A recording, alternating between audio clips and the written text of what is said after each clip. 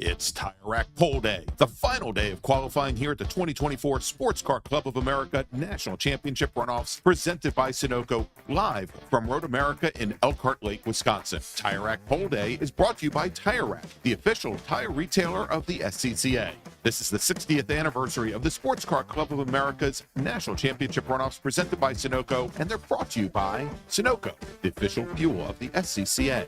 Hawk Performance, the official brake partner of the SCCA. Haggerty, the official insurance partner of the SCCA. And IMSA, a proud partner of the SCCA. Now with today's Tire Rack Pole Day qualifying sessions, here are Eric Mueller and Greg Ginsburg.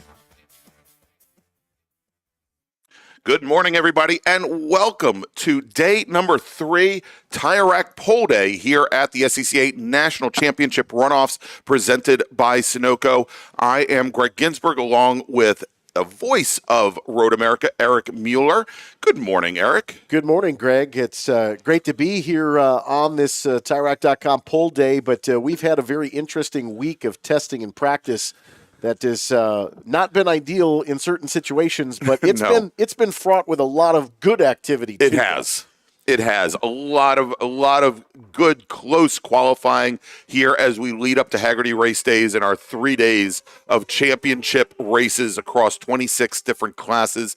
And we already have, Eric, our first group of the morning out on track for Pole Day here. It is a combined group. It is Formula 6 and Formula F. Let's quickly look at where we stand after 2 days of qualifying. We'll start off with the Formula 6 class, where Cal Stewart, who's our reigning national champion, our defending national champion in his Novacar Suzuki, has the provisional pole coming into day number 3 with a qualifying time of 2:19.106, 1.1 seconds clear of the rest of the field.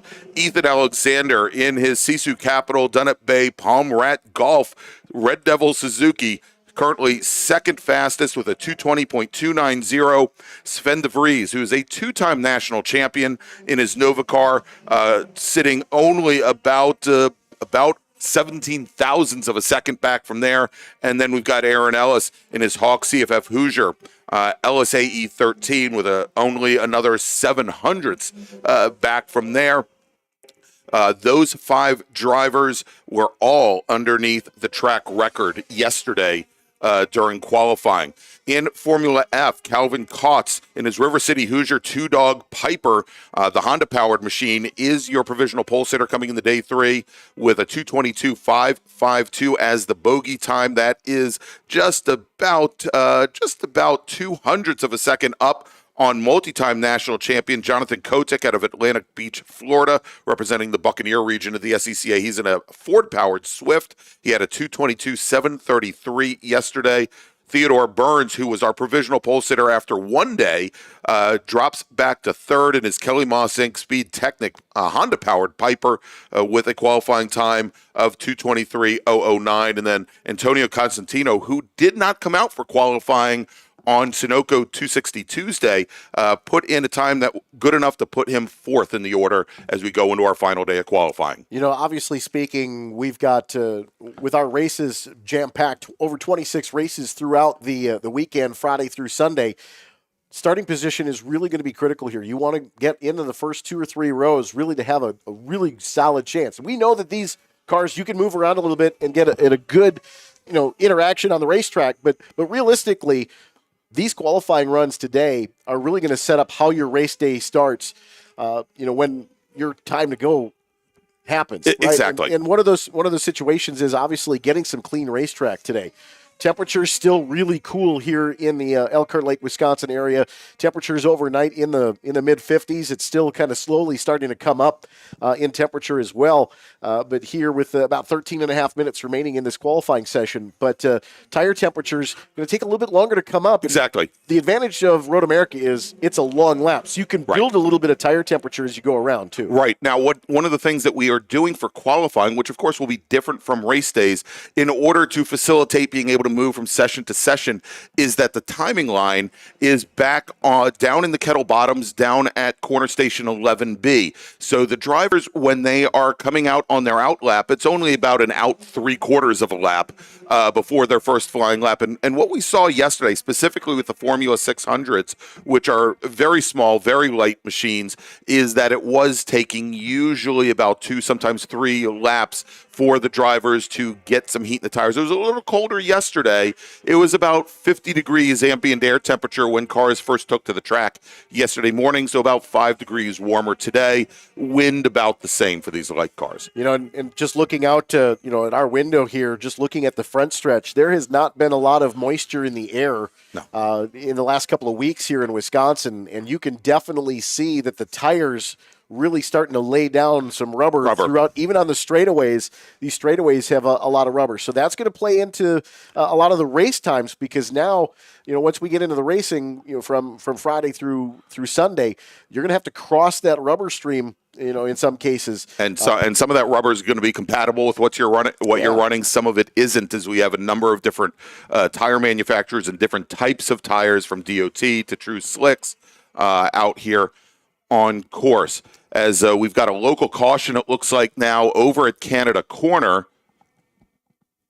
And it sounds like we're going to have some emergency services vehicles respond, trying to get the number of that car. Looks to be possibly, is that the 23 or the 83? I'll try and track that down in a moment. Let's quickly give you a rundown of where we are now here in the session in Formula 6, our Formula 600. Our fastest driver on track currently, Calvin Stewart, with a time of 2:20.312. Again, he is your provisional pole sitter. The bogey time that all drivers trying to beat in Formula 6 is 2:19.106. And Matteo Naranjo, currently your fastest driver in Formula F, in his, I think, Honda-powered Mégane. He is out of Edwards, Illinois. Time at the moment at 477. That is about 2 seconds off the bogey time. Naranjo came into the day, qualified 7th fastest.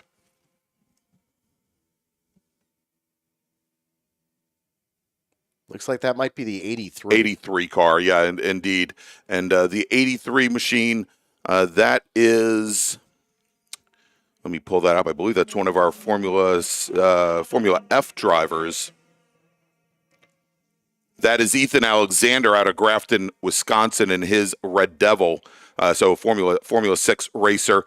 Put in a 2:28 on his first lap, and as he started his second flying lap off at Canada Corner, Alexander came into the day as basically provisionally on the outside of the front row. So he's got a little bit of an advantage at this point. His fastest lap time during the week yesterday at a 2:22.90, and for the moment he's safe where he is in the overall scheme. Well, obviously you're kind of taking your fastest lap combined over the 2 days, but you're looking at not having any mechanical trouble here too. That part of the issue is, if this is just a spin or anything like that, we didn't see what actually happened, but you hope that it's not mechanical in that situation, because then you've got to make some changes in that situation. So kind of keeping an eye on situation over in 12. Looks like safety truck is assisting there. And we're also going to a full course caution now. Apparently, we have the ability to deploy a virtual safety car where all the drivers will slow down to 45 miles an hour. But it appears as though we are going to a true full course caution here on course. You can see that as all of our corner stations have lit up in yellow, and all of the cars on course are showing yellow as well. And so with 8 minutes and 40 seconds remaining in the qualifying session, a little bit past halfway, these are 20-minute qualifying sessions. We'll see how things, we'll see if we can go back to green flag qualifying here again, we don't have any changes up at the top of the order in Formula F or Formula 6. Again, our fastest driver in Formula F right now, Naranjo, who's 57 thousandths of a second up on Jonathan Kotick in the session. His fastest lap so far, 2:24.4, and that would only be good for, that would be good for 6th at the moment. So Naranjo may have moved up a single position at this point. up and past William Ferguson out of Pacifica, California, driving a Honda-powered Piper. That should drop him down to 7th. If we look at Formula 6, again, Calvin Stewart, your fastest driver on track. Aaron Ellis has now turned in a 220.787, and that is not any better than what he turned yesterday, where yesterday he put in a 220.375, which was good for 4th. Yeah, consistency in lap times today, similar players playing in the same kind of order throughout the qualifying. I don't anticipate a lot of change, especially in this first couple of sessions, right, with the cooler track conditions as well. Well, and the one thing here with this particular group, Formula 6 and Formula F, they were combined on Tuesday. They ran together. Yesterday, they had their own qualifying session, so a little bit less traffic, maybe a little bit more compatibility as far as strengths and weaknesses on track. And now they're combined once again, and so you find Formula F drivers having to plan for what they need to do when they see a Formula 6 racer near them at different parts of the course, and vice versa. We do have a number of racers in Formula 600, Formula 6 that have come down the pit lane. I believe the 84 machine has, and that is. The 84, of course, I'm having trouble finding these drivers as I need to. Eric Van Cleef is on the pit lane currently, and I believe we've got one other driver that made a run down the pit lane and may have done it in order to find a little bit of space on track. We also had the 67 machine of Jack Walbron come down the pit lane. So again, we're under full course caution here with a little bit over 5 minutes remaining in our first qualifying session of the day. Our next qualifying session will be Super Touring Light. They had been combined with Touring 4 back on Tuesday. They had a separate session from Touring 4 yesterday. They'll be able to have their lone qualifying session again today. And they're up next.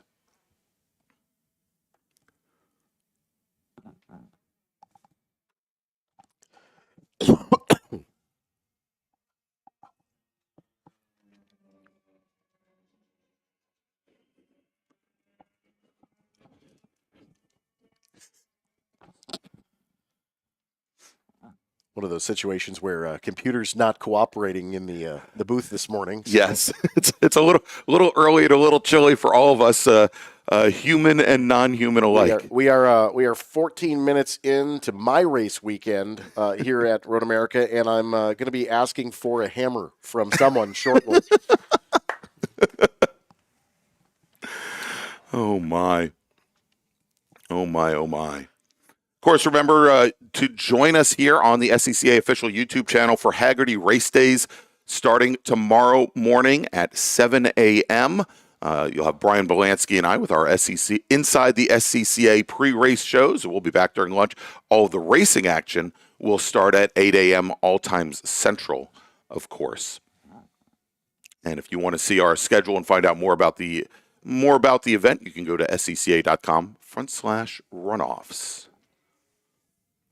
This is one of those marquee events that obviously continues for the 60th anniversary this year, and Road America was a big part of that. Yes. In the kind of middle part of the 2020s and into the final one here in 2020 before coming back and starting back on the road again. But yes, for a number of years, 5-6 years I believe it was here, and you look at this event and what it means to certainly the drivers and the competitors here, but also to the race facilities. It's a great event to have. It's great having everyone here. You're in this weekend specifically. You're in for a lot of a lot of colors, with the leaves changing. Oh, it's absolutely gorgeous here. It's perfect weather this weekend, other than a chance for some showers overnight Saturday. We were talking about the rubber earlier, just to finish that point. But, maybe some showers overnight Saturday. But realistically, the weather is going to look like this for the next three or 4 days. And that's really what we're really going to be lucky with that this weekend. We've had years where I think back in 2020 we had some rain and even a couple of snow flurries over the course of a couple of years back as well. But this is going to be a perfect weather weekend, all things considered. Cliff Tufty October weather, and looking forward to what are going to be 26 amazing class races throughout the weekend. So if you're on the fence about coming out, come out. Please do come out. Come out, because this is one of those weekends that is really can't miss. Yeah, my partner Brian Belansky likes to call this Chamber of Commerce weather. And when I competed at the runoffs here back in 2010, I think I encountered every single season in the course of one day. We went from low 50s and cold and rain and mist to 90 degrees and humidity. And this weekend, or this whole week, and I've been on site here since Friday afternoon, has been between mid 60s and mid 70s with almost not a cloud in the sky and very little humidity all week long. It's just been absolutely gorgeous. Yeah, and this is one of those events that can be beneficial to have multiple different weather conditions too, because it does shake up the field a little. Yes. Exactly. All right, so we are going back to green flag. I have to stop from saying green flag racing. Green flag qualifying here, as all of our corner stations have dropped their yellow flags, and I believe Cal Stewart will be the first driver in that number 07 Nova car to start a new flying lap over on the backside of the course over at corner 11B.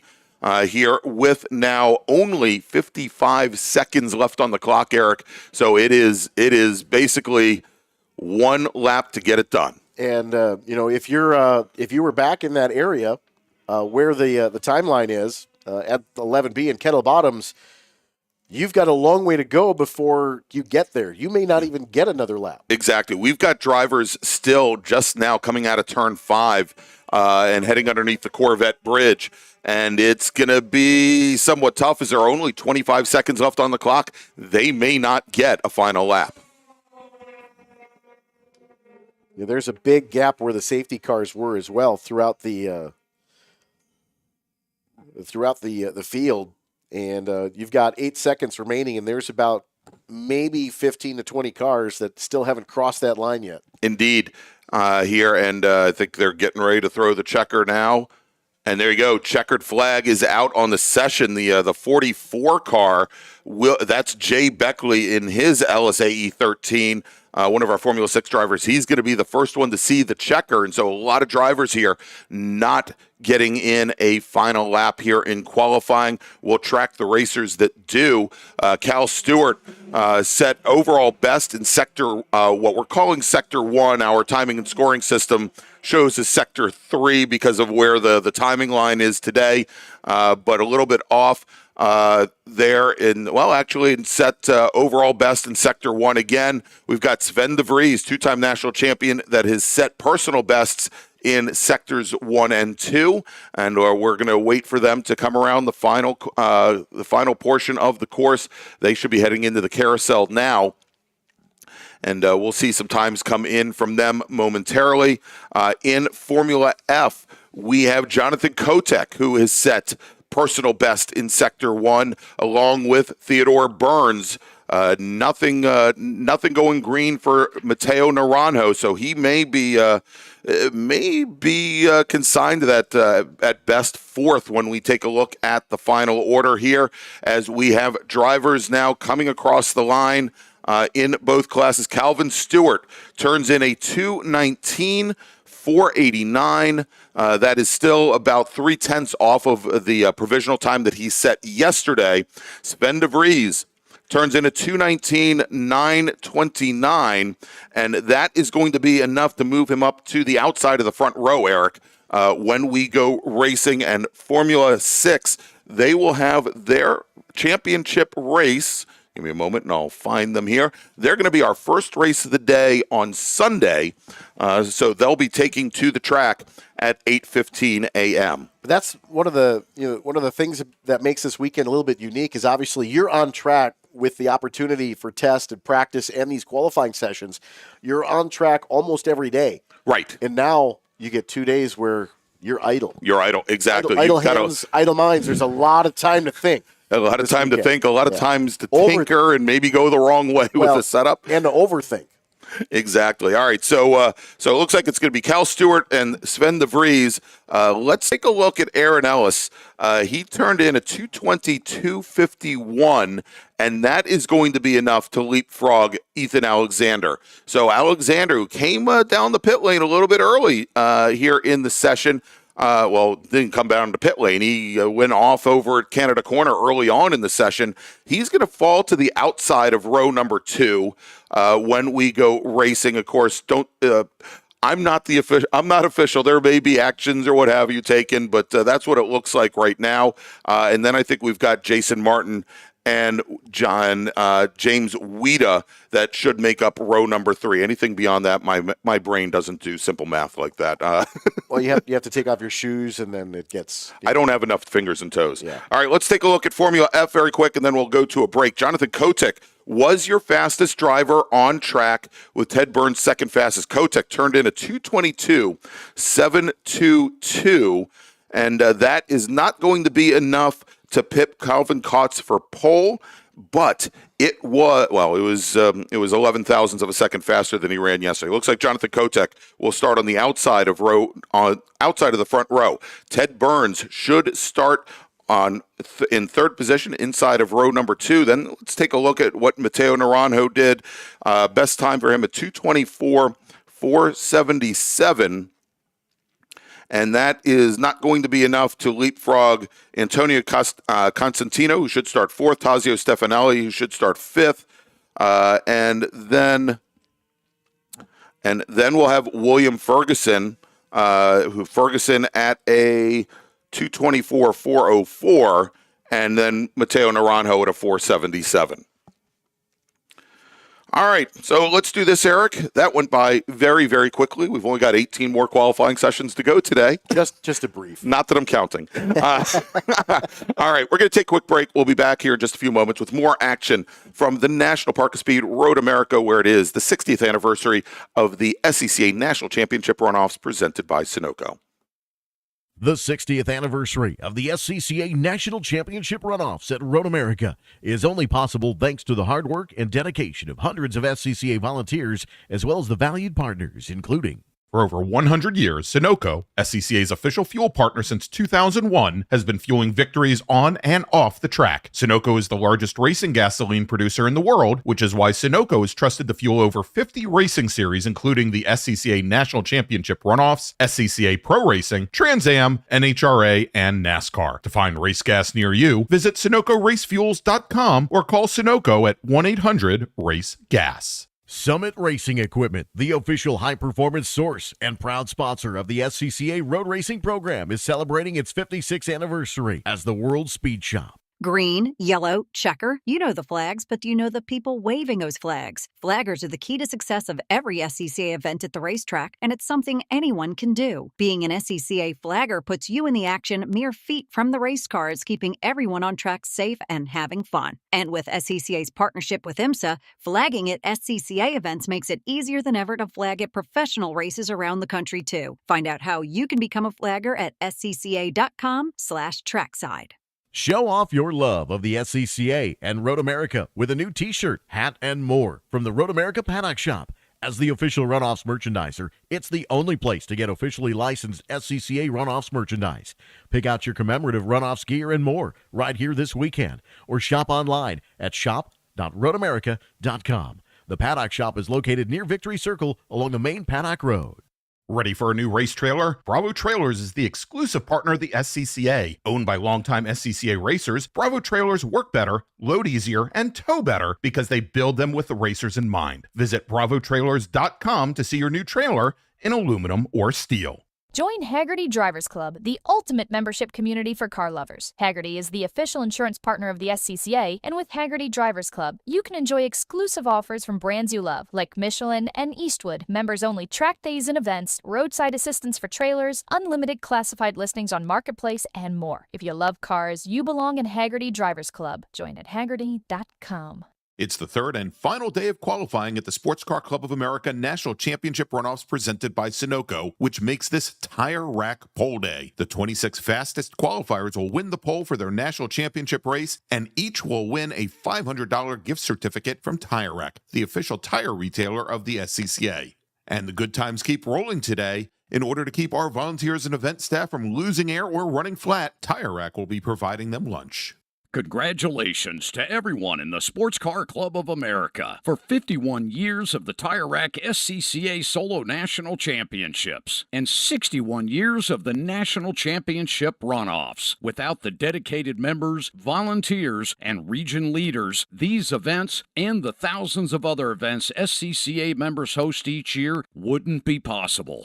The International Motorsports Association, or IMSA, sanctions the IMSA WeatherTech Sports Car Championship and is a proud partner of the SCCA. IMSA also sanctions the IMSA Michelin Pilot Challenge, the IMSA VP Racing Sports Car Challenge, Ferrari Challenge North America, Whelen Mazda MX-5 Cup, and more. IMSA and SCCA have partnered with race worker training and licensing programs. Want to work trackside at some of the best professional and amateur races in North America? Begin your journey for volunteering with IMSA and SCCA today by going to scca.com/trackside for more information. Did you know that SCCA members save $20 on every track night they sign up for? That's right. Track Night in America, driven by Tire Rack, hosts 150 events each year at more than 30 tracks across the country. Track Night is the easiest and most affordable way to get you and your friends on track in your street cars. Visit tracknightinamerica.com to learn more and get yourself on track. The SCCA Foundation is a 501c3 public charity that supports SCCA and motorsports initiatives through programs and projects like Region Development Grants, Tire Rack Street Survival, Women on Track, Vet Motorsports, Formula SAE, maintenance of the SCCA archives, and much more. You can donate anytime at sccafoundation.org. Stop by the SCCA Foundation booth on Vendor Row to learn more.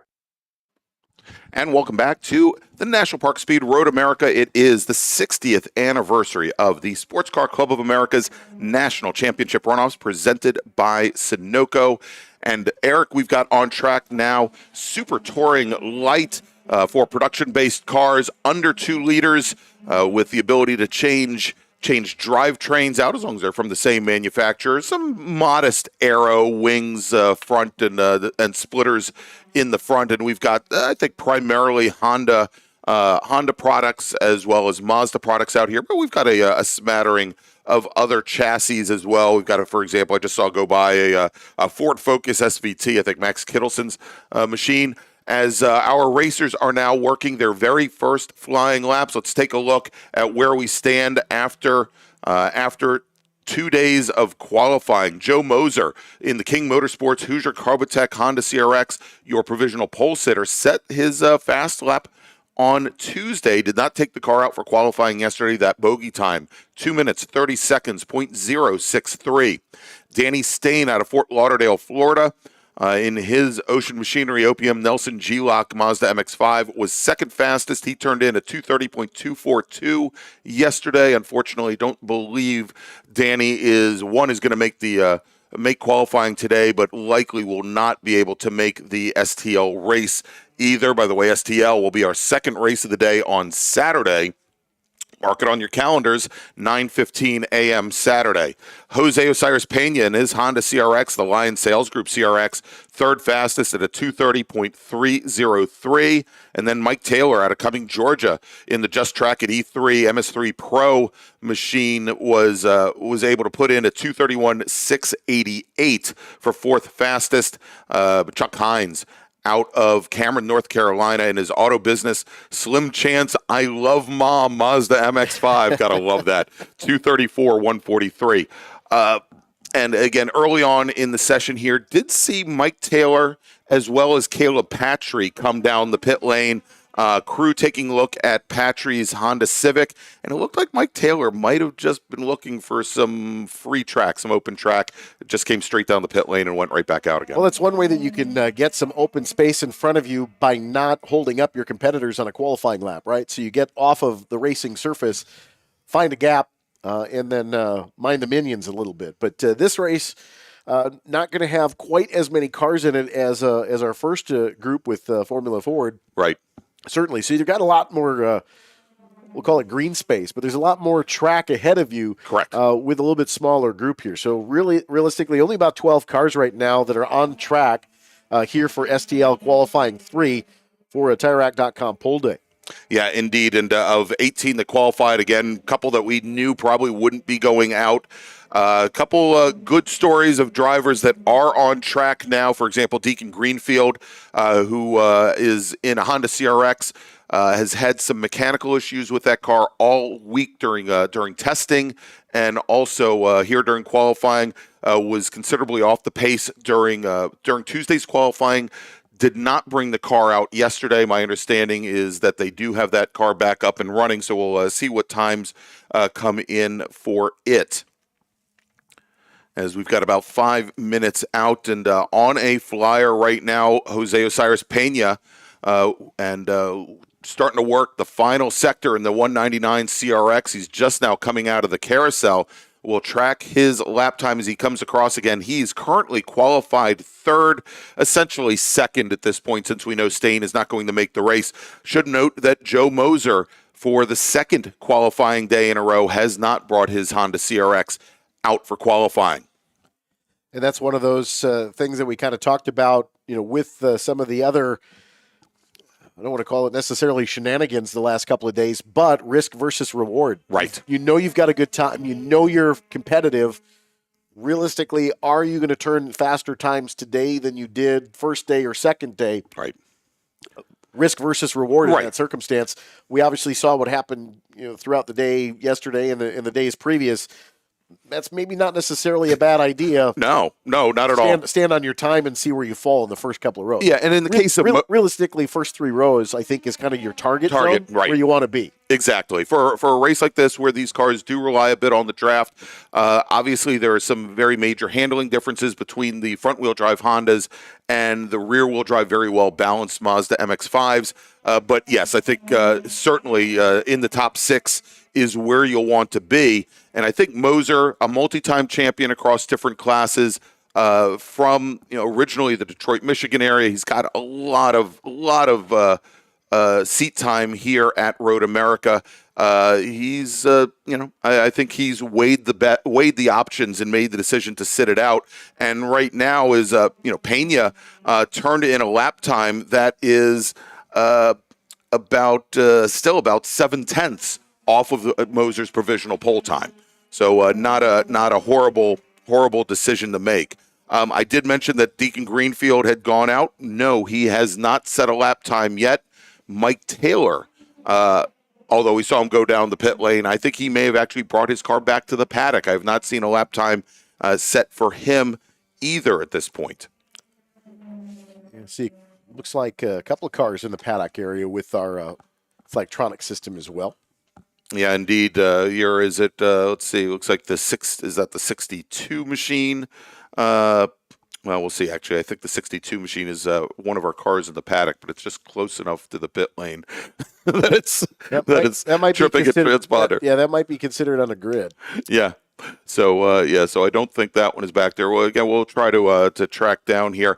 As it stands in the session right now, Pena with a 2:37.96. Chuck Hines, second fastest in his Mazda MX-5. Oh, and Pena now, he's getting closer to Joe Moser. He comes across the line and turns in a 2:30.264 as he goes purple in everything but the first sector.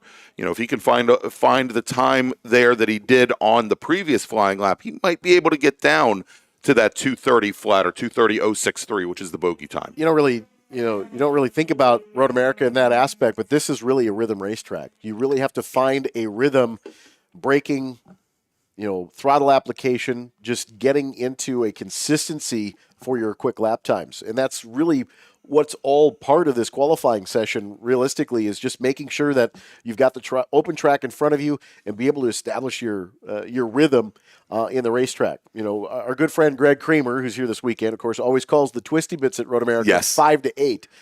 Which he's not wrong. I mean, but in that circumstance, this racetrack is wide open, but you still have to be able to manage the rhythm from 5 to 6 to 7 to 8, and you've got to make that in the shortest amount run time. Right. And these short wheelbase cars are very nimble in those in those short corners. The ability to rotate, yes. You know, because of the ability for the short wheelbase cars to rotate a little bit, they dance a little bit, and that's where you can really hurt yourself with time or really gain a lot of time.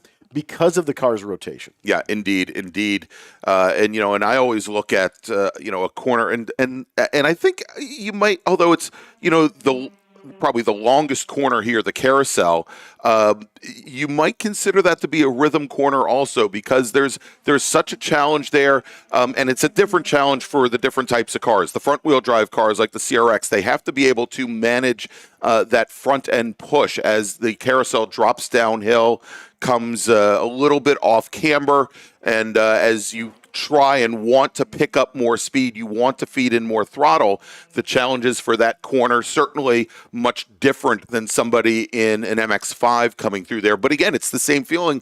You want to build up some consistency through that section of the course as well, because, and we saw this in some during qualifying yesterday, where drivers would get it wrong. They'd maybe get a little overconfident, or because of what was happening on around them, maybe they feed in a little bit too much throttle and they run wide. Sounds like we may have some impact over in the kink as well this morning, and that has been the trouble spot this weekend. Yeah, and it looks like we're going to a full course caution as well here. And it sounds like it was just a single car. We'll try and find out who that is. It might have been the 88 car of Caleb Patry. I haven't seen that vehicle move in a little while here. And that would be really unfortunate. Caleb was, I believe, our Northern Conference STL champion coming into the race. He had a pretty big shunt here at Road America at the 2023 June sprints, and in a brand new chassis here, and talked to him last night and the day before. He's really amped up and ready to go for this weekend. So hopefully he's okay. We've seen, I think, Eric, and not just in SCCA road racing, but a lot of organizations where the kink, which was always an incredibly intimidating corner, there's very little runoff. You can't really increase it because of the railroad tracks that are right on the other side of the track, because of the way the concrete is at the apex and how difficult it is to sight through the corner. That is, I think, one of those rhythm corners as well, that you have to really just get a feeling and get muscle memory for it. But with the recent repave to the track here, maybe with a little bit more crown in the pavement to deal with, you know, water evacuation and drying, it has become a corner that isn't just, well, can I go flat or not, and how much speed can I give? But there's that little bit of rise in the center of pavement, and if you turn in a little bit too early or a little bit too late, it can unbalance a car very quickly. Well, not only that, but traffic plays a lot into that too, because obviously speaking, you never really want to be side by side, right? With the kink. But if you're drafting somebody, something comes unsighted, just a little bit of situational awareness. With that, you get a little bit too wide. You turn in too early, you crown the apex, and then you exit early. Right. And that, that ribbon of gator strip kind of bites you a little bit. One of the things that they did do during the repave here was they did make that sight line a little bit better with the wall to the driver's right. They did bring that wall away. Back a little bit. It is a little bit easier to sight, but as we saw yesterday with the incident in MX-5, that the dust back there, when you get one car off, it's not so bad. But when you get 4 or 5 cars that now are off in the racetrack, that dust visually is very difficult to see. Right. It's like you're driving through a dust storm. Because basically. It is a blind corner, right, per se. But so we have had questions in the past like, do you consider putting water down to keep the dust down? Right. That makes it worse, because when you think about it, dust still means that the surface dust is in the air, and you have some grip, yeah. In the dirt, like a dirt race car. Yeah. For lack of with slicks, you really won't have that. With the DOT tires, though, you're going to have a little bit more lateral grip. Right. You put water down, it becomes slime, and then wet grass and mud. Easier to get to the wall. It's a lot faster to get to the wall in that Right. situation. At least if you're turning away, you've got a chance to try to save yourself. Right. And these cars don't necessarily have a lot of horsepower to pull yourself out of trouble. Right, exactly. All right, so the checkered flag has been displayed for the session. I think the decision was made that they probably couldn't get the 88 car removed before the checkered flag would have flown anyhow. So they just brought that out early. So let's take a look here at the times, Eric. Jose Osiris Pena, his fastest lap was on lap 3, turned in a 2:30.264. And again, that is going to put him up to the outside of the front row. Joe Moser going to hold on to pole position here for the Super Touring Light race this weekend. Chuck Hines turns in a 2:33.795. That is not enough to pit Mike Taylor. So Mike Taylor is going to start on the inside of row 2. Chuck Hines will maintain his position on the outside of row 2. He should start in 4th position. Max G, will start in 5th position. And then the question becomes, what is of John Sewell out of Tallahassee, Florida? He was originally qualified 7th coming into the day. He had a fast time of 2:34.265. And that is still good enough to beat Adam Sargis. Bad terminology there. Adam Sargis, who was 4th in the session today, and Austin Hill, who was 5th. So it looks like it'll be Sewell, then it'll be Austin Hill, then it will be Amy Mills, who was in the 2:35s yesterday, Tom Van Veen, Patry, then Sargis. So it gave you all the way down to 12th position. That's like a record for me. All right, so that is going to wrap things up, Eric, for Super Touring Light. Again, Super Touring Light, they will have their national championship race on Saturday morning, scheduled to start at 9:15 a.m. Central Time. So we're going to take a quick break. We'll be back here in just a few moments with more qualifying action on Tire Rack Pole Day here at the Runoffs. It is the 60th anniversary, presented by Sunoco, and we'll be right back.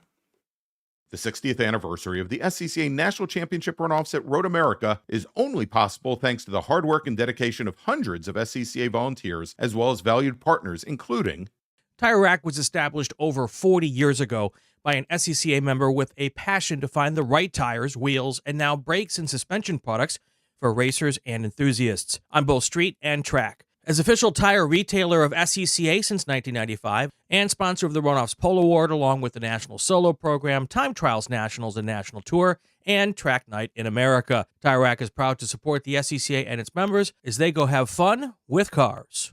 The SCCA Foundation's highly anticipated annual sweepstakes is now open. Your donations to the foundation can earn you a prize pack to attend the 2025 Monaco Grand Prix, including a luxury yacht experience. Learn more and buy your tickets at sccafoundation.org.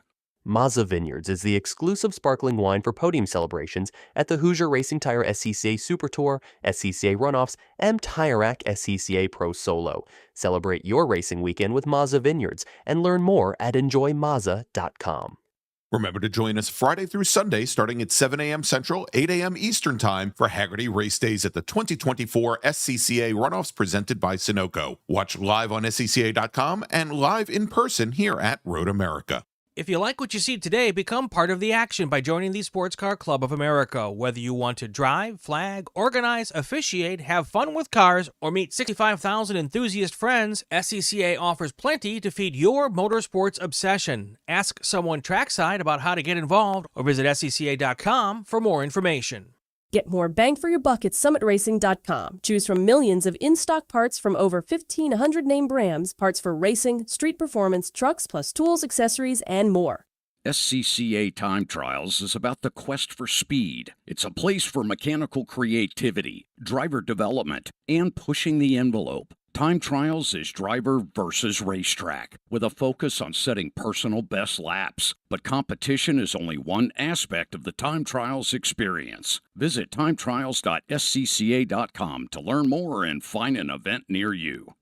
It's the third and final day of qualifying at the Sports Car Club of America National Championship Runoffs presented by Sunoco, which makes this tire rack pole day. The 26 fastest qualifiers will win the pole for their national championship race, and each will win a $500 gift certificate from Tire Rack, the official tire retailer of the SCCA.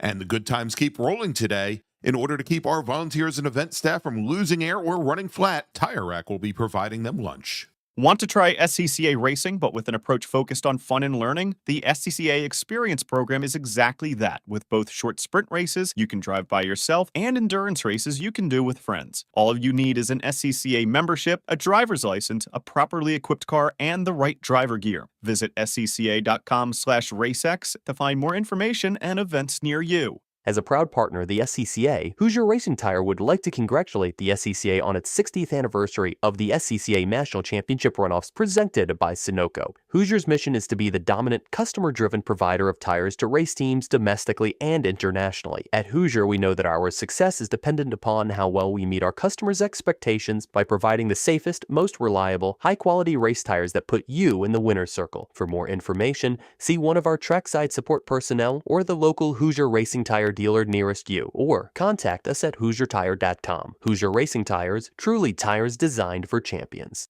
Green, yellow, checker. You know the flags, but do you know the people waving those flags? Flaggers are the key to success of every SCCA event at the racetrack, and it's something anyone can do. Being an SCCA flagger puts you in the action mere feet from the race cars, keeping everyone on track safe and having fun. And with SCCA's partnership with IMSA, flagging at SCCA events makes it easier than ever to flag at professional races around the country, too. Find out how you can become a flagger at scca.com/trackside. SCCA welcomes Sunoco as the presenting sponsor of the 2024 and 2025 SCCA Runoffs. Sunoco is the largest producer of racing gasoline in the world and the official fuel of the SCCA. An SCCA partner since 2001, Sunoco, fueling runoffs victories and dreams.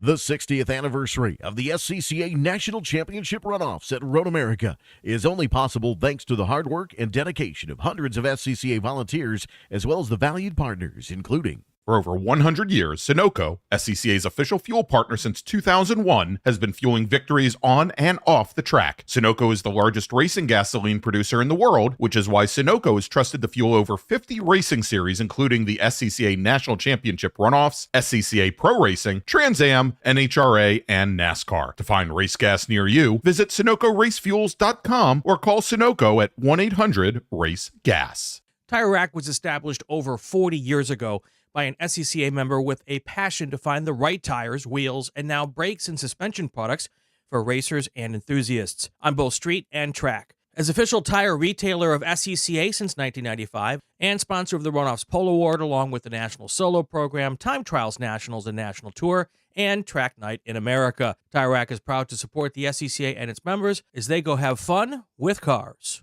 SCCA is proudly sponsored by Hagerty, the official insurance partner of the SCCA and the ultimate partner for motorsports enthusiasts. Hagerty provides off-the-track insurance for motorsports vehicles, including trailers and tools, while in the paddock, in transit, in storage, and at the shop. With Hagerty's Track Day Insurance, you can relax and know that you're covered during your high-performance driving education events, track days, and time trials. For over 25 years, championship-winning drivers and teams have demanded Hawk Performance Motorsports brake pads. Visit hawkperformance.com and like them on Facebook or Instagram to learn more. Hawk Performance, what's stopping you?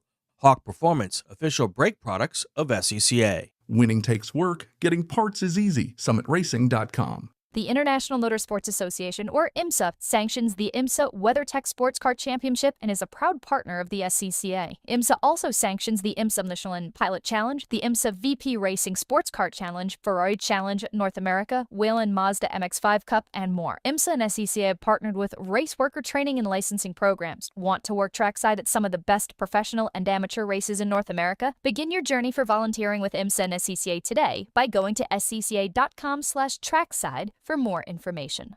Remember to join us Friday through Sunday starting at 7 a.m. Central, 8 a.m. Eastern Time for Haggerty Race Days at the 2024 SCCA Runoffs presented by Sunoco. Watch live on SCCA.com and live in person here at Road America.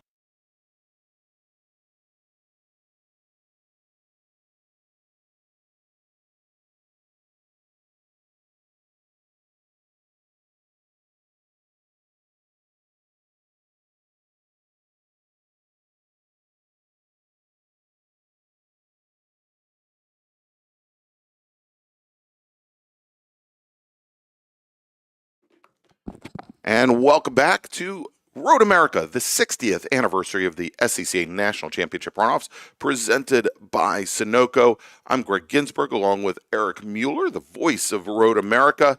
And we're still, I think we've still got a little bit of tire wall cleanup, Eric, outside of the kink right now after that last session. So going to be a few minutes before cars take to the track, Touring 4, which will be our next qualifying session. Wanted to quickly fill in. There are a couple of administrative things I wanted to talk about. Yesterday was Hawk Breakthrough Performer Day, and the drivers that picked up and advanced the most positions in qualifying from day 1 to day 2 win a free set of Hawk Performance brake pads.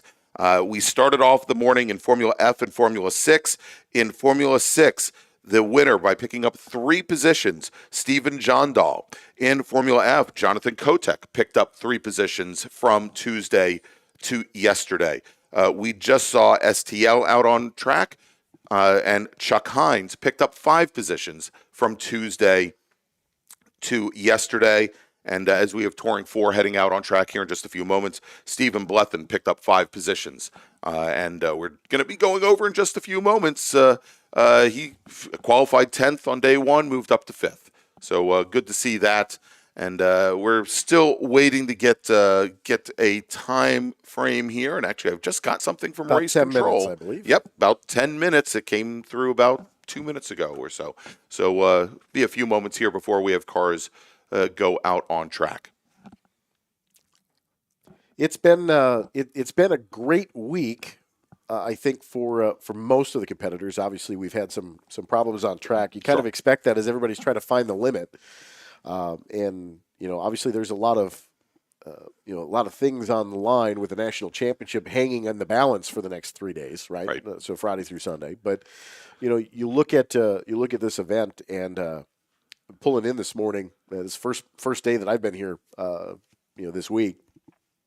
And a lot of paddock spaces are not empty. No, I mean it is. They are packed in like sardines in this place, which is great. It's great to see such a strong field through all 26 groups this weekend. It's just it's fantastic to see so many familiar faces over the years that are back that maybe haven't had a chance to run the runoffs because of being on either side of the country. Right.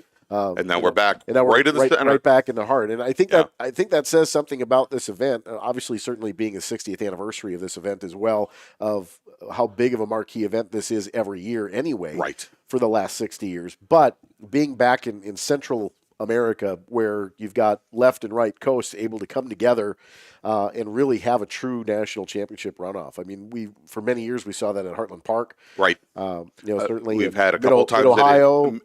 We were at Indianapolis sure. 2 years in the last 8 or so.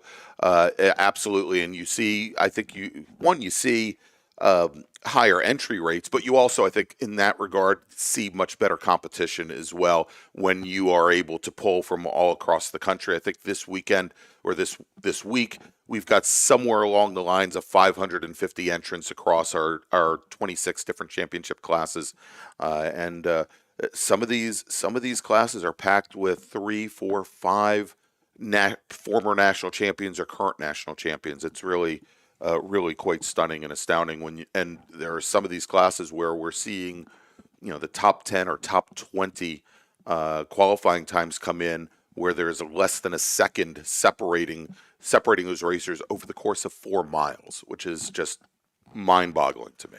When you think about places like Mid-Ohio, it's half the size, right, and has just as many cars that show up, right? Yeah. So there is the advantage of having it here because of the immense green space that we have to fit everybody in. But even this place has a bursting point at some point in the paddock area. So, it's kind of funny is, with this Flagtronics, and for those of you that are, looking at the Flagtronics display that have access to it, you see that there are cars that are listed off the road. They're close enough to the racetrack they're picking up, but they're off the road, and that's just simply because there are cars paddocked in camping spaces. Yes. It's just so tight. Our viewers would not want me to turn on the the option to show cars in the paddock because this entire green space here, this national park of speed, they would all be green dots everywhere. Yes, exactly. Yeah. Yeah, they're basically anywhere where there isn't forestry there are cars, and whether it be racers and their support vehicles and trailers, or whether it be the large number of people that come out to camp here and watch this event each year. I mean, it's mind-boggling how much and how many people you can fit in. And Eric, as I've been talking to some of my friends and some of the people that I'm working with, every year when I come to Road America, there is always not just something new, but there is an enhancement to the facility that we see now, where this track is now pushed almost 80, 50, there, 70. 70th season. Next year. 70th year. Yeah. And every single year there is something new, whether it be the new spectator areas down heading towards the kink, coming out of the carousel, the beach, or some of the new spectator areas on the hills, staggered hills, absolutely gorgeous. And if you haven't had a chance, if this is your first time back at Road America, obviously we would have loved to have you at June Sprints too, and certainly the Cap Majors. But with our club races here that are here respectively. But 5 minutes to the grid, by the way. Attention to the paddock area. 5 minutes to the grid. With that, if this is your first trip, there's some really cool places to go watch some action. The new bluffs overlooking the apex of the kink, which is new. Obviously, we've always had the Sunrise Bench out there for Duck and Sue, but you have the inside the carousel now too. So not only on the outside of the carousel trail with the beach, overlooking the Bend area, which is spectacular on a motorcycle weekend here first weekend in June every year is fantastic out there. But inside the carousel now, which you don't really appreciate the elevation drop that carousel has until you actually go inside below the campground area. There's a new bleacher area inside the carousel, right, right near Brian Redmond's cat. But if you go down in there, you really get an appreciation of how these cars have to navigate a downhill run, and it behaves off camber. Right, and that's what as we were talking about during STL. It's such a challenge for so many cars. And it's really not off camber, but it just behaves that way because of the load inertia that you have. And our first group this morning, the Formula Ford and Formula 6. You look at those cars; they're very low slung to the ground. They don't have a lot of reciprocating weight. But short wheelbases, so they get around pretty quickly. Right. But you look at even in STL and coming out in T4 here, in Touring 4, these cars have a little bit higher roll center.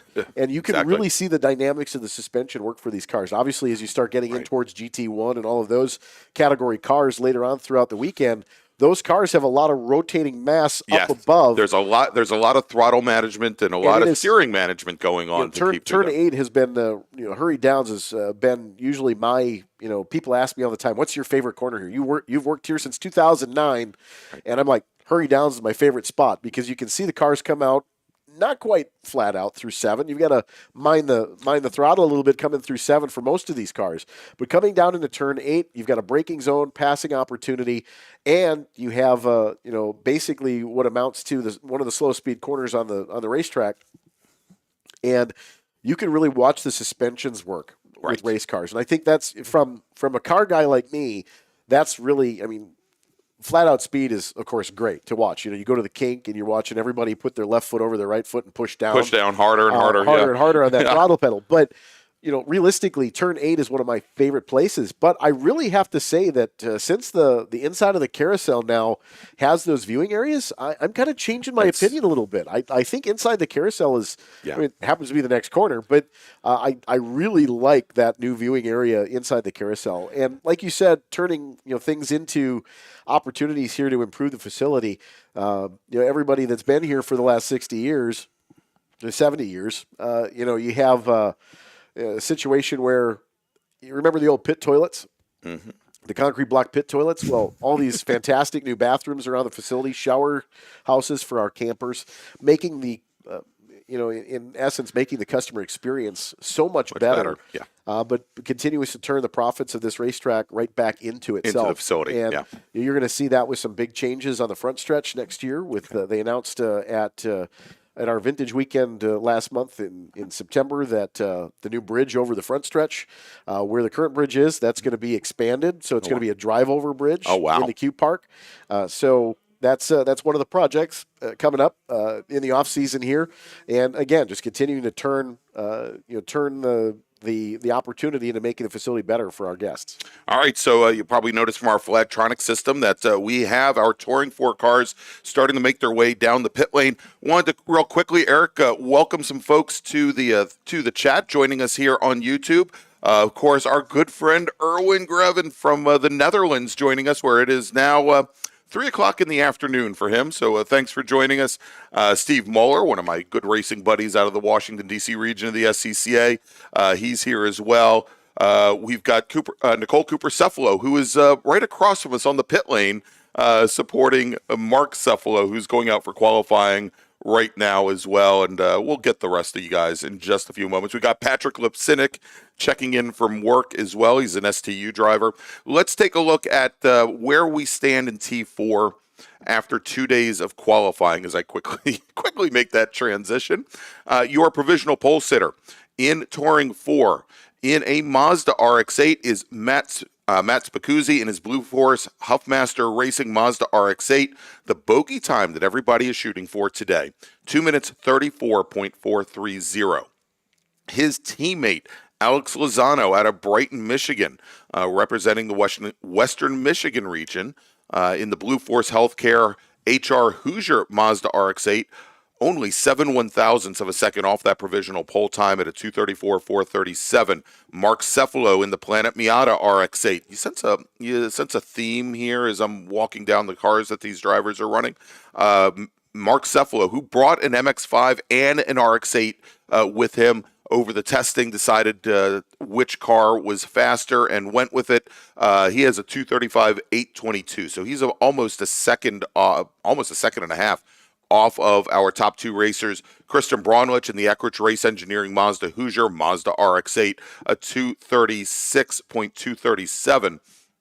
And I'm seeing a lot of those Mazda RX-8s right now. And let me just say that of the top 9 drivers so far in qualifying, 8 of them are in Mazda RX-8s. James Eben, your sole racer in a different chassis, he's in a Mazda MX-5. Currently qualified 8th. He's out of Appleton, Wisconsin. But a lot of those Mazda RX-8s, they were sitting on the pit lane, I think, waiting for perhaps either a bigger gap in traffic or, in the case of the 2 Blue Force cars, they're still on the pit lane right now.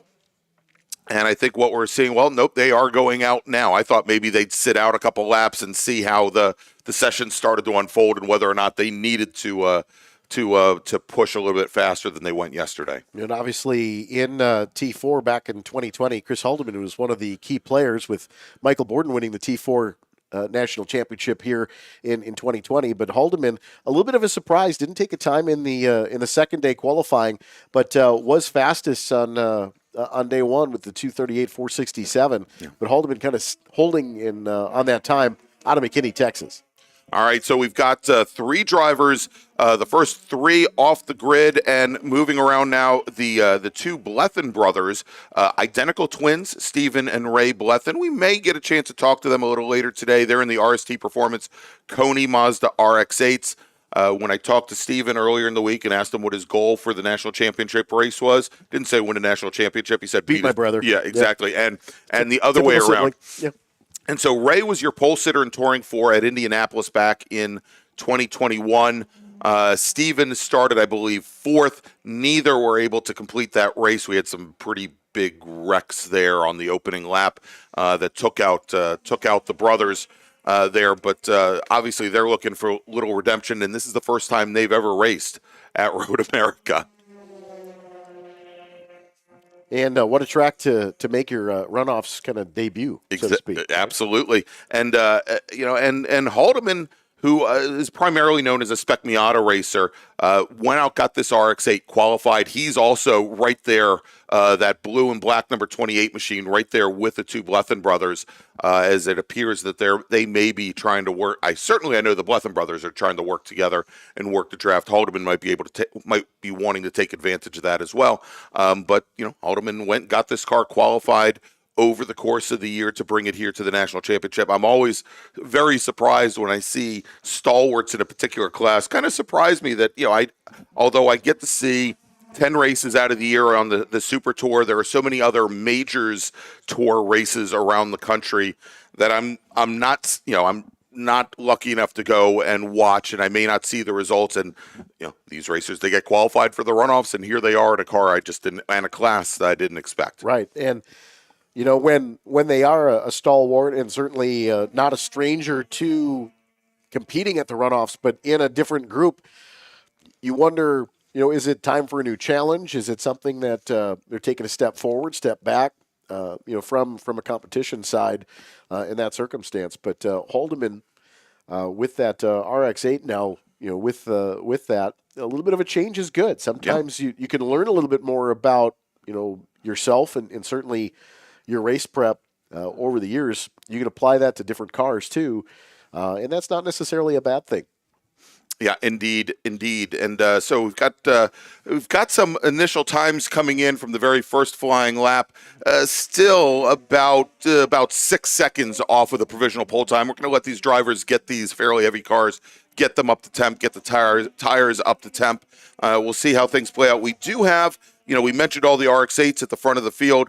We do have the two Mustangs, which we thought would be fairly strong competitors here for straight line speed. We've got Scotty B. White in his 2006 Mustang V6 powered machine. That's the Night Transport Goodyear CMT machine. We also have Paulo Salvatore in his UNM Tory Racing V6 Mustang. I think probably the biggest surprise to me this week, and again, this I think has a lot to do with horses for courses. Is that the I like to call them the twins, or maybe the triplets, the first gen Scion FRSs, Subaru BRZs, Toyota 86s have been for the past number of years, and certainly at Virginia International Raceway, maybe the chassis to have.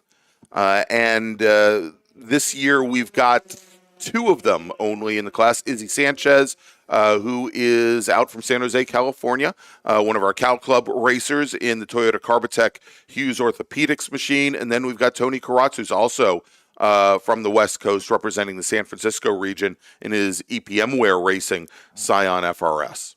One of the things that you're going to see here, though, and you kind of talked about a little bit, looking at the lineup from after second round of qualifying, that you had it's pretty Mazda heavy at the top of the field, though. Yes. The RX-8s.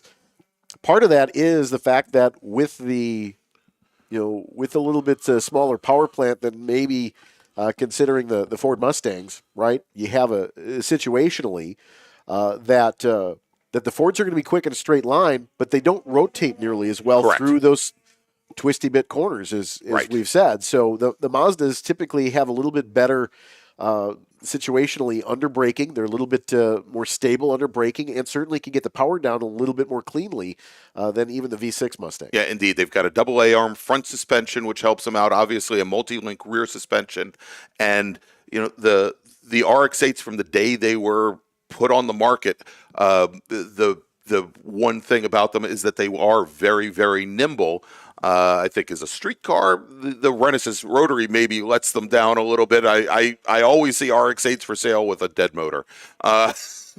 not an issue here, hopefully, as we're watching. There was one in a plastic bag somewhere along the paddock road this morning, I saw. You too can own a Mazda Run Assist rotary motor, yes. But we were just watching the Blethens, very Spec Miata-like, pushing each other down the front straight here. Mark Cephalo goes to the top of the leaderboard during today's session, turns in a 2:35.432. That is almost exactly 1 second off of the provisional pole time set by Matt Spicuzzi. And we're seeing both of the Blue Force machines, the 63 of Spicuzzi, who's in the red and white Mazda RX-8, and then Alex Lozano in the blue and white number 98 car. They just came down the pit lane together. They're talking to their crew right now. We'll see if they go back out. For the moment, they are sitting down in 12th and 10th and 12th position in the order, as Mark's still waiting to see some other times come in. The Blethens just complete their second flying lap, turning in a 2:36.279 and a 2:36.319. Stephen and Ray together, they are that is it. Is that an improvement off of what they did? Yeah, that is definitely an improvement of about 0.3 off of what they have done so far this week. So they're picking up speed, but at the moment, that 2:36 and change is still only good for fourth position and fifth. You know, and that's one of the things, though, that you're improving your lap time. It means you're getting a little bit more confidence in the car. A little bit different session too, a little bit cooler temperatures, depending on when they went out. You know, yesterday in that second round, a little bit different situationally, but 2 to 3 tenths around this place is that's a big gain. Yeah, indeed. All right, Cephalo comes across the line. He improves on his previous fast lap. He turns in a 2:34.874, so he's getting closer to that provisional pole time. He is still now just almost exactly 0.4 of a second off, as the Blue Force cars still sit on the pit lane. Watching now, coming out of the carousel, going into the kink, Izzy Sanchez in his Scion FRS, currently sitting 11th fastest in the session. And as he crosses the line, does not improve. Fastest time for him so far, a 2:40.267. And that right now would be enough, I think, for him to leapfrog Dirk Strasfield. And actually both Strasfield and Salvatore, and move up, I think, into to 9th position.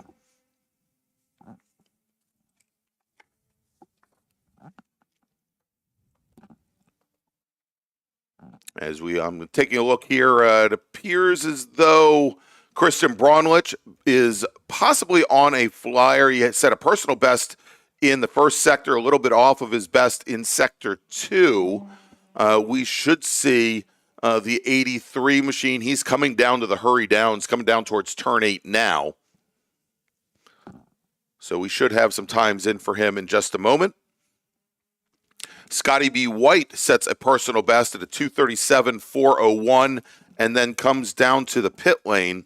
That is about a 4-second improvement over what he did on Tuesday. He did not go out for qualifying in this Mustang yesterday, and I think that's primarily Scotty's running like 25 different classes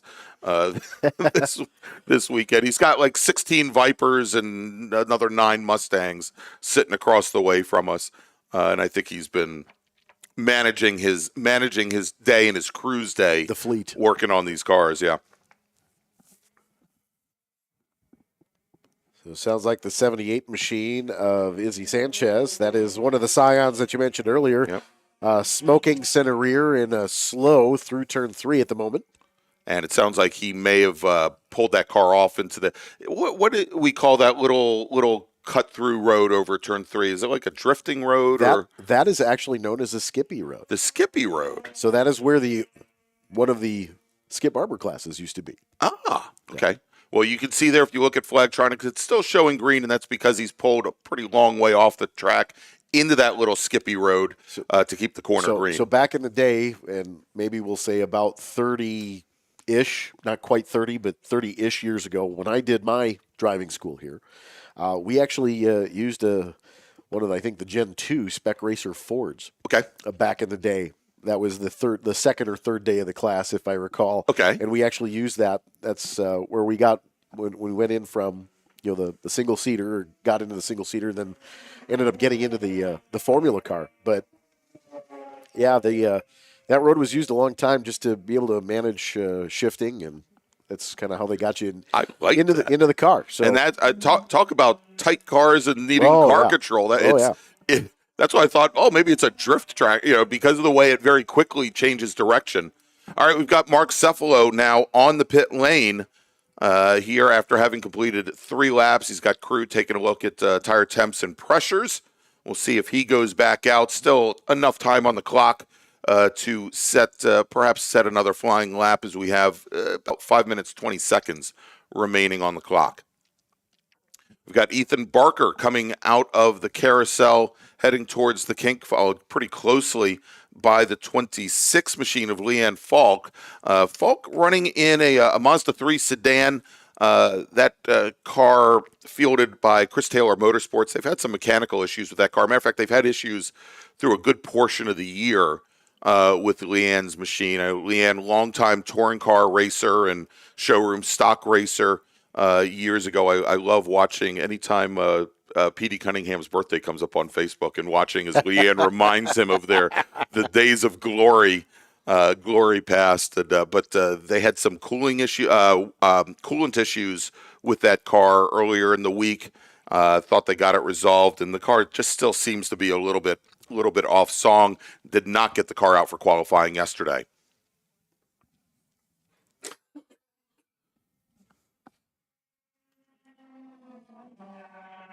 All right, so as we take a look now, we've got Stephen Blethen on track. He has just gone purple in the second sector, which is essentially from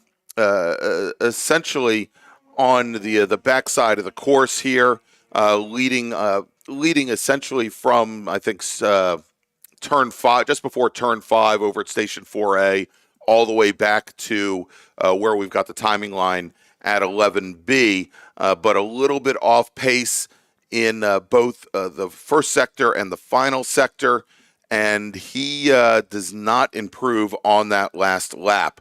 As I look down through the order, Leanne Falk, who we just talked about, she did improve. She puts in a 2:49.786. That's good for 15th.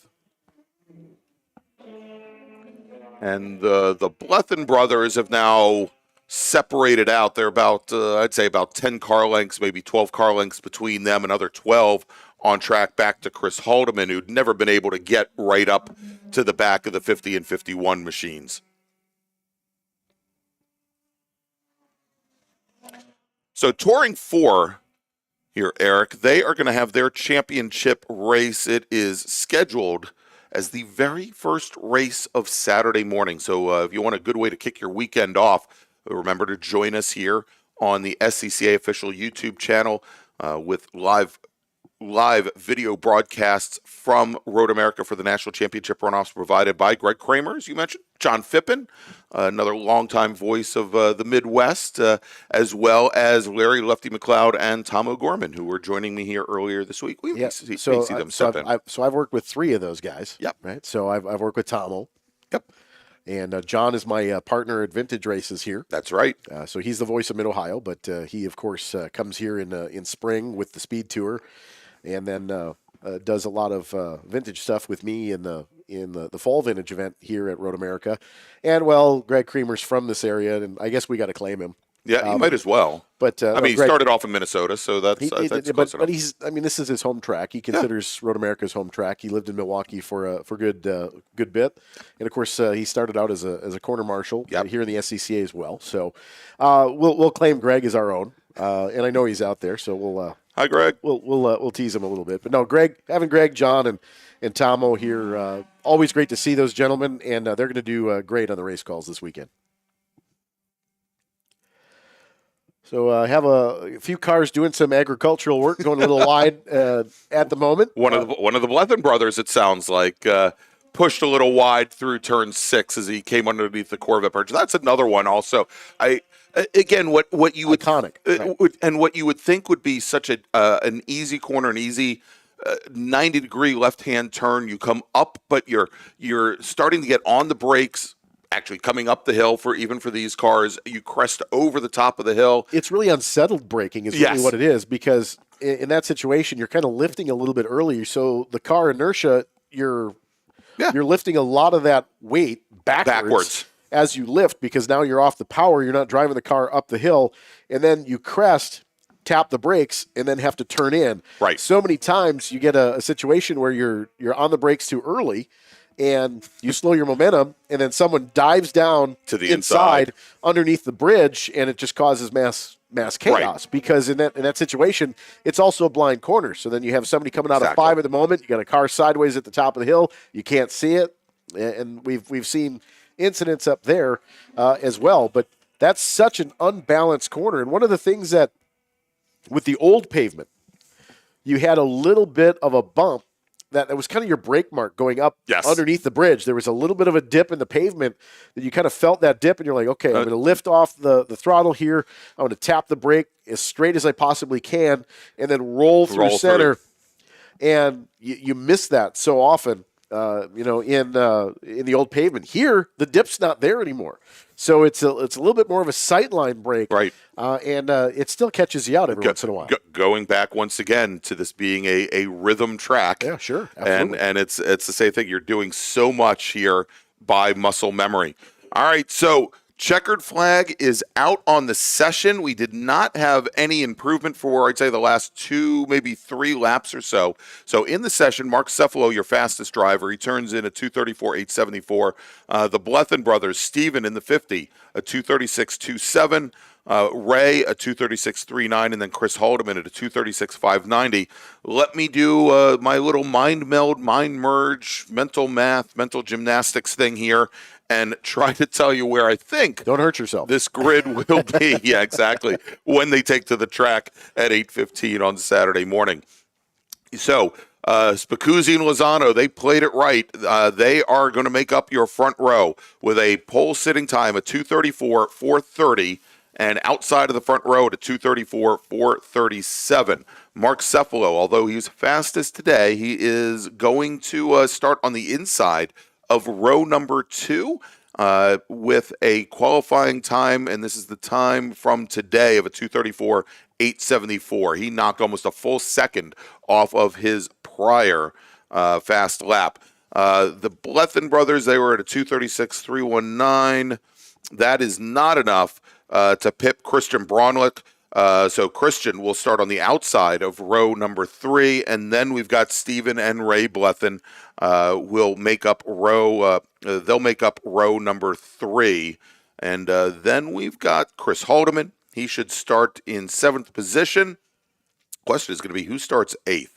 As James Eben turned in a 2:39 and change yesterday, but Scotty B. White with his 2:37.401 should now claim 8th position. Ethan Barker at a 2:38.490 will leapfrog Eben as well, so that will put him 9th. And then I believe we've got Paolo Salvatore in his Ford Mustang, who should round out the top 10. All in all, pretty tight field. Yeah. This T4, and we've seen years past, that it's come down to a 3-wide pass in turn 5. 5, exactly. Which should be one heck of a thing to see here when they race Saturday morning. All right, let's take another quick break. Eric will be back here in just a few moments. Next class up, and this is one that I think a lot of people have been showing a lot of interest in over not only the past couple of years, but here this week as well. It's going to be B-Spec qualifying next here at the Runoffs. We'll be right back. The 60th anniversary of the SCCA National Championship Runoffs at Road America is only possible thanks to the hard work and dedication of hundreds of SCCA volunteers, as well as valued partners, including SCCA is proudly sponsored by Hagerty, the official insurance partner of the SCCA and the ultimate partner for motorsports enthusiasts. Hagerty provides off-the-track insurance for motorsports vehicles, including trailers and tools, while in the paddock, in transit, in storage, and at the shop. With Haggerty's Track Day Insurance, you can relax and know that you're covered during your high-performance driving education events, track days, and time trials. SCCA Time Trials is about the quest for speed. It's a place for mechanical creativity, driver development, and pushing the envelope. Time Trials is driver versus racetrack, with a focus on setting personal best laps. But competition is only one aspect of the Time Trials experience. Visit timetrials.scca.com to learn more and find an event near you. Mazza Vineyards is the exclusive sparkling wine for podium celebrations at the Hoosier Racing Tire SCCA Super Tour, SCCA Runoffs, and Tire Rack SCCA Pro Solo. Celebrate your racing weekend with Mazza Vineyards and learn more at enjoymazza.com. For over 25 years, championship-winning drivers and teams have demanded Hawk Performance Motorsports brake pads.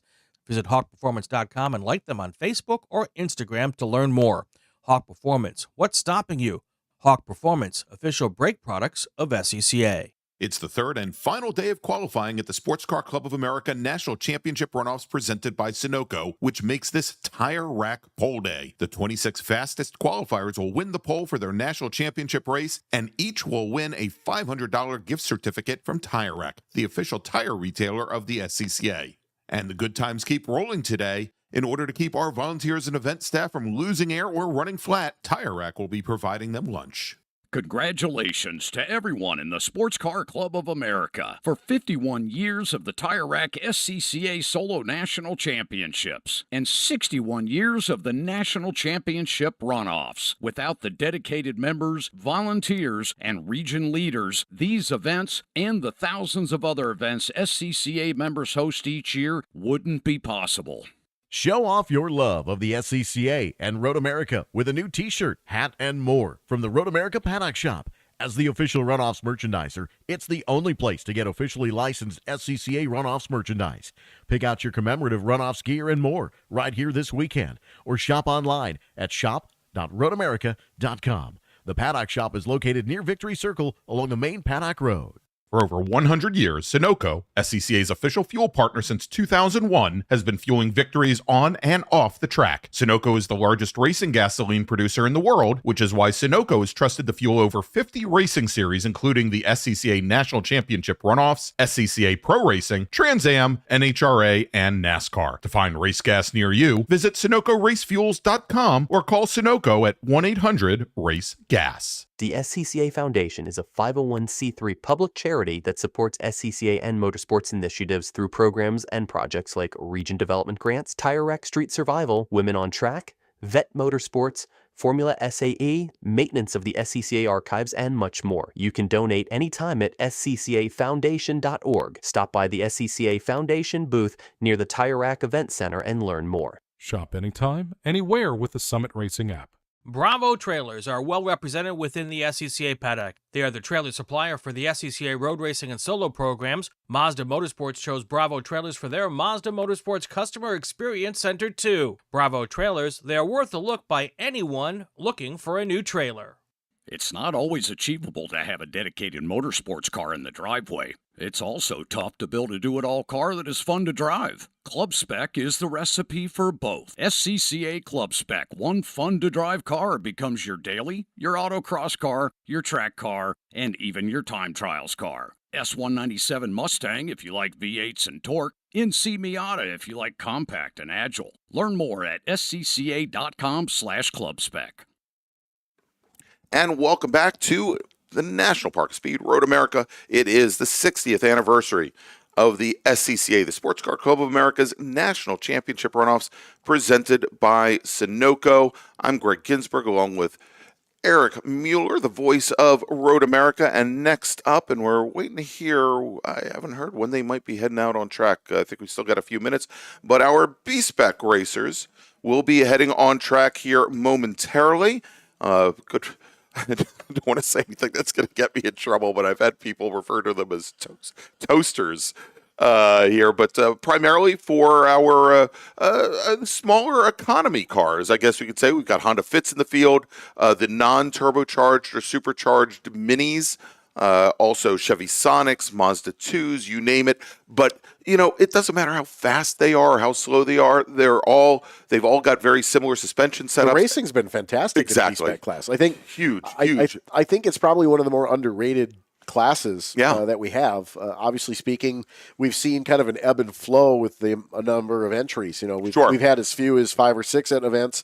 We had 30 or 40 at others. I was going to say we had 50 of them, I think, at the runoffs back in 2021, and we've got a large number. We've got 25 of them coming out here today. But the racing is absolutely amazing because these cars, you look at the profiles on them, they're fairly narrow, they're fairly tall, they put a big giant hole in the air, and it means drafting is so important here.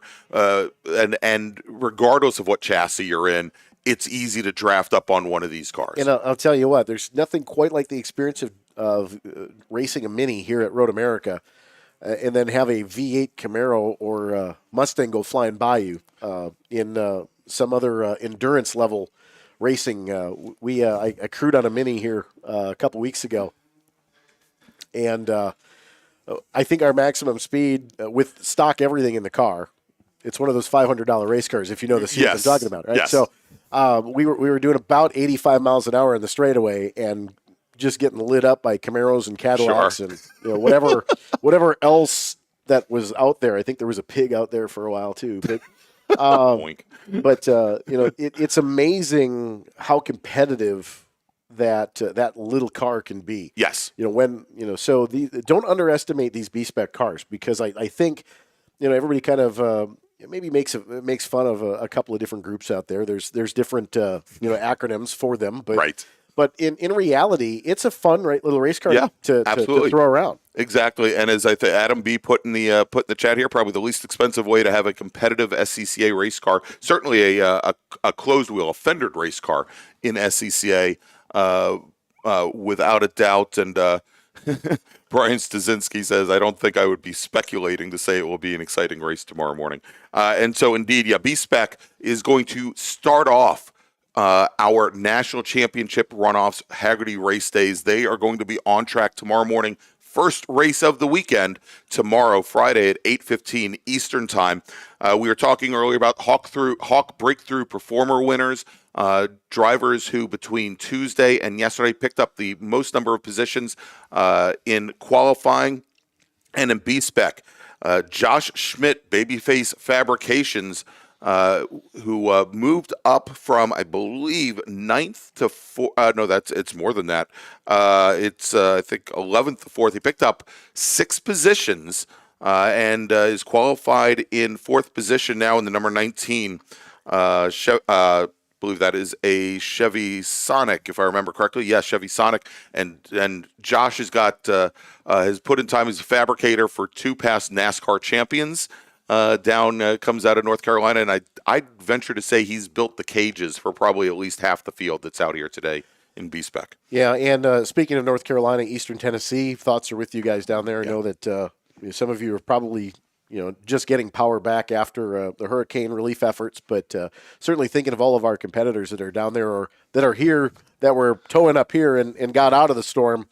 And don't know what they're going to be going back home to. So thoughts are certainly with our competitors from down in that area, that region. All right, so as our racers are starting their very first flying laps, Eric, let me go and recap a little bit what we've seen in the past 2 days of qualifying, where Dan Conway, out of Ruther Glen, Virginia, representing the Washington, D.C. region in his Brondon Foot and Ankle Empire Pizza Mini Cooper, is your provisional pole sitter with a time of 2:52.027. He has been working all week long with his Washington, D.C. region teammate, our reigning national champion in B-Spec, Rich Roman, in the Mini USA Rat Sport RP Envirotex Mini Coupe, who qualified only about 0.05 of a second off of Conway's times. Rob Bakarczyk, who was your fastest racer coming out of day one, currently sitting 3rd in his Goodyear Crider Racing Carbotech Honda Fit with a qualifying time of 2:52.363. So just about 0.34 of a second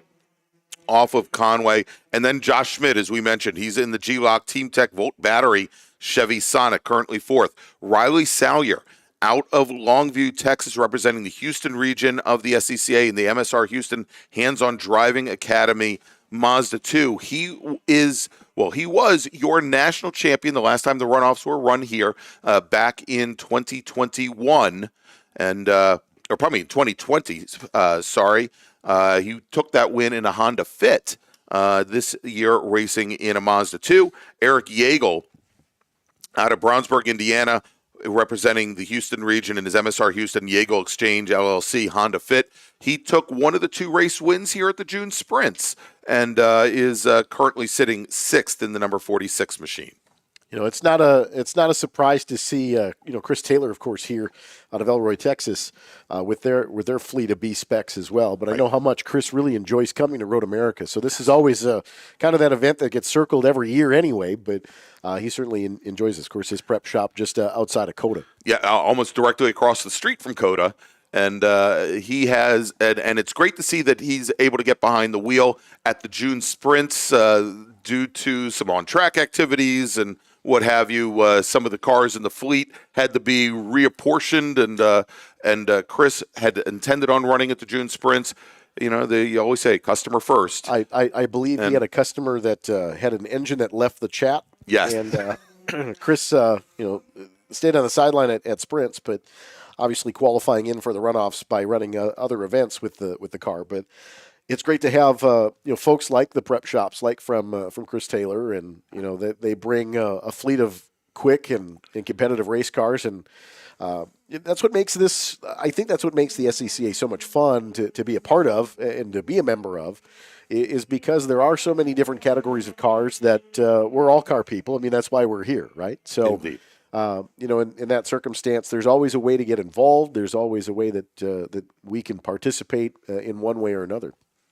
All right, so we've got first lap times coming in at the moment. Eric Yeagle, your fastest driver, at a 2:54.8, so about 2+ seconds, almost 3 seconds off the provisional pole time set yesterday. Salyer, second with a 2:54.879. Should be noted that Roman and Conway, 2 of the last cars, although they were the first ones to leave the grid, they were 2 of the last cars to leave the pit lane. And they wanted to, I think, leave some open track for themselves to be able to work alone out on track. And they are currently, let's see here, where's the 11 car? They are just now coming through turn 7, heading down the Hurry Downs. So it'll be a little bit before they complete their first lap. Obviously speaking, needing to make sure that everybody's up to speed as well in this third qualifying session. But you have, with kind of the balance of cars out here, manufacturer, parity, paramount too. There's certain cars that are going to be faster at other tracks, but these cars all in a straight line, they get up and go a little bit. Exactly. And, and again, one of the keys is to be able to stay close to the car in front of you. And I look at running B-Spec here at Road America very much like watching a Formula V race, where as long as you are there with the car in front of you when you come onto these long straights, you can use the draft. It's just a question of when you need to pop out. And I think what we're going to be seeing in the national championship race here is a number of changes in lead and changes in position here as drivers try to minimize the loss of momentum. And part of that minimizing loss of momentum is making passes because you've got to run because of the draft. And it's just going to be a question of who's in the right position when the last lap, the last 4 miles starts. And you're typically in these qualifying sessions, you'll typically have a couple of cars that are going to be together, but it's spread much further out because you are looking for clean tracks. You may have a dancing partner or two, like 2 or 3 cars kind of in a group, like we see the minis just going across the start-finish line here at the TireRack.com Starters Bridge. But you have situationally, you're kind of spreading yourself out a little bit just to get some clean track. But so some of the qualifying times are actually going to be slower than what we'll see some race laps. That's true. Because once we have the full field together, everybody's going to try to keep momentum and stay in line. We typically see 3-4 wide racing on the straightaways here at Road America, with this B-Spec class, which, these are Mazda 2s, not Spec Miatas, but these cars will play well together. Right. Exactly. Regardless of the chassis, we've seen in the last couple of years where, for example, Rich Roman, he won the national championship last year with a well, he didn't have a dancing partner for a good portion of the race because his teammate Steve Introne, who had taken the championship the year before, unfortunately was in an early got run off track rather early in the race, and so Roman was left to defend for almost 38 minutes and was able to hold cars off. But he's in a Mini Cooper coupe. And one of the reasons why some of the drivers have gone there is because there's the thought with the sloping rear and maybe a little bit lower profile that it might be a little harder to draft off of. So, we'll see there as he and Conway are still working together. Interestingly enough, Conway almost all week long, whether it be in testing or in qualifying, has been the lead car, whereas Roman has been the pusher car there. Conway resets fast lap on their very first flying lap, still about a second off of their times from yesterday, but that duo is now coming out of the carousel and heading down towards the kink. So let's see what they can do on lap number 2. Yeah, so we've seen Conway out in front, and they've got a little bit of separation as they get into 11. All right, as they come across the line, well, for a moment, Roman, for about 1/1000th of a second, had the provisional pole. Conway now goes down to a 2:52.882. Pardon me. So we're still about 0.8 of a second off of the best times from yesterday, but Conway and Roman separated by 3/1000ths of a second at the moment. There's no parity in B-Spec. No, not at all. Stuart Black, and we'll have to see who Stuart is working with. Stuart is in one of the Chevy Sonics. He's in the number 40 machine. He's out of Greensboro, North Carolina, and is driving the Bill Black Chevrolet Chevy Sonic. He came into the day 7th fastest, currently 3rd fastest in the session. We'll see how that car works out. And so now we actually see on the front straight here where Roman is the lead car of the pair of Roman and Conway. So we'll see how those two work together now as the positions are changed. Chris Taylor now moving up to 5th in his Mazda 2, in the Chris Taylor Racing Mazda 2, just behind Joe McClugan. McClugan in his Mazda 2 moving up into 4th, just turned in a 2:53.173, and McClugan had a win here at the June Sprints during the feature race, and that was a barn burner where Black and Yeagle were side by side going through the final corner, going through 14. Both ran wide. McClugan took over the lead on the very last corner and took the win. Here, as we've had a local caution down at turn 8. Looks like that has been withdrawn. Sounds like the 89 had spun and resumed right after the spin, so local yellow at the bottom of Hurry Downs. And again, that's a really fast corner. You're coming in a little bit higher rate of speed. You try to carry as much as you can. The turn in 8 builds momentum to the carousel, and then it's all downhill to 12 right from there. So you're, and literally downhill from 8 to 12. In that circumstance, you're trying to build as much momentum as you can. And these cars need that momentum to maintain the lap pace. But you mentioned Chris Taylor up into the 5th spot. He did his personal best in segment 2 and 3 on the fast lap. Now kind of settles in, still about a full second off of the pace of Daniel Conway and Richard Roman. All right, and Conway and Roman, they're coming through the kink now. We'll check to see as they're working, and they're essentially a lap behind everybody else, or they've put in one fewer lap. Those two racers do not improve that time around, as we saw them swap positions. And maybe we may see where having the Conway car, the green Mini, up in front of the bronze coupe might be a better play. We've got a couple of the Honda Fits starting to work together. That's Matt Downing in the number 6 machine out of Canal Winchester, Ohio, and Kent Carter in his Honda Fit. He's out of Houston, Texas. They came into the day, let's see here, Downing came in 13th, and Kent Carter came into the day. You'll have to excuse me here. Came into the day starting 10th. I want to check in a little bit on for a second here on Stephanie Anderson. She's driving the 138 Mazda 2. She finished on the podium here at the June Sprints. She was picked to win by Sports Car Magazine, and she is currently sitting 8th fastest in the session, and certainly looking to improve here as the weekend goes on. She was 9th fastest coming into the day in the X Factor racing machine. Yeah, no stranger to, in fact, just at the start-finish line now, if you're tracking. But Stephanie, no stranger to Road America. Right. Runs a lot of club races up here over the years.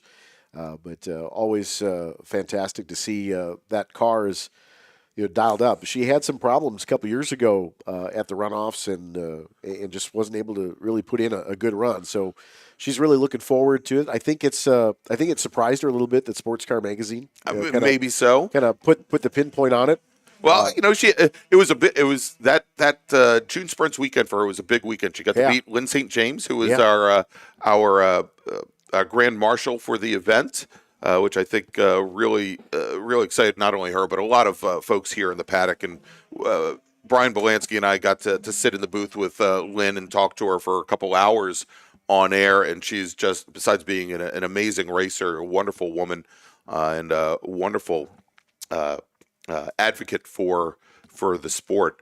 And Stephanie, as I said, put on the podium.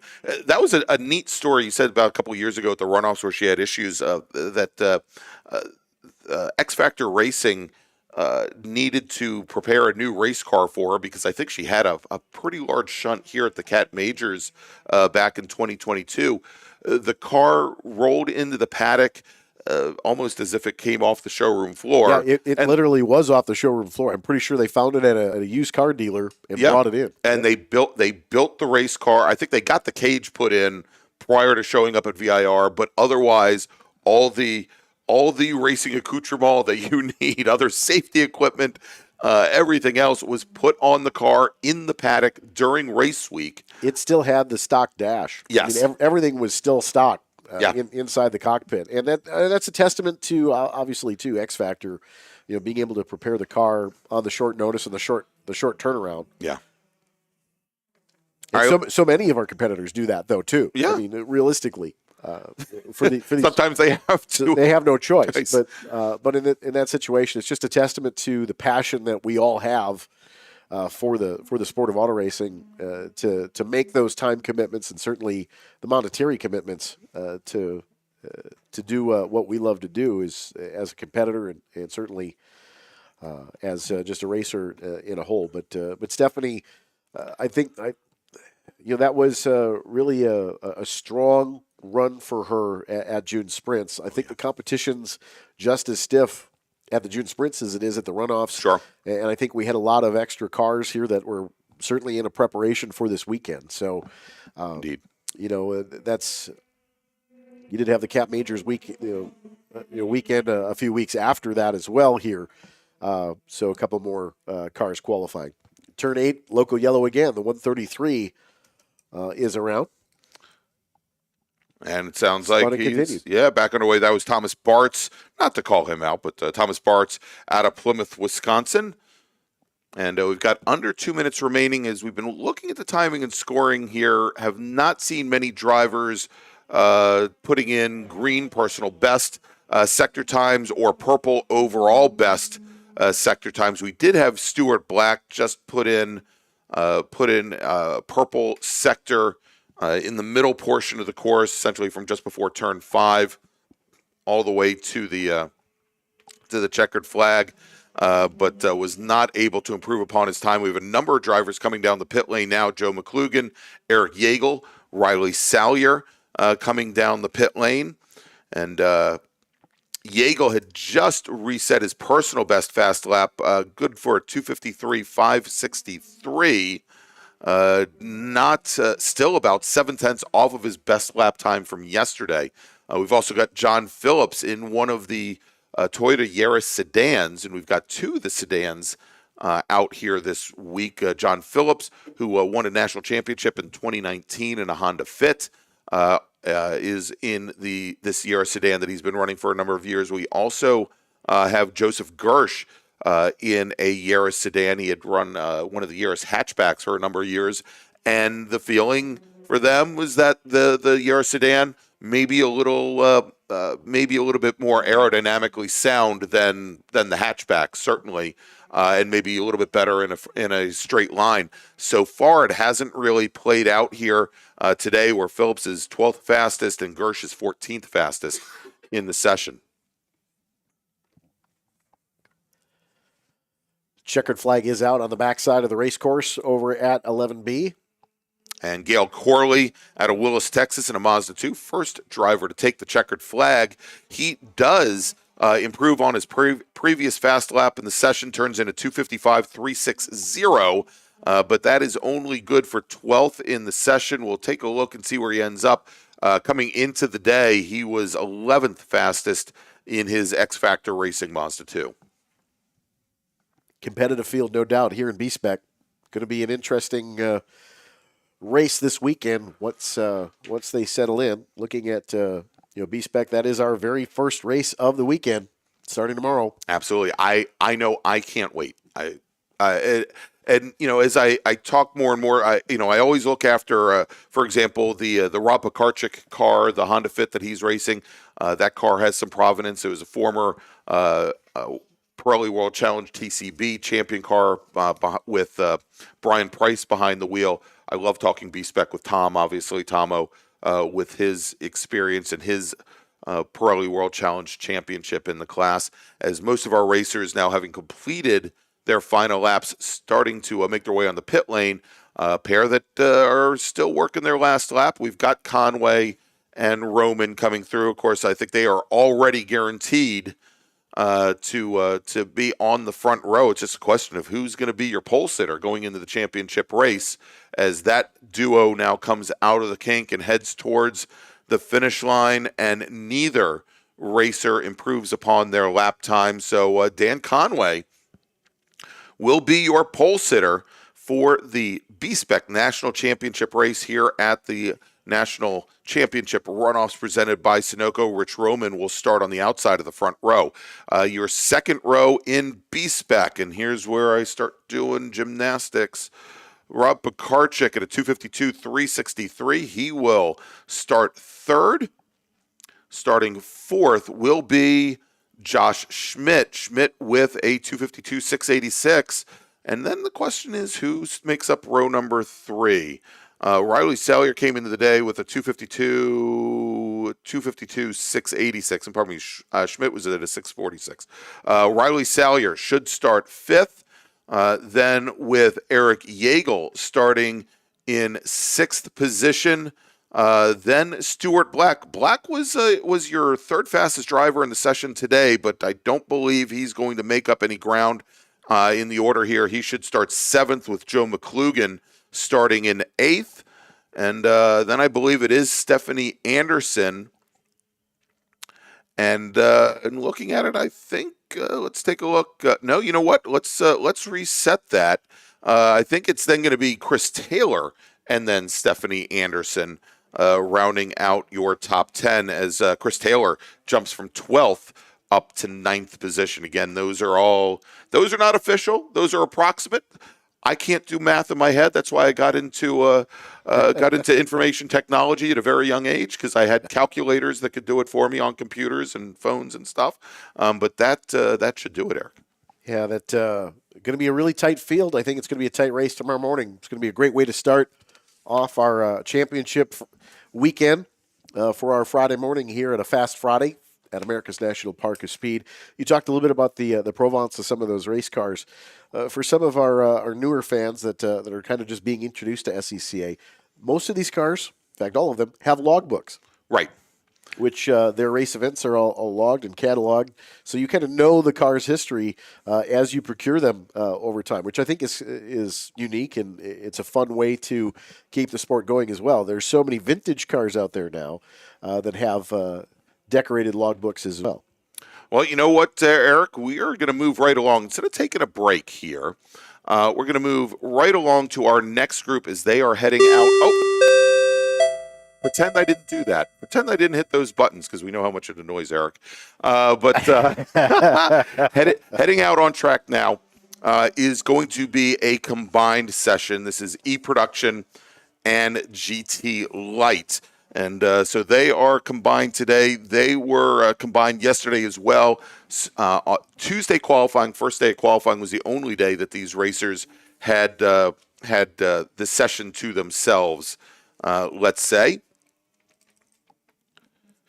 And let's take a look as they're heading out now where we stand after 2 days of qualifying. We'll start off with GT Light, where Chris Bovis out of Overland Park, Kansas, representing the Chicago region in the Hartmarks Advisors Goodyear Honda CRX, was underneath the track record in qualifying yesterday, where he turned in a 231.111, over 4/10 faster than another CRX driver, although a rear-wheel drive CRX driver, Peter Shadowin out of West Palm Beach, Florida, in his Road and Race Goodyear machine. Michael Lewis out of Poway, California, in the Goodyear Mazda RX-7, third fastest. He set that time on the first day of qualifying on Tuesday. And Graham Fuller, who is your defending national champion. He's out of Summit Point, West Virginia, driving the TRD Toyota Redline Oil Goodyear Toyota Tercel, was fourth fastest. And interesting, and I'll get to E-Production here in a second, but I've been talking to Chris Bovis for the last, 6 months or so, probably a little bit more than that, since the Sebring and Sebring Super Tour and Homestead Majors, which kicks off the 2023 winter season, and talking about the different CRXs. And a lot of it came up because last year at the National Championships, Graham Fuller won in his Toyota Tercel. He had been racing one of the Jim Dentisi built CRXs for a number of years, and Chris Bovis, I believe, has acquired that car now. But it was funny as I was working on the grid Saturday and Sunday, and I walk up to Chris and introduce myself because it was the first time I think we'd ever met in person. And Jim Dentisi's there on the radio talking to him, and Jim says to me, "You don't remember who I am, do you?" I go, "No, of course I remember who you are, Jim, because when I raced the runoffs here in 2010, and it was my first time ever at Road America, they teamed up all of the rookie Road America drivers with people that had miles of experience here. And I had about 45 minutes of driving Road America with Jim Dentisi in a street car with Jim Dentisi shotgun. And it was the most eye-opening thing as you talk about all the neat little details of this track, pre-pave, post-repave, what have you, that, all the character that's been built up after all, 70 years. And to have him, and also as a Honda CRX racer, so I was definitely a big King, and the modern day King Motorsports helped me put that car together. It was just wonderful to sit and talk to him.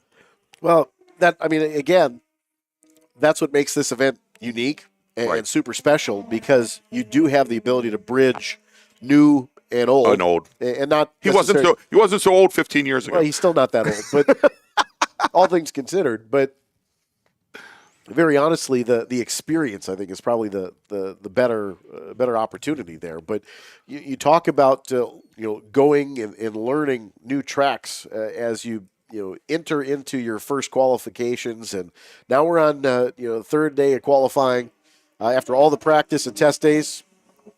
Speaking of which, one of the CRXs is a little slow here in the front straightaway, right at start finish. So we'll kind of keep an eye on that. Yeah, we'll check in on that. Let's quickly recap E-Production while things are going on here. John Hainsworth, who's one of the picks to win in Sports Car Magazine, is your provisional pole sitter here at the runoffs with a qualifying time and your bogey time for the class 227.115 in his Turf Trade Hoosier Carbotech Mazda RX-7. Tyler Ladd, all 21 years of them, is driving the same 1999 BMW C3 that Jesse Prather has won multiple national championships in. And he is provisionally on the outside of the front row at 227.665. Peter Norton in his Lotus Caterham 7 America, the Wilson Motor Company Omer Norton machine out of Pelham, North Carolina, a 230.714. Austin Bradshaw out of Dundee, Oregon, representing the Oregon region in his Sunoco T3 Mazda Goodyear Mazda RX-7, a 2:39.43. All those times set during yesterday's qualifying session. Bill Miller in his JPM, Jesse Prather Motorsports W Interactive Miller 95 BMW 328. Currently comes into the day 5th fastest. He did not set a time in qualifying yesterday. He's running on that time from Tuesday. And so we'll start to see some times come in here. We've got some of our first laps in the books. Tyler Ladd quickly going to the top of the order here in E-Production. And in that class, he has a 2:32.743. So we're about 5 seconds off of the provisional pole time at the moment. We'll give these drivers, because as opposed to the last 2 classes that we saw on track, actually more than 2 classes, 3 classes where we saw drivers on DOT-approved quasi-slicks that come up to temperature fairly quickly. A lot of, and most of the racers in both E-Production and also GTL on true slicks that run at much lower tire pressures, definitely take a lap or 2, maybe sometimes 3 to come in. And we're starting to see some of the GT Light times come in. Brian Lynn right now, fastest early on at a 2:42.271. That's only 12 seconds off the provisional pole in GTL. And again, I think that owes to how, with these cooler temperatures, and not only cooler ambient air temperatures, but also cooler track temperatures this morning. A little bit more, some wispy clouds in the air that we haven't had for the last couple of days. Maybe a little cooler track temperatures than these racers have had for the previous 2 days of qualifying, taking a little bit more time to get the machinery heated up. But you know what cool, dry air does, though, right? Absolutely. For these mostly carbureted motors, it's going to make them awfully fast. Yeah, it's going to add a little bit of horsepower. And what these small motors need a little bit of help with, right? So we're going to see that this weekend. Obviously these temperatures this weekend have been fantastic. Again, really no rain in the forecast other than potentially a little bit overnight on Saturday night. But otherwise the forecast looks really good. Maybe not even a clearing rain to even wipe the rubber off the racetrack for Sunday. But that's right. The track has changed tremendously over the course of the last 7 days since we've been testing here since Saturday. All right, so our Hawk Breakthrough Performer Day winners for EP and GTL. These are for racers that picked up the most number of positions from the first day to the second day of qualifying in E-Production. Peter Norton in his Caterham 7 America picked up 6 positions. Scott McAllister in his number 19...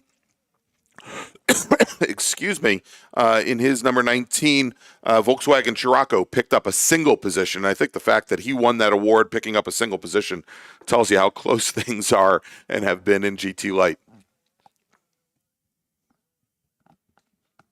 All right, and we've got a driver off course over at turn 3, Eric, and locally going to at least a local caution down there, trying to get a little bit more information. Yeah, so it looks like the 19 car is off. Scott McAllister, that is the Volkswagen, is off just past turn 1 and try to get the car refired potentially. But the slow car in the front straightaway that we noticed, the CRX, Chris Bovis. And we then saw him come down the pit lane on the following lap, looking to see if he is still down the pit lane, and I think I see the car down at the very end of what is a very long pit lane here. That car is there, and I think we also have, looks like we might have the 32 machine of Michael Lewis on the pit lane as well. We know we've got the Alfa Romeo on the pit lane, and that is, oh my gosh, that is one of our E-Production machines, I believe. I believe that might be Jonathan Stalzer over in turn 3, laying the fluid down over in 2. So we've got surface conditions potentially here. So it is local yellow at 3 with surface displayed at 2. And the yellow Alpha, that is John Bauckham, the number 86 machine. I think former Trans Am, or he may still race Trans Am for all I know. And crew taking a look at the car. He's not been able to put in a lap as of yet. And we've got emergency services teams that have responded to that car heading down towards turn 3. Looks like it's just past the gravel trap over in the grass near the cut to driver's left, I believe. Yeah, so long way past the exit there. It actually has gotten into the cut.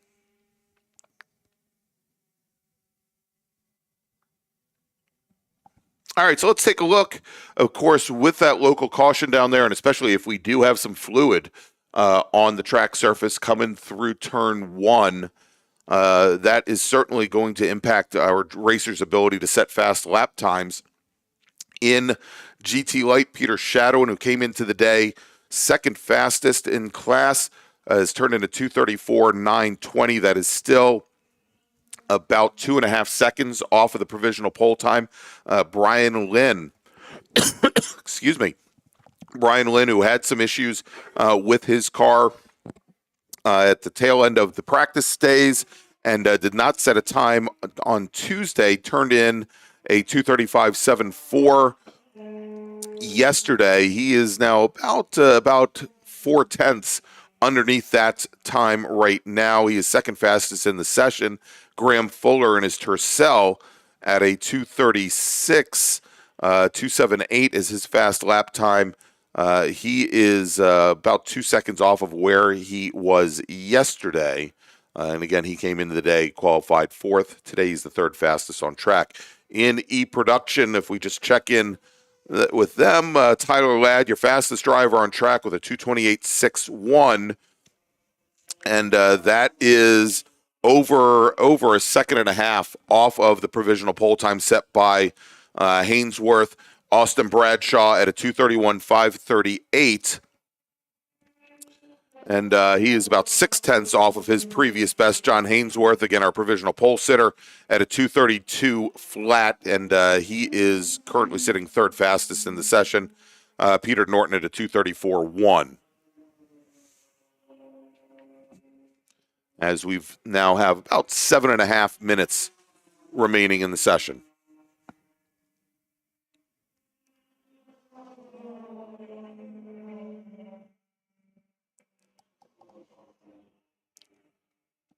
All right, sounds like we've got the 19 machine off course as well. And did you hear where that was, Eric? Just past 2, and that was the car that had stopped in turn 1. Right. Just past pit out for the initial local yellow, right as the 71, I believe, at the same time was marking its territory.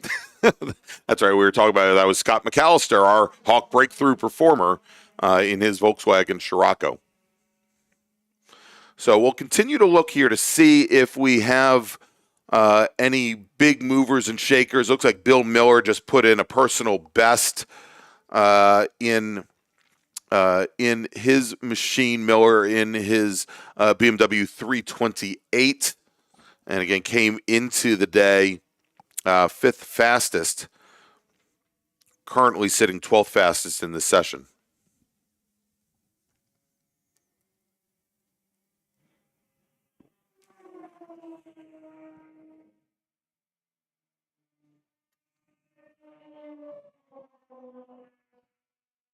All right, looks as though Peter Shadowin, Eric, may be on a flyer right now. He's set personal bests in sectors 1 and 2.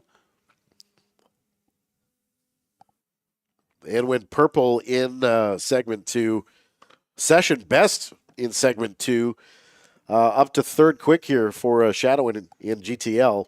It would be the fastest GTL in the session. Indeed, with a 2:31.956, so still about 0.4 off of where he was yesterday, and about 0.8 off the provisional pole time. As we now have Peter Norton coming down the pit lane, parking the car right in front of the fine folks at Goodyear's. They're going to take a look at the shape of his tires. We also have Austin Bradshaw in his E-Production Mazda RX-7 pulling up to that Goodyear tent.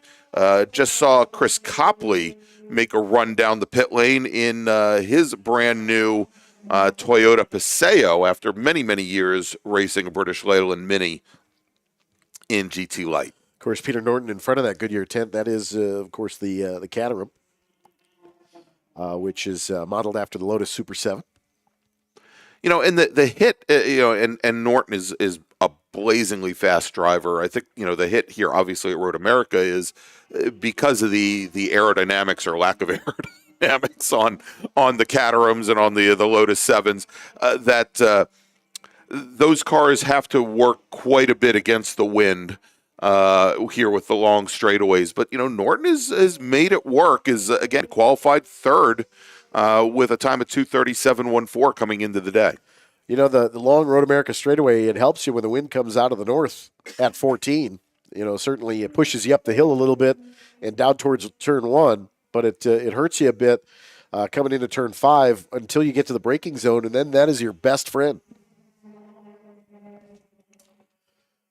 Coming into turn 5 with a little bit of wind on the nose, helps plant the nose, helps you braking a little bit, which is why that we see turn 5 this time of year, a little bit more northerly winds regularly. We see turn 5 is kind of assisted by that brake, and turn 12, you're kind of in that canyon there. So the slipstream helps a little bit more through Kettle Bottoms, but you don't have nearly as much wind resistance against the wind coming through Kettle Bottoms like you would through the Marine Sweep at the top of the hill. All right, Tyler Ladd just resets fast lap in the session, turns in a 2:27.536. Almost slipped right by me. That is not enough to leapfrog John Hainsworth. Again, the bogey time in E-Production, 2:27.115. So still about 0.4 of a second off, as we've now got just a touch over 3 minutes remaining in the session.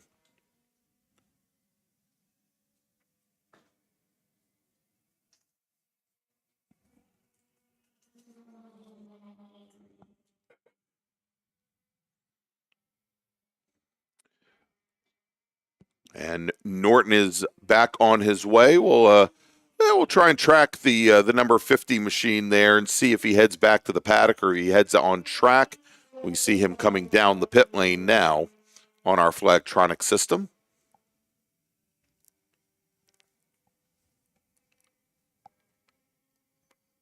And we can't very easily see if he turns the wheel to the right, but we can tell if he merges back out on track. And it looks like he's gone back to the paddock.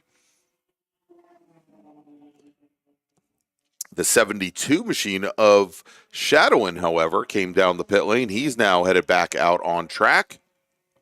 Should say as well is that we are full course green all the way around. The 71 car that had been stricken by the fluid loss, now part of the racetrack up against the barrier. Driver is out of the car with the safety team over at turn 3. So local yellow withdrawn. And everybody, all flag stations currently at the green and ready. All right, going to be tracking Michael Lewis. And actually, I said Shadowin came down the pit lane. He did not come down the pit lane. He's on a flyer, as is Michael Lewis. Personal bests in sectors 1 and 2. And although Shadowin in sector 1, almost 0.6 of a second faster than Lewis. In sector 2, almost a half second faster than Lewis. Lewis now crosses the line and turns in, again, a personal best at a 2:32.290, but still over a second off of Shadowin's best time from the session. And Shadowin coming out of the carousel now. We'll check on him in a moment as we've got a few more drivers heading to the pit lane.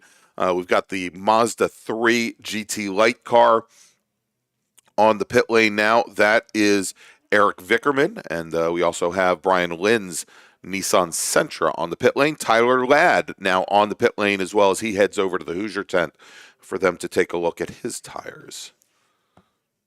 Ladd was second quick after day 2 with that BMW. All right, so Shadowin crosses the line, does not improve, although he'd set personal best in Sector 1 and Sector 2. A little bit off in the final sector, coming from Turn 4 all the way to the timing line at corner or Station 11B, as we've got a little bit less than 30 seconds left on the clock. So for those of you that may be watching the SCCA.com event sessions timing, segment 3 is listed before segment 1 because our timing line is back in 11B. So that effectively is the sector 3 time right from 11B to the start-finish line, which basically is the first segment of the timeline. So it's a little bit backwards than you normally see it. Right.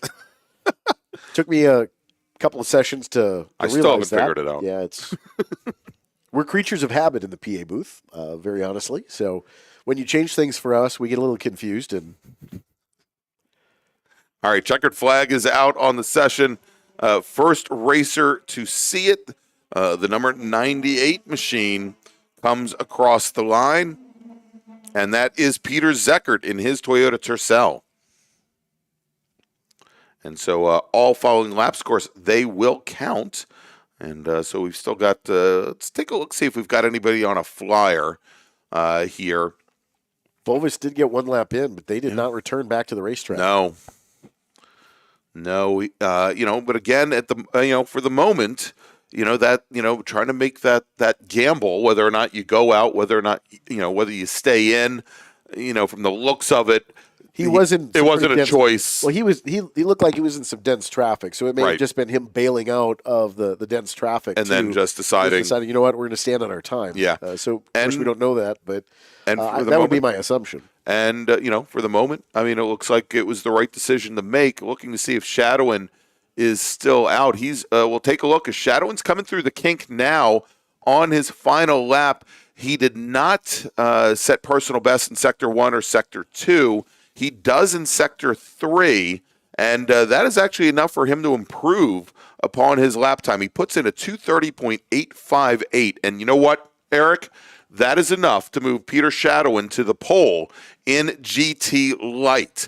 On the very last lap of the session, that means Shadowin, he'll start on pole. Bovis, who was your provisional pole sitter coming to the day, he's going to start to Shadowin's left on the outside of row number 1. Michael Lewis will start on the inside of row number 2 in GT Light with, let's take a look and see if Graham Fuller was able to hold off Brian Lynn. Lynn today turned in a 2:35.225. And yes, Fuller will maintain 4th position, so he'll start on the outside of row number 2 with Brian Lynn starting 5th and James Gregorius starting in 6th position. And GT Light, their championship race, it is tomorrow, the first day of Haggerty Race Days, 10:15 a.m. tomorrow. It'll be our 3rd race of the morning. If we move over to E-Production and see how things played out, again, our fastest driver in the session was Tyler Ladd. He turned in a 2:26.803. He turned in a 2:26.803. And that is enough to move Tyler Ladd to the pole in E-Production, leapfrogging John Hainsworth. Hainsworth, who had a 2:27.1 coming into the day. He'll now swap positions with Ladd. He'll start on the outside of row number 1. Starting on the inside of row number 2 with a qualifying time of 2:30.714 is Peter Norton. He will have Austin Bradshaw in his Mazda RX-7 to his left. Then, starting on row number 3, Bill Miller came into the day with a qualifying time of 2:32 flat, and that is going to pip Tim Anastopoulos, who is in the BMW 325. Anastopoulos will start then in 6th position, and then I believe we've got Doug Piner and Peter Norton rounding out that next row. So that's going to wrap things up for GT Light and E-Production. E-Production's National Championship race will be on Sunday, the final day of Haggerty Race Days, starting at 9:15 a.m. All right, Eric, let's take a quick little break. We'll be back here in just a few moments with more qualifying action from the National Park of Speed Road America, where you're listening to the 2024 edition of the SCCA National Championship Runoffs, presented by Sunoco. We'll be right back. The 60th anniversary of the SCCA National Championship Runoffs at Road America is only possible thanks to the hard work and dedication of hundreds of SCCA volunteers, as well as the valued partners, including For over 100 years, Sunoco, SCCA's official fuel partner since 2001, has been fueling victories on and off the track. Sunoco is the largest racing gasoline producer in the world, which is why Sunoco is trusted to fuel over 50 racing series, including the SCCA National Championship Runoffs, SCCA Pro Racing, Trans Am, NHRA, and NASCAR. To find race gas near you, visit SunocoRaceFuels.com or call Sunoco at 1-800-RACE-GAS. Summit Racing Equipment, the official high-performance source and proud sponsor of the SCCA Road Racing Program, is celebrating its 56th anniversary as the World Speed Shop. Green, yellow, checker. You know the flags, but do you know the people waving those flags? Flaggers are the key to success of every SCCA event at the racetrack, and it's something anyone can do. Being an SCCA flagger puts you in the action mere feet from the race cars, keeping everyone on track safe and having fun. And with SCCA's partnership with IMSA, flagging at SCCA events makes it easier than ever to flag at professional races around the country, too. Find out how you can become a flagger at scca.com/trackside. Show off your love of the SCCA and Road America with a new t-shirt, hat, and more from the Road America Paddock Shop. As the official Runoffs merchandiser, it's the only place to get officially licensed SCCA Runoffs merchandise. Pick out your commemorative Runoffs gear and more right here this weekend, or shop online at shop.roadamerica.com. The Paddock Shop is located near Victory Circle along the main Paddock Road. Ready for a new race trailer? Bravo Trailers is the exclusive partner of the SCCA. Owned by longtime SCCA racers, Bravo Trailers work better, load easier, and tow better because they build them with the racers in mind. Visit bravotrailers.com to see your new trailer in aluminum or steel. Join Hagerty Drivers Club, the ultimate membership community for car lovers. Hagerty is the official insurance partner of the SCCA, and with Hagerty Drivers Club, you can enjoy exclusive offers from brands you love, like Michelin and Eastwood, members-only track days and events, roadside assistance for trailers, unlimited classified listings on Marketplace, and more. If you love cars, you belong in Hagerty Drivers Club. Join at Hagerty.com. It's the third and final day of qualifying at the Sports Car Club of America National Championship Runoffs presented by Sunoco, which makes this tire rack pole day. The 26 fastest qualifiers will win the pole for their national championship race, and each will win a $500 gift certificate from Tire Rack, the official tire retailer of the SCCA. And the good times keep rolling today. In order to keep our volunteers and event staff from losing air or running flat, Tire Rack will be providing them lunch. Congratulations to everyone in the Sports Car Club of America for 51 years of the Tire Rack SCCA Solo National Championships and 61 years of the National Championship Runoffs. Without the dedicated members, volunteers, and region leaders, these events and the thousands of other events SCCA members host each year wouldn't be possible. The International Motor Sports Association, or IMSA, sanctions the IMSA WeatherTech Sports Car Championship and is a proud partner of the SCCA. IMSA also sanctions the IMSA Michelin Pilot Challenge, the IMSA VP Racing Sports Car Challenge, Ferrari Challenge North America, Whelen Mazda MX-5 Cup, and more. IMSA and SCCA have partnered with race worker training and licensing programs. Want to work trackside at some of the best professional and amateur races in North America? Begin your journey for volunteering with IMSA and SCCA today by going to scca.com/trackside for more information. Did you know that SCCA members save $20 on every track night they sign up for? That's right. Track Night in America, driven by Tire Rack, hosts 150 events each year at more than 30 tracks across the country. Track Night is the easiest and most affordable way to get you and your friends on track in your street cars. Visit tracknightinamerica.com to learn more and get yourself on track. The SCCA Foundation is a 501c3 public charity that supports SCCA and motorsports initiatives through programs and projects like Region Development Grants, Tire Rack Street Survival, Women on Track, Vet Motorsports, Formula SAE, maintenance of the SCCA archives, and much more. You can donate anytime at sccafoundation.org. Stop by the SCCA Foundation booth on Vendor Row to learn more. And welcome back to the National Park Speed Road America. It is the 2024 SCCA National Championship Runoffs presented by Sunoco. And heading out on track now for their out 3/4 of a lap is Formula V. And let's go and take a look at where we stand. But before, we're going to give you the Hawk Breakthrough Performer, named for a driver who makes up the most number of positions from the first day of qualifying to the second day of qualifying. And your winner in Formula V, driving the number 81 machine, it is Ray Carmody.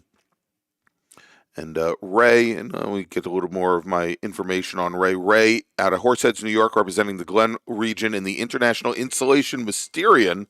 Gosh, I can't say that very many times quickly. Ray picked up 8 positions from Tuesday to yesterday. So congratulations to Ray. Ray's going to win a set of brake pads. He has won a set of brake pads from Hawk Performance. If we take a look at our standing order here after 2 days of qualifying in Formula V, your provisional pole sitter in the LOA Construction Protoform P2 with a qualifying time of 2:44.152, Steve Whitston. Andrew Whitston out of Neenah, Wisconsin in the Rocket Motors LOA Roofing Milo's Protoform P2, currently sitting second, and he is only 17/1000ths of a second off his brother Steve. Andrew Abbott in the Vector Race Cars Hoosier TGS Gears Vector AM1, a 2:45.3. He is third fastest. Alex Scaler out of Asbury, New Jersey, representing the South Jersey region in the Allworks ASC Advantage Motorsports Scaler Mark 1, a 2:45.325, so only 25/1000ths of a second off of Andrew Abbott. And then we've got Zach Whitston in the number 27 Whitmore Associates LOA Roofing Protoform P2, a 2:45.642. So close here up and down the Formula V field. We also want to say a big howdy and give a big shout to President and CEO of the Sports Car Club of America, Mike Cobb, manning a corner, manning the flags down at turn 14. If it's anything like yesterday, he's got John Doonan from IMSA down there with him. And, the other day he texted me that he said that he would have to have some professionals on the corners, watching after them to make sure that they don't make any mistakes. Mike's been flagging quite a lot at different events. And I found that he had Mo Overstreet, and he had that's a cast of characters. Yeah, exactly. And I said, I thought you said you needed professionals down on your corner. And one of these days, Mo's going to come up and slap me silly, I'm sure. Well, it's good to have Doonan at the racetrack. Anytime you can have John here at Road America. I know he loves this place too, and considers this home. But they got a big week coming up ahead. And Cobb sent me a photo today. And I'm looking to see there's he and John, and I'm not sure who else the unlucky souls are with him over at turn 14. But looks like they're having fun. They're all in their whites and ready to go today. So thank you, and I love, and I've seen Mike run at Solo Nationals. I've seen him race in a spec racer Ford. He does it all, and I think he is a great advocate for motor racing, amateur motor racing in America. Well, yeah, I think you're seeing a little bit of an SCCA resurgence as well over the last couple of years to boot. I think the partnership with John taking over the lead of IMSA a couple of years back, kind of bringing the SCCA back to kind of everybody's attention. Yeah, has been great. It's influxed a lot of new people into the sport, and I think that eyeballs are never a bad thing. When it comes to motorsports, and of course, what the SCCA stands for, what it represents for racers throughout, it's important that we continue to keep this sport going for the next 60 years too. All right, our racers coming across the line, the timing line over at corner station 11B to put in the first flying laps for the moment. Mitchell Ferguson out of Moore, South Carolina, in his Porsche, was your fastest driver. But now Jonathan Weisheit in the number 61 JK Technologies XP1, new inductee into the Formula V Hall of Fame, just inducted the other day, goes to the top of the leaderboard with a 2:46.111. That is still 2 seconds off our provisional pole time. We'll give these drivers a little bit of time, find their drafting partners, and get some heat in those narrow little tires, and maybe some heat in, well, for most of them now, disc brakes. A few drivers like Stephen Davis still running the traditional drum brakes on those machines. And I think when they come around for lap number 2, we're going to see some big moves. These cars draft real well here as well. You really think about this as an aero car, but they certainly are in these long Road America straightaways. We've routinely seen 3-4 wide on starts, and certainly coming to the checkered flag. If you've got someone that hasn't run away from the field, usually have one or two that just seem to have all the momentum, and then you've got 5 or 6 right tight packed together that get pulled along by the draft. You know, it's interesting, as I've never raced a real life Formula V, but when on the iRacing platform they released the Formula V chassis, and I going out and running some of these public races. And I think a lot of folks that come either from some of the other Formula cars or even the closed wheel cars and wanted to try the Formula V, the first thing that they found is that the effect of the draft is so strong that they would be coming down in the brake zones maybe 5 and 6 and 7 miles an hour faster than they expected. Hard to brake for a corner because they weren't prepared for it. And of course, with a Formula V, part of the key is as little brakes as possible. Keep that momentum up from those small Volkswagen motors. Keep the squirrels happy. Right? Exactly. Yeah, that was the biggest challenge. And you just see these huge crash fests as folks just draft up at a rate that they didn't expect. Well, that's the nature of iRacing anyway. But, yeah, that is true. But it costs a whole lot less to hit the escape key. Yes, yes, than it does in real life, which is probably why I don't own a race car anymore. That's right. That's right. Much easier for us to just talk about racing and then jump on our rigs in our rooms. All right, lap number 2. Drivers starting to come across the line. We'll see here and pick up lap times as our multiple groups come across the line. We're seeing a lot of green, a lot of purple. Personal bests, overall best set in different sectors. Driver we're going to be looking for is Andrew Whitston, who has gone purple in sectors 1 and 2. Set the fastest trap speed as well. Andrew Whitston in the white, blue, and red number 12 machine. He's coming to the line now, and he goes to the top of the leaderboard at a 2:42.643, followed very closely by Steve Whitston in the blue and yellow number 18 machine. They are separated. Well, they're separated by about a second and a half here on track. Let's take a look at the lap times, though. Provisional pole time coming into the day, Eric, was a 2:44.152. Andrew Whitston on lap number 2 crossed the line at 2:42.643, absolutely obliterating it. So for the moment, Andrew Whitston is your new provisional pole sitter. Steve Whitston, who came into the day as your pole sitter, now slots in the second position. And I'm looking to see... track record is a 2:41.1. Yeah. And that was set back long before the repave, all the way back in 2012 by Chris Jennerjohn. That's a name you haven't heard in a while. No. Well, I believe we've got Adam Jennerjohn racing in, I believe it's FE2. All right. Sounds like the 29 machine had a little bit of a challenge down at turn number 3. That's Jeff Vallejo. And Vallejo driving the Speed Sport AM5. He has managed to get that car back under control and continue. He's out of Brooklyn, New York. I've seen Jeff race quite a bit on the East Coast. We talked about the wind, kind of increasing the corner speed into turn 1. Turn 1, because of the open apex exit, it gives you a little bit of runoff room that you can tend to kind of float the car at a little bit faster speed through it, carry a little bit more speed through it. Turn 1's forgiving in that manner. Turn when 3, you come down the hill, it is not. as you carry more speed as you come under the bridge and head down the hill, probably want to do a little bit of trail braking into that corner. Turn 3 is not nearly as forgiving, regardless of the conditions, than turn 1 is. But it can catch out even the best. So it looks like we've got a spin over at 5 as well. All right, and we've got another car off. This is the 61 machine, and it is right at the apex at turn 5, Eric. That is Jonathan Weisheit.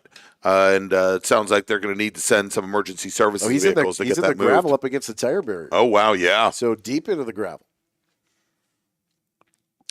Yeah, there he is. They're just past the apex, heading up the hill.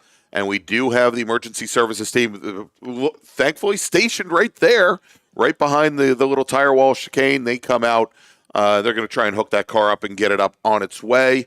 But right now, local caution only at turn 5, but that is certainly going to affect the ability for some of these racers to set fast laps.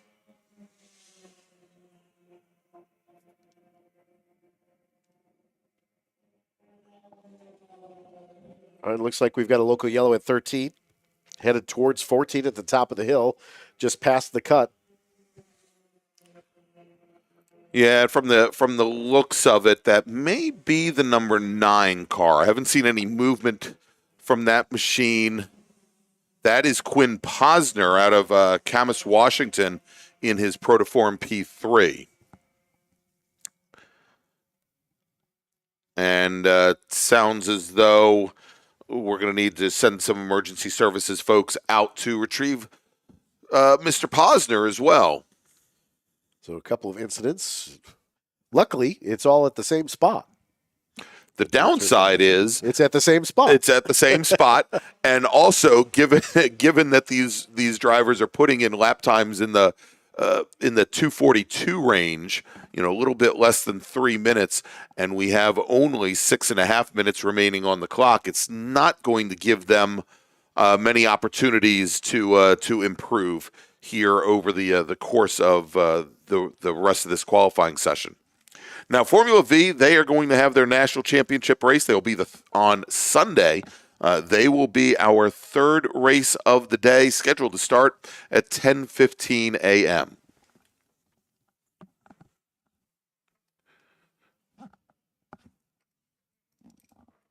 So waving yellow at 13 now with the safety truck attending to Posner in the 9. All right, as we track, we've got a number of cars coming out of turn 11, or coming through the kink right now towards the timing line. Most of these racers certainly encountered that local caution over at turn 5, looking to see if there are any new fast laps being set. The majority of the racers in that group, that included Alex Scaler, I think Ron Whitston, Graham Lovehead, Mike Lawrence, Brian Farnham. No fast laps being set by those drivers.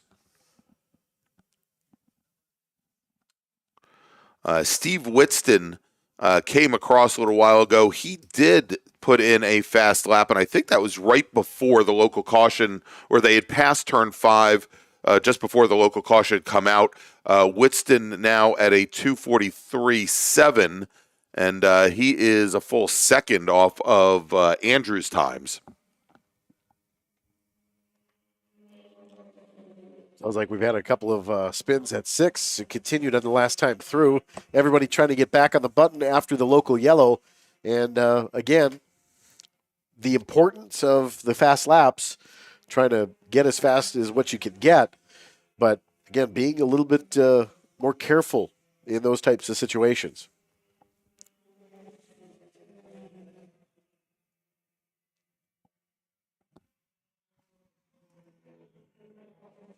All right, so the top 10 drivers not improving, of course, during the period where we've got the local cautions. We are still, are we still looking to get that car out from turn 5?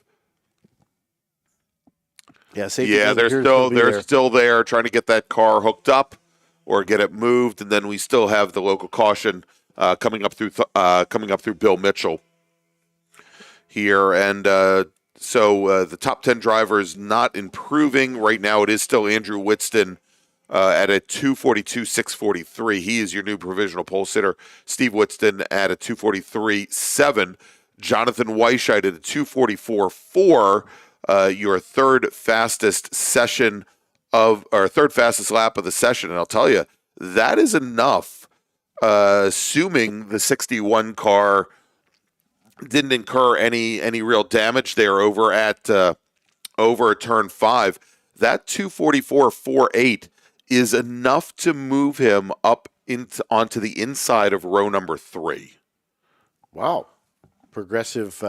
Yeah, and so Weisheit came into the day qualified 11th. Yeah, that's a big improvement. Big one. Absolutely.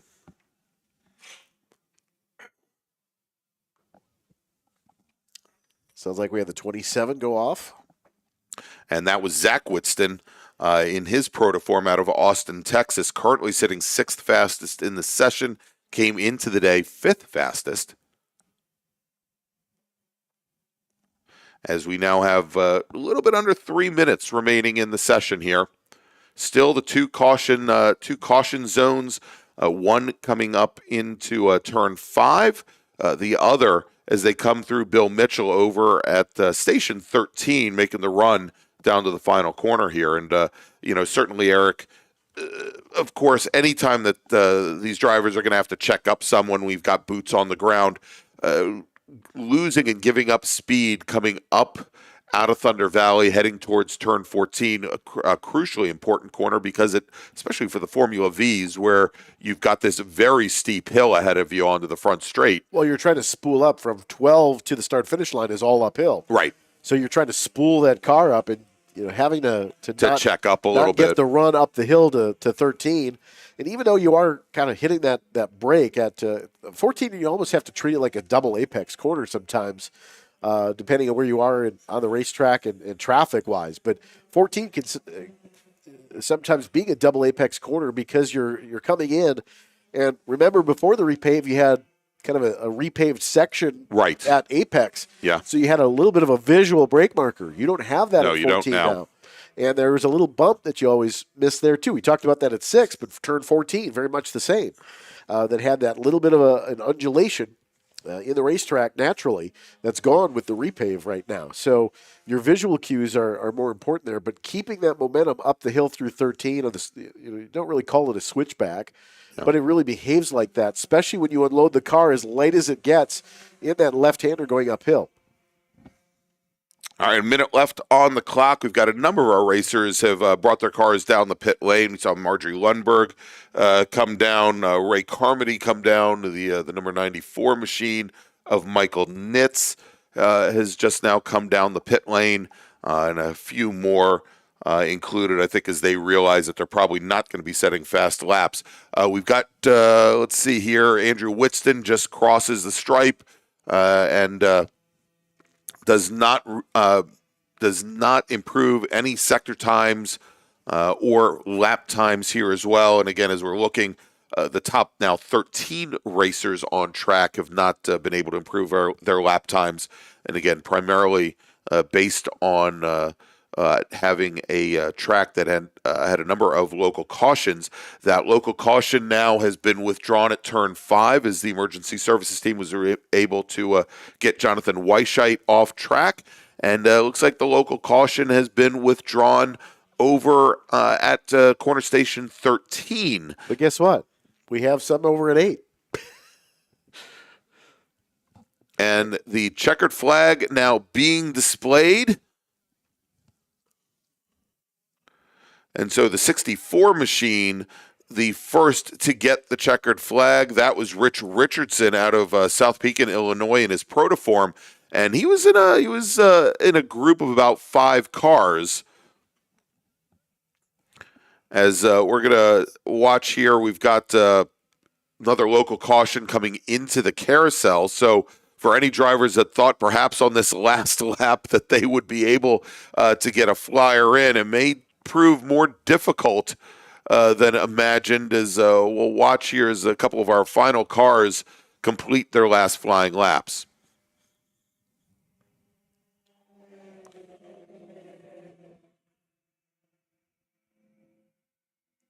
Can't really see what's happening just past the Speedville Bridge.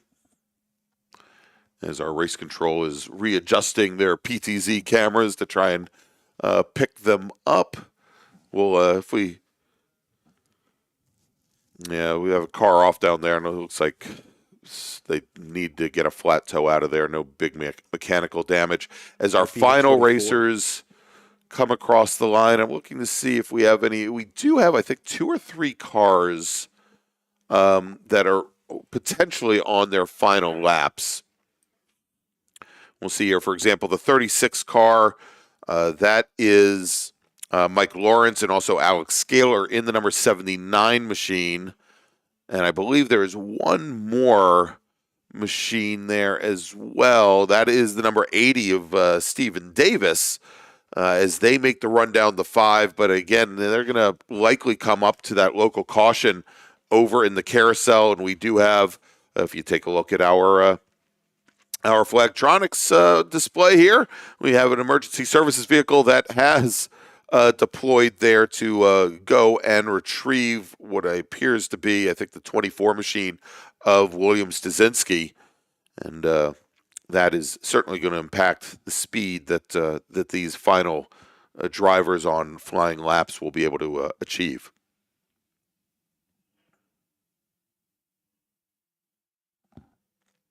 All right, so let's do this. I think all of our front runners have already crossed the stripe. I'm going to try and run down the top cars in the class, and want to again say hi to everybody there on YouTube. We've got Dan Stasinski, of course, Trenton Kramer, who's checked in, Irwin, who is 6 hours ahead over there in the Netherlands. Want to welcome him, of course. J.D. King, noted Formula Ford patriarch.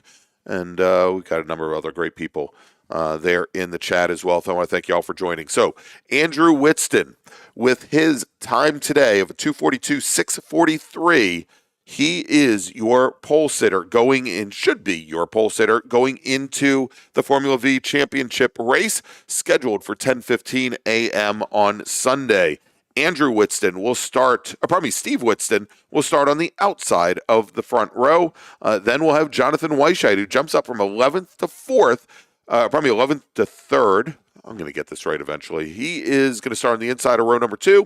And then we've got, let's take a look. Andrew Abbott came into the day with a 2:45.3. And Brandon Abbott with a 2:44.7. So it looks like Brandon Abbott will start will start 4th. Then I believe we have Alex Scaler, who is going to leapfrog Andrew Abbott as well. So Scaler will start in 5th position. Then we've got Andrew Abbott. Then we have Zach Whitston. Then we have, I believe we've got Ron Whitston. Then we've got Mike Lawrence and Brian Farnham, and that's about as far as I can go without my head exploding. You'll have to excuse me, folks. But very, very interesting Formula V qualifying session. All right, next up, we're going to have American Sedan and Touring One. They will go out for their combined qualifying session. They've been combined all week. That happens in just a few moments here at Road America, where you're listening to the 2024 SCCA National Championship Runoffs presented by Sunoco, and we'll be right back. The 60th anniversary of the SCCA National Championship Runoffs at Road America is only possible thanks to the hard work and dedication of hundreds of SCCA volunteers, as well as valued partners, including Tire Rack was established over 40 years ago by an SCCA member with a passion to find the right tires, wheels, and now brakes and suspension products for racers and enthusiasts on both street and track. As official tire retailer of SCCA since 1995 and sponsor of the Runoffs Pole Award, along with the National Solo Program, Time Trials Nationals and National Tour, and Track Night in America, Tire Rack is proud to support the SCCA and its members as they go have fun with cars. The SCCA Foundation's highly anticipated annual sweepstakes is now open. Your donations to the foundation can earn you a prize pack to attend the 2025 Monaco Grand Prix, including a luxury yacht experience. Learn more and buy your tickets at sccafoundation.org. Mazza Vineyards is the exclusive sparkling wine for podium celebrations at the Hoosier Racing Tire SCCA Super Tour, SCCA Runoffs, and Tire Rack SCCA Pro Solo. Celebrate your racing weekend with Mazza Vineyards and learn more at enjoymazza.com. Remember to join us Friday through Sunday starting at 7 a.m. Central, 8 a.m. Eastern Time for Haggerty Race Days at the 2024 SCCA Runoffs presented by Sunoco. Watch live on SCCA.com and live in person here at Road America. If you like what you see today, become part of the action by joining the Sports Car Club of America. Whether you want to drive, flag, organize, officiate, have fun with cars, or meet 65,000 enthusiast friends, SCCA offers plenty to feed your motorsports obsession. Ask someone trackside about how to get involved or visit SCCA.com for more information. Get more bang for your buck at summitracing.com. Choose from millions of in-stock parts from over 1,500 name brands, parts for racing, street performance, trucks, plus tools, accessories, and more. SCCA Time Trials is about the quest for speed. It's a place for mechanical creativity, driver development, and pushing the envelope. Time Trials is driver versus racetrack, with a focus on setting personal best laps. But competition is only one aspect of the Time Trials experience. Visit timetrials.scca.com to learn more and find an event near you. It's the third and final day of qualifying at the Sports Car Club of America National Championship Runoffs presented by Sunoco, which makes this tire rack pole day. The 26 fastest qualifiers will win the pole for their national championship race, and each will win a $500 gift certificate from Tire Rack, the official tire retailer of the SCCA. And the good times keep rolling today. In order to keep our volunteers and event staff from losing air or running flat, Tire Rack will be providing them lunch. Want to try SCCA racing, but with an approach focused on fun and learning? The SCCA Experience program is exactly that. With both short sprint races you can drive by yourself and endurance races you can do with friends. All you need is an SCCA membership, a driver's license, a properly equipped car, and the right driver gear. Visit scca.com/racex to find more information and events near you. As a proud partner of the SCCA, Hoosier Racing Tire would like to congratulate the SCCA on its 60th anniversary of the SCCA National Championship Runoffs presented by Sunoco. Hoosier's mission is to be the dominant, customer-driven provider of tires to race teams domestically and internationally. At Hoosier, we know that our success is dependent upon how well we meet our customers' expectations by providing the safest, most reliable, high-quality race tires that put you in the winner's circle. For more information, see one of our trackside support personnel or the local Hoosier Racing Tire dealer nearest you, or contact us at HoosierTire.com. Hoosier Racing Tires, truly tires designed for champions. Green, yellow, checker. You know the flags, but do you know the people waving those flags? Flaggers are the key to success of every SCCA event at the racetrack, and it's something anyone can do. Being an SCCA flagger puts you in the action mere feet from the race cars, keeping everyone on track safe and having fun. And with SCCA's partnership with IMSA, flagging at SCCA events makes it easier than ever to flag at professional races around the country, too. Find out how you can become a flagger at scca.com/trackside. SCCA welcomes Sunoco as the presenting sponsor of the 2024 and 2025 SCCA Runoffs. Sunoco is the largest producer of racing gasoline in the world and the official fuel of the SCCA. An SCCA partner since 2001, Sunoco, fueling runoffs victories and dreams. The 60th anniversary of the SCCA National Championship Runoffs at Road America is only possible thanks to the hard work and dedication of hundreds of SCCA volunteers, as well as the valued partners, including For over 100 years, Sunoco, SCCA's official fuel partner since 2001, has been fueling victories on and off the track. Sunoco is the largest racing gasoline producer in the world, which is why Sunoco is trusted to fuel over 50 racing series, including the SCCA National Championship Runoffs, SCCA Pro Racing, Trans Am, NHRA, and NASCAR. To find race gas near you, visit SunocoRaceFuels.com or call Sunoco at 1-800-RACE-GAS. Tire Rack was established over 40 years ago by an SCCA member with a passion to find the right tires, wheels, and now brakes and suspension products for racers and enthusiasts on both street and track. As official tire retailer of SCCA since 1995 and sponsor of the Runoffs Pole Award along with the National Solo Program, Time Trials Nationals and National Tour, and Track Night in America, Tire Rack is proud to support the SCCA and its members as they go have fun with cars. SCCA is proudly sponsored by Hagerty, the official insurance partner of the SCCA and the ultimate partner for motorsports enthusiasts.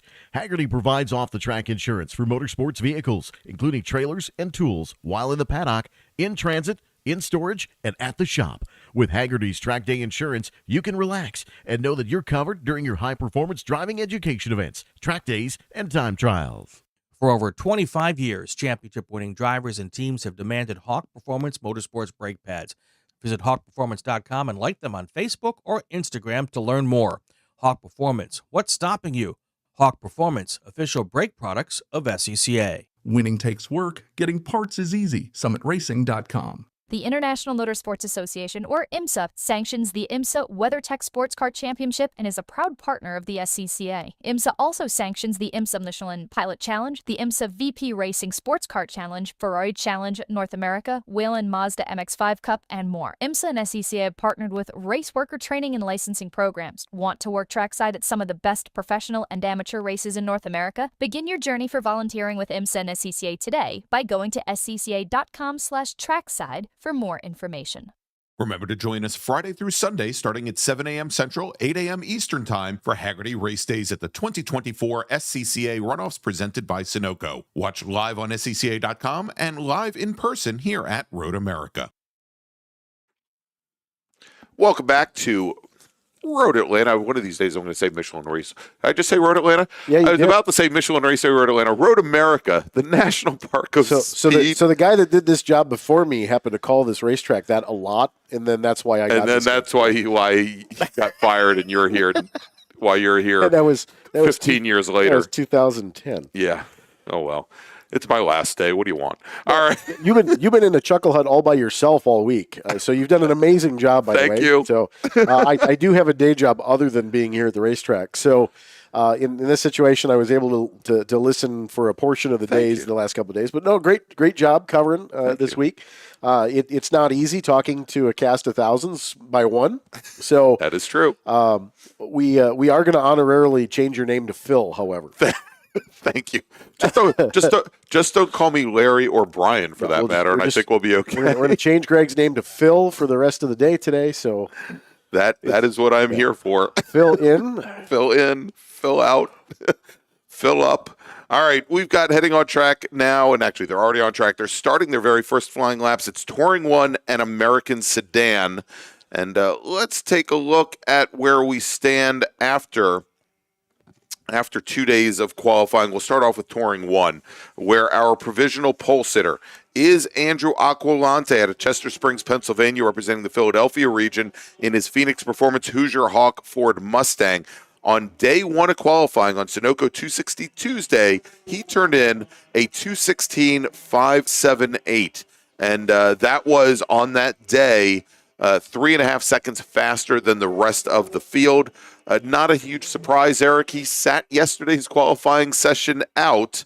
And James Candelaria, who's out of that Phoenix tent as well, racing the Candelaria Racing Products Chevy Corvette. He's out of Boca Raton, Florida, representing the Central Florida region. He turned in yesterday a 2:18.142 to move up to provisionally the outside of the front row after having been bookended by the two Mercedes AMG GT4 machines driven by Tony Ave and driven by Mark Bowden. Those drivers on Tuesday were in the 219s. Now 219.722 and 218.722 and 219.6. I did see Aquilante come down the pit lane. I think he is going out there, if anything, just to maybe do some medium length runs, as we've got a car that's gone off at turn 1. Looked like he got into the gravel trap, was able to back it back up. And that is the 2 car, I believe. The 2 car, indeed. That was Tom Brown in the black Chevy Camaro out of Breezeport, New York, one of our American Sedan racers. And good segue, because I'm moving over to American Sedan now, where the number 2 machine, Tom Brown, was 11th fastest coming into today. But your provisional pole sitter, multi-time national champion Greg Eaton out of Woodbridge, Virginia, representing the Washington, D.C. region in his Eaton Racing and Development Ford Mustang. Yesterday turned in a 2:26.578. That is almost 0.8 of a second faster than our defending national champion, also out of the Washington, D.C. region, Danny Richardson, in his Hoosier Carbotalk Auto Gear Anze Chevy Camaro. He put in his fastest time on Tuesday with a 2:27.353. Another former national champion, multi-time national champion in the WeatherTech Felice Performance Ford Mustang out of Fowlerville, Michigan, representing the Detroit region. Andy McDermott, who's, I think, definitely looking for some redemption. There we go. Sorry about that, guys. Lost our feed for a moment. It is now back. Andy has had a run of, we'll call it poor luck at the runoffs the last couple of years. Some very strange one of those failures. situations where you want to tell them to go find a horseshoe or a shamrock at this point. Just some weird things happen. Not just losing a wheel at Sonoma. Exactly. So many bizarre things. Tony Ave just noticed his Touring 1 machine, Mercedes, on the pit lane right now, and he's got crew looking over that car right now. Fourth fastest on the day in his Camburn Performance Engines by JB Pontiac Firebird, representing the Detroit region, Kyle Jones, turned in a 2:29.690 yesterday. And then Evan Pecor out of the Milwaukee region in the Diversion Motorsports Ford Mustang, our fifth fastest driver at a 2:29.690. Evan, Diversion Motorsports has their shops just north of Sheboygan, up in the Manitowoc area, Evan kind of jumping around a little bit, some vintage stuff, doing some Corvette sports car vintage stuff, jumping into Russ Wentenkamp's Grade 8 machine this summer in a lot of vintage competition. But Evan's no stranger to going fast here, has run here in TA2 in a couple of rounds as well. Made his debut, I believe, over at Mid-Ohio in Trans Am in the TA2 category. He's got a little bit of speed, plenty of experience here at Road America.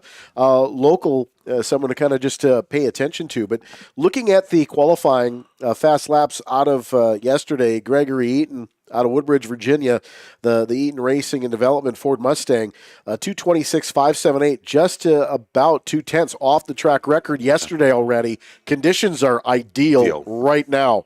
This is going to be ideal if you want to see someone break a track record in qualifying here today. Yeah, and talk about that. Andrew Aquilante just right out of the box in his T1 Ford Mustang turned in a 2:16.87. That is 0.3 off of where he was after an entire session on Tuesday. And we know Andrew pretty much likes to go in, throw down a fly, or get off the track and call it a session. So we'll see how he improves. Candelaria in his Chevy Corvette at a 2:18.83. That is still about 0.7 off of where he was yesterday. If we move over to American Sedan, Danny Richardson now with a 2:26.655. That is 11 1,000ths faster than he ran yesterday. It is a couple hundredths off of Eaton's provisional pole time. So he's getting very close. Eaton at a 2:27.633. Amy Aquilante, who has had multiple podium finishes at the runoffs, notably, I think she finished third here, if I remember correctly, back in 2021, probably 2020. I always mix up the two events here in Indy, but I believe she finished third here that year. She's got a 2:29.600, and her previous fast lap, a 2:33.0. So she's definitely found some time. Well, if I recall back to 2020 here, the last time the runoffs were here at Road America, that whole team had a disastrous weekend coming into Thursday and Friday, and that was just kind of one of those salvage runs that she had that weekend, but kind of brought the spirits up of the team a little bit with how well she ran throughout the race day itself. But that whole week leading up, that was just a disastrous week for that team out of Phoenixville. Yeah. All right, so let's take a look here at American Sedan. They are going to have their national championship race Saturday, 10:15 a.m.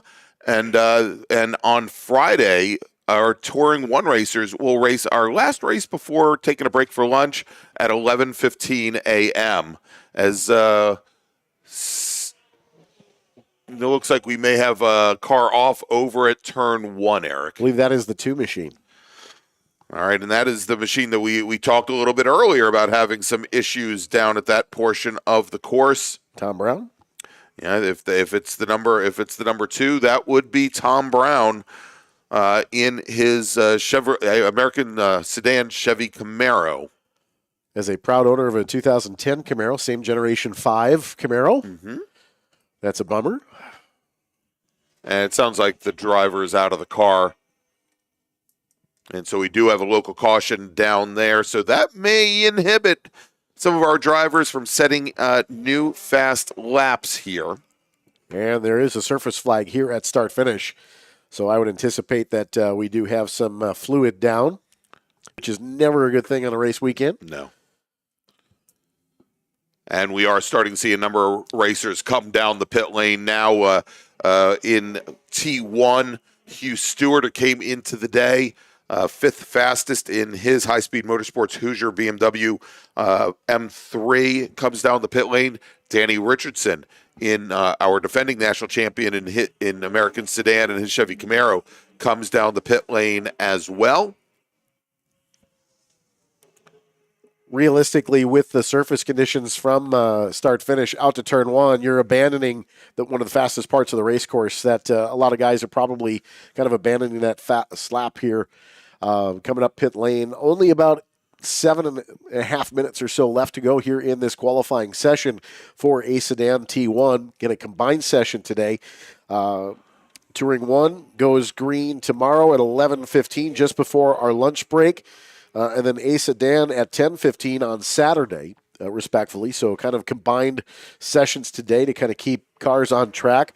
A little bit smaller T1 field than I think many of us would like to see this weekend here at Road America, but it's late in the year, and a lot of cars get tired, this time of year. So, a lot of cars, a lot of people. A lot of cars, a lot of people get tired by the end of the season. We're all kind of ready for the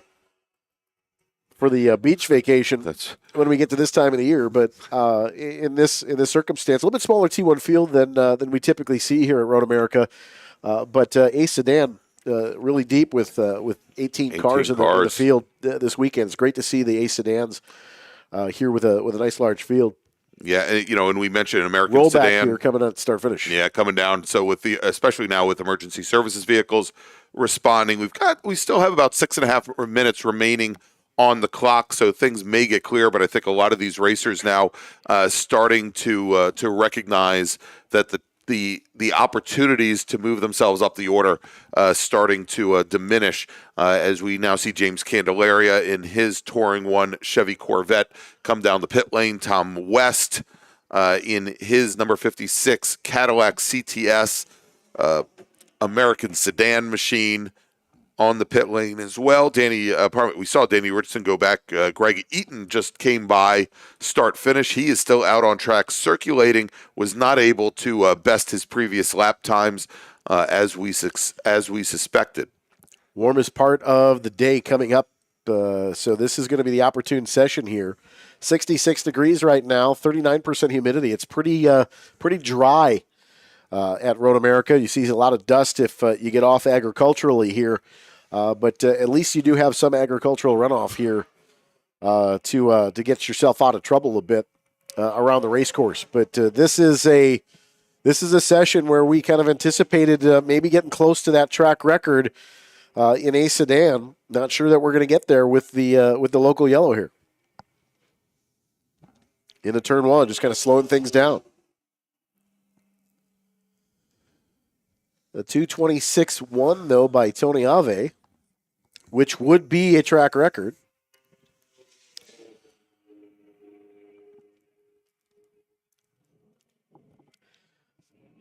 All right, we're going to so never mind that. But, and Eric, it sounds as though they're going to display the checkered flag almost 5 minutes early here. I would expect that as well. A little bit of cleanup here, just past start finish towards turn one.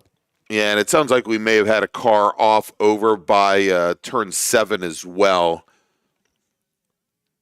And that is the 58 machine that is pulled off on the run down to turn 8.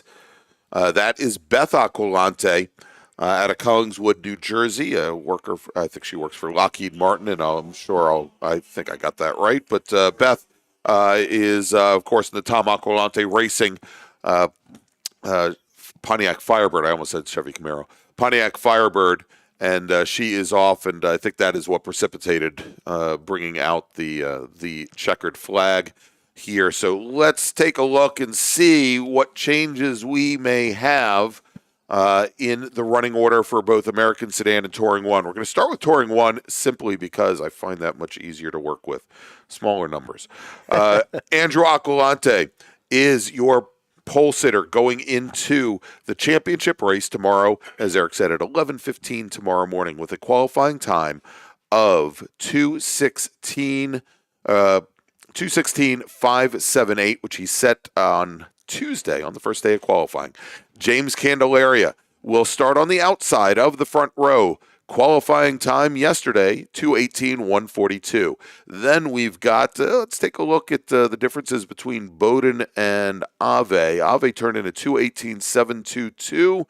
He will start on the inside of row number 2 with Mark Bowden starting 4th on the outside of that row. And then we've got Hugh Stewart and Paolo Salvatore. Stewart in his BMW, Salvatore in his Ford Mustang.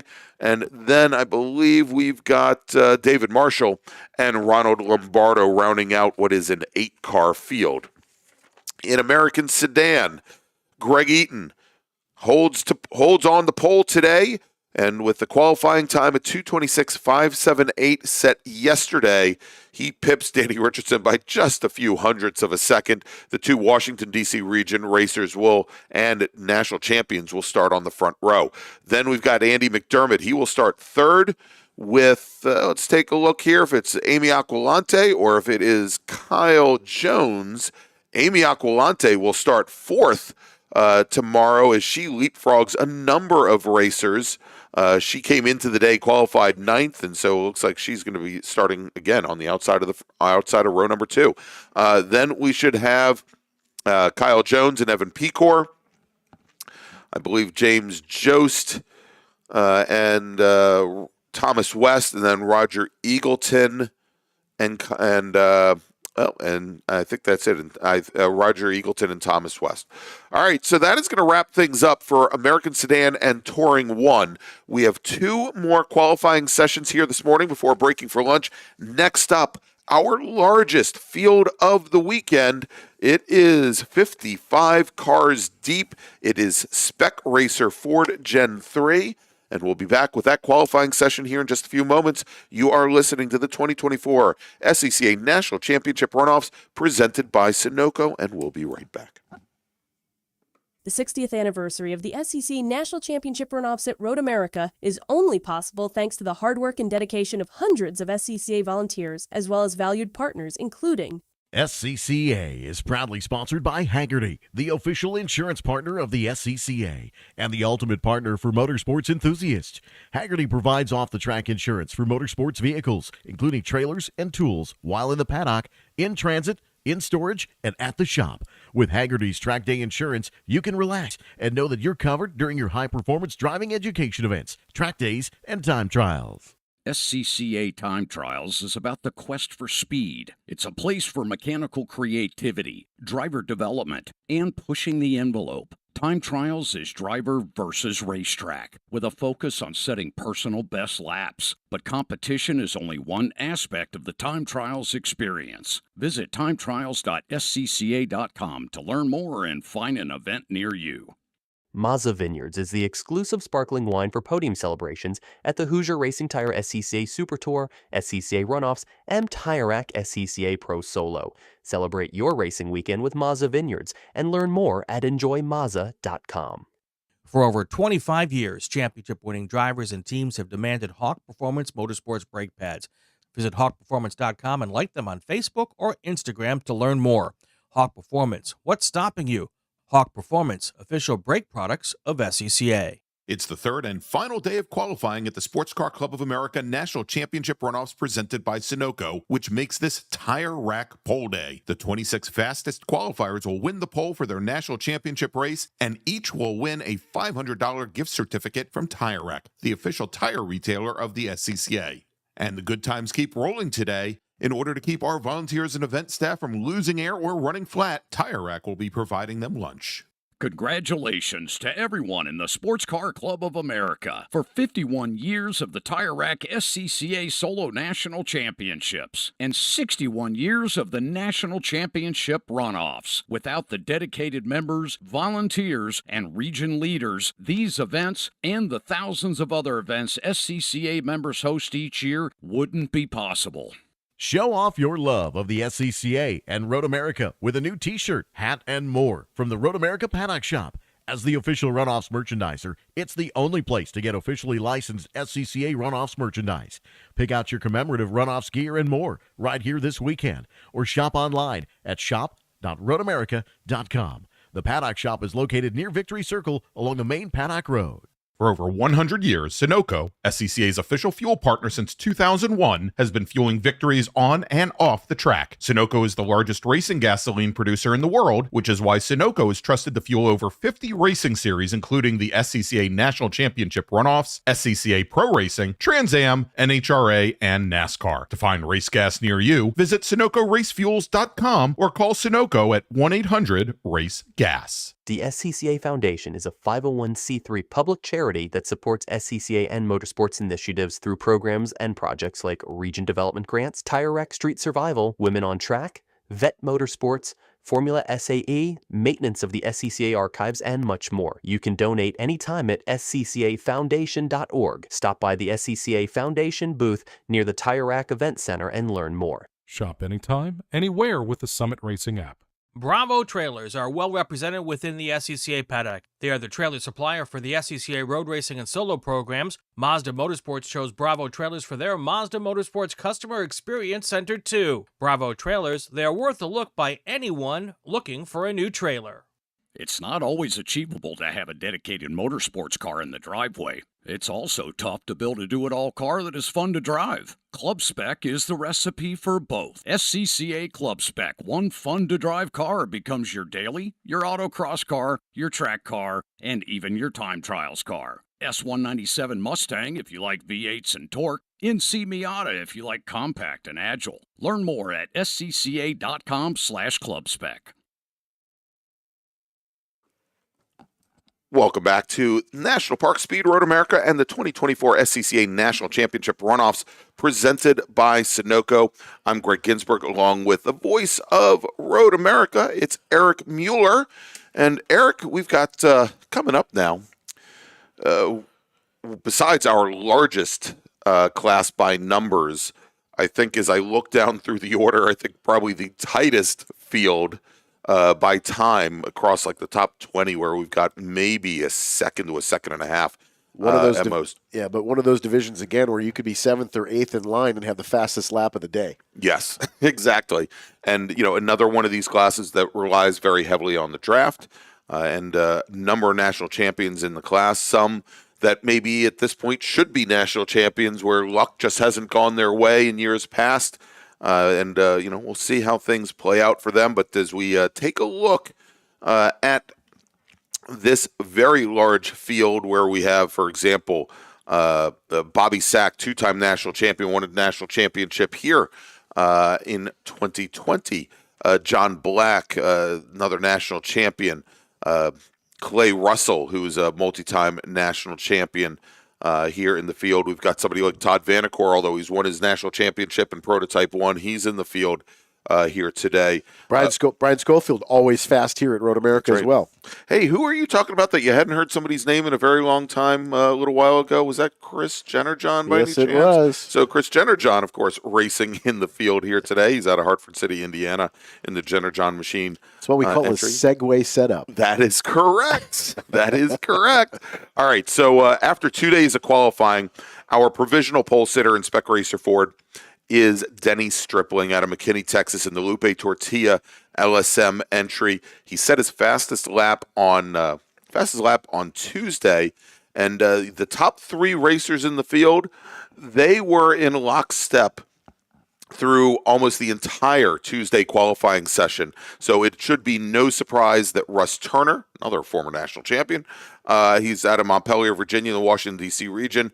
Dave Ogburn out of San Angelo, Texas, in the SimSeats Dalrymple Racing Services machine. They are within hundredths of a second of one another. So Stripling with a 227.77, Russ Turner at a 227.89, Ogburn at a 227.96. Then we've got Tyler Stevens out of Bixby, Oklahoma, I believe that representing the Lone Star region, and I think also the Hallett Motor Racing Circuit team there. He turns in a 227.995, so he's only 35 1,000ths of a second off of the top three. Liam Flanagan, the Hallett Race Shop machine. There you go. That was the team I was looking for with Tyler Stevens. Hallett Race Shop. He's got a 228.076, so he's less than a tenth off of the car ahead of him. Then we've got Bobby Sack and John Black. Caleb Rothel, Sandy Satullo, and Bobby Sack have been working together all week long. Satullo is sitting ninth, and then Peyton Long in 10th. But again, so many racers packed so close together over a 4-mile race course. And realistically, here in this qualifying session, they were in lockstep on day 2 on Tuesday. But you look at, or day 1 on Tuesdays, or on day 1 on Tuesday. But you look at the times at the top, separated by hundredths, even thousandths of a second throughout the field. It's not just the top 3. You go down into the 20s and 30s, and you see times that are separated by tenths and thousandths of a second as well. So don't let some of the results from the first couple of days fool you. Guys like John-Luc Liverato, always quick here at Road America too. Those are going to be the names that you're probably going to see pop up here in this session and potentially throughout the race day when we get there for the Spec Racer Fords. Of course, 11:15 Saturday morning, our last race before lunch on Saturday. But this field is always competitive. June sprints, we had over 85 Gen 3 Spec Racer Fords throughout the weekend, again, you see racers' names pop up that are very familiar to this area, that they race here regularly, not just in the June Sprints weekend. They filter in some of those vintage weekends too with other cars, but they've got a lot of laps. A lot of lap time here, a lot of seat time here, without a doubt. And it's interesting. Denny Stripling, our provisional pole sitter, he posted on Facebook before he came out here from Texas. Said, I'm kind of conflicted. I don't know if I should come or not come because I'm always fast here, but but things always seem to happen. He's led races and not finished races. He's been close to the front. It's always a challenge here. I think you and I look back to the June Sprints a couple years ago. With the tight confines, everybody in almost identically prepared cars. I mean, there are very small changes that these racers can do to their suspension setup, their alignment, their rake, what have you. But the engines, the transmissions, most of the H pattern transmissions, I think, have been not aged out, but most of our national racers now have gone to those SADEV transmissions. So you're dealing with the same gear ratios. But Spec Racer Ford in particular is so closely managed and controlled that it all really comes down to driver talent. And there are so many folks here that are just at the upper echelons that you have this incredibly close racing. And sometimes when they get very close and it gets very tight and there's a lot on the line, things happen. Well, the fact that this is a closed cockpit race car shouldn't fool you. They get a little elbows out. Yes. And don't mind mixing it up a little bit. I think that's what makes this class so much fun to watch, too. Indeed. Is with the draft, with the specifications, that's really what makes spec racing fun, because it does come down to driver talent. All right, so we should have our Spec Racer Ford racers coming down the pit lane here momentarily. Sounds like we're a little bit under 1 minute. Yep, less than one. And grid has been released. And here they come. Now, it should be noted that on the starter stand, and if you take a look at our Flagtronics map, about dead center at the bottom, our start-finish stand, and also at turn one, they are still displaying debris flags for the oil cleanup that was done at the end of the last session. And that is something that these racers will certainly take note of as they go down into turn one on their out lap. It's going to probably take a lap or so before they know how that track is going to behave at speed, of course. The good news is that's really going to be right at the flag station, which we call it Alpha, which is turn one. But it's in the grass to the driver's right, just past the Alpha station. So I don't think it's really going to impact. Right, should be offline. The apex, it will be offline by the time it gets to there. Right. But they're still going to have to go through a little bit of that. So you're going to see puffs of the kitty litter and pop up a little bit. But again, these racers will probably get a surface flag for at least one, if not 2 laps. More than likely just the one. But once they're notified of that surface condition, they'll make their way at speed towards the apex entry to turn 1 and get this qualifying session underway. Big field here of these Gen 3 spec racer Fords. Yeah, again, 55 entries, 54 set times over the last 2 days of qualifying. We'll have to see the one driver that has not set a time of yet. Wade White out of Vail, Colorado, in the B2 Motorsports machine. That is, I believe, the number 59 car. And we'll see if he comes off the grid with everybody else, and hopefully we'll see Wade get in a time today. And there is the 59 car coming out on track now.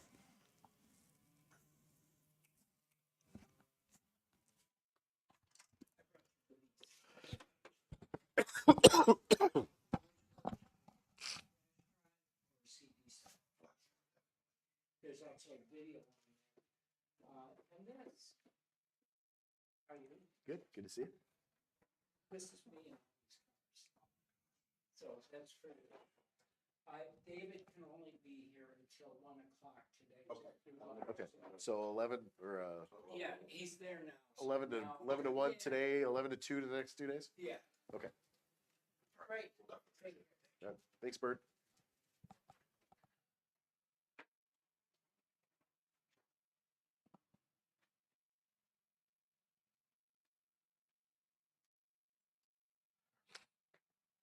So as we have our racers heading around, we just had a nice visitor in the booth today, Eric. We had Bert Levy, who, of course, is very well known for his book series and books, The Last Open Road. He is here promoting his books at the Road America Paddock Shop. But he's got a special guest this weekend or this week as well. You know, I say this every time. It's some guy named David Hobbs. No idea who the guy is. Of course, I'm kidding. But, David and Bert are always down there signing autographs in their books. If you have not read Hobbo, David's book, really recommend the read. It's fantastic. Bert's latest book, a lifelong Lotus love affair. It's hilarious. If you love, The Last Open Road and his entire series, of course. But if you don't have to love Lotuses to love this book. This book. It's really funny. He gave me a advanced copy. And I now have the audiobook version. And it's fantastic. And it's full of humor and certainly a lot of historic references, and it's a great read. As we start our first flying lap at the start-finish line, we've already got cars nose to tail or nose to gearbox with a couple in the freight train here, about 10 cars long to start our flying laps here. Of course, the start-finish line technically is the end of the first segment in qualifying, but segment 3. Everybody, personal bests, obviously, on the outlap here. We'll wait till next time through. Surface flag is displayed at start-finish yet. I would imagine that once the field has gone through, we'll likely see that flag go away until the cleanup. Everybody's seen the cleanup over in Indeed. turn 1. And I think kind of owing to what we were saying about the cleanup there being a little bit offline when the racers get into turn 1, not seeing many puffs of dust in the air from going over the kitty litter there because it's just not something that those racers are encountering.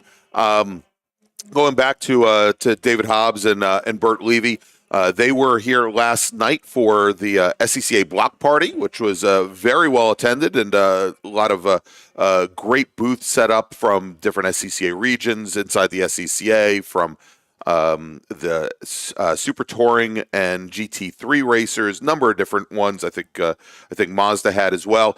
But also while that was going on, Bert and David were in the paddock shop. They're going to be here, I think, through Sunday. Bert's going to be here from 11 to 2. each day, and I think David today can only be here till 1 o'clock, it sounds like, but they're scheduled from 11 to 2 p.m. Central Time through the rest of the weekend. So definitely go over, see them, talk about their books, and maybe get some signed, and a great deal. I had the pleasure of interviewing David Hobbs at Sebring last year, and he is, I mean, besides a wealth of knowledge, just the humor in this man is just spectacular. So then at our vintage weekend in July, then you add Brian Redmond to that mix, and then the three of them are in the paddock shop, and then you can't get a word in edgewise. Mayhem. It is chaos with those three. But no, it's always a pleasure to see Bert. It's always a pleasure to see David. And David's the unofficial mayor of Elkhart Lake, in case anybody wants to know. Local yellow over at 6 looks like got a car stopped right near the 6A flag station, perhaps.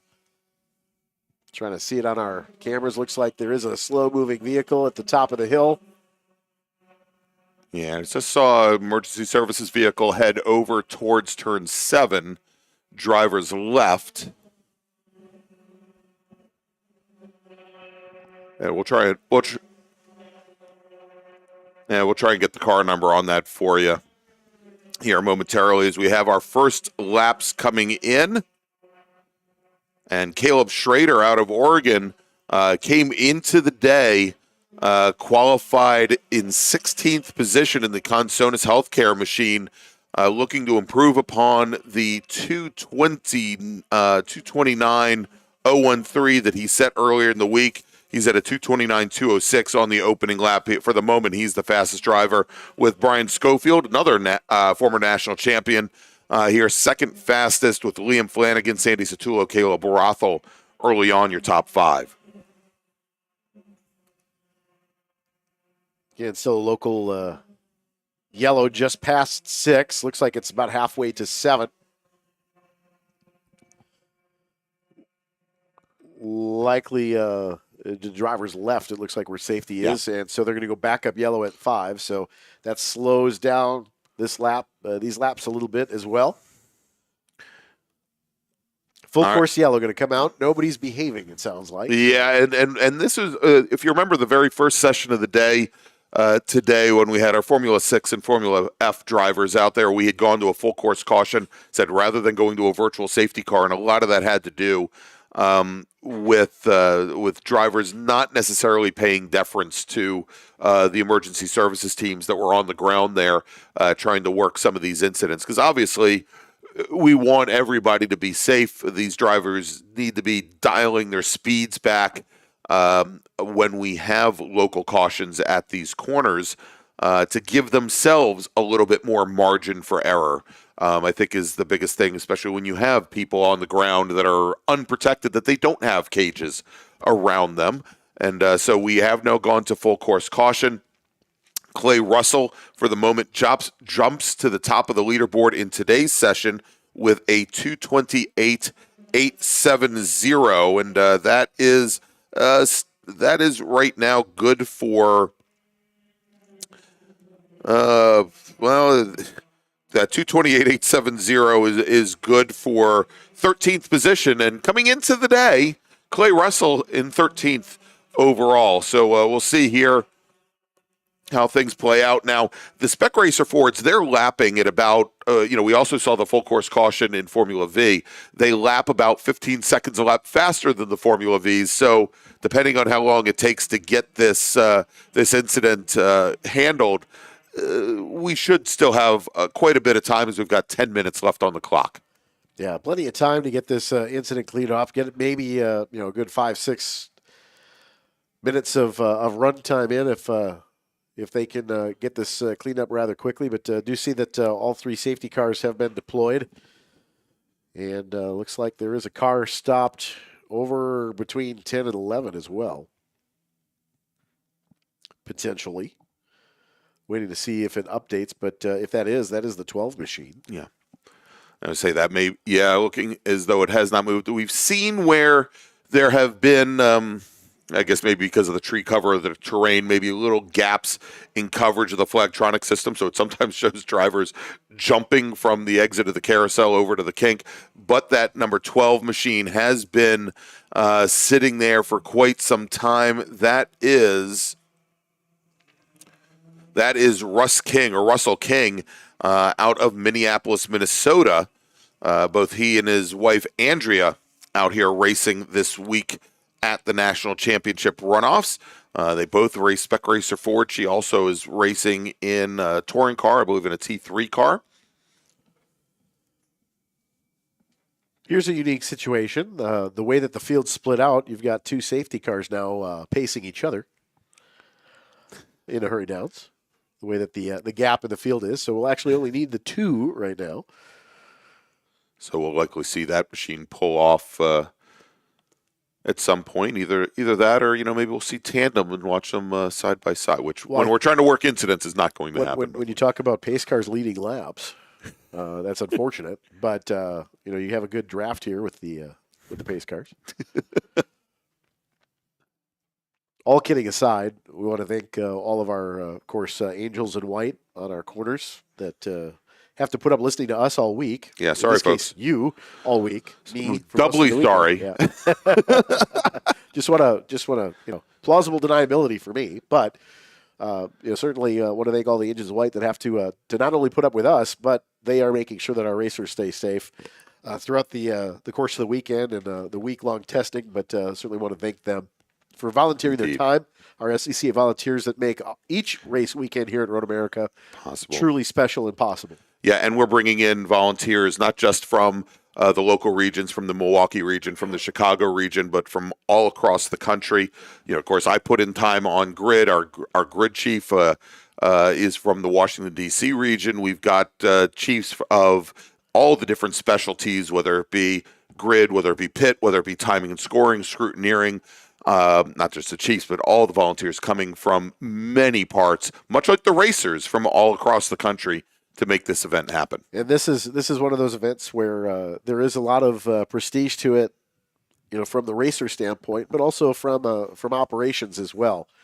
You've got plenty of very experienced people, and some people maybe making their first runoffs appearance with a flag. And it's all important if you keep those volunteers energized and keep bringing them back for years to come. Yeah, indeed. And tomorrow night, Eric, at 6 p.m., that's when we're going to recognize the SCCA 2024 Workers of the Year across all of our different specialties. It's going to be over at the Road America Center. It's presented by Mazda. So if you're a volunteer here, definitely do not want to miss that dinner. But we also have some big activities here this evening, not only for our volunteers, but for our racers as well. Of course, starting at 6:30 p.m. in the winner's circle, we are going to have the tire rack pole presentations. That is so that we can recognize our 26 pole sitters for the National Championship Runoffs. And then it is this 60th anniversary party at the Road America Center, featuring the band Backroads. And that is going to be from 6 to 10 p.m., again, down at the Road America Center. That is for racers. That is for family. That is for volunteers. That's for everybody. Come on down, have some great food, and watch some great entertainment, a great band, Backroads. So again, you can see it on Flagtronics for those of you that have a chance to view that. But the three pace car stations are off of pit lane, down at 13, as well as over in the bend.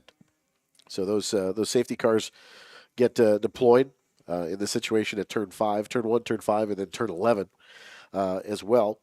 But always interesting to have multiple pace cars quickly with a large field like this.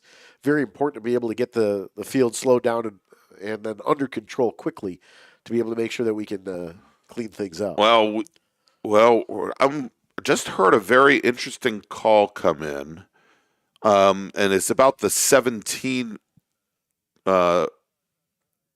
Okay, I was going to say about the 17 car, and that was John Black. If it is, it sounded like a car had lost a wheel. But I think it might be the car that they just towed off from over near turn 7. So we might be in good shape. Unfortunately, if that is John Black, and we were waiting to hear what car might have been over there, John Black coming into the day 7th on time. And let me see here. I think a good way, as I'm taking a look at our timing and scoring system, John Black did start a flying lap, the only racer not to complete a flying lap. So I think that mystery is solved. And we now have the yellow flags being withdrawn, Eric, and we are going back to a full 4 miles and 14 turns of green flags. And this is going to allow our racers to start their qualifying and flying laps once again. Again, we have the two separate groups as they were behind the two separate pace cars. It looks like the 56 machine will lead the cars to the start finish line over at corner 11B there to start another flying lap. Yeah, that'll be the back half of the field, and then you've got the 71 car leading the second group through Sargento at the moment. So everybody should be seeing green flag conditions, less than 3.5 minutes remaining. So this is going to give the opportunity for maybe 2 flying laps. That second pack, however, that's just now coming out of turn. They came out of turn 5. They're heading underneath the Corvette Bridge into 6. By the time they get to the start finish line there over at 11B, it'll likely only be about 2.5 minutes remaining on the clock. They may only get a single flying lap. Got a slow car over in Canada right now, still moving, but slow through. And it sounds like the number 9 machine has pulled over driver's right coming out of Canada corner and heading up through, and then starting to head up through Thunder Valley. That number 9 machine belonging to Tyler Fox, who had been a little bit off the pace on the first couple laps before we went to the full course caution. He's out of Kansas City, Missouri, and looks as though his session may have come to an early-ish end. Tyler was 33rd coming into the day. All right, and it looks like now with that car off, we are going to throw the checkered flag. Going to be an early end to the session. Not by a lot. Yeah, by about 2 minutes short. But. Yeah, about 2 minutes. So we've got a number of racers that are on flyers right now. They'll be able to complete those flying laps, led on track by the number 92 car. And the number 92 machine belonging to Liam Flanagan out of Oklahoma. Flanagan came into the day 5th fastest. And we're going to track these lap times. I'm seeing where Caleb Schrader has set personal best in Sector 1, overall best in Sector 2. Which is Sector 1. Sector 1. So to explain that again, Segment 3 is from 11B to the start-finish. Right.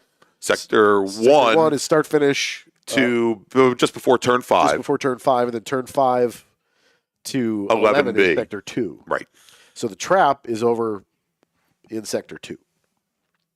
All right, so the 92 car coming out of the kink now and coming across the line. Let's take a look, and we have a number of drivers setting personal bests in this session. Liam Flanagan.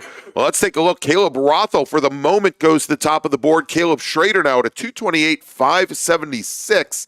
That is not going to be enough to take the overall pole. Caleb Rothel, a 228.627. Brian Schofield, a 228.630. Cliff White, a 228.636. Bobby Sack at a 640. Simon Gamble at a 726. It looked like all these racers were basically in a train for the last number of corners. Let's take a look, as I believe now all of our racers have completed that final flying lap. Let's try to take a look at how things are going to play out when our Spec Racer Fords take to the track Saturday at 11:15 a.m., our last race before lunch on the second day of Hagerty Race Days. Your pole sitter in Spec Racer Ford Gen 3, based on his qualifying times from Tuesday, Denny Stripling with a time of 2:27.773. Russ Turner out of Montpelier, Virginia, should start on the outside of the front row, with Dave Ogburn starting in 3rd. Then we move to Tyler Stevens based on Stevens' time from yesterday at 2:27.995. Then we've got Liam Flanagan at a 2:28.076. Bobby Sack at a 2:28.288. John Black, assuming Black can get that car up and running. Again, sounded like he had some mechanical issues there as he went off over by turn 7. John Black with a 2:28.395 scheduled to start 7th. Then let's take a look. Is it Caleb Schrader or Caleb Rothel? Which Caleb will start 8th? And Caleb Rothel will start 8th in the number 122 machine. Then we have Caleb Schrader. Schrader, who came into the day 16th, will move up to 9th, displacing Sandy Satullo. And then I believe, we have Peyton Long, who is going to round out your top 10. So there you go, your top 10 racers in Spec Racer Ford for your national championship race. Again, I'm bad at math, but I think I got it right that time. We'll see on Saturday morning. All right, we've got one more qualifying session before lunch. That is GT2. They're going to be heading out for their qualifying session in just a few moments. Stick with us. You're listening to the 2024 SCCA National Championship Runoffs, powered and presented by Sunoco. We'll be right back. The 60th anniversary of the SCCA National Championship Runoffs at Road America is only possible thanks to the hard work and dedication of hundreds of SCCA volunteers, as well as valued partners, including Tire Rack was established over 40 years ago by an SCCA member with a passion to find the right tires, wheels, and now brakes and suspension products for racers and enthusiasts on both street and track. As official tire retailer of SCCA since 1995 and sponsor of the Runoffs Polo Award along with the National Solo Program, Time Trials Nationals and National Tour, and Track Night in America, Tire Rack is proud to support the SCCA and its members as they go have fun with cars. It's the third and final day of qualifying at the Sports Car Club of America National Championship Runoffs presented by Sunoco, which makes this Tire Rack Pole Day. The 26 fastest qualifiers will win the pole for their national championship race, and each will win a $500 gift certificate from Tire Rack, the official tire retailer of the SCCA. And the good times keep rolling today. In order to keep our volunteers and event staff from losing air or running flat, Tire Rack will be providing them lunch. The SCCA Foundation's highly anticipated annual sweepstakes is now open. Your donations to the foundation can earn you a prize pack to attend the 2025 Monaco Grand Prix, including a luxury yacht experience. Learn more and buy your tickets at sccafoundation.org. Mazza Vineyards is the exclusive sparkling wine for podium celebrations at the Hoosier Racing Tire SCCA Super Tour, SCCA Runoffs, and Tire Rack SCCA Pro Solo. Celebrate your racing weekend with Mazza Vineyards and learn more at enjoymazza.com. If you like what you see today, become part of the action by joining the Sports Car Club of America. Whether you want to drive, flag, organize, officiate, have fun with cars, or meet 65,000 enthusiast friends, SCCA offers plenty to feed your motorsports obsession. Ask someone trackside about how to get involved or visit scca.com for more information. SCCA welcomes Sunoco as the presenting sponsor of the 2024 and 2025 SCCA Runoffs. Sunoco is the largest producer of racing gasoline in the world and the official fuel of the SCCA. An SCCA partner since 2001, Sunoco, fueling Runoffs victories and dreams. As a proud partner of the SCCA, Hoosier Racing Tire would like to congratulate the SCCA on its 60th anniversary of the SCCA National Championship Runoffs presented by Sunoco. Hoosier's mission is to be the dominant, customer-driven provider of tires to race teams domestically and internationally. At Hoosier, we know that our success is dependent upon how well we meet our customers' expectations by providing the safest, most reliable, high-quality race tires that put you in the winner's circle. For more information, see one of our trackside support personnel or the local Hoosier Racing Tire dealer nearest you, or contact us at HoosierTire.com. Hoosier Racing Tires, truly tires designed for champions. SCCA Time Trials is about the quest for speed. It's a place for mechanical creativity, driver development, and pushing the envelope. Time Trials is driver versus racetrack, with a focus on setting personal best laps. But competition is only one aspect of the Time Trials experience. Visit timetrials.scca.com to learn more and find an event near you. Summit Racing is proud to support SCCA racers through the Road Racing Contingency Program. Run the required details to be eligible for contingency payouts. Want to try SCCA racing, but with an approach focused on fun and learning? The SCCA Experience Program is exactly that. With both short sprint races you can drive by yourself and endurance races you can do with friends. All you need is an SCCA membership, a driver's license, a properly equipped car, and the right driver gear. Visit scca.com/racex to find more information and events near you. Remember to join us Friday through Sunday starting at 7 a.m. Central, 8 a.m. Eastern Time for Haggerty Race Days at the 2024 SCCA Runoffs presented by Sunoco. Watch live on SCCA.com and live in person here at Road America. Did you know that SCCA members save $20 on every track night they sign up for? That's right. Track Night in America, driven by Tire Rack, hosts 150 events each year at more than 30 tracks across the country. Track Night is the easiest and most affordable way to get you and your friends on track in your street cars. Visit tracknightinamerica.com to learn more and get yourself on track. It is the 2024 National Championship Runoffs presented by Sunoco, and we've got one more qualifying session this morning. It is GT2, and they're heading down the pit lane now, heading out on track here just as we speak. Quickly, I just wanted to give you our Hawk Breakthrough Performer Day winner for Spec Racer 4 Gen 3. Failed to mention that last session. It was Tyler Stevens, who picked up 11 positions from Tuesday to yesterday. Congratulations, Tyler. You win a set of brake pads from Hawk Performance. In GT2, William Moore picks up 2 positions. He is your winner for that class as they now head out on track. We'll turn their out three-quarter lap and start to see flying laps here in just a moment. Let's take a look and recap what we've seen for the last 2 days in qualifying, where Brad McAllister from Sherwood, Oregon, in the Periodontal Associates Ford Mustang is your provisional pole sitter after 2 days.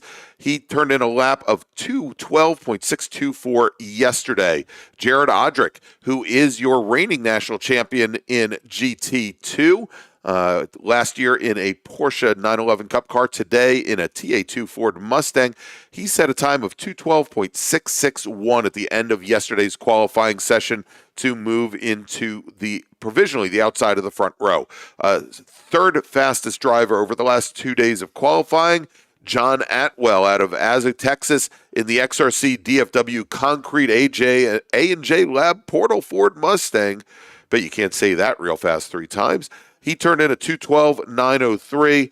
Austin Jers in his TA2 machine at Chevy Camaro was your 4th fastest racer at a 2:13.223. All of those racers set their fastest times yesterday. Charlie Peter, who had some mechanical issues with his Porsche 991.2 GT3 Cup car, the Phoenix label Yokohama machine, he set his fastest lap time on Tuesday. He turned in a 2:13.436. He was your 5th fastest driver. All right, first drivers coming across the stripe there at corner station 11B to start their first flying lap here in our 20-minute GT2 qualifying session.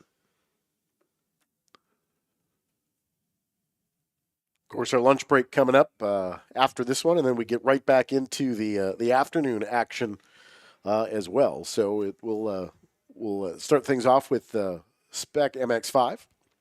And, of course, we want to thank the great folks from Tire Rack providing our volunteers with lunch today here at the track.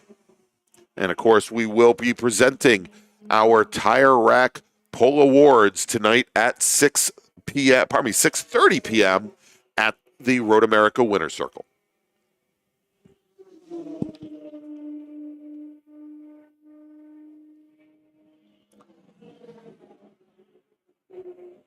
Sound of the big motors coming through here on the start-finish stripe. All right, Austin Jers, who did have some mechanical issues yesterday with his 131 machine.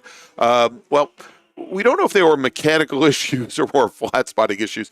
Yesterday, towards the end of the qualifying session, he came through the speed zone coming down into turn 5, probably about 4 miles an hour faster than he'd run all session, and didn't make the turn. and was dead stick there at the end of the Marine sweep for probably around 4 or 5 minutes as they then got him moved out of the way. So good to see him out on track again today. Looking to see, I think that every one of our racers, with the exception of possibly Jared Odrick and Charlie Peter, have taken to the track. Again, we mentioned Peter had some mechanical issues with his Porsche yesterday. That'll give his team, that Phoenix team, Phoenix label team, of maybe an extra 24 hours or a little bit more than 24 hours to get that car back up and running, as GT2's championship race is on Sunday at 11:15 a.m. Central Time. You know, the more time you have in a race car during the week, and then you got to wait.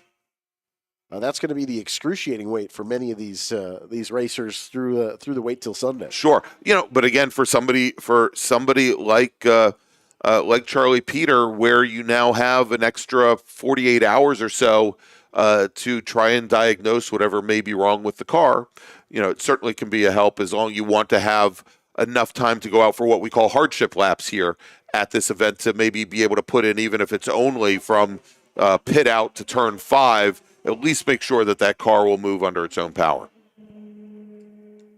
All right, first times coming in. John Atwell rolls across the line at a 2:14.661. That's about 2 seconds off of the provisional pole time.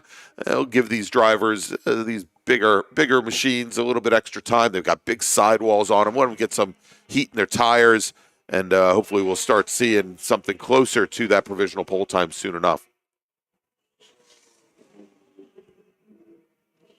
Of course, a lot of these GT2 cars, find yourself into more of that stock car frame, with being a TA2 classification car outside of this. But you look at a lot of the competitors here; those are names that you typically find on a lot of national race weekends with these cars. So they're finely tuned machines, and a lot of fun to watch. They put on some great racing here at Road America. Yeah, indeed. And so we know that this weekend at Virginia International Raceway is the SVRA and Trans Am event. Some of the drivers we know, for example, Jared Odrick, I believe the TA2 race at VIR is on Saturday. He's going to be flying from here down the VIR to qualify the car, coming back here and qualify and race the car down there. Different Ford Mustang for the exact same team, and and then he'll be flying back up here in order to make the race on Sunday morning. And it's going to be, I think, a bit of a challenge to get to fly in here before that race starts at 11:15. The advantage is the airport's only about 10 minutes from here. There you go. So not too hard to get or difficult to get to from America's National Park of Speed. But sun is out, skies are blue.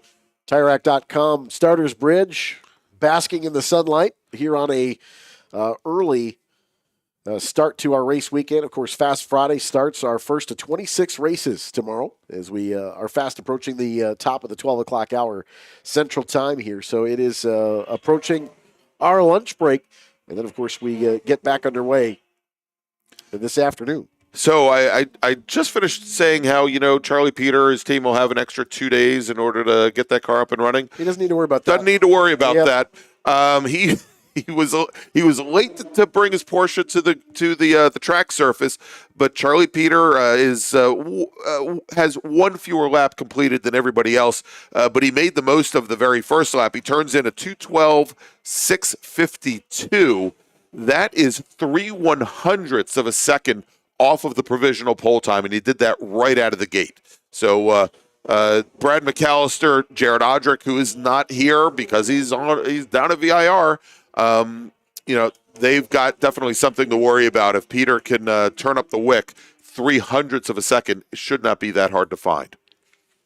And again, this is the opportune conditions. Still just holding at 66 degrees right now. This is realistically going to be, maybe get a little bit warmer this afternoon, but if it holds in the mid to upper 60s, this is going to be the best conditions of the week. All right, so Peter set personal and overall best sector, first and second sectors. He's coming out of the kink now, and as he crosses the line and completes his second flying lap, his now pole time, or provisional pole time, is 2:11 8:92. He knocks 0.6 of a second off of Brad McAllister's times from yesterday. And so you have to wonder if Peter had been able to get that Porsche up the full song yesterday, might that not have changed the approach of some of our TA2 racers up at the front of the field, like a McAllister or like an Audric?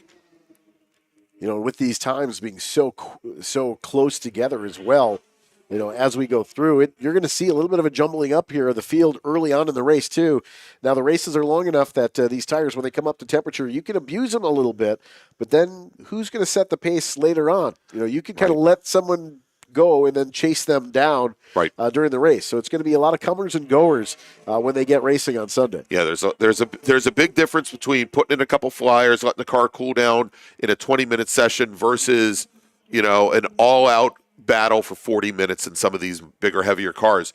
Should mention that we've got Tony Ave right now in his number 44 Porsche 911 Cup car, currently 5th fastest. Tony's the Iron Man this weekend. I was joking earlier about all the classes and cars that Scotty B. White has out here, but Tony Ave this weekend is racing in GT1, GT2, GT3, Touring 1, and also, and here's the outlier, Formula Atlantic. One does not seem like the others. That's all. That's all I can say. All right, we're now halfway through this session. We're just about halfway. We've, I think, just clocked under, just a little bit under 10 minutes remaining in this 20-minute qualifying session. Second fastest driver on track, John Atwell, with a time of 2:12.934. He was third fastest coming into the day. About 31 one-thousandths of a second off of his best time from yesterday. So looking to find a little bit of speed. Austin Jers turns in a 2:12.943. And that is now about 0.2, actually about a quarter of a second faster than he ran yesterday. And we've seen times in the 3 to 4 tenths better than yesterday throughout the day. Pretty consistently throughout each session. Yeah.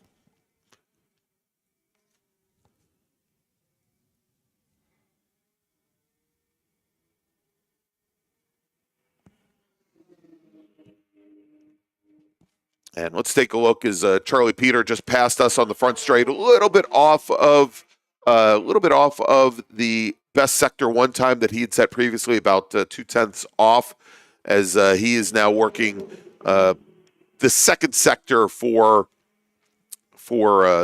these qualifying laps, effectively sector 1 when you take a look at our live timing and scoring at scca.com/live.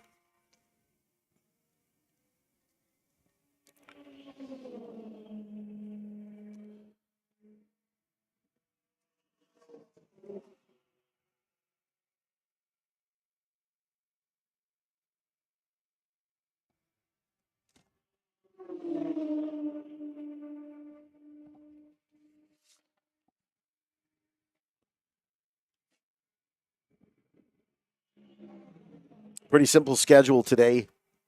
It's all trying to go faster throughout the day today with qualifying. Looking forward to GT1 later this afternoon as well.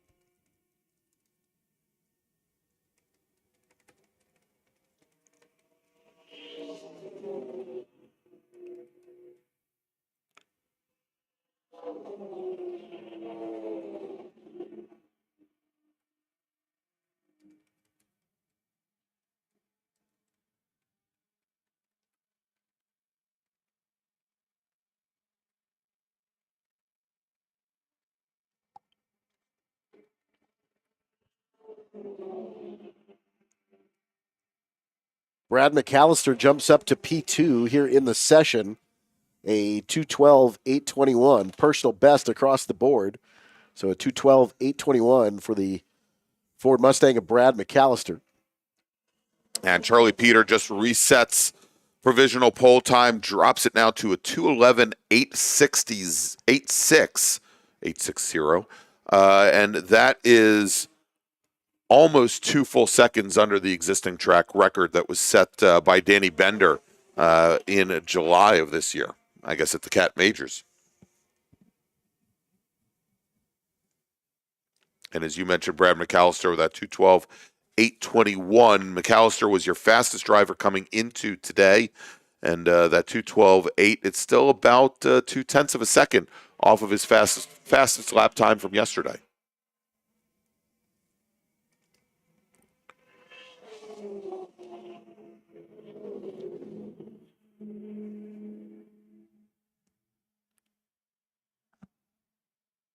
We have a few drivers on the pit lane. Looks like Ray Mason there in his Advanced Auto Sports machine. The number 82 car, he's currently sitting 13th, make that 14th in the session. As we have a few drivers jumping up in the order, Patrick Gutt, Dominic Starkweather, Justin Elder, all setting personal bests and landing 10th, 11th, and 12th in the session.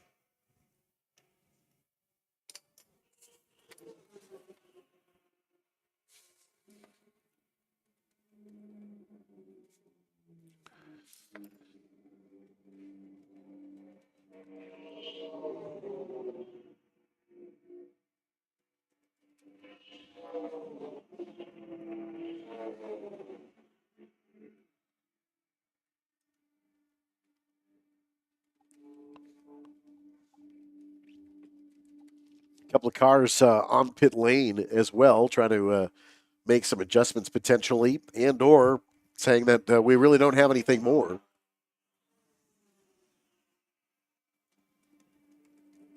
One of those cars being the white Porsche of Tony Ave, the 44 machine. On pit lane, currently 6th quick in the session.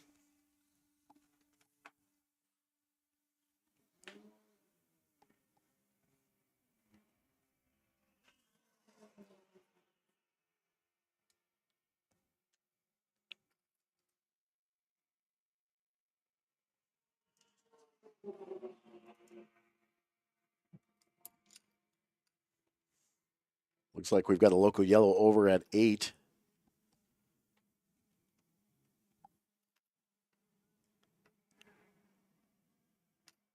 That is Tom Patton in the Tiger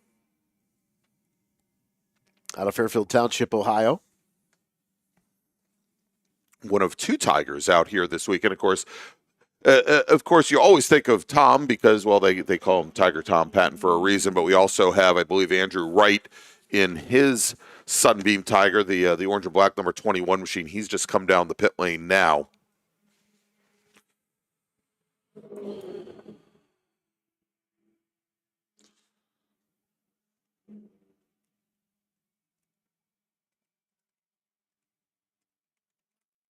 Sounds like we may have a car out with some splitter damage nearing the kink at the moment.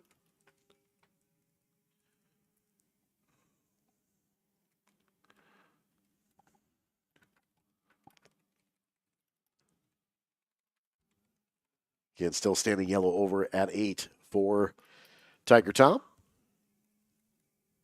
With about 2 minutes remaining, so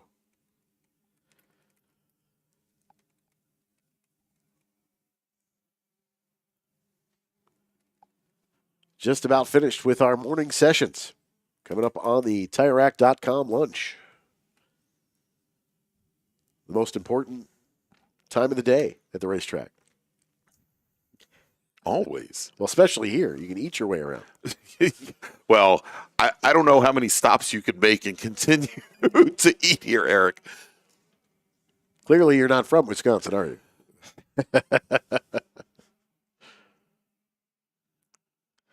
All right, as we now have about a minute and a half remaining on the clock, we do have a local caution down at turn 8, which, again, may impact the ability for some of our drivers to set fast laps. And as I'm looking across our timing and scoring system, while I'm seeing some drivers set personal bests on the front side of the course closest to us, Eric, on the front straight, that final sector that leads racers back to the checkered flag or to turn 11B, not so much. So, and I think we're starting to see many of our racers come down the pit lane, have crews take a look at their cars, take a look and take tire pressures. We've got about 7 or 8 cars. Actually, I probably put it closer to 10 cars on the pit lane now out of a 22 cars that took to the track today. And it sounds as though we've got a local caution over it. Turn 1 as well. Might be John Atwell. Yeah, it sounds like the 02 machine. Is that Atwell? And they said, did they say 102? 102, yeah. Yeah, so that's Atwell, who's our second fastest driver of the day. And he came through turn 1, and it looks like he's got the car moving. Came over from driver's left back onto the track surface. And, yeah, he's now back underway heading into turn 3. And with the clock hitting 0, the next driver to cross past turn station 11B will get the checkered flag. That is lucky number 13. That does... Or was that lucky number 131? Because I don't have a lucky. Oh, yes, we do have 13. It's Sterling Cole, of course. How could I forget Sterling out of Salem, New Hampshire, in his Mazda RX-7. He's the first driver to take the checkered flag. We've got a few drivers still making their way around the course. I think we've got the 51 machine coming out of the carousel now. That's Jonathan Start in his Dodge Viper. And he was 7th fastest in the session, and that does not change as he crosses the line. I believe the final, probably the final driver to see the checkered flag will be John Atwell. So let's go. We'll take a look at our finishing order here and try to make some sense of the starting grid when our GT2 racers take to the track Sunday morning at 11:15 a.m. Charlie Peter, he is your pole sitter, provisionally, heading into the race in the number 166 Phoenix Label Yokohama Porsche GT3 Cup car with a qualifying time set today of 2:11.860.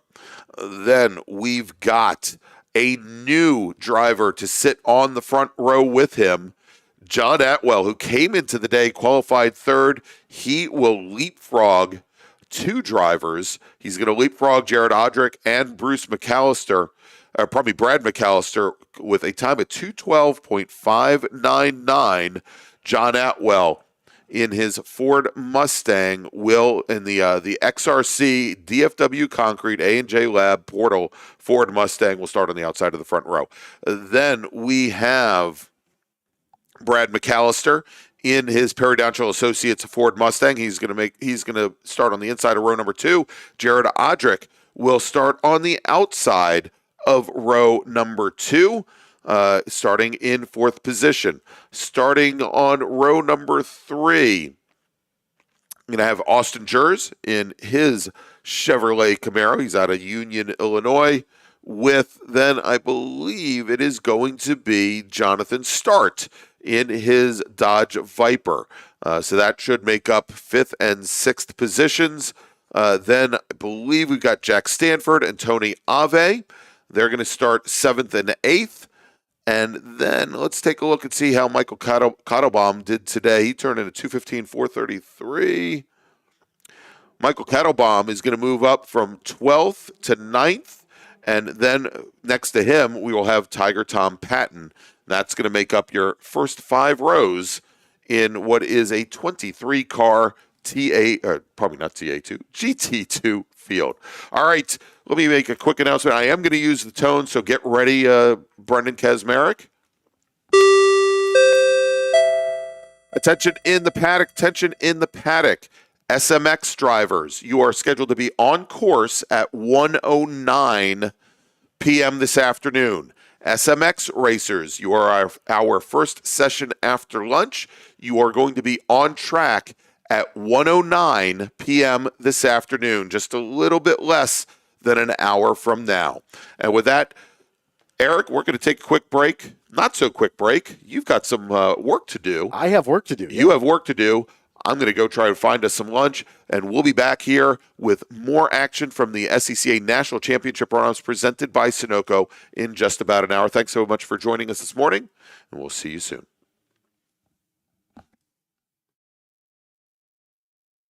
The 60th anniversary of the SCCA National Championship Runoffs at Road America is only possible thanks to the hard work and dedication of hundreds of SCCA volunteers, as well as the valued partners, including For over 100 years, Sunoco, SCCA's official fuel partner since 2001, has been fueling victories on and off the track. Sunoco is the largest racing gasoline producer in the world, which is why Sunoco is trusted to fuel over 50 racing series, including the SCCA National Championship Runoffs, SCCA Pro Racing, Trans Am, NHRA, and NASCAR. To find race gas near you, visit SunocoRaceFuels.com or call Sunoco at 1-800-RACE-GAS. Summit Racing Equipment, the official high-performance source and proud sponsor of the SCCA Road Racing Program, is celebrating its 56th anniversary as the World Speed Shop. Green, yellow, checker. You know the flags, but do you know the people waving those flags? Flaggers are the key to success of every SCCA event at the racetrack, and it's something anyone can do. Being an SCCA flagger puts you in the action mere feet from the race cars, keeping everyone on track safe and having fun. And with SCCA's partnership with IMSA, flagging at SCCA events makes it easier than ever to flag at professional races around the country, too. Find out how you can become a flagger at scca.com/trackside. Show off your love of the SCCA and Road America with a new t-shirt, hat, and more from the Road America Paddock Shop. As the official Runoffs merchandiser, it's the only place to get officially licensed SCCA Runoffs merchandise. Pick out your commemorative Runoffs gear and more right here this weekend, or shop online at shop.roadamerica.com. The Paddock Shop is located near Victory Circle along the main Paddock Road. Ready for a new race trailer? Bravo Trailers is the exclusive partner of the SCCA. Owned by longtime SCCA racers, Bravo Trailers work better, load easier, and tow better because they build them with the racers in mind. Visit bravotrailers.com to see your new trailer in aluminum or steel. Join Hagerty Drivers Club, the ultimate membership community for car lovers. Hagerty is the official insurance partner of the SCCA, and with Hagerty Drivers Club, you can enjoy exclusive offers from brands you love, like Michelin and Eastwood, members-only track days and events, roadside assistance for trailers, unlimited classified listings on Marketplace, and more. If you love cars, you belong in Hagerty Drivers Club. Join at Hagerty.com.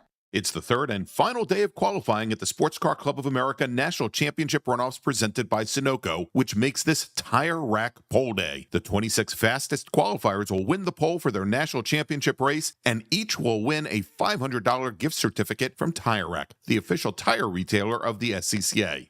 And the good times keep rolling today. In order to keep our volunteers and event staff from losing air or running flat, Tire Rack will be providing them lunch. Congratulations to everyone in the Sports Car Club of America for 51 years of the Tire Rack SCCA Solo National Championships and 61 years of the National Championship Runoffs. Without the dedicated members, volunteers, and region leaders, these events and the thousands of other events SCCA members host each year wouldn't be possible. The International Motor Sports Association, or IMSA, sanctions the IMSA WeatherTech Sports Car Championship and is a proud partner of the SCCA. IMSA also sanctions the IMSA Michelin Pilot Challenge, the IMSA VP Racing Sports Car Challenge, Ferrari Challenge North America, Whelen Mazda MX-5 Cup, and more. IMSA and SCCA have partnered with race worker training and licensing programs. Want to work trackside at some of the best professional and amateur races in North America? Begin your journey for volunteering with IMSA and SCCA today by going to scca.com/trackside for more information. Did you know that SCCA members save $20 on every track night they sign up for? That's right. Track Night in America, driven by Tire Rack, hosts 150 events each year at more than 30 tracks across the country. Track Night is the easiest and most affordable way to get you and your friends on track in your street cars. Visit tracknightinamerica.com to learn more and get yourself on track. The SCCA Foundation is a 501c3 public charity that supports SCCA and motorsports initiatives through programs and projects like Region Development Grants, Tire Rack Street Survival, Women on Track, Vet Motorsports, Formula SAE, maintenance of the SCCA archives, and much more. You can donate anytime at sccafoundation.org. Stop by the SCCA Foundation booth on Vendor Row to learn more.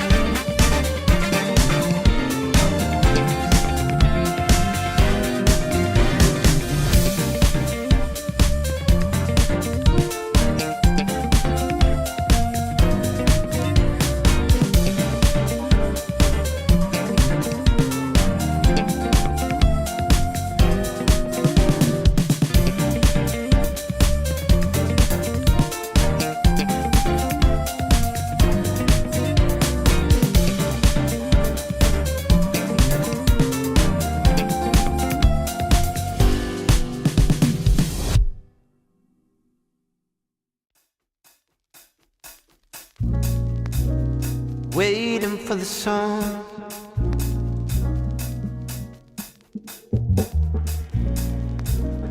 Waiting for the sun.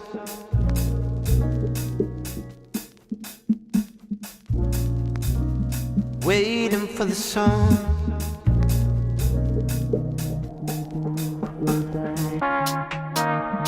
Waiting for the sun.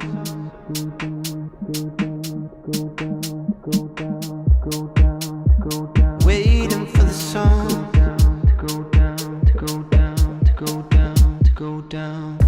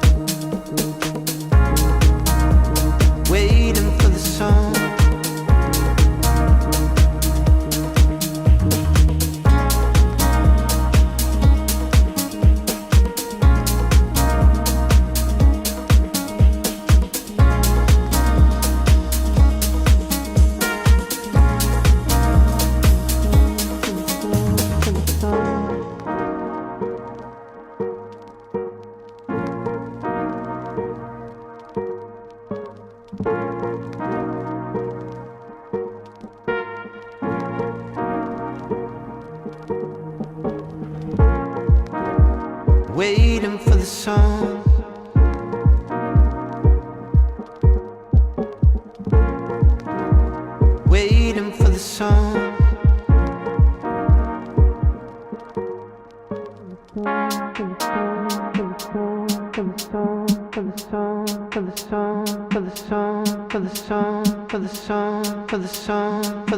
Waiting for the sun. Waiting for the sun.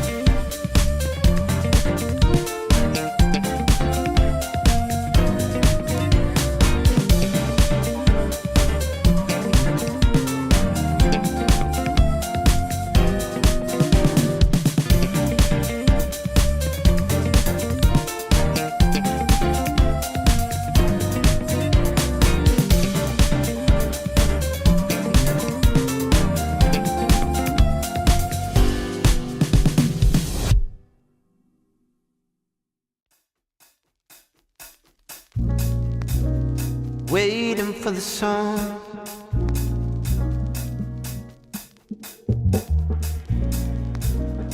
Waiting for the sun.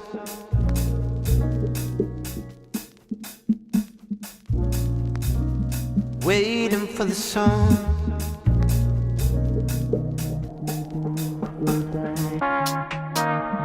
Waiting for the sun.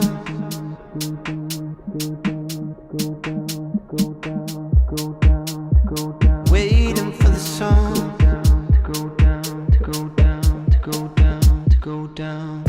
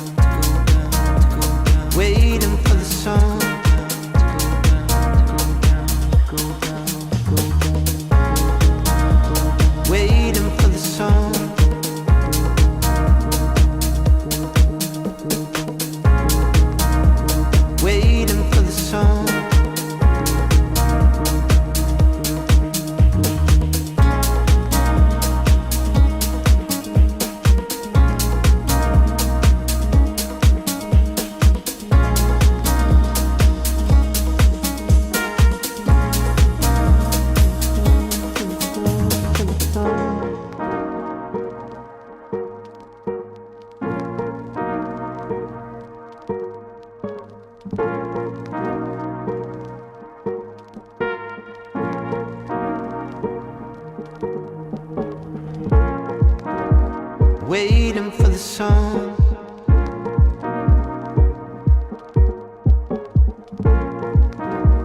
Waiting for the sun.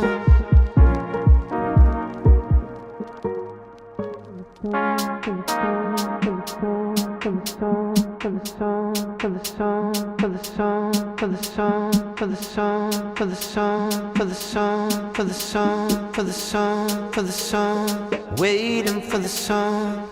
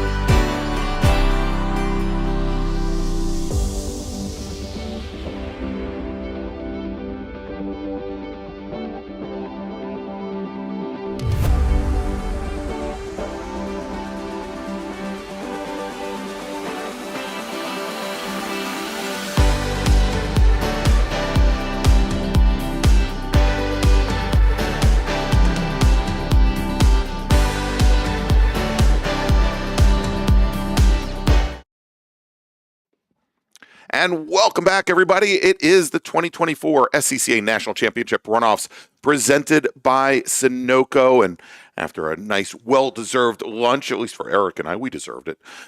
We are now back, and we've got another, a lot, I think close to 10 qualifying sessions here this afternoon, Eric. And lots of good action coming up. First session after lunch, as they have been all week long, it is Spec MX5 or SMX.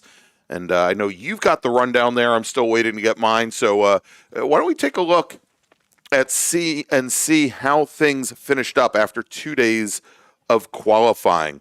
Right now, after 2 days, you're a provisional pole sitter, and I believe he's also leading the SMX National Championship at the moment. Justin Anaconis out of Ridgefield, Connecticut in the TKG Motorsports machine. The bogey time every one of our SMX racers is looking to beat to start on pole this week for the SMX race, which is scheduled for Saturday at 1 p.m. is 2 minutes, 35 seconds, .894. Cam Eben here out of Appleton, Wisconsin, and the Milwaukee region of the SCCA at 2:36.199, second fastest driver. Ethan Lampy out of the West Coast, Hollister, California, representing the San Francisco region, a 2:36.240. That was the third fastest time. Ethan Jacobs out of Oshkosh in the Mazda HRX Slipstream JDH machine, a 2:36.244, only 40 thousandths of a second back from Lampy. And then we got Cooper Hicks, your fifth fastest driver in the Dave's Mobile Works machine with a time of 2:36.365 out of 22 drivers here in the field, and only a couple hundredths between, I think, the top 10. It's really a tight field. Yeah, absolutely. And flying laps already underway again. Timing line is just around 11B. So these drivers coming across the start-finish line here at the TireRack.com Pole Day Bridge will already be midway through their flyer here at the 60th Annual SCCA National Championship Runoffs here at America's National Park of Speed. And Greg, we talked quite a bit earlier about classes that are known for their side-by-side battles and certainly their nose-to-tail battles as well.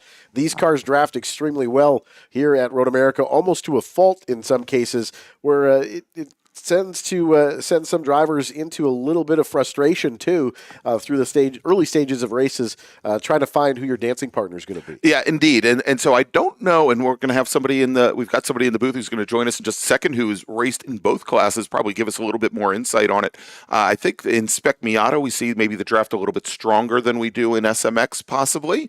But again, we're seeing here with many of these younger racers, that they are they're certainly going to use every little tool that they have available to them to stick close. That draft certainly will help. We've seen that these cars, very evenly matched, race incredibly well. They've got a little bit more power than a Spec Miata, a little bit more modern suspension, aero about the same. Now we are seeing where maybe some drivers have gone and used every tool in the toolbox, including running a little wide coming out of turn 5. Looks like we have a piece of debris about middle of the straightaway between 5 and 6, so surface flag displayed at turn 5. That's going to slow some folks down just a little bit until it either gets kicked off the racetrack or if we need to pause to pick it up, depending on what kind of dimensional piece that it is. But Greg, we've seen, with a lot of just Spec Miata or in Spec MX5, we've seen it routinely come down to that final battle. Who decides to lay back in second spot, or even third, coming out of 12, coming to the start-finish line to end these races? Yeah, indeed. And, and one of the things is I've been calling races for Spec MX5 Challenge and SMX now for 2 years, both at the national level and also at the regional level as well. The one thing that I've noticed with a lot of these racers is many of them are coming up out of karts directly, looking to make a name for themselves. A lot of them, they are, let's just put it this way, they're very opportunistic. It's not like you and I racing years ago where we would, maybe scope out a competitor for a number of laps, see where they might have weaknesses and, wait for 2-3 laps to pull the trigger. You don't have time to do that. No, you don't. And so these racers, they'll go at it right away. And so early on here, jumping to the top of the order in today's session with a 236.408, about 6/10 off a provisional pole, is our provisional pole sitter, Justin Atticanis. Jason Fichter, second fastest right now in the number 7 machine with a time of 236.825. Jason came into the day, qualified 13th in the Jupiter Auto Body machine, and so he is definitely putting in good work here and a little bit faster than he ran earlier in the week. We'll see if that holds up. Camden Gruber out of Winchester, Virginia in the Planet Miata car, currently third fastest at a 236.868. So speaking of Jason Fichter, we have a special guest with us here in the booth. Want to welcome into the little broadcast center here that we have at Road America, Jillian Fichter. Jillian is both an SMX racer and also racing in Spec Miata here this weekend as well. Welcome, Jillian. How are you doing? Thank you. I want to thank you guys so much for having me and letting me talk a little bit about the foundation that me and Jason are here racing for. Chasing a Dream is a foundation that assists children battling life-threatening illnesses and disabilities. So we're here raising money for financial assistance in the form of housing, food, medical bills, and medical equipment for families in need. Excellent. And so how did you and Jason get involved with this organization? So we got involved last year. One of the safety workers at Sebring, his 5-year-old son, fell ill with cancer, and it hit close to home because that safety worker has taken care of me and Jason before at the track. So we got involved with the son, and we did a photo shoot with my Spec MX-5 car, got it posted all around the internet, got it into GR Cup, and we were able to raise about $40,000 for the family. Wow, that is spectacular. Now, real quick, the Chasing a Dream Foundation, if you want to find out more, and I think we're having some issues with the YouTube chat that every time I put a link in there, the YouTube gods wipe it out. So if you go to Chasin, CHASIN, adream.org, you can find out more information about the organization. And so tell me this, Jillian, and I don't want to bring up sore subjects, but because I've been in the same position myself, where I've been on the sidelines watching my race go by. Obviously, you're not behind the wheel of your SMX car. First off, how are you feeling?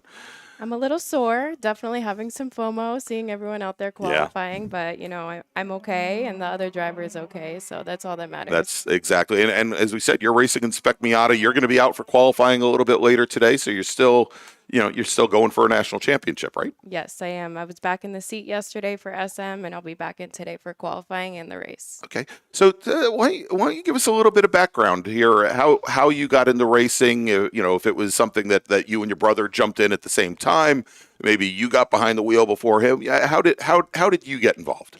So Jason started racing before me. He got into Pirelli World Challenge, and I was traveling with him across the country watching, and when I realized it was something that I could do, I said, hey, I want to learn how to drive stick shift. So that's what I did. I got a little BMW, drove around the parking lot because I didn't have a driver's license. Then I got a Spec Miata, did a couple track days, and I did my first race at 15 years old. At 15. Yeah. And I was going to say, I think I've been watching you race down at Sebring when I come down for the Super Tours and some of the regional races down there, probably for the last 5-6 years or thereabouts. So you've been. And this is the first year we did the full Super Tour out of the country, so it was a great experience getting to go to all the new tracks. Yeah, that's a very just not behind the wheel, but just being able to travel around and get the local flavor at each location, not just learning a new track. Certainly.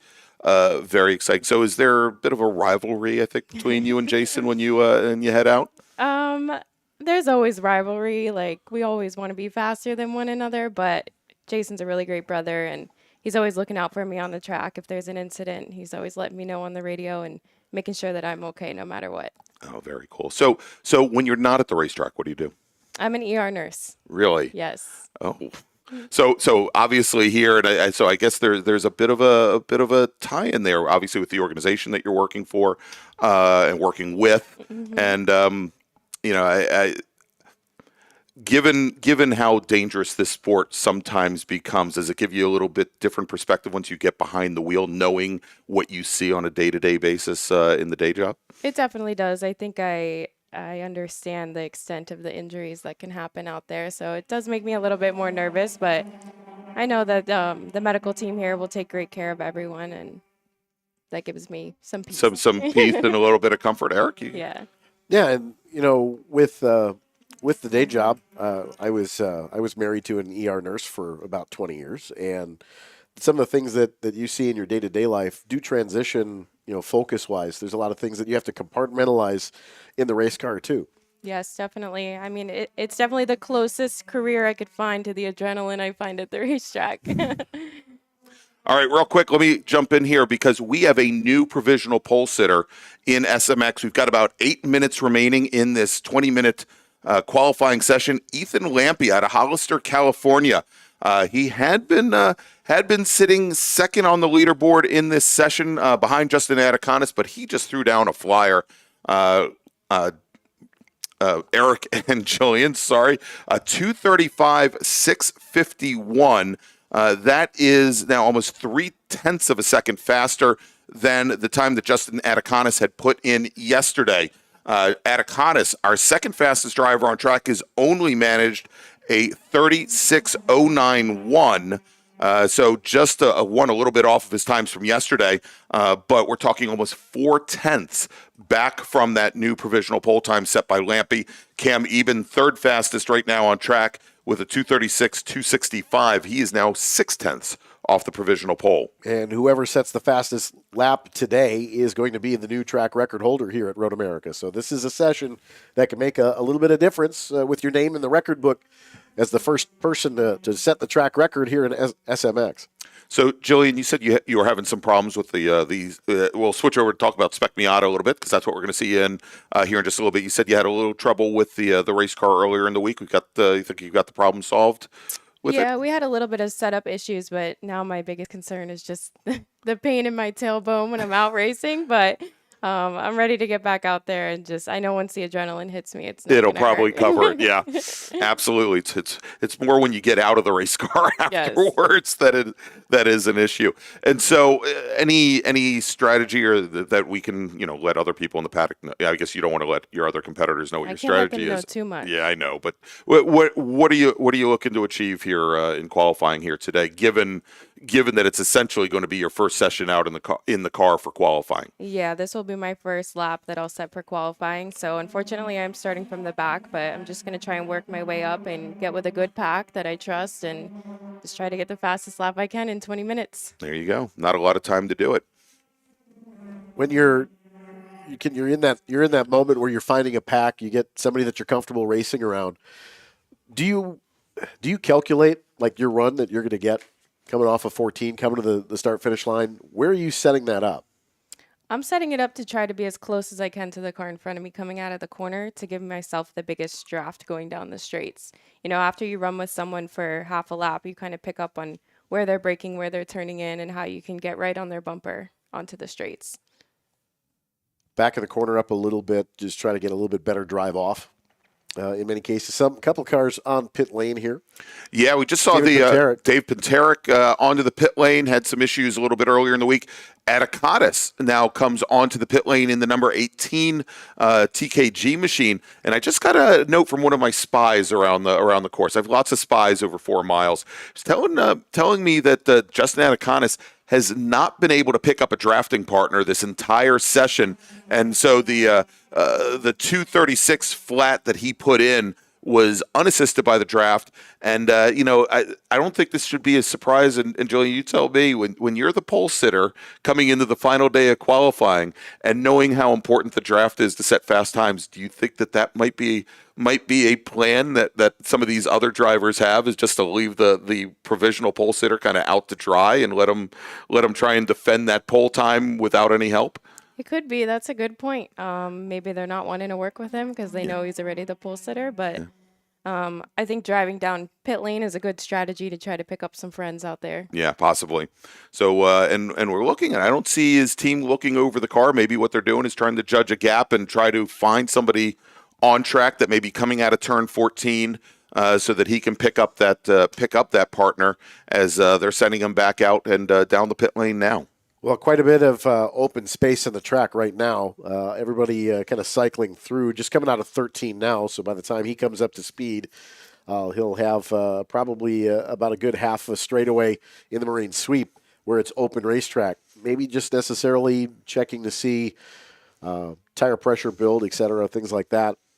Working down the straightaway, just trying to mind the gap a little bit. Former T4 national champion Michael Borden now up to 8th quick.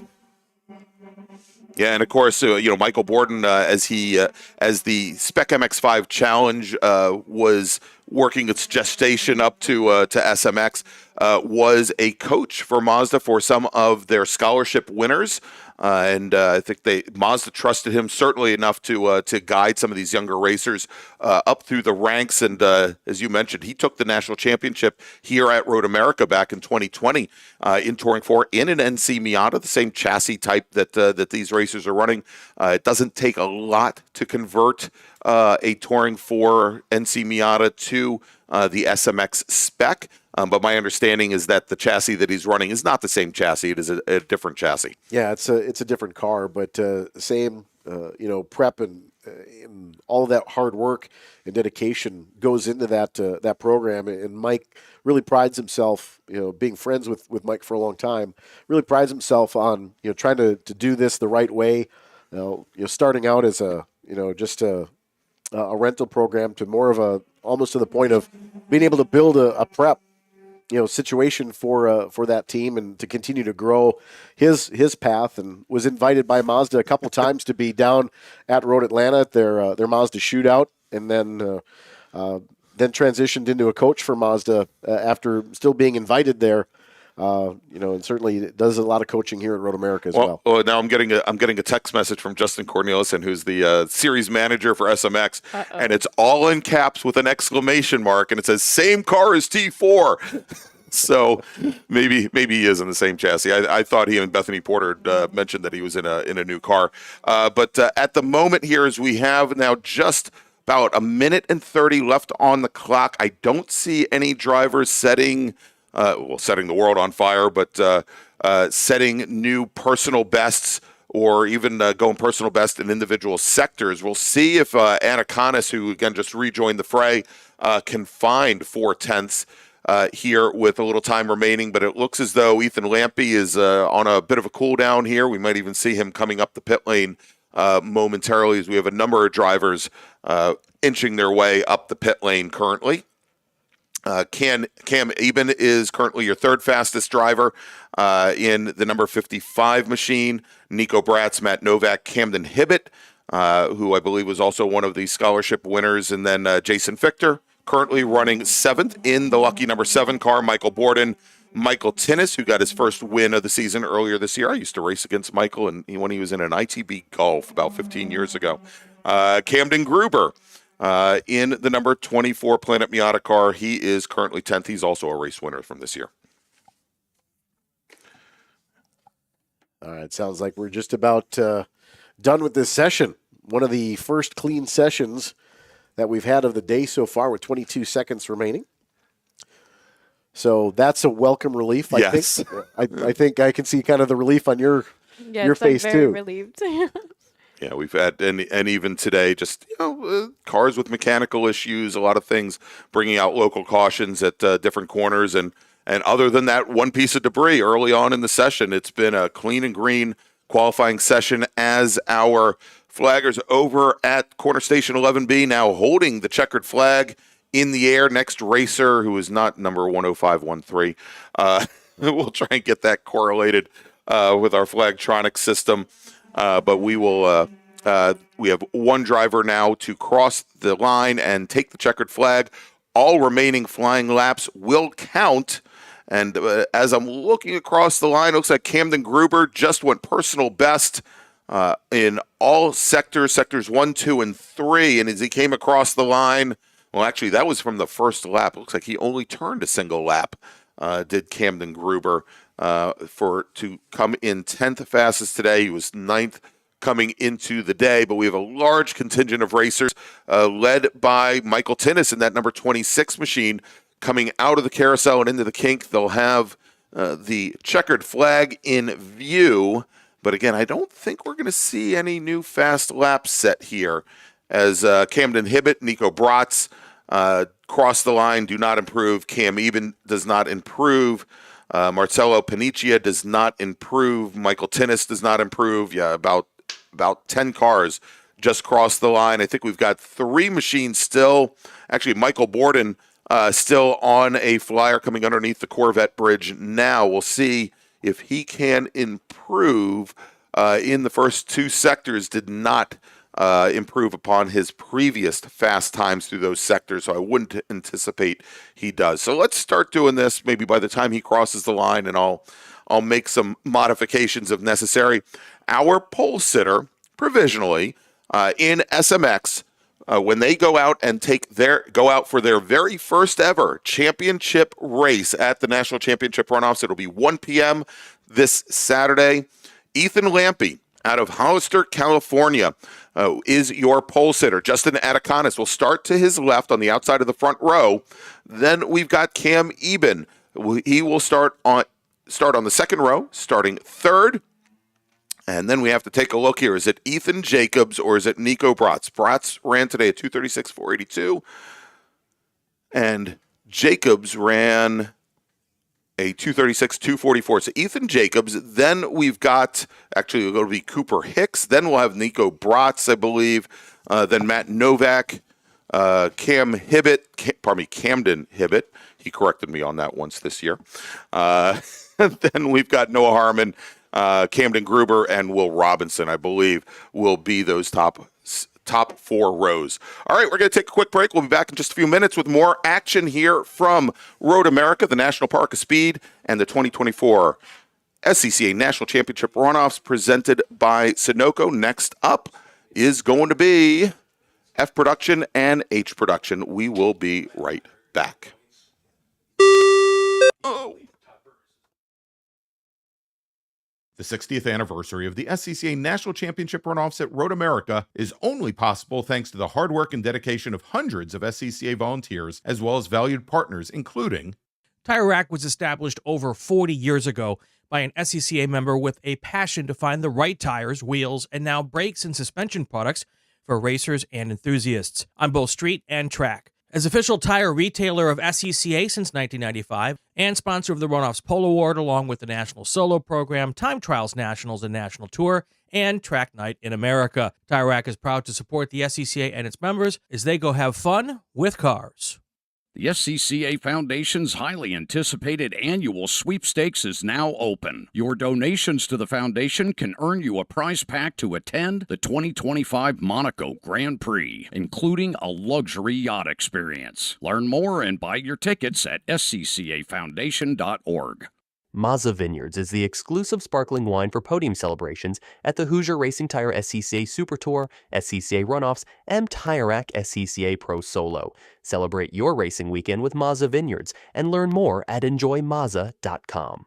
Remember to join us Friday through Sunday starting at 7 a.m. Central, 8 a.m. Eastern Time for Haggerty Race Days at the 2024 SCCA Runoffs presented by Sunoco. Watch live on SCCA.com and live in person here at Road America.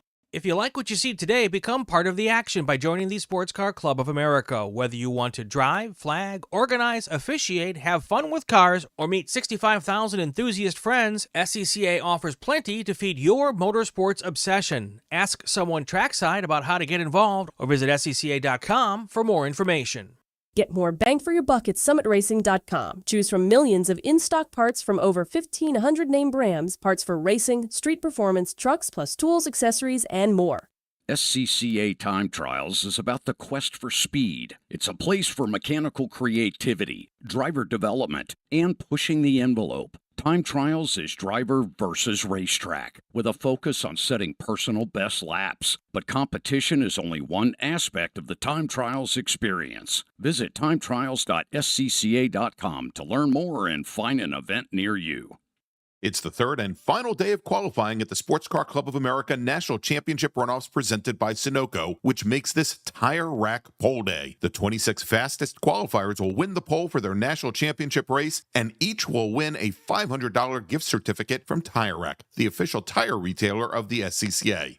And the good times keep rolling today. In order to keep our volunteers and event staff from losing air or running flat, Tire Rack will be providing them lunch. Want to try SCCA racing, but with an approach focused on fun and learning? The SCCA Experience program is exactly that, with both short sprint races you can drive by yourself and endurance races you can do with friends. All you need is an SCCA membership, a driver's license, a properly equipped car, and the right driver gear. Visit scca.com/racex to find more information and events near you. As a proud partner of the SCCA, Hoosier Racing Tire would like to congratulate the SCCA on its 60th anniversary of the SCCA National Championship Runoffs presented by Sunoco. Hoosier's mission is to be the dominant, customer-driven provider of tires to race teams domestically and internationally. At Hoosier, we know that our success is dependent upon how well we meet our customers' expectations by providing the safest, most reliable, high-quality race tires that put you in the winner's circle. For more information, see one of our trackside support personnel or the local Hoosier Racing Tire dealer nearest you, or contact us at HoosierTire.com. Hoosier Racing Tires, truly tires designed for champions.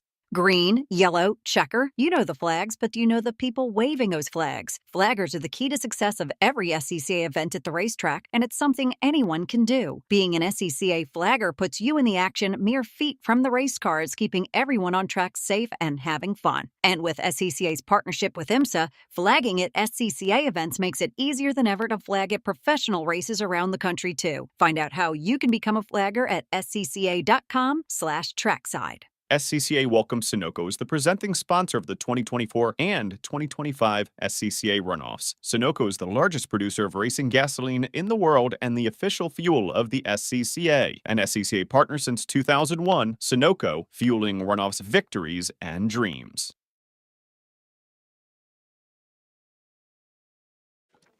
And welcome back to the National Championship Runoffs presented by Sunoco. And next up is going to be H production and F production in a combined session. And as our drivers are completing their outlap, and we've got the first drivers making their way down the kettle bottoms towards Station 11B, where they're going to see the green flag. Let's take a look and see where we stand after 2 days of qualifying. We'll start off with H production, where the JPM Sunoco Hoosier Carbotech Amsoil Mazda 2 of multi-time national champion Jesse Prather is your provisional pole sitter. The bogey time, 2:39.236, with Chuck Mathis in his Volkswagen Rabbit. He was on his way to resetting the provisional pole time yesterday and broke down in the last sector, had a suspension failure. He is resting upon the 2:39.264 that he turned in on Tuesday afternoon. Steve Sargis, many-time national champion in the Hoosier Carbotech Triumph Spitfire, a 2:39.959 he turned in on Tuesday. Third fastest, Chris Albin out of Maryland Heights, Missouri, in the over-the-limit Hoosier Volkswagen Golf has a 2:41.817 in the books. He is fourth fastest. Greg Gopper out of Hubertus, Wisconsin, in the Ranamort Racing King Motorsports Honda Civic, former national champion in the class, with a qualifying time of 2:41.864. That is your top five in a 20-car H production field.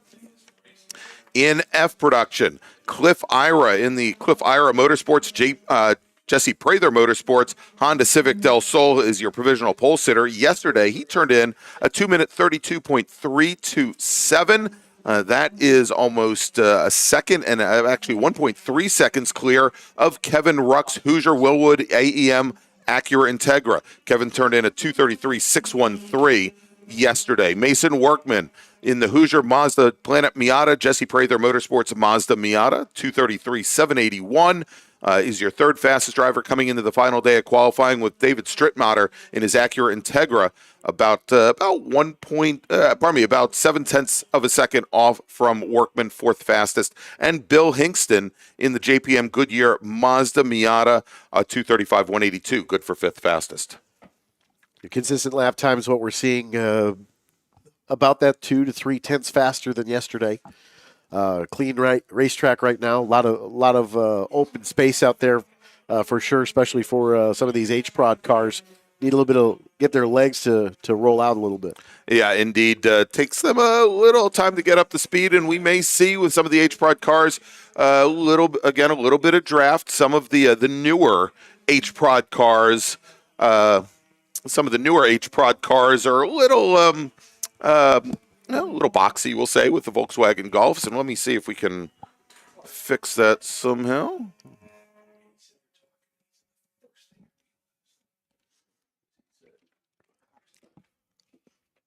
Listening for a smoker out there right now as well.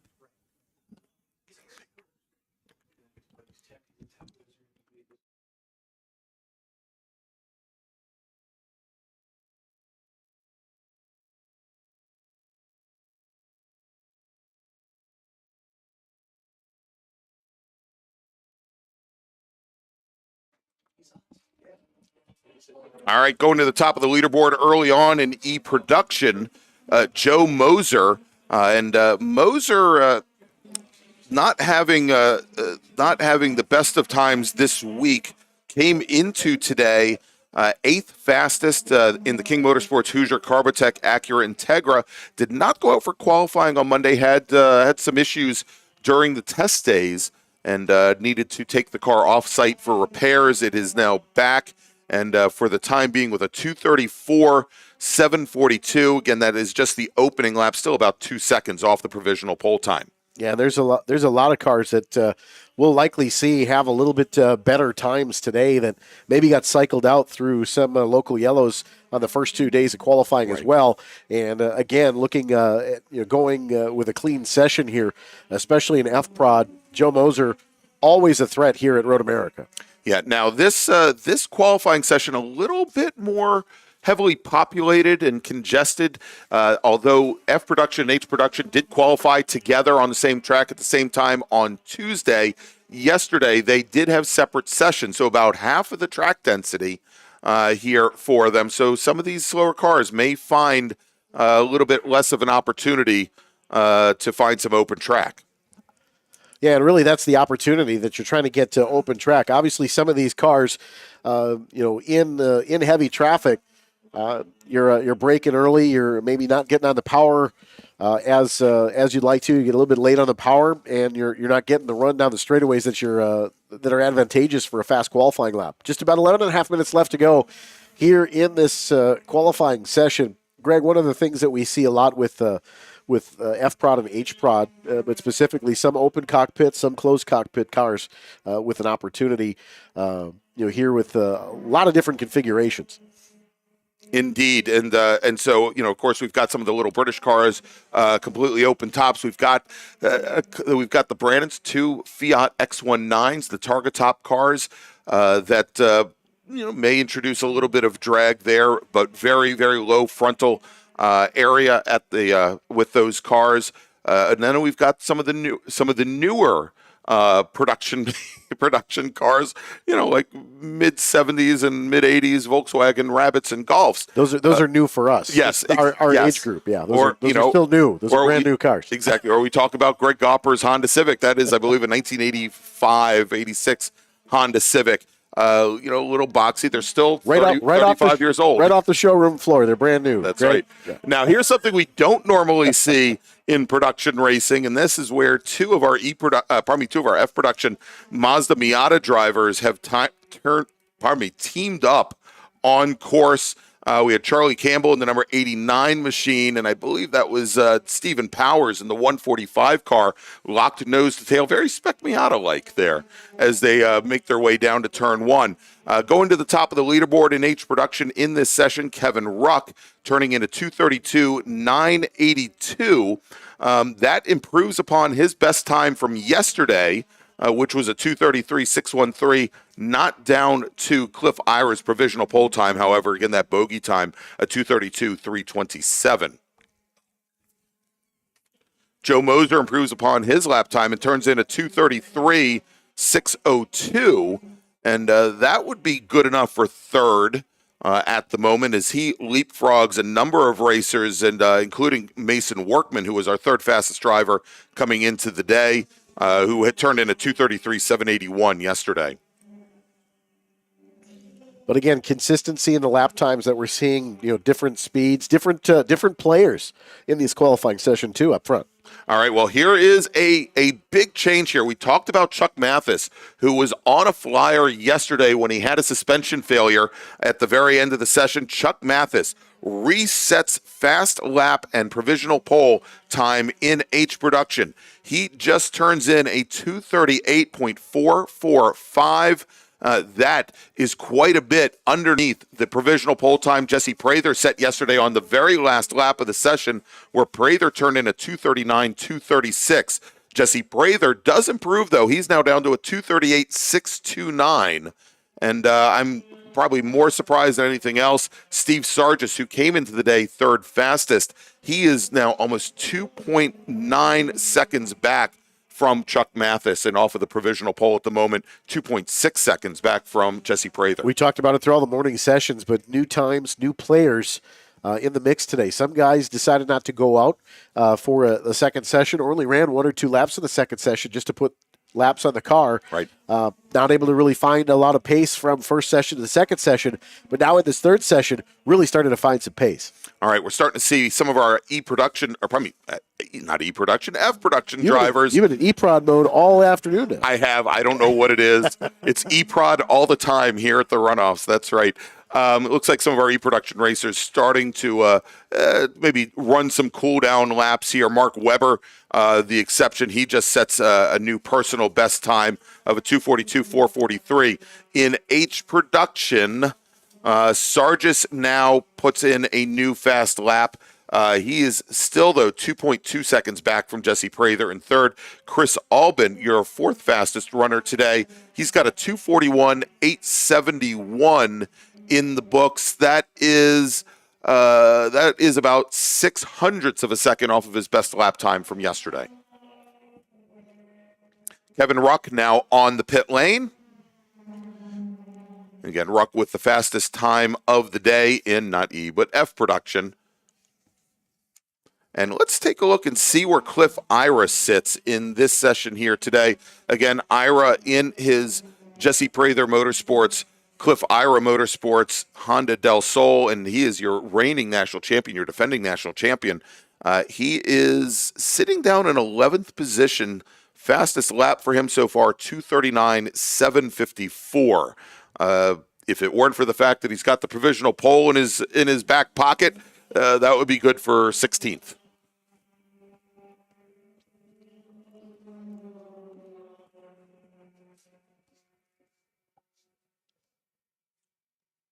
And it sounds like we've had a driver exit a car in a safety area.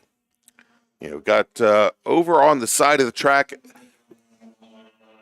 Let's see if I can get a better view of it. It may be the number 90 Spitfire of Tom Broering, but let me, before I go out and go on a limb and say that, let me see if I can get a verification on it.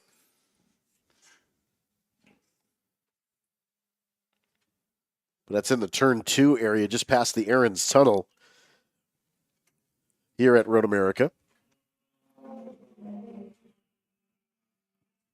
A lot of the marching ants haven't moved in that area. Yeah, and it is not the number 90 car. You can see from our Flagtronics display here that he's coming into the final corner in the 14 now. That it actually, from the look of the not marching ants, it looks to be the 74 machine, Eric, that is over there coming down the hill towards turn 3. And we have a impact on the backside of the race course as well, and the yellow flag at 11. So the kink has bit us again on this Thursday afternoon. And so the car that's off on the side, parked on the side of the track, driver out of the car, Mike Nat in his MG Midget. He's out of Kiel, Wisconsin, the 74 machine. And we're going now to a full course caution, Eric. About 4.5 minutes left in the session. There's a good chance that this one's probably going to end under yellow or early with the situation. But we've got a car off at the kink. Not sure if it's significant impact, but we did hear that there was impact over there. It looks like turn 8 as well has a slow-moving vehicle. That's going to be the safety car, and the safety truck now on course out of the carousel. And I believe it's the 53 car. 53 machine. And that is the case. That is Ralph Lindo in out of Bellevue, Nebraska, in his Volkswagen Golf. And safety car picking up the field now. They're over in the area of that incident, coming down the Kettle Bottoms into turn 11B or station 11B. And we're starting to see a number of racers take to the pit lane now. I think realizing, Eric, with less than 4 minutes remaining, that their opportunity to set a fast lap and maybe move up in the order may have just disappeared. Yeah, that's an opportunity lost for a couple of these cars that were working on a really good flyer late in the session here. But again, this is the third round of qualifying, so it is TireRack.com poll day here at the 60th Annual SCCA National Championship Runoffs at America's National Park of Speed, presented by Sunoco. You've got situationally just an opportunity to try to just squeeze as much as you possibly can out of the car. But checkered flag is going to wave at 11B, just past where the safety team has now come to the aid of the 53 machine. And that is going to bring to a premature close the session for F-Prod and H-Prod. Yeah, and indeed, and with the full course caution being displayed more than just a few moments before the checkered flag, not seeing any drivers on flyers now. So let's go, and this is the part of the day where you get to watch Greg sweat as he has to do math. So we're going to try and figure out here who our top runners in each class are. We're going to start now with F Production, where Cliff Ira will be your pole sitter, or should be your pole sitter, for the F Production National Championship race. They are going to be taking to the track 2 p.m. on Saturday. And you don't want to miss that. Cliff Ira, your defending national champion, will be on the pole, starting second and on the outside of the front row with a qualifying time of 2:32.982. Kevin Ruck. We should have then Joe Moser starting in third with a 2:33.602. Mason Workman at a 2:33.781 will start next to him on the outside of row number 2. Starting in fifth position. Starting in fourth position, looks like it'll be Mason Workman out of Canal Winchester, Ohio, with Bill Hinkston alongside. Then I believe it's going to be Dave Strittmatter with Charlie Campbell. Ken Kennard out of Sebring, Florida, along with Doug Weaver, I believe, and that's about as deep as you're going to see me go without my head going up in smoke. Sorry, guys. Let's move over now to H Production. This is going to be hopefully a little bit easier for me. All right, in H Production, your fastest driver of the week and your pole sitter for a championship race that is scheduled to start 3 p.m. tomorrow afternoon, the very first day of Hagerty Race Days, is Chuck Mathis out of St. Jacob, Illinois, in his Hoosier AMT Performance Engines Volkswagen Rabbit. Starting on the outside of the front row with a qualifying time of 2:38.629, be Jesse Prather. Steve Sargis will start third with Chris Albin fourth. Ralph Lindo with a qualifying time of 2:42. Greg Gopper will then start in fifth with Matt Brandon sixth. Ralph Lindo, if he can get that car back up and running before tomorrow's race, he will start seventh.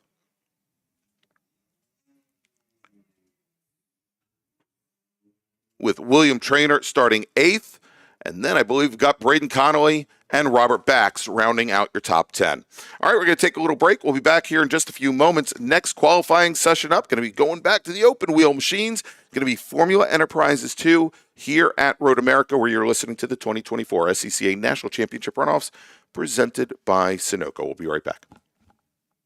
The 60th anniversary of the SCCA National Championship Runoffs at Road America is only possible thanks to the hard work and dedication of hundreds of SCCA volunteers, as well as valued partners, including SCCA is proudly sponsored by Haggerty, the official insurance partner of the SCCA and the ultimate partner for motorsports enthusiasts.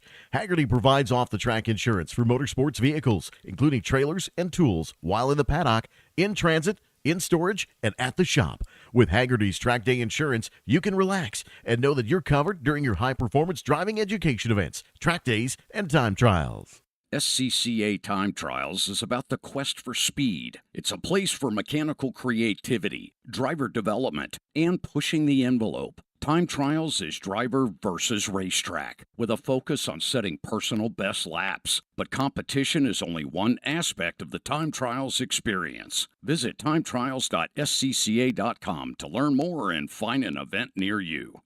Mazza Vineyards is the exclusive sparkling wine for podium celebrations at the Hoosier Racing Tire SCCA Super Tour, SCCA Runoffs, and Tire Rack SCCA Pro Solo.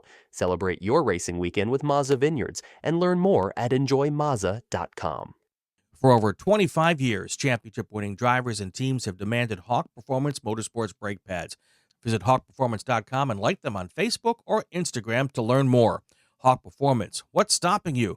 Hawk Performance, official brake products of SCCA. It's the third and final day of qualifying at the Sports Car Club of America National Championship Runoffs presented by Sunoco, which makes this Tire Rack Pole Day. The 26 fastest qualifiers will win the pole for their national championship race, and each will win a $500 gift certificate from Tire Rack, the official tire retailer of the SCCA. And the good times keep rolling today. In order to keep our volunteers and event staff from losing air or running flat, Tire Rack will be providing them lunch.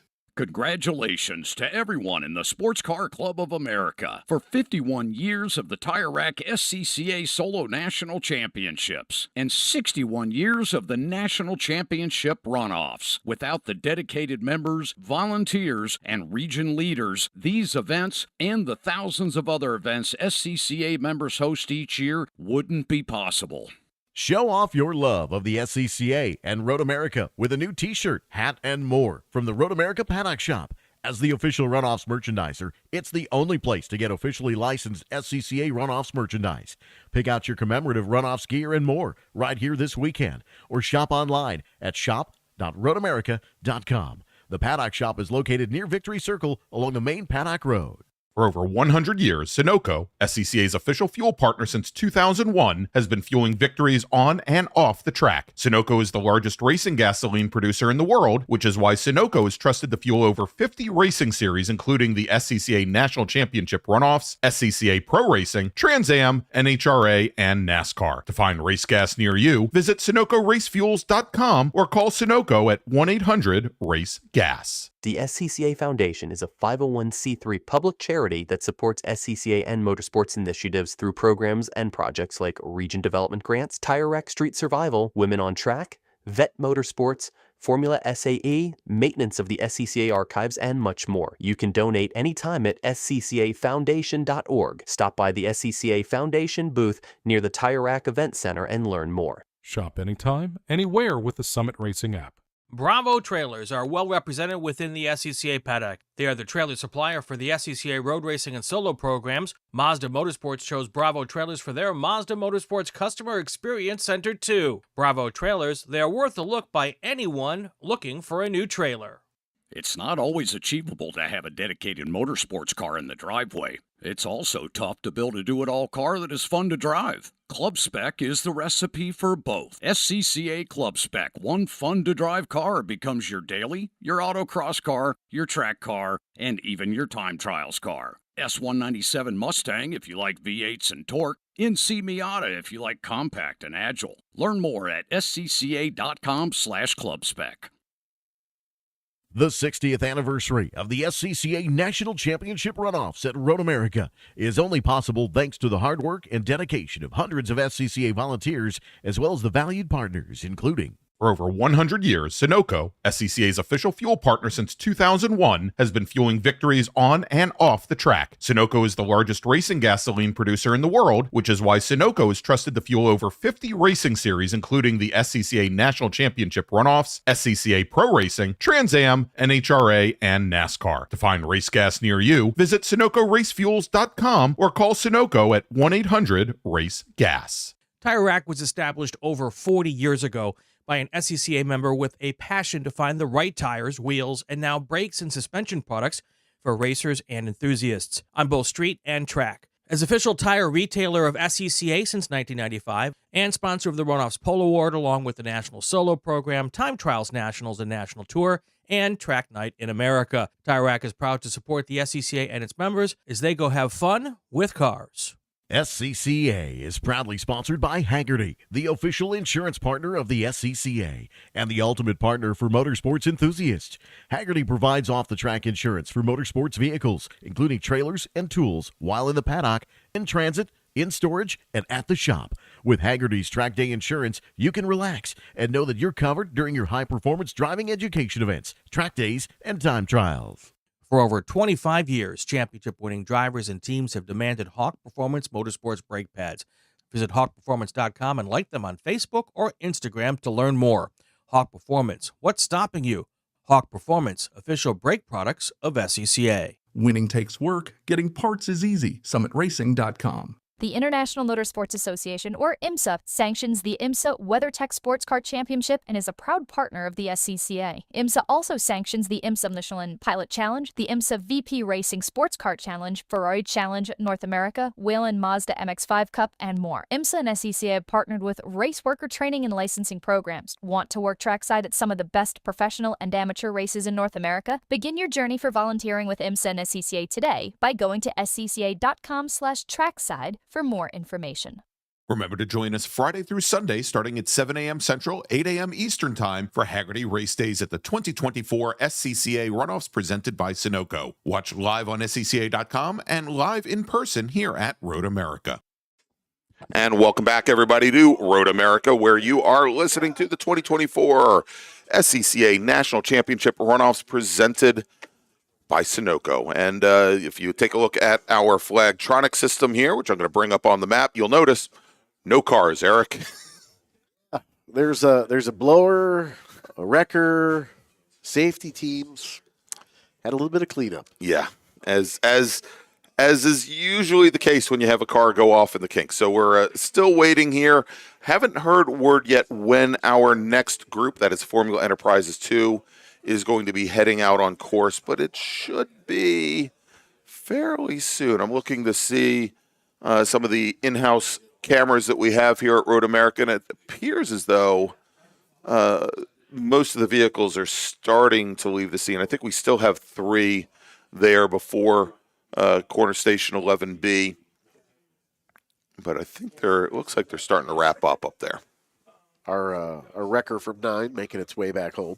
Which you can tell because it's got a big blue box around it, so you'll always know where it is. We'll see if we can get that fixed a little later.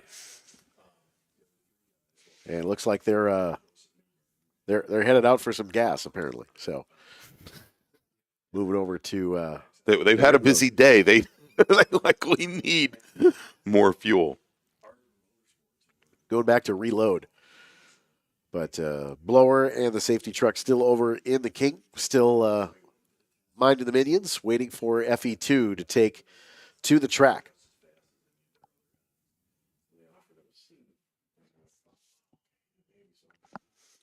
All right, I just heard a whistle, Eric, which is a good sign, which as opposed to sirens, which is a bad sign. And most of our quarter stations, notice they all switched over to a green flag, which means they are clear, and hopefully we'll have cars on course here in just a few moments. Just to give you a little rundown of the rest of the afternoon. After Formula Enterprises 2, we've got Spec Miata coming up. Hoping to see a couple good flying laps. Of course, we just had Jillian Fichter in the booth, Spec Miata racer, looking to see how she does in her qualifying session today after a shortened session yesterday. GT1 will be after that. And then we've got Touring 2 and 3 in a combined session, Prototypes 1 and 2, GT3 STL, and we're going to wrap things up with some very fast open wheel cars with Formula Atlantic and Formula Continental. Want to remind everybody here at the track that tonight, 6:30 p.m., it is the Tire Rack Pole presentation. Your Tire Rack Pole winners will receive their awards, and you can cheer them on, again, 6:30 tonight here at Victory Circle. And then 6 p.m. this evening, it is the 60th anniversary party of the National Championship Runoffs. It's going to be held at the Road America Center, featuring the band Backroads, as well as dinner and drinks. And that is for not only volunteers, but racers and their crew. And, you know, if you're here, come on down to the Road America Center. It's going to be a great time tonight.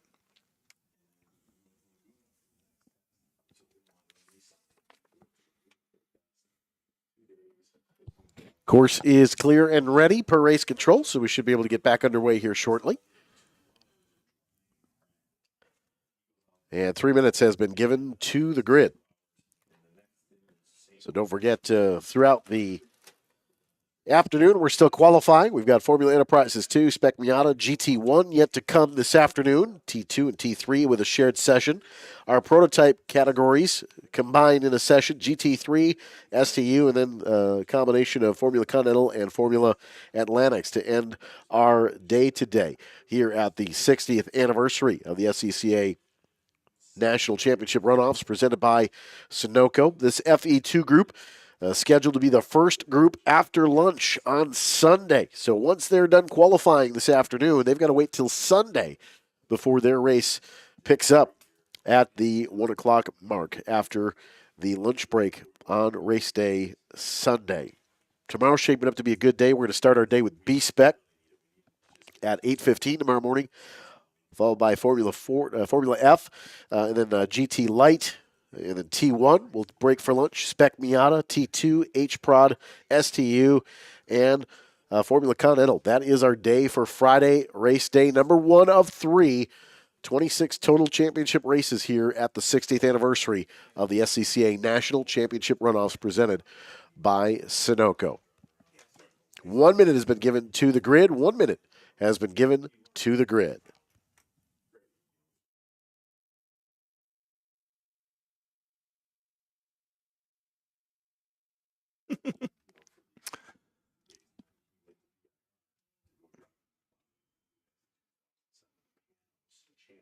All right, we got rid of our big blue box. I found the magic key, and it is taken care of. So now our great friends in record number 9, they don't have the mark on them. Heading out on track now is our Formula Enterprise 2 field, led by Russ Turner out of Montpelier, Virginia. You saw him earlier today in Spec Racer Ford. He set a bogey time for the rest of the field of 2:11.513 yesterday. Next closest driver, Adam Jennerjohn out of Los Angeles, California, in the Jennerjohn machine. Formula Enterprise 2, a 2:11.564. So only, let me do that math, 51 thousandths of a second off of Russ Turner's provisional pole time. Jason Conzo out of Great River, New York, representing the New England region of the SCCA Motion Dynamics car, turned in a 2:11.570. So he's only another 6 one-thousandths of a second back. How close could it be? Porter Aiken in the Aiken Racing machine. He was at the top of the leaderboard for a while yesterday during qualifying session. He turned in a 2:11.696. So he's only a 10th back from Conzo. And then we've got Eric Wisniewski out of Mason, Michigan, representing the Western Michigan region in the Remax Commercial Group Southside Formula Enterprises 2. He's our first driver that did not make it into the 2:11s, but if it wasn't close, a 2:12.015. Those are your top 5 racers, as the field now making their way down through the speed zone into turn 5. You'll see that the course is still yellow with local cautions until the racers get to turn number 8. Once they enter the carousel, they'll see the course, they'll see those yellow flags withdrawn. That means they can pass, they can set up, what have you, until they get to that start-finish line right after the kink.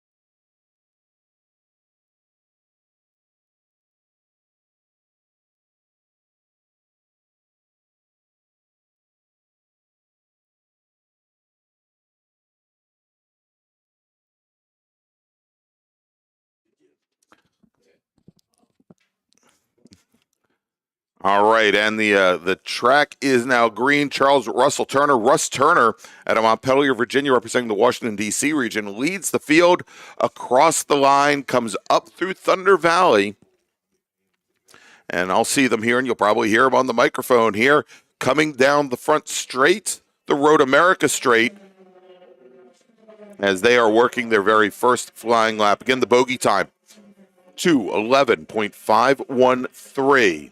And so if you're looking at our live timing at scca.com/live, you are, of course, going to see a lot of green sectors and a couple purple sectors there as well.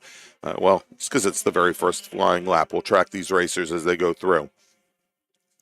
And it appears as though all 18 of our qualifiers are out for today's session.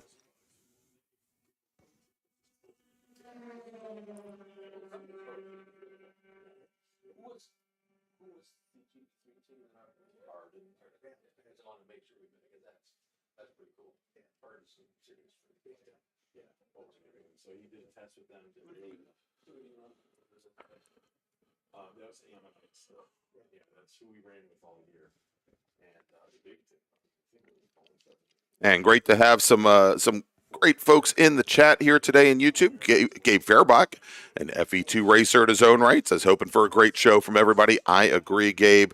Thanks for joining us here today. I want to thank all of you for jumping into the chat, watching our audio feed of runoffs qualifying here. And I know there have been some questions in the chat about when are the cameras coming. Well, we'll have full live camera coverage all around 4 miles and 14 turns of Road America, the National Park of Speed, starting with Hagerty Race Days. We'll be starting the stream 7 a.m. tomorrow morning with the Inside the SCCA pre-race show. That'll be Brian Belansky and myself. And then the racing gets underway at 8:15 a.m. You don't want to miss it. And all 3 days of Hagerty Race Days, professional, high-quality broadcasts as you would expect from the Sports Car Club of America. Well, minus the fact that it's Fippen and Creamer. But. Well, yeah. I mean, they have faces for radio. It's just like me. Us. Us. Lump us into that. Yeah, for some reason, they never put a camera in the announce booth. I don't understand that. Well, the funny thing is I got one. You have one now. I have one now. I've seen you on the Jumbotron. Yeah. And then they replaced that other one soon afterwards for some reason. They had to replace the screen. I saw it drop in the storm. Because I broke it. Yeah, exactly. My face broke the big screen, but nevertheless. We're having a good weekend, a good day so far here at America's National Park of Speed. And Greg, we talked quite a bit this morning about having clear track. This group has a lot less cars in it. Indeed. And you can see that the field is spread out a little bit with the marching ants. Yeah, they are, anywhere from still 5 or 6 of them all out at the front of the field there, coming up the hill to turn 6, led by Russ Turner, because I think we've got, again, some of the fastest drivers from qualifying earlier this week. I see Russ Turner. We've got the 99 of Caleb Schrader there, the 4 of Conzo, Adam Jenner. John, look at this and check it into the chat. Steve Whitson, 142 in the trap. Yeah, wow. That's hauling an FE2 car. That and that 142 is almost 2 miles an hour faster than anybody else. Actually, we did have one driver, and I think it's Bailey Monette, that was in the low 141s. Yeah, 141.5. Yeah. But, yeah, that is absolutely flying. All right, so we've got Russ Turner coming down the kettle bottoms now, and as he completes lap 2, he turns in a 2:12 flat, a 2:12.056, still about half a second off of his times from yesterday. Porter Aiken, who came into the day 4th fastest, looking to improve upon a 2:11.696. He's at a 2:12.543, so about 9/10 off of his fastest lap. But again, with these FE2s, I would expect maybe 2 laps or so to get the tires fully up to temp. Well, the advantage of these cars have is they do have a little bit of wings and slicks option here. So Right. their wing configuration, that'll help put the car down and build a little bit of heat in the tires. You get into a Formula V or a Formula F where it's all mechanical grip. It takes a couple of laps to get the heat in the tires. But with a little bit of aero on these cars, they'll tighten up pretty quick. Yeah, so at this point, everybody's going green. Everybody's setting personal bests on lap number 2 as these drivers are continuing to get their cars up to temp. Oh, we got Paul Schneider, another FE2 racer in the chat, and he's asking, and Eric, you're going to be better with this, is there a headwind or a tailwind of any kind on the straights? Well, right now, the wind did shift out of the north. It's now out of the south. So we've got a headwind down the main straight and a tailwind through the second and third backstretch here. So through Kettle Bottoms and through Moraine Sweep, respectfully, we'll have a little bit of a tailwind. But it's not a lot. The winds have really kind of calmed down here throughout the day. It was about 15 miles per hour this morning to start the day, and it's about 5 miles an hour now. It's really kind of mellowed out. And it's a great question because it brings up we're over 70 degrees now outside here, ambient at Road America, where for much of the morning we were at about 66 degrees with a 39% humidity, and we're well north of 70 now. But the humidity is actually continued to go down. It's 30%. So these smaller motors are going to be making some big horsepower, which is probably why we're starting to see a little bit of extra speed going into that speed trap. So that brings up a really good point. All right, well, completing his 3rd flying lap, he had personal bests in Sector 1 and Sector 3, but not Sector 2. So Russ Turner stays station and holds station at 2:12.136 for, 2:12.056, pardon me. He turned in a 136 on the last lap. Porter Aiken does improve, a 2:12.149. So he is getting closer to Adam Jennerjohn's lap time. Jennerjohn yesterday, or probably on Tuesday, turned in a 2:11.564. Local yellow at 14. Might be the 27.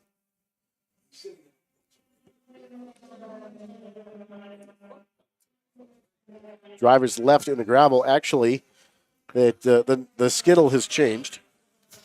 So we'll double check on that. But we do have a car off in the gravel at 14. All right. And what I'm going to do, we'll check the order as cars come across. All right. And so we've got emergency services teams responding now, Eric, coming out of their staging area down by Canada Corner and making their way up as soon as we get a beat on the number of that car. That is Wisniewski, the 25. 25 machine, yeah. That is 5th place right now in the session out of Mason, Michigan. Wisniewski at 2:12.726 in this session. Just got done doing his personal best in the 2nd segment as well as the 3rd segment, but was a little slow in segment 1, which slows things down a bit, but still over 141 in the trap last time through. But Wisniewski now in the gravel at 14.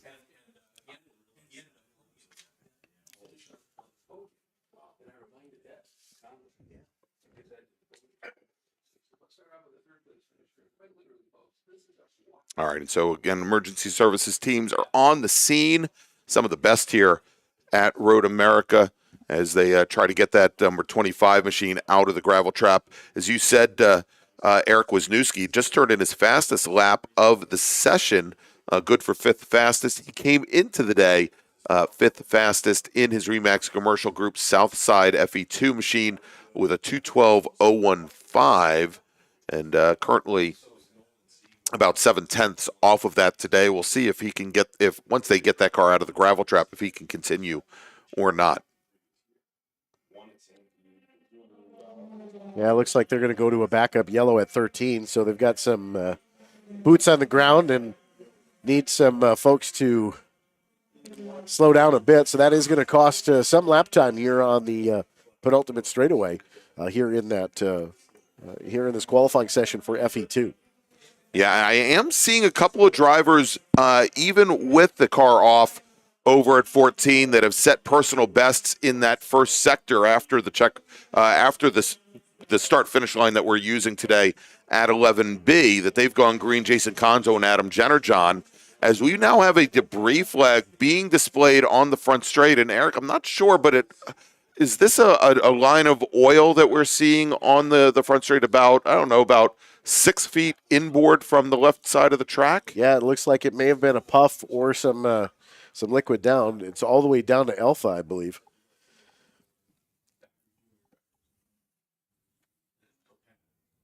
Oh, it's actually the wing. It's actually a wing too. Yeah, that's some contact possibly out there. Yeah, and that's John Yateman out of Cave Creek, Arizona. And John, I believe, was a former Formula Mazda driver.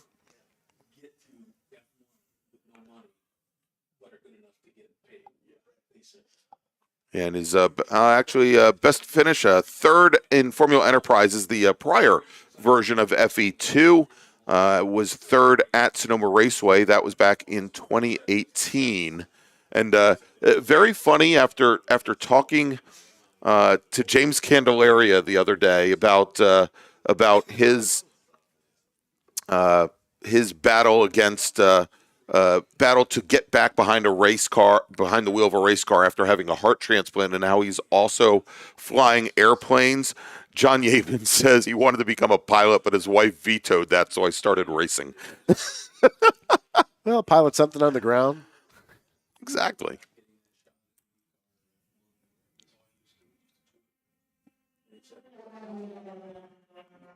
All right, Russ Turner resets fast lap, and that is with the caution at 14.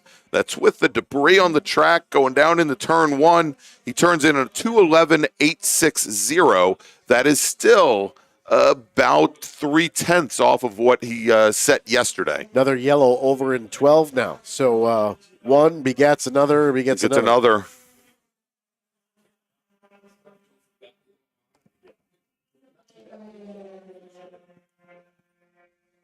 So they're going to send safety to get the wing that is on the front stretch, just off a racing line, but it is visible to the majority of the field at this point. Looks like the 25 car may be back underway, or at least under its own power now. Likely we'll see that to the pit lane, I would imagine.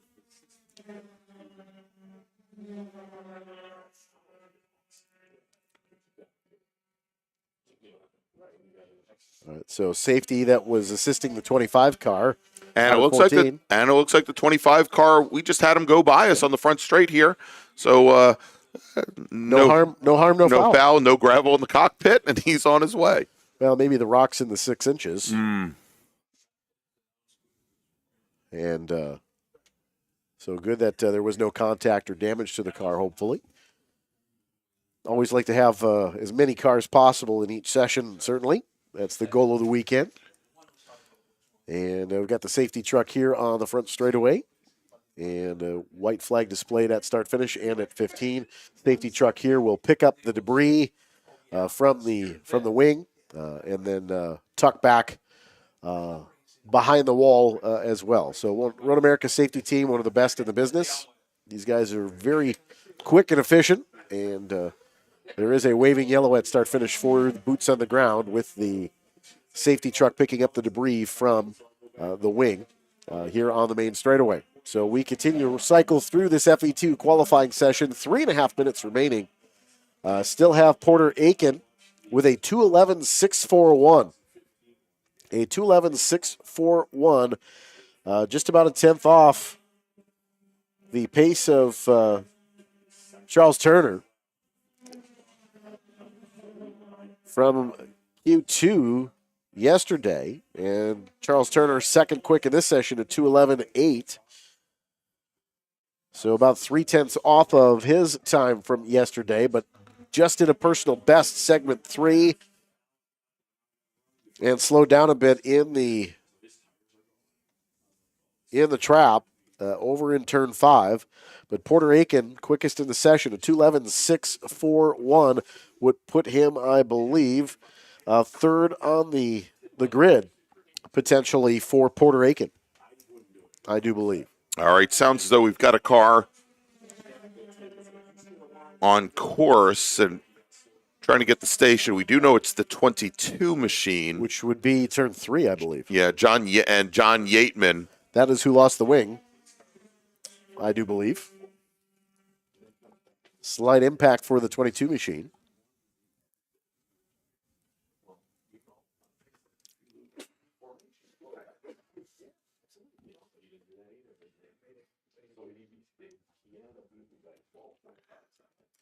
All right, less than 2 minutes on the clock here in this FE2 qualifying session, Greg. And Porter Aiken in that 21 machine, I believe, is going to be third quick. So he's bumped up a spot, gained a spot from fourth quick yesterday. Almost a full second faster. Just about 9/10 faster than his time yesterday.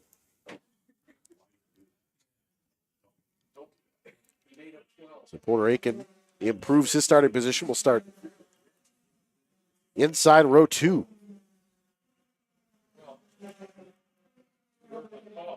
Charles Russell Turner still fastest of the 3 sessions. And second quick here in this session today, Jason Conzo out of Great River, New York at 2:11.923 for the 4 machine. And Conzo was in the 11.5s. So about 0.4 slower. And we kind of talked about this morning how the conditions before the lunch break were ideal, a little bit cooler.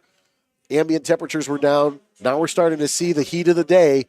Some of these times aren't necessarily going to be as fast as what we're seeing from, late in the session from what we saw earlier in the session.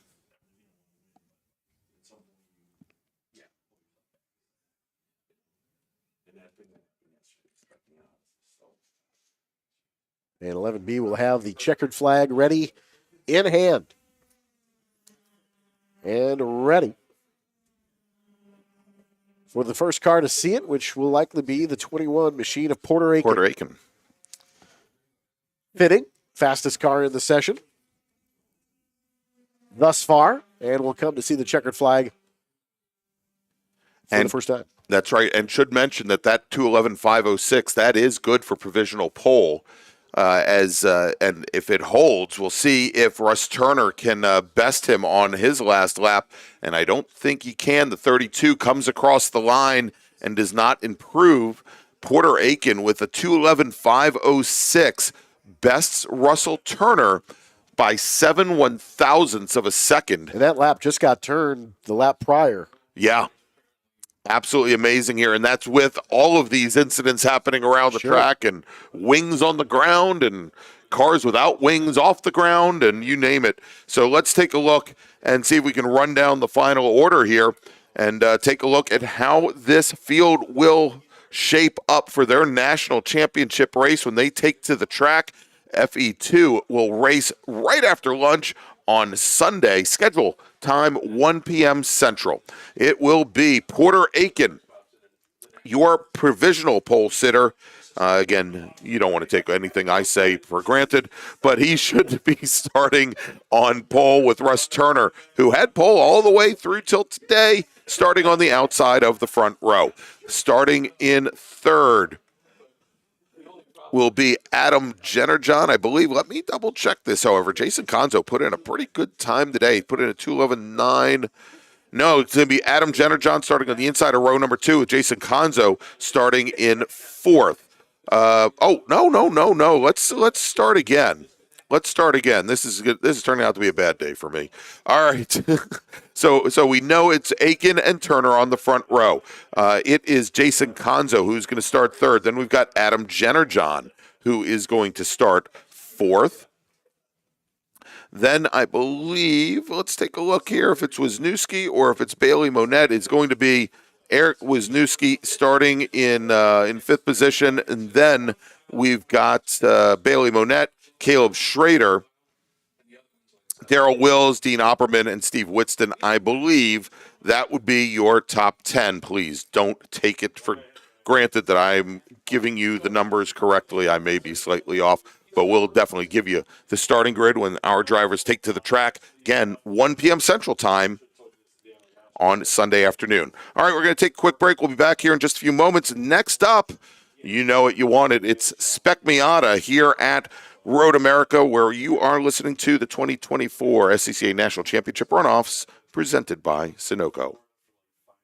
The 60th anniversary of the SCCA National Championship Runoffs at Road America is only possible thanks to the hard work and dedication of hundreds of SCCA volunteers, as well as valued partners, including Tire Rack was established over 40 years ago by an SCCA member with a passion to find the right tires, wheels, and now brakes and suspension products for racers and enthusiasts on both street and track. As official tire retailer of SCCA since 1995 and sponsor of the Runoffs Pole Award along with the National Solo Program, Time Trials Nationals and National Tour, and Track Night in America, Tire Rack is proud to support the SCCA and its members as they go have fun with cars.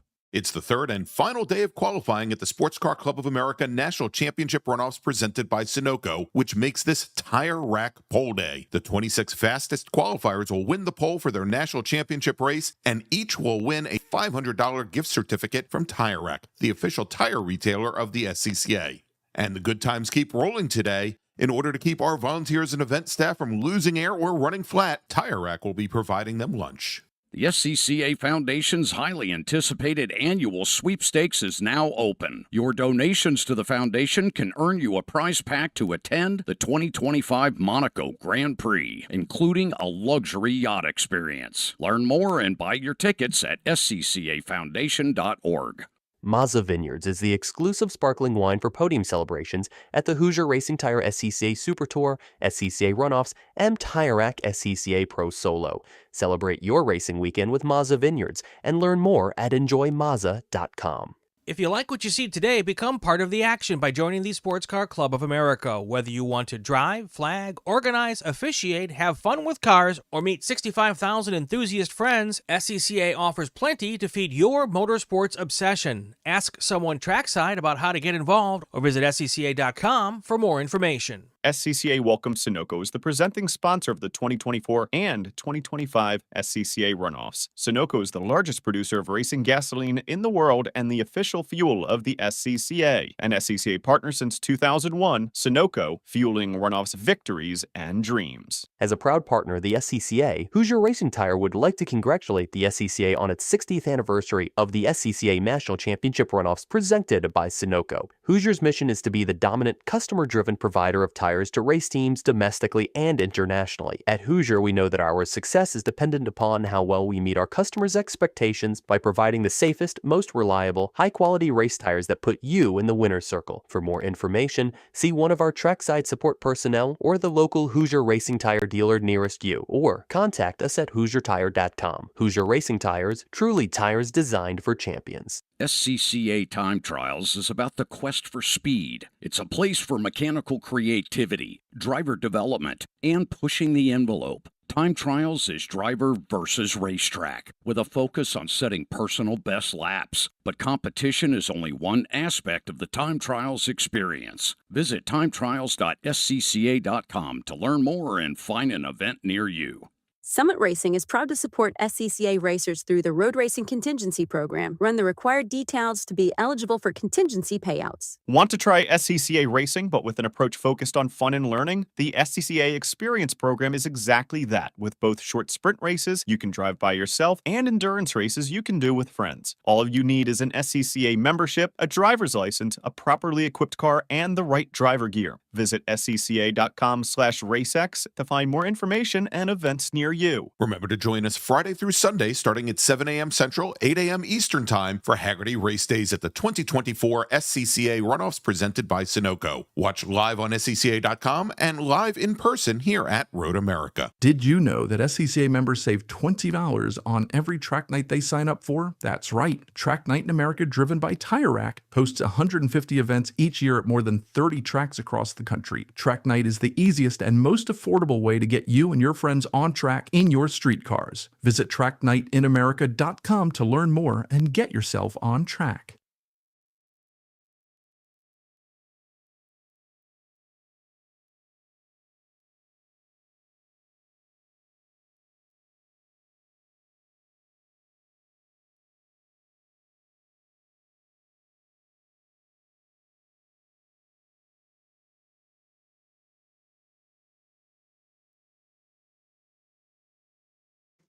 And welcome back, everybody. It is the 2024 SCCA National Championship Runoffs presented by Sunoco. And next up, and heading down the pit lane right now, it is Spec Miata. Now, we've had yesterday had a shortened qualifying session, had an incident on track, and unfortunately, I think only 2 or 3 drivers got flying laps in the books.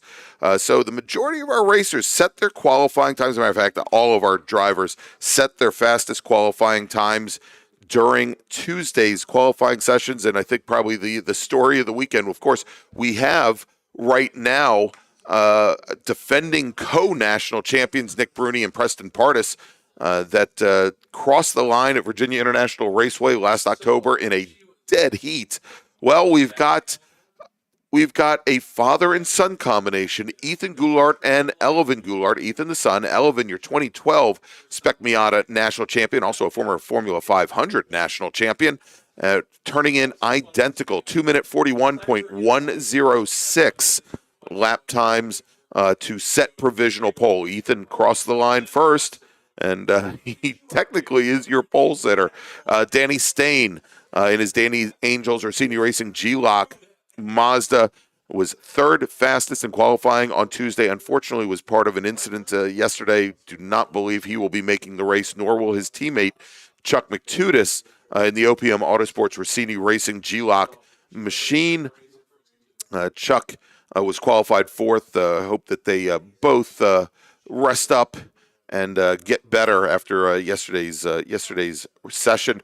Preston Pardis, again, one of our co-national champions, fifth fastest in his E-Street Racing machine with a qualifying time of 2:41.634. Jim Drago also involved in that incident in the E-Street Racing machine out of Memphis, Tennessee. Jim, rest up. Hope you feel better. Noah Harmon qualified seventh in his Streetside Classic Autotechnic Mazda, with Alex Bertignoli, Ethan Jacobs, and Todd Burris rounding out your top 10. And we've got a number of drivers that are now on the pit lane, and I think looking for their drafting partners, also likely looking for a large gap in the field so that they can go out and take to the track. Yesterday, we had a very large contingent, almost 40 or so of the 50 drivers coming in one large pack down onto through the kink and to 11B and we're together for almost the entire first flying lap. It looks like we've got a number of drivers that are taking an opposite tack today, looking to give themselves as large a gap as possible to the rest of the field.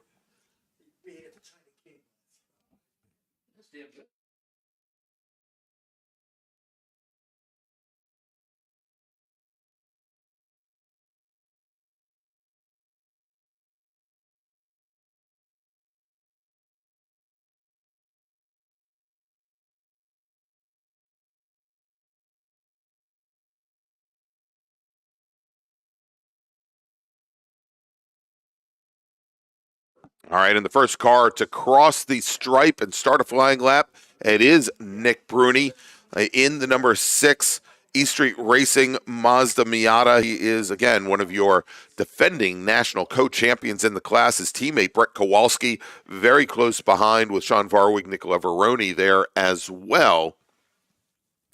as they come up through Thunder Valley, coming through turn 14. We'll see them here on the Road America Straight shortly. It is then probably about a quarter of a lap back until we see the 112 machine of Vinny Miskelis and a number of racers afterwards taking the green flag to start their very first flying lap of the session.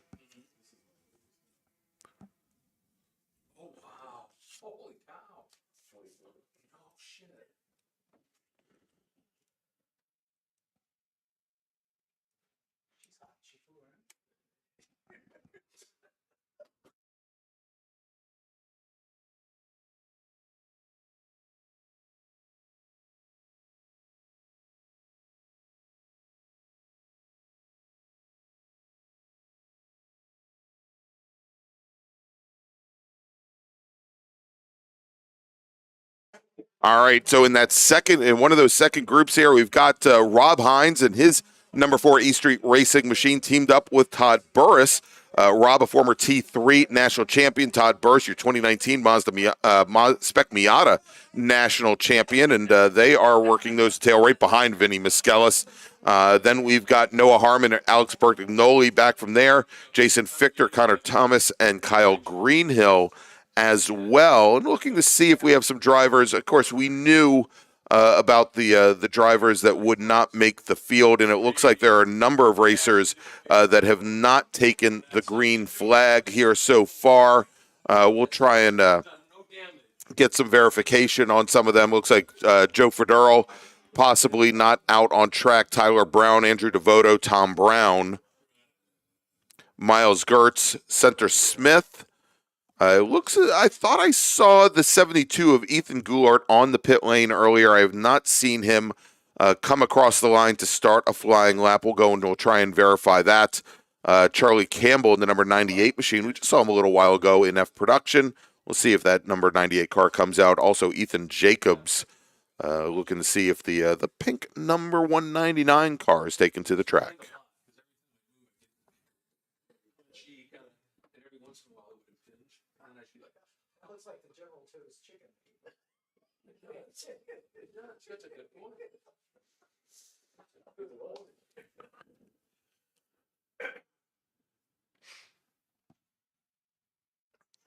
All right, so we've got our first group here. Actually, I guess our second group set to come across the line. We've got first times in the books now.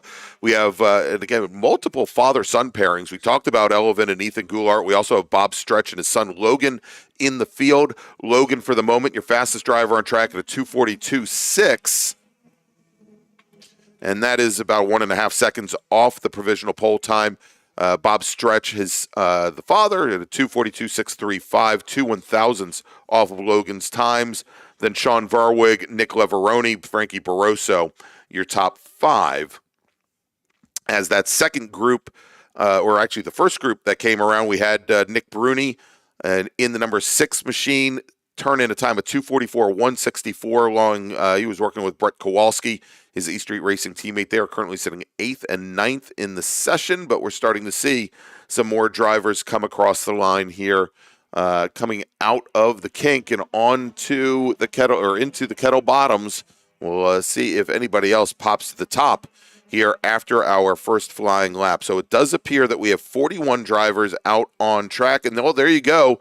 Ethan Goulart just crosses the stripe. He is going to be starting his first flying lap, so a little bit further back in the field, and it may just be that it was he, Center Smith, Andrew Devoto, Tyler Brown, Miles Gertz, and Tom Brown that we saw sitting and waiting on the pit lane early on.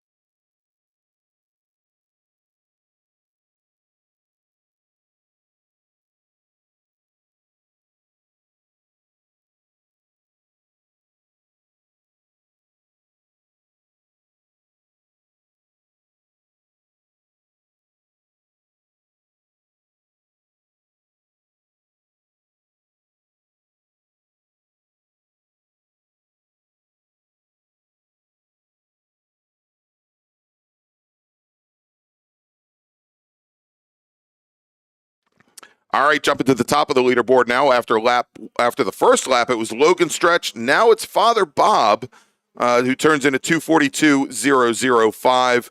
And again, only 1/1000th of a second separating them. With that 2:42 flat, they are still about 9/10ths of a second off the provisional pole time set by Ethan Goulart 2 days ago. Frankie Barroso is sitting third fastest in the session at a 2:42.371. And then we've got Brett Kowalski and Nick Bruni, who moved up from 7th and 8th, now 4th and 5th fastest. And where we had these two distinct groups, actually three distinct groups out on track, the first group and the second group, they're starting to come a little bit closer here. As that first group is now coming out of turn 14, heading on to the Road America Straight. The second group is coming up through Bill Mitchell Bend now. And then we've got the second group, the latecomers that are essentially a lap down from the rest, just coming into turn 5 now. You know, everybody's favorite phrase with the Spec Miatas is push, push. Because that's really what this qualifying session is going to be, is just get behind a bumper and push. And push. That's my favorite Paula Abdul song, too, by the way. Push, push? Yes. All right. Why does that not surprise me? That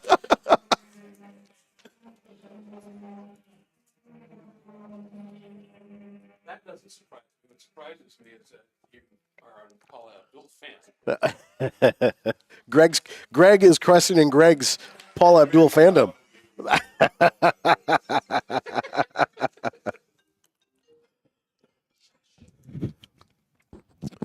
Working the final 9 minutes here of this qualifying session. And again, a lot of the advanced autosports cars as well, kind of in tandem drafts here, paired up 2x2 out of that prep shop.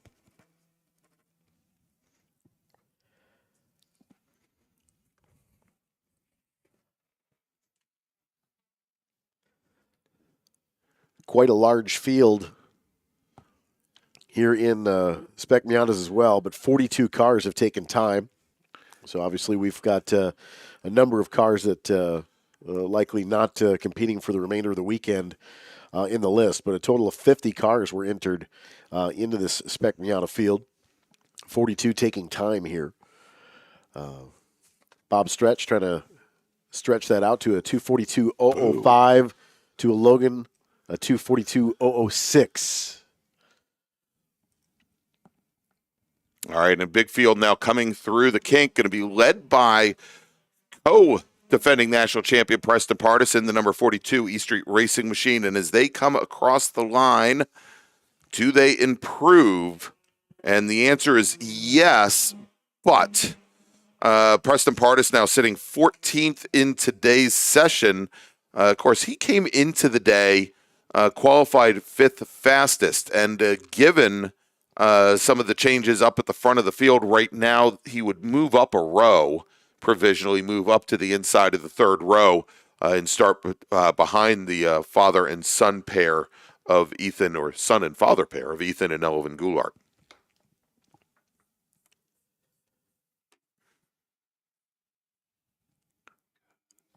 See a couple of names on the list here. Sean Varwig was 14th coming into this session.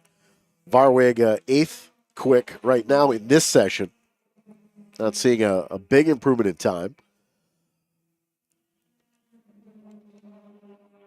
Now residing in Lake Zurich, Illinois, but formerly of Barrington.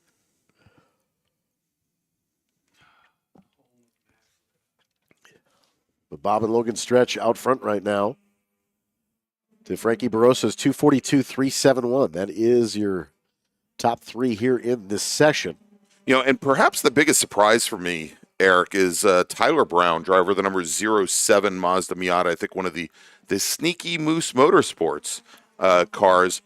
He is a 4-time SCCA Northern Conference Majors champ and, more importantly, 3-time June Sprints winner.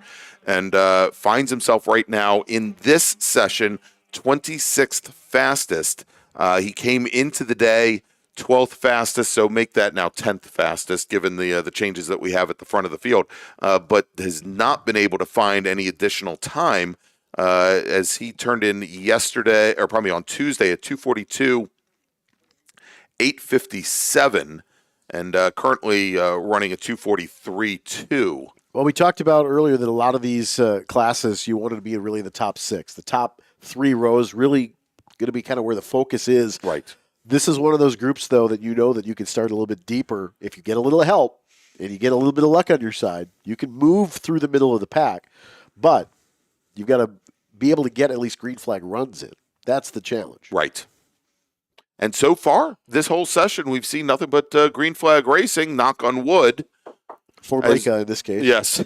on Formica. Wood-grained Formica. It looks like the dashboard of my parents' old Cadillac.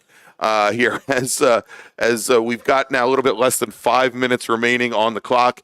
Ethan Goulart, your provisional pole sitter, he is on the pit lane over by the Hoosier Racing Tire tent as they are checking some tire pressures and maybe tire temperatures to see what the wear is like across the face of those tires. But in this session, only a 242.7 for Goulart. Yeah, again, what we're seeing is, I think, almost, and again, we don't have yesterday to judge by, but based on what we saw on Tuesday, again, we're seeing this may be the first session today, Eric, where we've seen that the average lap times are quite a bit slower than earlier in the week. Well, not only that, but earlier this morning, we kind of saw that everybody was picking up 3 to 4 tenths on their previous day's times. That was at 66 degrees. Now we're at 73. A lot of sunshine now. Surface temp with the track certainly going up. Humidity continues to keep dropping. All right, so here's a bit of a change, not in times, but in strategy. We saw early on where Preston Pardis went out with his E Street Racing teammate Brett Kowalski to try to work the draft and set fast times. Pardis has now switched over to Rob Hines, his teammate. Hines was a podium finisher, finished third behind Preston Pardis and Nick Bruni here in 2020 for the National Championship runoff. So we'll see if maybe the number 4 car can give a little extra shove. That is a new chassis for Rob Hines. Was involved in an incident at the June Sprints that also involved a large number of racers, and unfortunately that car was a write-off, so a new E Street Racing machine for him. In case you're paying attention, Jillian Fichter, of course, our guest during SMX just after lunch today, 39th quick right now. That's her first laps, though, that she's seen this weekend in that car. Yeah, so, good for her. She's already picked up 4 positions here in the session.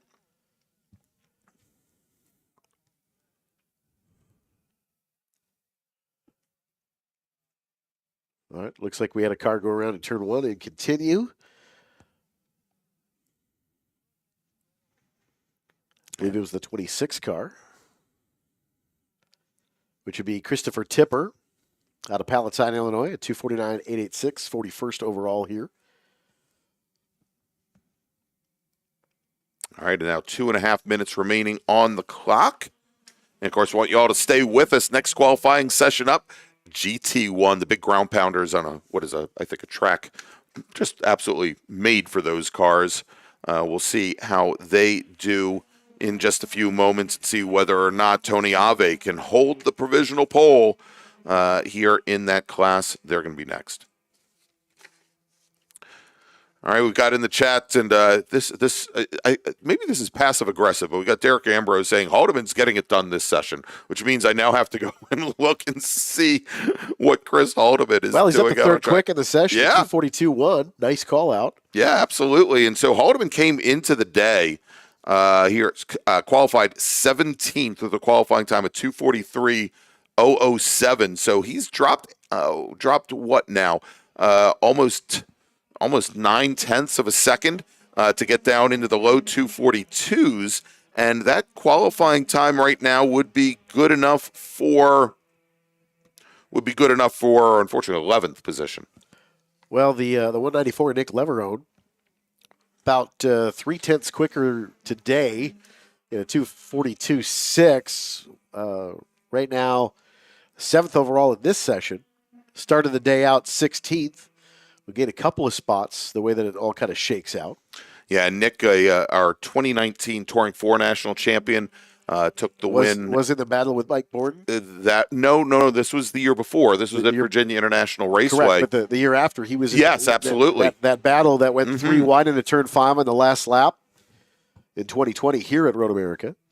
And so originally scheduled to race both in Spec Miata and also SMX, Spec MX5, but I think the decision was made after the test days that Nick was going to focus just on Spec Miata here this weekend. And as you said, he is up to 7th in today's session. Came into the day, qualified a little bit further back, 16th in the flat-out racing machine. Came in with a 2:42.972. And best time today, about 0.3 faster, 2:42.650. Lap time's kind of consistently holding off now. And checkered flag at 11B, so this session will come to a conclusion for Spec Miata. All right, looks like the first cars that will see the checker are going to be Preston Pardis and Rob Hines, as well as the number 99 machine of Noah Harmon. Looks like he's in that group as well. Another 5 or 6 cars following very closely behind. Does not appear as though they are on flyers at the moment. And indeed, no improvement from Preston Pardis or Rob Hines. And not from anyone in that group that just came across. The 125 car now coming to the line. That's Connor Thomas, currently down in 31st. He does not improve, and we've still got about majority of the field still has not seen the checkered flag. Of course, all flying laps here will count. Of course, checkered flag completely opposite of us here. Yeah, and the decision made, and it worked very well at VIR last year to put to have the start-finish line on the opposite end. It makes it just so that we can move the day along a little bit more quickly. They get the checkered flag at the back side of the track, and then they can make a run up the pit lane as opposed to having to do an entire 4-mile cooldown lap. And we've seen the alternate timeline in use here at Road America before. Typically, our alternate timeline is over at turn 14. Okay. So just past the Fly GRB banner that overhangs the race course, over just past the infield tunnel. But those alternate timelines come in real handy when you are in what is called a turn and burn session, meaning you're getting one session coming in, next session going out. Love the turn and burn sessions. All right, so let's now, as final racers are coming, well, I say final racers, there's still a whole slew of them coming out of the carousel right now. And let me see, I see the 07 car, I see the 09 car, I see the 55 that are all a little bit further down in the pack. So let me start running down the top, we'll try and give you the top 10 here. And also recognizing a few realities of the event here. So starting on pole with a qualifying time of 2:41.106, Ethan Goulart out of Shelton, Connecticut in the SCDA Kriegspiel Kessler Hoosier Mazda Miata. Scheduled to start on the outside of the front row. Elvin Goulart with a qualifying time of 2:41.106, the exact same time in the SCDA Kriegspiel Kessler Hoosier Mazda Miata, the number 70 machine. Then we've got Preston Pardis, one of our national champions, looking to defend this year in his E Street Racing number 42 machine. He's out of New Smyrna Beach, Florida, scheduled to start in 3rd.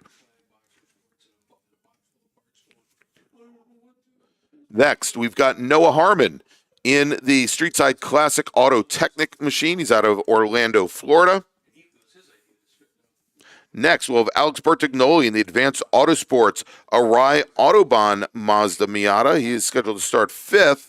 And then let's take a look here because we're starting to get into, and actually I'm going to take that back. Bob Stretch is going to start ahead of Bertignoli. Stretch would start 5th. Bertignoli would start 6th. Logan Stretch would start 7th, with Ethan Jacobs, Todd Burris, and Nick Bruni rounding out your top 10. Again, that is by no means official. Hopefully you'll take everything that I've just said for the last 20 minutes with a grain of salt. And no, don't do that. And we will have up next GT1 here at the Runoffs. We'll be right back in just one moment. We'll be right back. The 60th anniversary of the SCCA National Championship Runoffs at Road America is only possible thanks to the hard work and dedication of hundreds of SCCA volunteers as well as the valued partners, including For over 100 years, Sunoco, SCCA's official fuel partner since 2001, has been fueling victories on and off the track. Sunoco is the largest racing gasoline producer in the world, which is why Sunoco has trusted to fuel over 50 racing series, including the SCCA National Championship Runoffs, SCCA Pro Racing, Trans Am, NHRA, and NASCAR. To find race gas near you, visit SunocoRaceFuels.com or call Sunoco at 1-800-RACE-GAS. Summit Racing Equipment, the official high-performance source and proud sponsor of the SCCA Road Racing Program, is celebrating its 56th anniversary as the World Speed Shop. Green, yellow, checker. You know the flags, but do you know the people waving those flags? Flaggers are the key to success of every SCCA event at the racetrack, and it's something anyone can do. Being an SCCA flagger puts you in the action mere feet from the race cars, keeping everyone on track safe and having fun. And with SCCA's partnership with IMSA, flagging at SCCA events makes it easier than ever to flag at professional races around the country, too. Find out how you can become a flagger at scca.com/trackside. Show off your love of the SCCA and Road America with a new t-shirt, hat, and more from the Road America Paddock Shop. As the official Runoffs merchandiser, it's the only place to get officially licensed SCCA Runoffs merchandise. Pick out your commemorative Runoffs gear and more right here this weekend, or shop online at shop.roadamerica.com. The Paddock Shop is located near Victory Circle along the main Paddock Road. Ready for a new race trailer? Bravo Trailers is the exclusive partner of the SCCA. Owned by longtime SCCA racers, Bravo Trailers work better, load easier, and tow better because they build them with the racers in mind. Visit bravotrailers.com to see your new trailer in aluminum or steel. Join Hagerty Drivers Club, the ultimate membership community for car lovers. Hagerty is the official insurance partner of the SCCA, and with Hagerty Drivers Club, you can enjoy exclusive offers from brands you love, like Michelin and Eastwood, members-only track days and events, roadside assistance for trailers, unlimited classified listings on Marketplace, and more. If you love cars, you belong in Hagerty Drivers Club. Join at Hagerty.com. It's the third and final day of qualifying at the Sports Car Club of America National Championship Runoffs presented by Sunoco, which makes this tire rack pole day. The 26 fastest qualifiers will win the pole for their national championship race, and each will win a $500 gift certificate from Tire Rack, the official tire retailer of the SCCA. And the good times keep rolling today. In order to keep our volunteers and event staff from losing air or running flat, Tire Rack will be providing them lunch. Congratulations to everyone in the Sports Car Club of America for 51 years of the Tire Rack SCCA Solo National Championships and 61 years of the National Championship Runoffs. Without the dedicated members, volunteers, and region leaders, these events and the thousands of other events SCCA members host each year wouldn't be possible. The International Motor Sports Association, or IMSA, sanctions the IMSA WeatherTech Sports Car Championship and is a proud partner of the SCCA. IMSA also sanctions the IMSA Michelin Pilot Challenge, the IMSA VP Racing Sports Car Challenge, Ferrari Challenge North America, Whelen Mazda MX-5 Cup, and more. IMSA and SCCA have partnered with race worker training and licensing programs. Want to work trackside at some of the best professional and amateur races in North America? Begin your journey for volunteering with IMSA and SCCA today by going to scca.com/trackside for more information. Did you know that SCCA members save $20 on every track night they sign up for? That's right. Track Night in America, driven by Tire Rack, hosts 150 events each year at more than 30 tracks across the country. Track Night is the easiest and most affordable way to get you and your friends on track in your street cars. Visit tracknightinamerica.com to learn more and get yourself on track. The SCCA Foundation is a 501c3 public charity that supports SCCA and motorsports initiatives through programs and projects like Region Development Grants, Tire Rack Street Survival, Women on Track, Vet Motorsports, Formula SAE, maintenance of the SCCA archives, and much more. You can donate anytime at sccafoundation.org. Stop by the SCCA Foundation booth on Vendor Row to learn more. Welcome back to the National Park Speed Road America and the 2024 SCCA National Championship Runoffs presented by Sunoco. I'm Greg Ginsburg, along with the voice of Road America, Eric Mueller. And next up is GT1. And we've got 10 drivers that have set qualifying times over the course of the last 2 days. From the looks of it, I think we have 8 of them that have taken to the track. Let's take a look and give a little recap.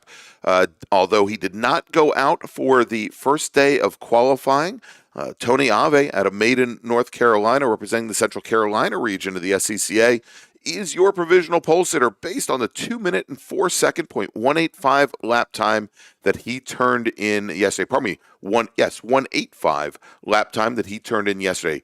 Dave Rulo out of Heartland, Wisconsin, representing the Milwaukee region. He's in his Chevrolet Camaro. Likewise, did not set a time on Tuesday, but yesterday, a 204.216. So he is just a couple hundredths off of Dave Rulo's times. Dave Pinterick in his Kreider Racing Goodyear Ave Motorsports Ford Mustang turned in a 204.338. So all 3 of those drivers within about 2/10 of one another. Then we've got Michael Lewis in his Jaguar XKR, the Goodyear machine out of Poway, California, turning in a 206.230. That time was put in on Tuesday. And then we've got Adam Ramito in the RD Air Zeta Epic SRI Goodyear 2.3 Dodge Challenger SRT with a qualifying time of 207.169. That is your top 5 as our racers now starting to put down fast laps here in GT1. Of course, it's going to take some time to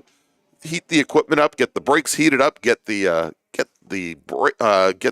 tires heated up, and be ready to go. We'll have some times here. First times are already coming in, but we'll get some lap times in here in just a few moments.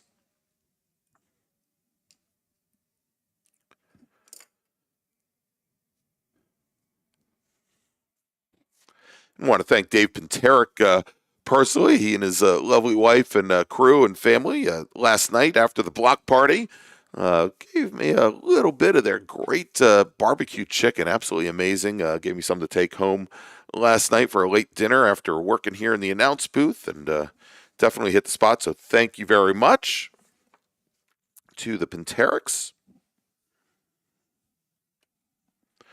As there's some quiet here at this side of the course, quiet before the storm, as the number 35 Mustang of Tony Ave crosses the start-finish line. He turns in now a 203.599, resetting the provisional pole lap, and he is now working his 3rd flying lap. We'll see if he keeps on it here as he makes his way around another circuit of 4-mile, 14-turn Road America.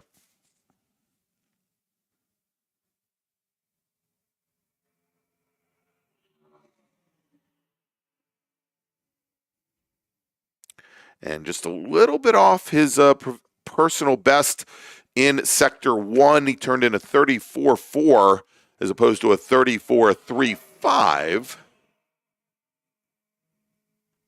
Dave Pinterick sets a personal best in Sector 1 at 34.41, so about 1/100th off of Ave's times. Michael Lewis, another 2/10 back from there, that in the first sector. Then Ramito, McManus, and Dittman. Tony Ave in the second sector sets an overall best time, a 34.23. Let's see what Pinterick does. If he has an answer for that in Sector 2, he does not. He turns in a 34.53, so almost 2/10 back from Ave, so losing a little bit more time there.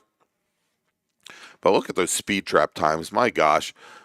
Dave Pinterick in the speed zone, a 176.713 mile per hour trap speed, 175.2 for Tony Ave.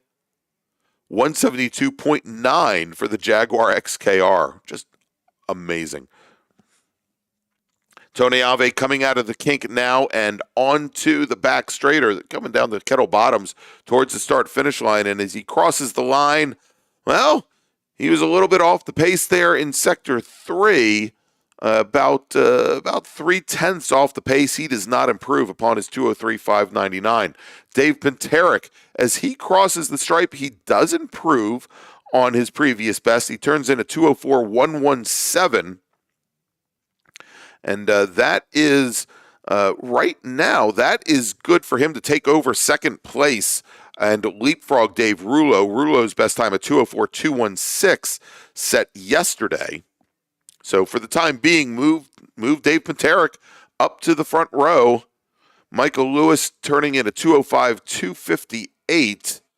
That is not going to be enough to best Dave Rouleau for the moment. Dave Rouleau with his 2:04.216, currently sitting third. And then Michael Lewis sitting in fourth. All right, Tony Ave on the pit lane now as his crew's taking a look at the number 35 Mustang. As we've got 10 minutes remaining in this qualifying session. GT1, they will be heading out on track for their national championship race Saturday, 4 p.m. Central Time, so you don't want to miss that. Now, I think we need to take a look. Haven't brought up recently our Hawks breakthrough performers for a couple different classes here. So let's take a look. We'll talk about first GT2, where William Moore wins a set of Hawk Performance brake pads for moving up 2 positions in GT2. In SMX, which is our first class after lunch, Justin Atakanis made up 18 positions between Tuesday's qualifying and yesterday's qualifying. He's your Hawk Breakthrough Performer for SMX. Mark Webber in F Production in his Mazda Miata makes up 2 positions and takes that prize, while Jerry Olson in his H Production machine picks up 9 positions. He is a Hawk Breakthrough Performer. And in Spec Miata, class that we just had out, Frankie Barroso takes the prize in the number 48 Mazda Miata. And then in GT1, Ryan McManus is your Hawk Breakthrough Performer after day number 2.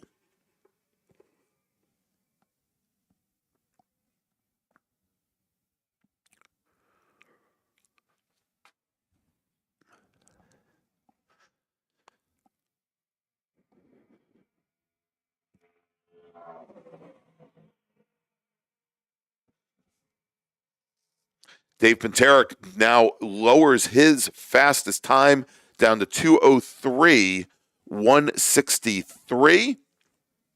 That is 0.6 off of our new provisional pole sitter, Dave Rouleau, with a 2:02.535. What a run from Rouleau there. Did it on lap number 3. So 2:02.535, and that is almost a second and a half faster than Rouleau ran yesterday when he set his previous fast lap. So at the moment, it's Rouleau, your provisional pole sitter. Dave Panterick with that 2:03.163, and then Tony Ave with a 2:03.599. That's your top 3. Michael Lewis sliding into 4th with Adam Romito 5th. Rick Dittman, 6th. And we've got Rouleau coming down the pit lane now with 7 minutes remaining. We also have the 07 car, Ryan McManus, in his Chevrolet Corvette, Seville, Ohio, coming down the pit lane. McManus' fastest lap time today at 2:09.478. And that is a pretty substantial pickup. He had run a 2:10 flat yesterday, so picked up just a little bit more than half a second.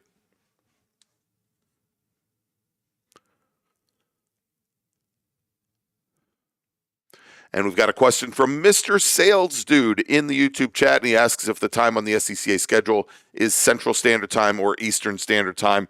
All the times listed there are Central Standard Time. Mr. Sales Dude. And it's getting awfully quiet on track. Looks like the number 2 machine may be one of the last circulating on course. That is Adam Romito. He is coming out of the kink now. And as he crosses the line, he does not improve. Just as I say that, a couple more cars on course. We've got the 11 machine of Rocky Ellie currently sitting 8th fastest. He's coming through the kink. We also have Dave Panterick in that number 57 Ford Mustang. He's making the run down to turn 3 now, looking to improve on his 2:03.163. Currently 62 hundredths off of the provisional pole set by Dave Rouleau. But still about 5.5 minutes, a little bit more than 5.5 minutes remaining on the clock.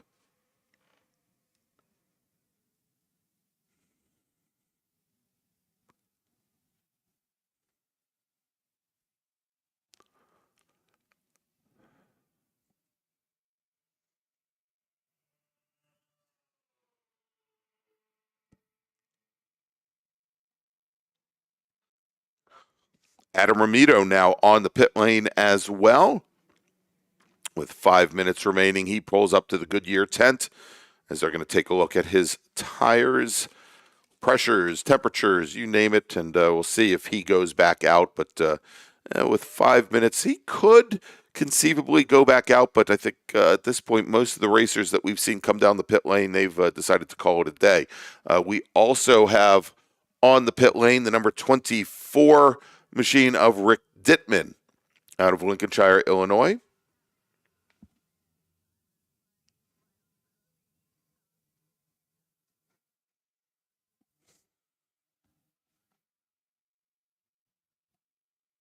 All right, sounds like Dave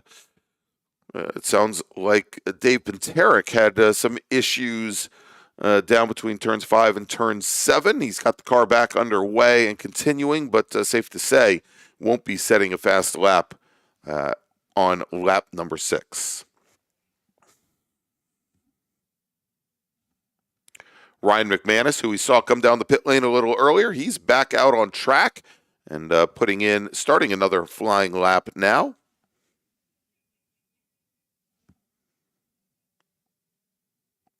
Yeah, and as Pantera crosses the line, about 47 seconds off of his best time in the session. Like I said, had a couple challenges down at turn 5. And we'll see if he attempts to put in another flyer, as we have just about 3.5 minutes remaining here in qualifying.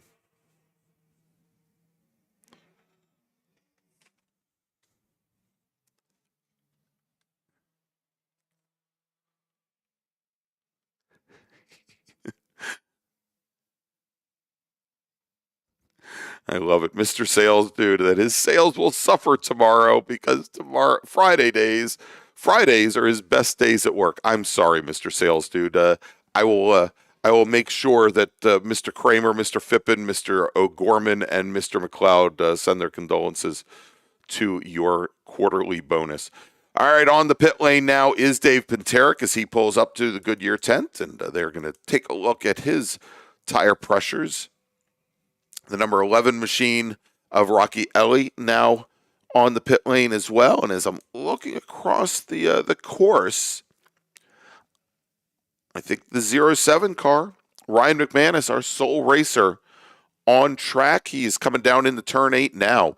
And McManus looking to improve upon, certainly in this session, the 209.478 that he has run. That is still quite a bit better than what he ran yesterday at a 210.005, but I'm sure he wants to get a little better. Next person in line that he would want to beat, I believe, is Adam Ramito, and would need to get down to a 207.1 to leapfrog Adam.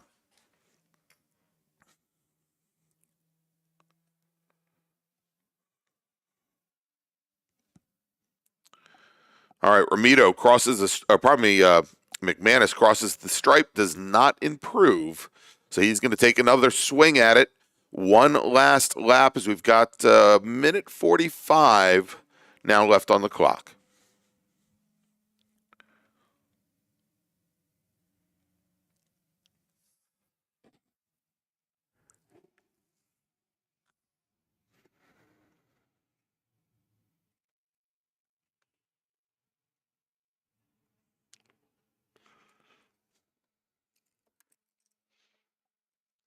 Well, and now it appears that Ryan McManus, having brought his car onto the pit lane, we are left with 4 miles of open track and 1 minute on the clock. So we'll wait that minute out. And knowing where we stand, and nobody's going to set a faster lap time today, let me go and try and run down and make sense of the starting order. Dave Rulo with a time of 2:02.535. He is your pole sitter going into going into the GT1 National Championship race. GT1 will be racing Saturday at 4 p.m. Central Time. Starting on the outside of the front row, Dave Penterick in his Ford Mustang with a qualifying time of 2:03.163. Starting on the inside of row number 2, starting third, it's going to be Tony Ave out of Maiden, North Carolina, qualifying time 2:03.599, with Michael Lewis starting in fourth. Then we've got Adam Ramito, who will start fifth, with Rick Dittman, I believe, starting in sixth. Let me double check this, as Dittman turned in a 2:08.199 today. And yes, Rick Dittman leapfrogs Ryan McManus. So Dittman will start sixth, McManus seventh. And then we have Rocky Ellie, Dave Firstan, and Dominic Martinelich. And we'll have to see, because both Firstan and Martinelich, they did have some mechanical issues yesterday. They did not set time yesterday, nor did they set times today. Their lap times based on the first day of qualifying. Okay, so that is going to wrap things up for GT1. And so what we are going to do, so we're going to take a quick break. We'll be back here in just a few moments. Next up is going to be Touring 2 and Touring 3 in a combined qualifying session. Stay with us. You're listening to the 2024 SCCA National Championship Runoffs here at the National Park of Speed, Road America. We'll be right back.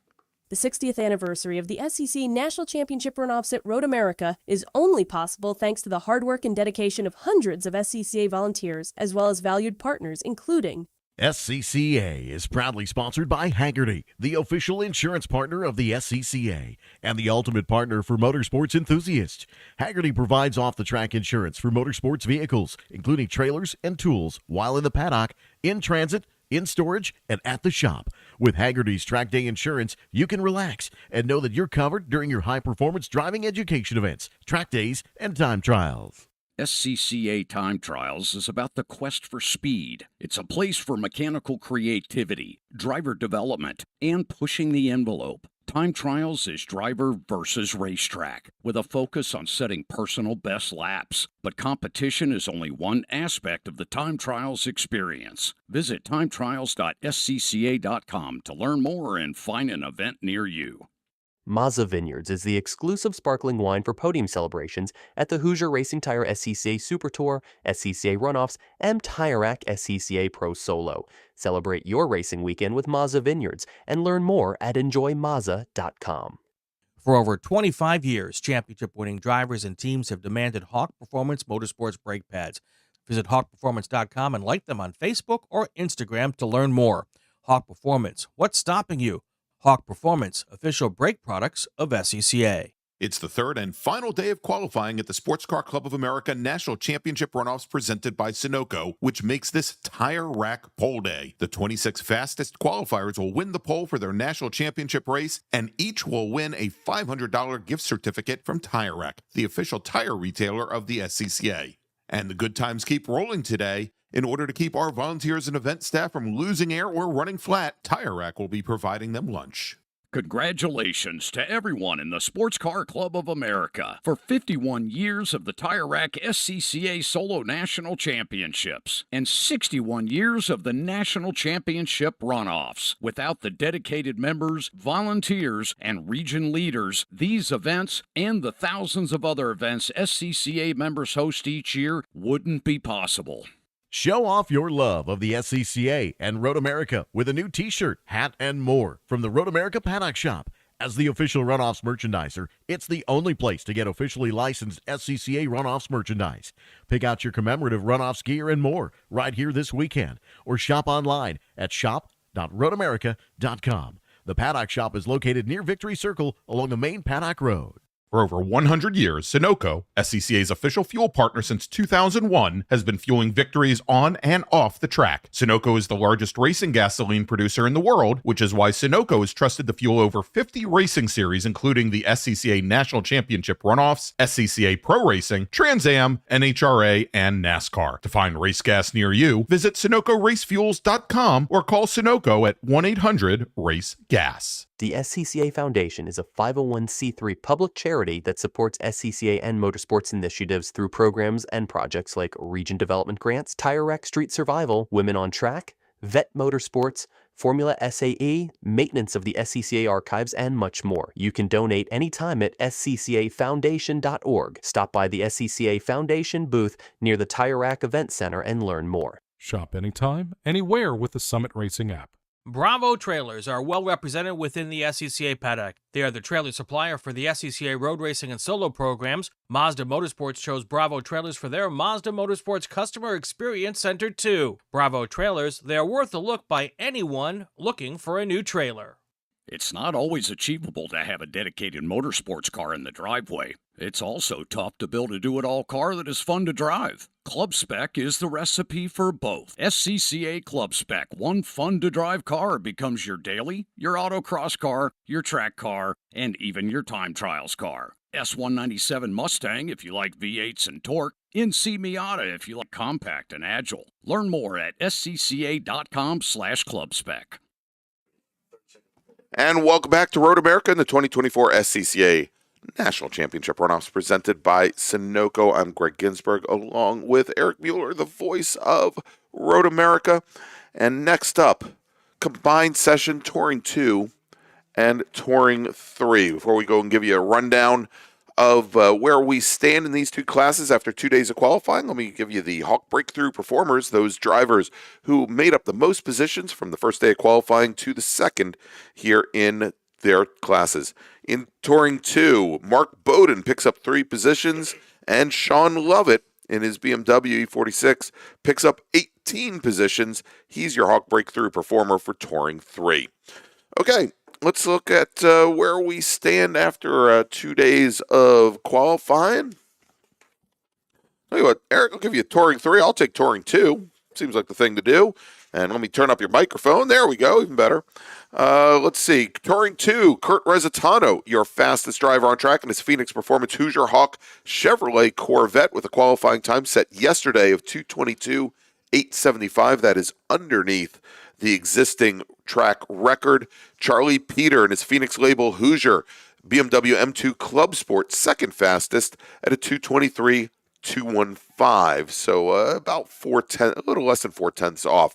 Mark Bowden in that Fall Line Motorsports Porsche 911, 2:24.843. He's good for fourth. Scotty B. White in his Night Transport Goodyear CMT Dodge Viper at 2:24.916. He set that lap time on Tuesday. And then fifth in the number 35 Hoosier Mobile Hawk 2022 Cadillac CT4 Blackwing, John Heinrichsey, with a qualifying time set on Tuesday of 2:24.985.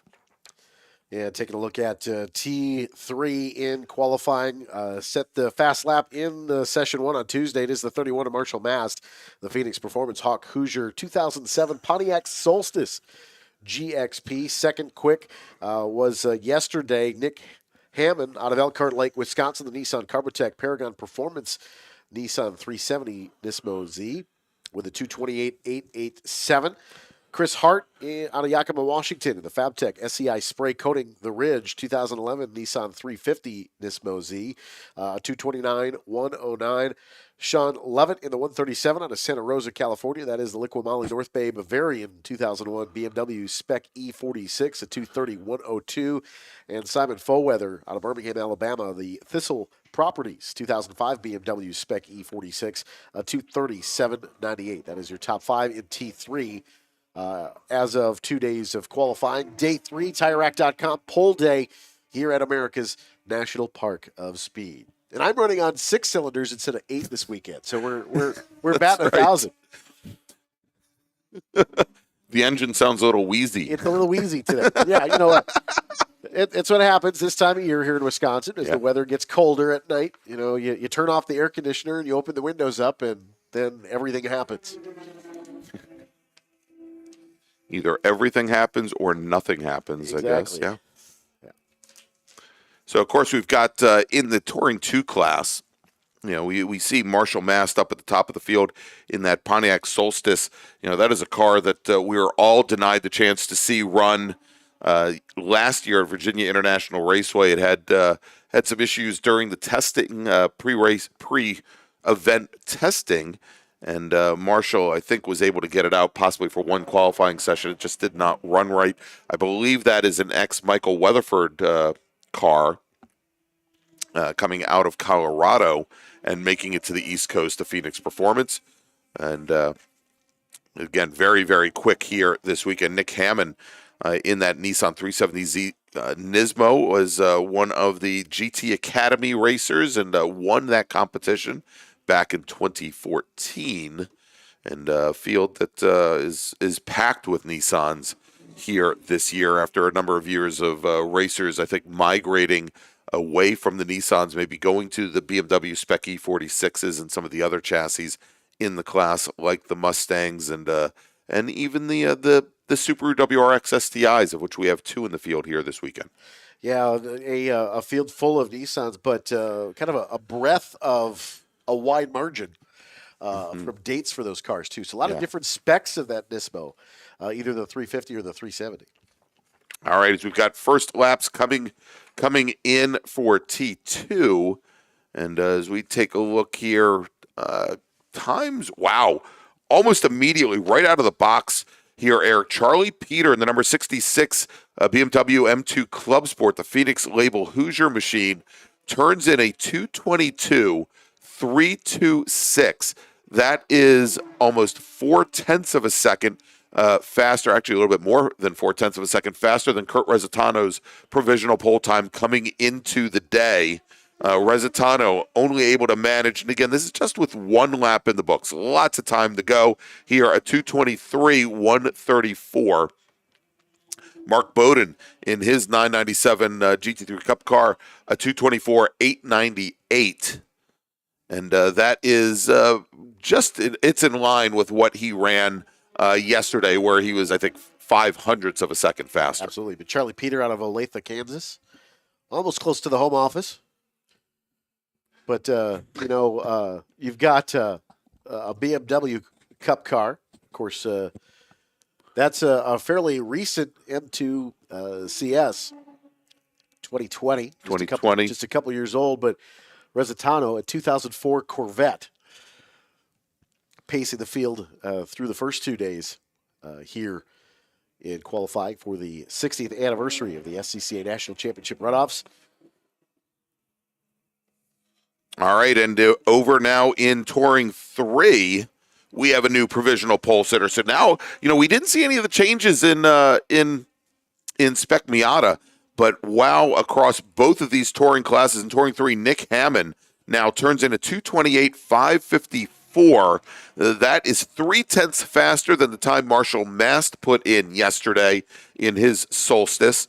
And with Mast turning in a 2:28.557, a difference of 3/1000ths of a second. Sean Lovett in his Spec E46, a 2:29.963.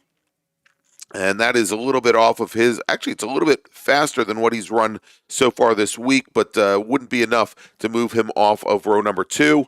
And, looks like Kurt Resitano, he's returned the favor in Touring 2 as Resitano throws down a 2:22.117 to retake provisional pole. That's over a second faster than his fast lap on the first day of qualifying. So they found some pace at that Corvette. Yeah, indeed, and 0.2 faster than what Charlie Peter had just turned in just a few moments ago.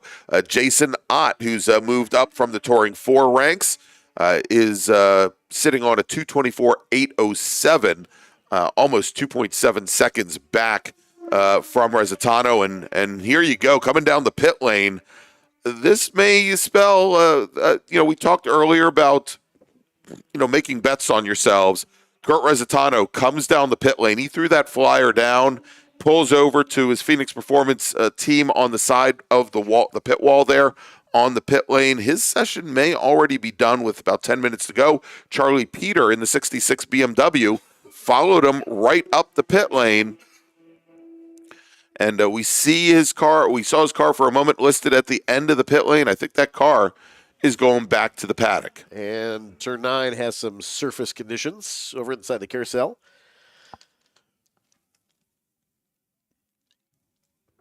It's offline, but something on the racetrack, dimensional.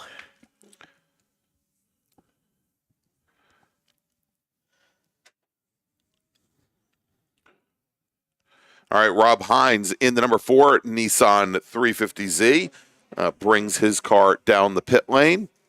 We talked earlier about Rob finishing on the podium here in 2020 in Spec Miata.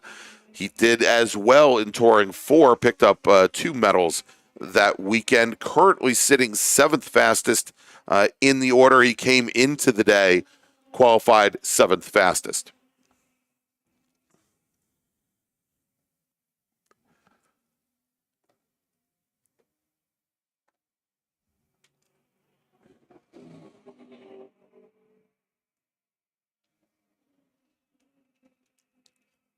About 9 minutes remaining here in the session, Greg. We're about just a little over halfway through. Halfway. And so you mentioned the debris flag being shown over by turn 9, over by the entrance to the carousel. Word from the corner stations where it seemed like some bushing material or something along those lines. You know, maybe an exhaust hanger, but it seemed that something rubber-ish. Hopefully not bushing material out of somebody's suspension. Otherwise, that could spell some doom. That might be a teeth-chattering ride. Yes.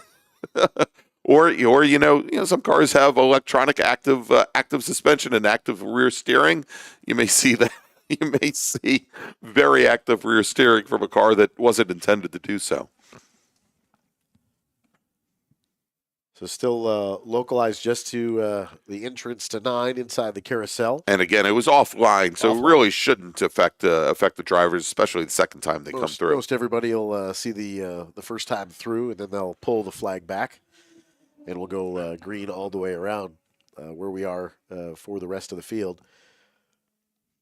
All right, we see John Heinrichs bringing his car onto the pit lane, seeing a lot of the Touring 2 racers starting to come down the pit lane. So Heinrichs brings the Cadillac onto the pit lane. We see Mark Bowden bring his Porsche 911 onto the pit lane. And notable in Touring 3, Marshall Mast, who currently has 3/10 on the rest of the Touring 3 field in this session and has the provisional pole time with a 2:28.260. He's brought his car onto the pit lane as well. This is with all of the testing and all the practice days and the 2 qualifying days so far, this being the 3rd qualifying day, it's a lot of laps on some of these cars. And you know that you got to start doing in your program maintenance, right? You've got maybe a day or 2 for some of these cars to where they're going to race depending on their race day itself. But you're going to get some program maintenance done too. Checking the brakes, make sure that everything's tight. All right, we're getting reports from the field that Anthony Pacelli in his Subaru WRX STI, some very dark smoke coming out of the rear of that machine, coming from center rear, which usually means something bad might be happening. I know Anthony's had some issues over the course of this year with turbos and oil leakage from turbos, and we'll see what happens there.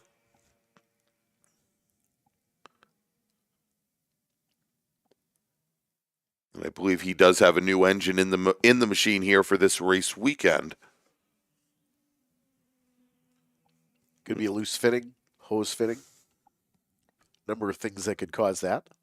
Indeed, we've got the number 4, one of our BMWs coming up the pit lane. That is the Skip Barber machine of Chris DeSong in his Spec E46. Had a nice conversation with Chris last night. Interesting story is he's now liveried in Skip Barber Racing School. He's been driving some of the transport vehicles for the Skip Barber Racing School as they make their way around the country. Skip Barber graduate myself. Yeah. And Chris, a second-generation racer, his father raced as well.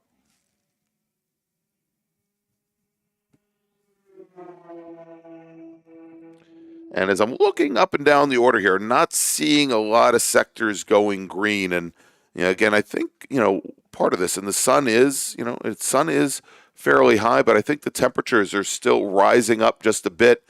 Now up to again ambient air temperature about 72, a little bit warmer than what we saw this time yesterday.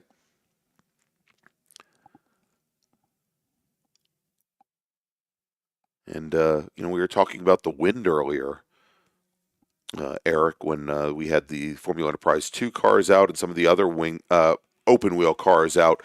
From the looks of it, as I see some of the flags on some of the rigs across the way from us, they're not not limp, but there's not a lot of breeze keeping him afloat either. Yeah, the wind swirling a bit here in the paddock area. Earlier it was out of the north, then it switched out of the south, and now as the weather pattern has kind of moved through, it's kind of just circulating a little bit here, but primarily out of the north. But the flag's kind of wrapped around the mast, so to speak, on a couple of trailers here in the paddock area, briskly out of the north now again.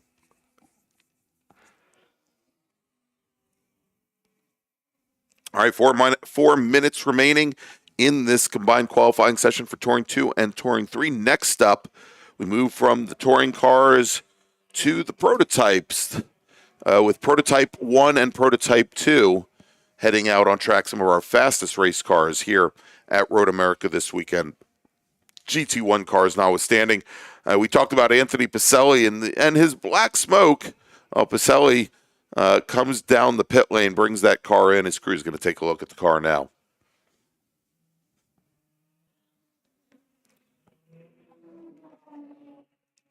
A little bit of a shoulder shrug, checking maybe a wheel bearing.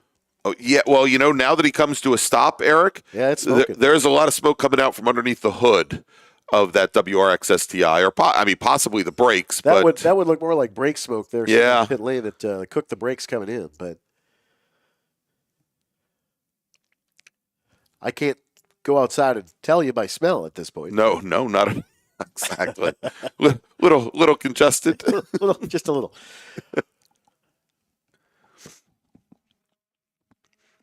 Well, his crew has released him. We'll see if he heads back out on track with only 2 minutes and 40 seconds remaining on the clock, and with a lap time running at 2:24, he could conceivably get around in time to start one flying lap. The 41 machine of Nick Hammond comes to the pit lane now, given his pace. Looks like he is going to call it a day. Hammond currently second here in today's session, and if the session were to end now, he would start on the outside of the front row next to Marshall Mast in his Solstice.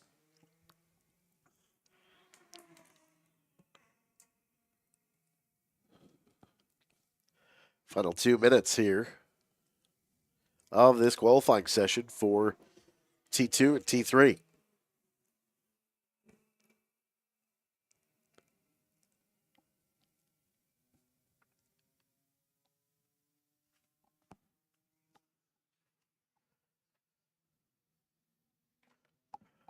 But a 228 or a 222, 117 fast lap for Resitano, and then for Mast, 228, 260, which is faster by about 4/10 for Marshall Mast. Yeah, both of them dropped their times down from yesterday. Starting to see more of our T3 drivers come down the pit lane now. We had the 04 of James Berlin come down. The 99 machine comes down the pit lane. That's actually the Touring 2 Ford Mustang of Michael Kamalian.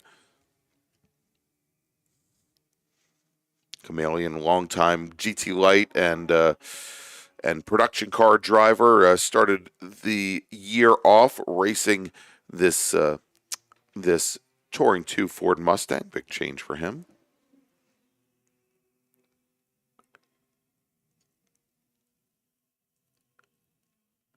Simon Foweather brings his car down the pit lane. Foweather driving the number 61 BMW E46. He's out of Birmingham, Alabama. 6th fastest on the session today. He was 5th fastest coming into today's final qualifying session, as the checkered flag is now being displayed on down the kettle bottoms. The 73 machine, the first to take the checkered flag. That's John Wilgidis in his Ford Mustang out of Heartland, Wisconsin.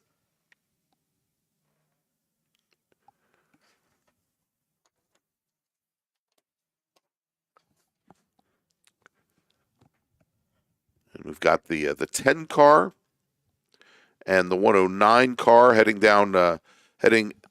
now down into the Hurry Downs. Those cars running 19th and I believe 19th and 20th here in Touring 3. So let's do this, Eric. Let me Let me break out the mind again as I had put it away for the last 40 minutes or so. And we'll try and give you the starting order here in Touring 2, where Kurt Resitano is going to be your pole sitter with a qualifying time at 2:22.117 set here today. Charlie Peter with a qualifying time at 2:22.326 will start on the outside of the front row. Next, we are going to have 807, 843. Next, we are going to have Jason Ott in his Porsche 911. He's going to start third next, and starting next to him will be Mark Bowden. Bowden also in a Porsche 911 for Fall Line Motorsports. From there, 837. From there, we're going to have John Heinrichsey in his Cadillac Blackwing, CT4 Blackwing.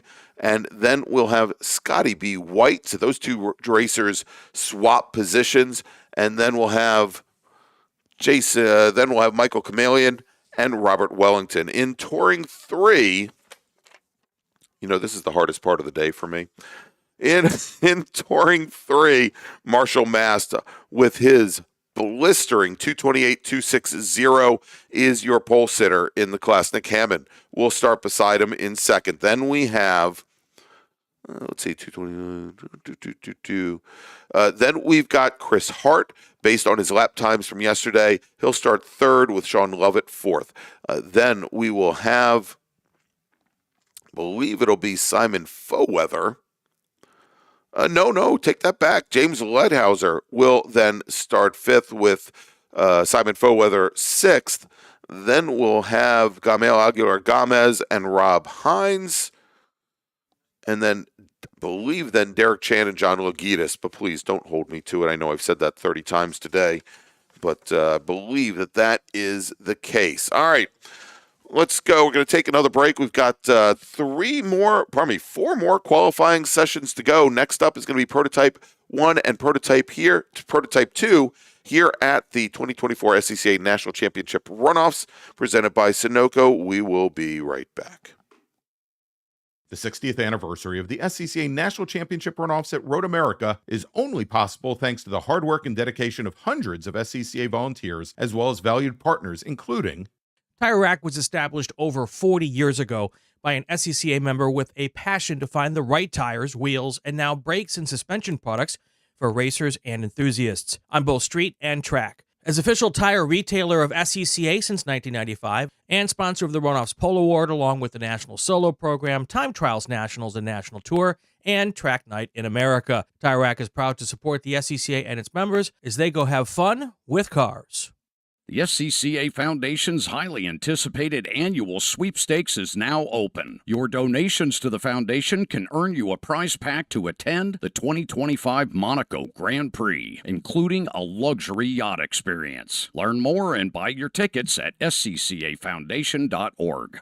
Mazza Vineyards is the exclusive sparkling wine for podium celebrations at the Hoosier Racing Tire SCCA Super Tour, SCCA Runoffs, and Tire Rack SCCA Pro Solo. Celebrate your racing weekend with Mazza Vineyards and learn more at enjoymazza.com.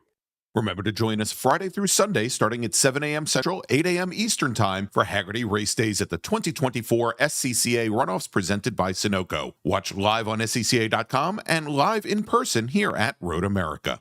If you like what you see today, become part of the action by joining the Sports Car Club of America. Whether you want to drive, flag, organize, officiate, have fun with cars, or meet 65,000 enthusiast friends, SCCA offers plenty to feed your motorsports obsession. Ask someone trackside about how to get involved or visit scca.com for more information.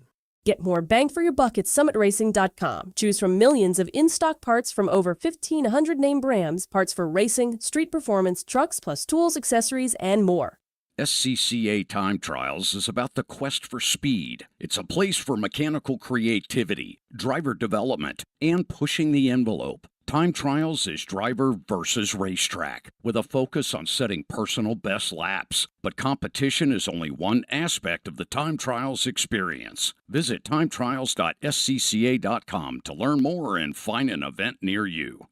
It's the third and final day of qualifying at the Sports Car Club of America National Championship Runoffs presented by Sunoco, which makes this tire rack pole day. The 26 fastest qualifiers will win the pole for their national championship race, and each will win a $500 gift certificate from Tire Rack, the official tire retailer of the SCCA. And the good times keep rolling today. In order to keep our volunteers and event staff from losing air or running flat, Tire Rack will be providing them lunch. Want to try SCCA racing, but with an approach focused on fun and learning? The SCCA Experience program is exactly that. With both short sprint races you can drive by yourself and endurance races you can do with friends. All you need is an SCCA membership, a driver's license, a properly equipped car, and the right driver gear. Visit scca.com/racex to find more information and events near you. As a proud partner of the SCCA, Hoosier Racing Tire would like to congratulate the SCCA on its 60th anniversary of the SCCA National Championship Runoffs presented by Sunoco. Hoosier's mission is to be the dominant, customer-driven provider of tires to race teams domestically and internationally. At Hoosier, we know that our success is dependent upon how well we meet our customers' expectations by providing the safest, most reliable, high-quality race tires that put you in the winner's circle. For more information, see one of our trackside support personnel or the local Hoosier Racing Tire dealer nearest you, or contact us at HoosierTire.com. Hoosier Racing Tires, truly tires designed for champions.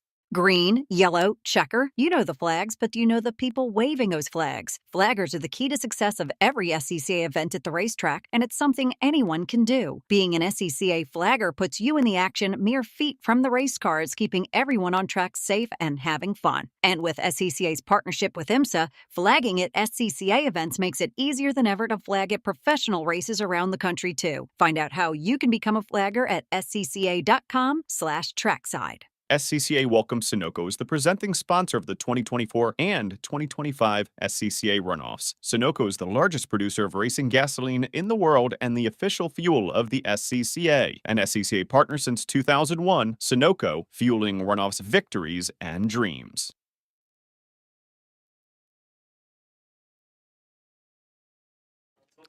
And welcome back to Road America, the 2024 SCCA National Championship Runoffs, the 60th anniversary of the runoffs, presented by Sunoco. Next up, Eric, is going to be Prototype 1 and Prototype 2. And as my good friend Larry Lefty McLeod is back here reminding us, these racers haven't had a lot of laps in the books over the past 2 days, any meaningful lap times put in. But let me nonetheless run down where we stand after 2 days.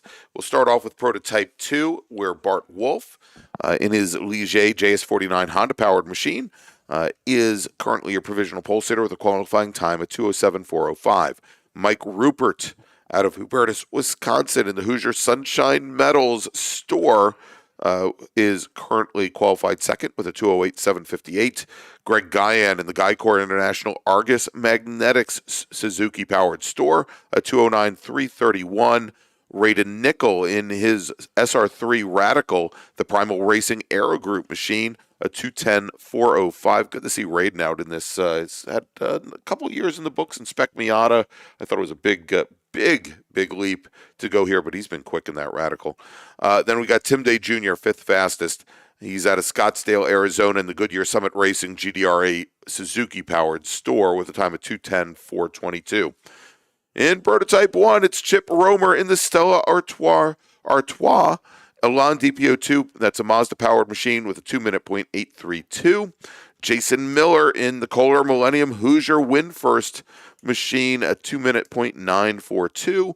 Jim Davenport in the Cranbrook Group Mazda-powered Elan DPO2 turned in a 2:01.131, with Lee Alexander in the Factory 48 One Motorsports Hoosier Store Kawasaki machine, a 2:01.425, and then Todd Vanacore, who is your defending national champion in the Halifax Plantation Mazda-powered Elan DPO2. He has put in a 2:01.993. Couple of stores in this one with a couple of different power plants. Of course, the Kawasaki as well as the Suzuki motors in these prototype cars. Track record for P1 is a 2:01.1. And for P2, it is a 2:08.514 coming into the weekend. Yeah, so Chip Romer underneath the track record yesterday. There we go, saying that we didn't have any meaningful lap times in the books. Thanks, Larry. But we have that there. Quickly here, our Hawk Breakthrough Performer winners in Prototype 1 and Prototype 2. Prototype 1, Jason Miller in that win first, picking up 4 positions from between Tuesday and yesterday's qualifying session. He'll win a set of Hawk Performance brake pads. And in Prototype 2, also picking up 4 positions, Greg Guyan. Congratulations to our winners for Hawk Breakthrough Performer Day.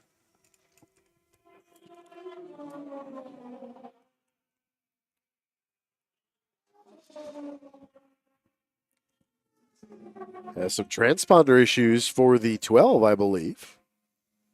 And that's Peter Shadowin in the Road and Race Gear West Suzuki. And, without a transponder, going to be hard to pick up the lap times for those drivers on track. Not much they can do while they're on track circulating other than pray that transponder actually picks up a couple lap times. Well, pings in a segment here and there. Yeah. All right. In Prototype 1, currently your fastest driver on track is Jason Miller with a time of 2:01.996. And that is just about a second off of the provisional pole time set by Chip Romer yesterday, and a little bit over a second off of what Miller set yesterday. Chip Romer, second fastest. Jim Davenport, second fastest. Chip Romer, third fastest. In Prototype 2, Bart Wolf turns in a 2:09.092. So he's 2.5 seconds off the provisional pole that he owns at this point. Tim Day Jr., your second fastest driver. Raiden Nickel, Greg Guyan, Mark Rupert. And a very small contingent of racers taking to the track for this session in P2, where only 7 of the 14 drivers qualified are out on track looking to set times. But we haven't had really a lot of meaningful laps, as Larry mentioned. So in this situation, again, we talked earlier, risk versus reward within the 3 sessions this weekend.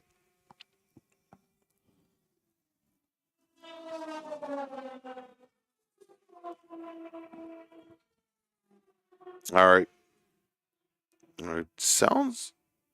Looks like I think it's the 1-4 car, Eric, that may have some issues. Actually, there's 4-1. Pardon me, drivers left at 12, so local yellow at 12 here. And that is James French in his Ligier JS53. And we are going to be going to a full course caution. So we're going to be deploying the safety cars to pick up the field here as, again, we get word that James French's Ligier off coming just out of Canada corner.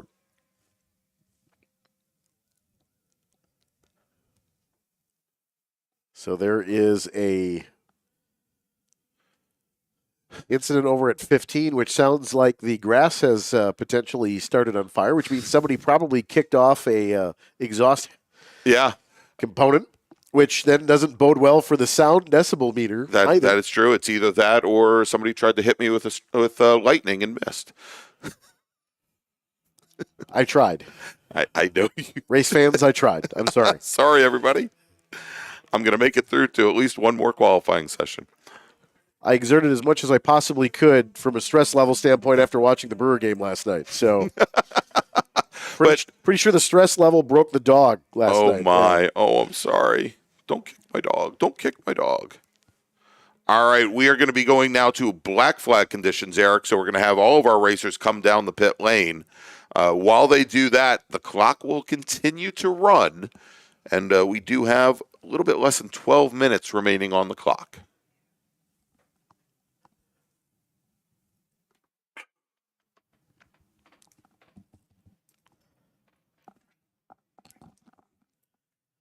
All right, and joining us in the booth now, going to bring in Larry Lefty McLeod. And Larry, of course, was with us for the first 2 days of qualifying, and he will be doing color commentary for Prototype 1 and Prototype 2. When they go racing on Hagerty Race Days, Prototype 1 will be racing, let's start with Prototype 2. They'll be racing 3 p.m. Central Time on Saturday. Prototype 1 will be our final race of the weekend at Sunday, 4 p.m. Yeah, and so these guys, unfortunately, now are getting the session cut short. Really only had, maybe a second lap, probably a little more than one lap for most of these drivers. Yeah. Similar to what went on Tuesday, where they also were cut short. Yesterday, their entire session was cut down to 12 minutes because of scheduling at the end of the day. And still, they had an issue with the driver going off where they had to take away about one lap at the end. So there are some. We do have the lap times that some of these guys sitting right about that 2-minute mark, just flying yesterday. And but today was maybe a chance to get a bit of an extended session. Clearly, that doesn't think it's going to happen. Not gonna happen today. As the clock is again right at about the halfway mark right now, Larry. Just about 10 minutes elapsed. Chip Romer did reset the provisional pole time at a 2-minute .476. So knocking almost 4/10 off of his previous best lap from yesterday. That he was already underneath the track record. Jason Miller with a 2-minute .540. He also improves quite a bit by about half a second. But of course, still sitting second. Jim Davenport sitting third. So some of that contributing to this earlier session. It's only 4 p.m. local time here in Wisconsin. Yesterday, when they went to the track, it was about 5:30. I think they were the last qualifying session on Wednesday afternoon. So yeah, they really got out there late.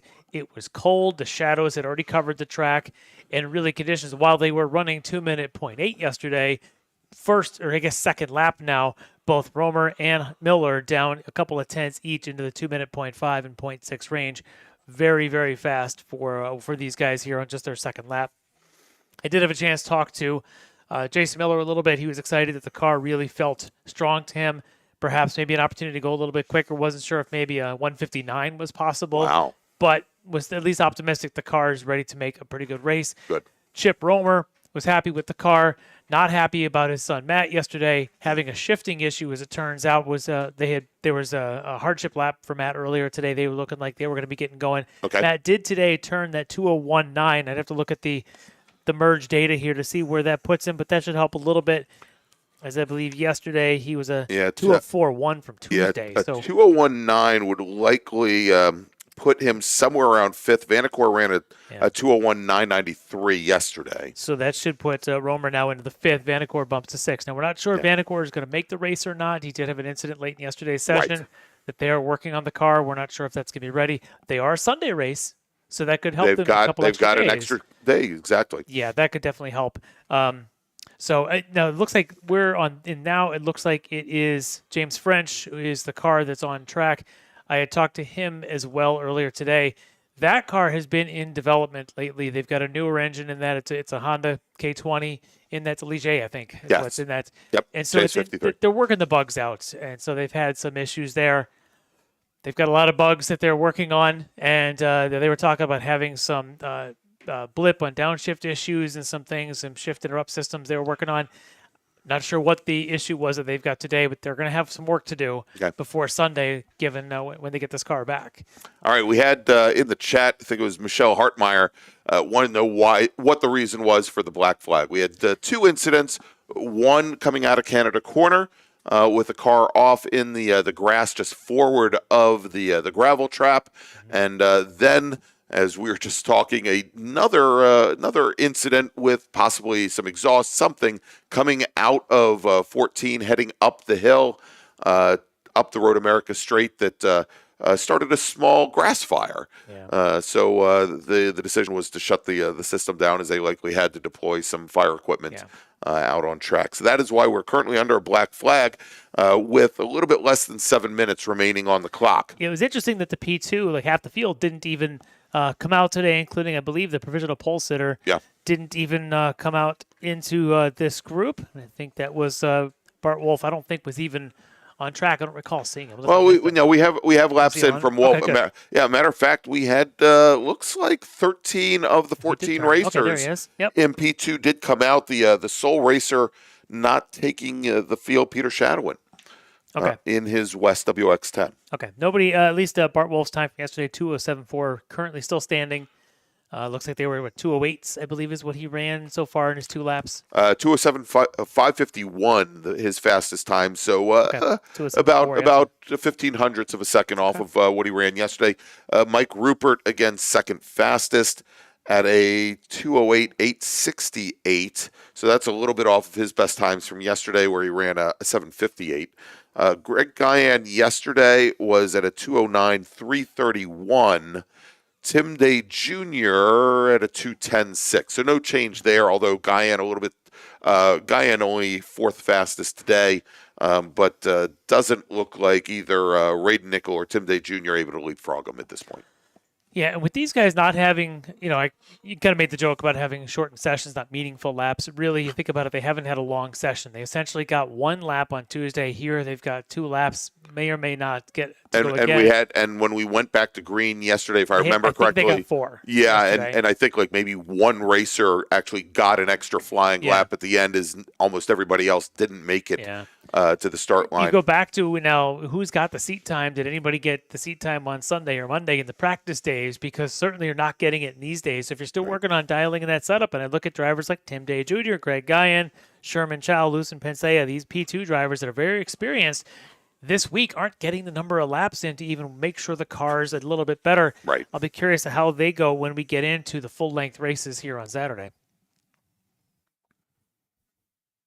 All right, so we are still under black flag conditions, 4.5 minutes remaining on the clock. I'm looking up at the starter bridge to see if a decision has been made to checker the session or not, but nothing yet. And maybe that's part of the thought here with them, is knowing these guys haven't had it. Maybe they're just considering this session, trying to get them back out just because they've been limited so much already in this week. But it is local time 4:05, so they're not the last session of the day. Still a couple more sessions to go today.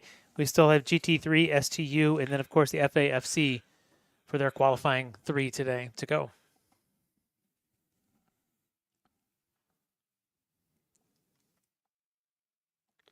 I'm looking forward to seeing the GT3s. I think that's an interesting group this year. The speed at the front, those front 3 are just absolutely flying around here.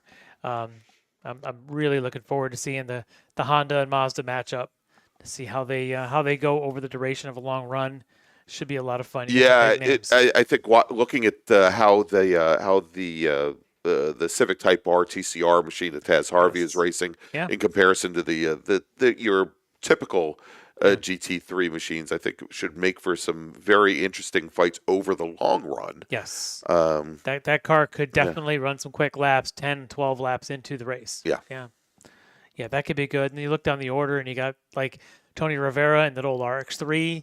And that car, I think, is a great car. It's been around for absolutely forever. A beautiful machine. If you don't know the car, John Baucham's old car comes out of the Pacific Northwest. Yeah, that's very cool. I just talked to Chris Edens a little bit today. He's got a tub car. He's got a Mazda Miata that has been through a whole almost litany of classes. It's been an STU. It was turbocharged at one point. And, now it's in GT3 trim, and I'll tell you what, it is a showpiece. That thing is gorgeous. It's all the carbon up and down on it is just perfect. It's beautiful. I got a quick little tour around the car today. It's awesome. So if you get the chance to take a look at that, you're definitely going to want to watch that race. Seeing a tub car running heads up with the rest of the tube frame silhouettes there in GT3. It should be really cool. All right, still waiting to get some information from race control as to where we are.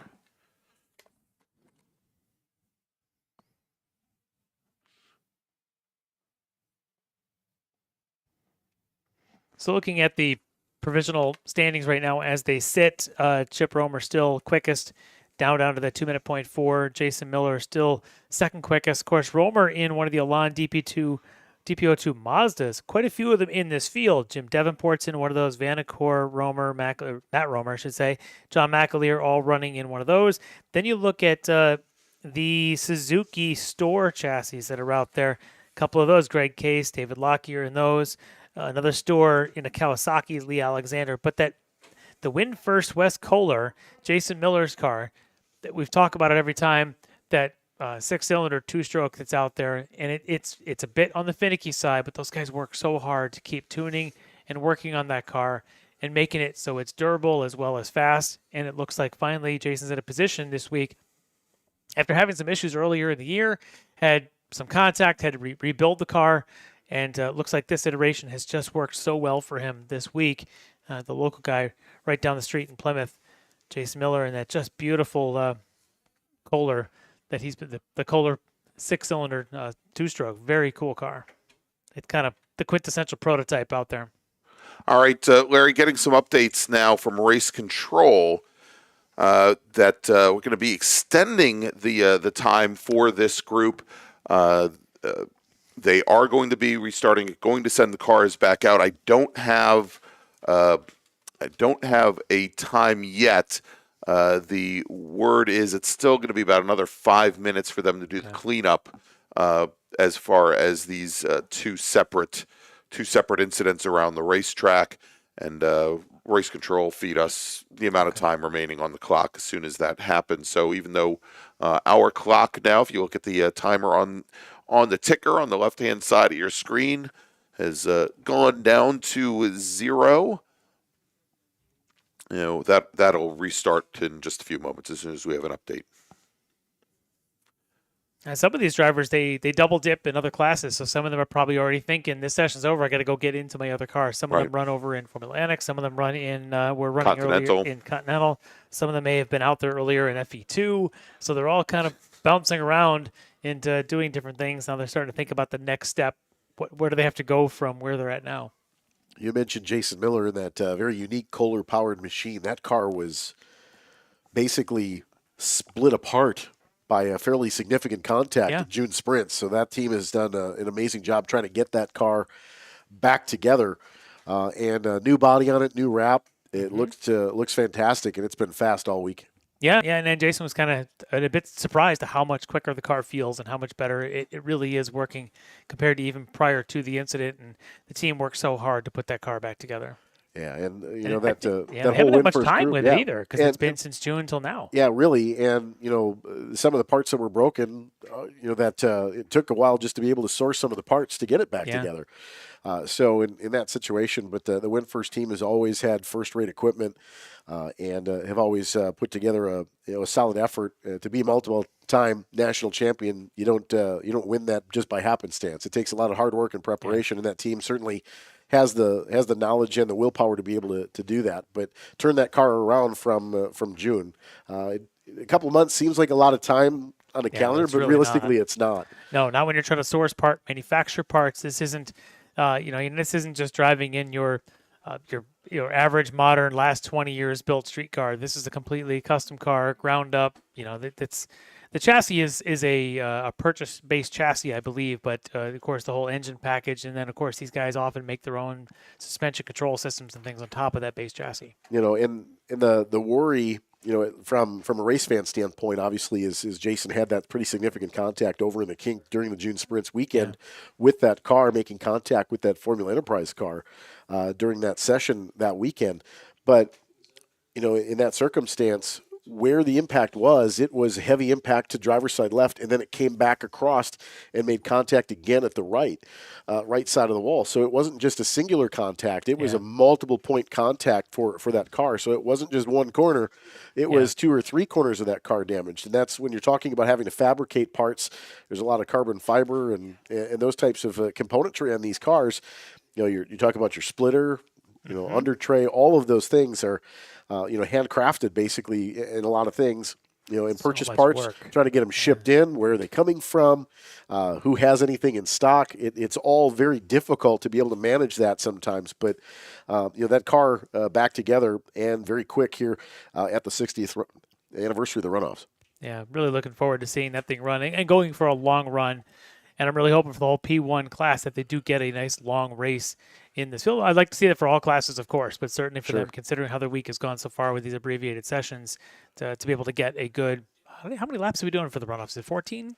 Something like that? See if Greg has that information. He usually does. How long are the? Of course I do. Of course you do. It's 13 laps or 40 minutes, whichever comes first. It is right there. It's actually on the sheet right in front of me. I just wanted to hear your voice tell me. Thank you. That's a first. I am his biggest fan. I am the fan, the only one. The only one, yes. Thank you, Well, Larry. you can't necessarily say that because he did call me about 2 months ago. You're going to be there for qualifying day, right? Yes. So at least I have a fan. Yes, So. that is true. All right. Well, the good news is it looks like the car has been picked up and moved from the turn 12. I don't know if we've gotten full feedback yet on the rest of the things around track that they were waiting on, if we have any kind of word yet on how long before we release. But at least there's progress. The car has been moved and is off track. But let's see, waiting for track services to let us know and for control to let us know where we're doing here. All right, sounds as though over at turn 13, over near Bill Mitchell Bend, the emergency services equipment has left the scene. As I check some of Road America's security cameras here. And we still haven't heard yet on how long they're going to give them once they do release them. Because the clock itself, technically, in the black flag continues. It has wound all the way down, so it's going to be... Well, let's take a look here. It's going to be a decision on how long they want to give them and how many laps, essentially, that might turn into. Because you're out laps a half a lap, which is still going to be probably minute and a half, 2 minutes. How many are they going to give them? How many flying laps for these cars? Yeah, I'm confused because now our clock is counting up. Larry, it's going up to 25 minutes and 22 seconds. Yeah, we're still waiting to hear how much time will be on the clock. The racers will be heading out on track in just about a minute. Yeah. So hopefully we'll find out soon.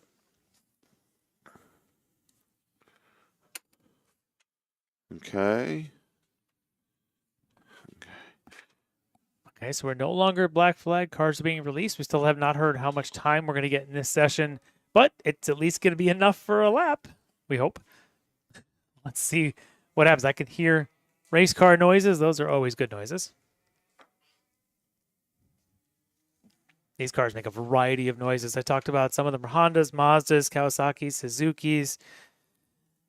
Then, of course, the Kohler. So quite a variety of different noises out there. And speed, and more speed from this group. All right, I'm waiting on a word from race control as to how much time is going to be put on the clock. You'll note, and it appears, Larry, that it is going to be 12 minutes. Oh, good. Well, all right, 12 minutes, and the clock has started. Basically, the clock started once they left the pit lane. Yeah. Okay. Based on that, yesterday they were given 12, and I believe they got 4 laps, and maybe possibly a chance for a 5th lap because yesterday's was still cut short by about 1 lap. So you could be looking at 4 or 5 laps for this field, and they've got not really much heat. They were sitting down there for about 10 minutes in pit lane under the black flag, so they probably have to go out and get more heat back in the tires. The good news is this pavement temp is as warm as it's been all week long. Right now, I'll let you put the weather up, but it's probably right about low 70s and bright and sunny. There hasn't been a cloud in the sky for 2 days. Am I right? 72. Bang, right there. There Low you 70. go. I told you. Low And that's actually down 2 degrees from we checked about a half hour ago. Which is still low 70s. I'm just saying. Low 70s is a number. All right, first car is to come across the line there over at 11B. The 83 machine first to take the green flag, and we are back underway. Yeah, so you got Greg Ryan in a P2, and I believe you got in that group Jason Miller in the P1, and then I see the 9 of...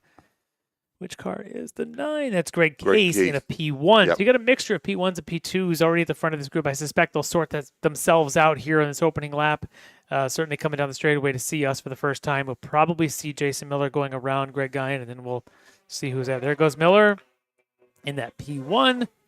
There goes Guyan, and then, of course, the 8, actually, of Tim Day Jr. right behind them. Yeah, and I think David Locke in that lead group as well in his P1 store. All right, so it's a new day here in Prototype 1 and Prototype 2. 9.5 minutes on the clock.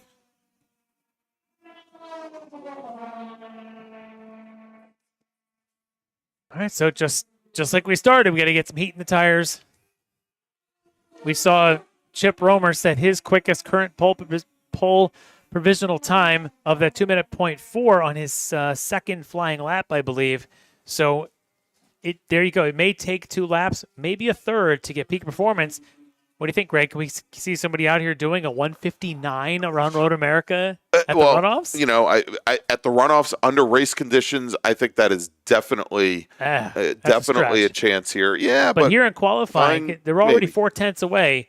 We might be able to see if they can get an extended run and don't, and actually have time to get to heat the tires and 2 to get into some sort of rhythm. Then and I tell you what, considering so. that Romer and Miller both did very similar times, 0.4 and 0.5, it comes down to how bad do they want that pole? Yeah. Because if somebody had gone out and done a 2-minute .7 and the next closest was like a 2:02, maybe they're not needing to push. They've got the pole locked in. But I'm looking at these two, Romer, Miller, very competitive, experienced drivers. They may want this badly, and they may be thinking to themselves, if I would have just hit that turn 5 a little bit more crisp, if I would have gotten that exit of 8 just a little bit better, maybe the exit of 14 could have been more crisp.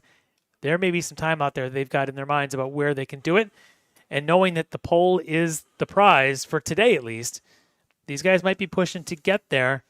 McAleer already on his lap. Take the back. Lee Alexander on his lap as a personal best, 34.0. Session best of 34.4 for Chip Romer. So let's see. They're going to probably want to get down in the mid-34s in this first sector if they want to be able to lay down a pole contending time.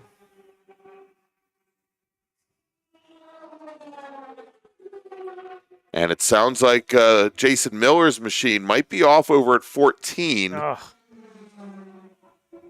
And we'll see. And it sounds like he's off driver's right. That's not good. He pulled the car off just short of turn 14. So that's going to bring out a local caution. And that's only a couple hundred yards from pit in. So if he couldn't make it to pit in, that doesn't bode well for the car. Or perhaps he was just trying to save it. Maybe there's some suspension tire issue, whatever. He just wanted to get the thing stopped before it tears up any of the carbon on the car. But yeah, so he'll be down there, local yellow. Which may have impeded a little bit to a couple of drivers, but if he's far enough off, they might be clear for the rest of the session. Again, about 8 minutes to go on this extended session. They were given 12 minutes when they pulled out. They're currently on their first flyer? Second flyer. Working the second flyer after they went back out about... yeah. Well, let me see, because I just saw my timing freeze up for a moment. Yes. The one over here in Eric's computer is also not working. So let's look at yours. Yeah, let's see if mine's any better. Otherwise, they'll have to get out the stopwatch, and you know how well that'll work. No. Get the sundial. It's bright and sunny. We can get the abacus if you want. I really want to do math. I'm bad enough with base 10. You should see me with base 60. All right, getting word now. We are about halfway, and we'll try to get some of this timing information figured out, as it does look like some of our timing and scoring has just gone offline. Here, I want to thank Linda Hainland. She says that she really enjoys the qualifying coverage this year. The map is great, so we can see where our favorite drivers are and where stuff is happening. I want the map to show where my favorite flaggers are. That's what I want. Well, we know that Mike Cobb and John Doonan are down at turn 14 I said today. My favorite flaggers. Oh, sorry. Sorry. Thank you for helping me set that joke up. I appreciate that. Maybe we need to find out where Mike Kelly and Taylor Hyatt are today. Like I said, where are my favorite workers? That's right. All right, still waiting for our timing to come back up online. We do not have any more timing than what you can see on live and what they're seeing there on their live timing isn't updating at the moment. Yeah, we can't see anything more from where we are either, other than we can see fast race cars on the racetrack.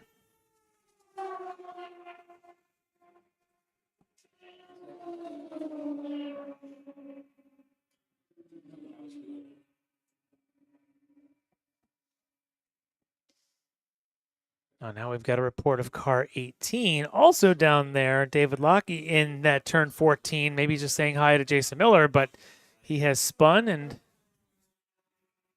see if he gets underway. Who do we know working turn 14? Did we say the Cobb and yes, we did. Doonan are down there? Everyone's stopping to see Cobb and Doonan down at 14. I wonder if they're thanking them for their input down there at the turn 14.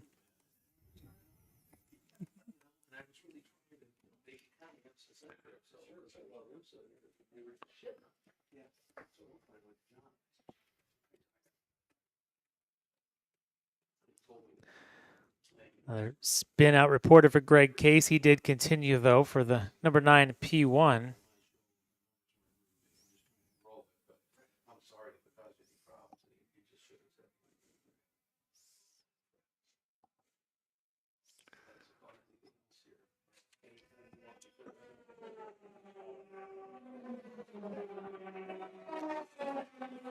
All right, again, we're continuing to track these racers as they work around.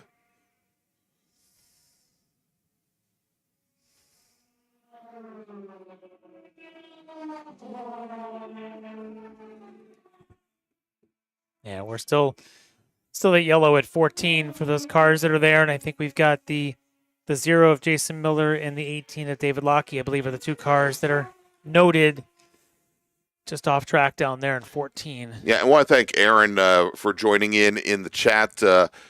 Larry, she's giving us an update. It's pronounced Lock, no E at the end. Okay. Sorry about that, Erin, and our apologies to David as well. And condolences that his car's spun down there at 14 and not on track, actually turning laps. So I believe we've got somewhere around 2 minutes remaining here in the session, and I apologize because unless we get this, and we've got our timing and scoring folks looking into this right now for us, Larry.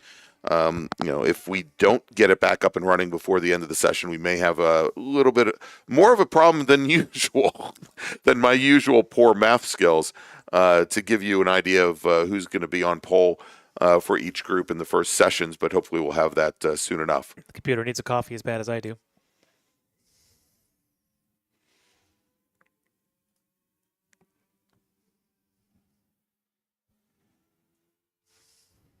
So do we know how much time is left in the session? Have we gotten a... It should be less than 2 minutes. Our race control announced that they were going into sock time, which is typically about 2 minutes remaining on the clock.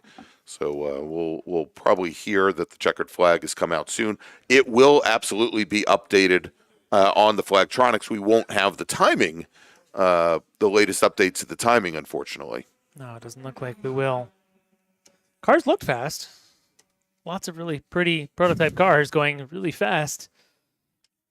And some of these are, the base black with the carbon fiber, but a couple of them are not. I see that great Mazda livery with the orange and the green and the cross stripe across it that just looks amazing out there.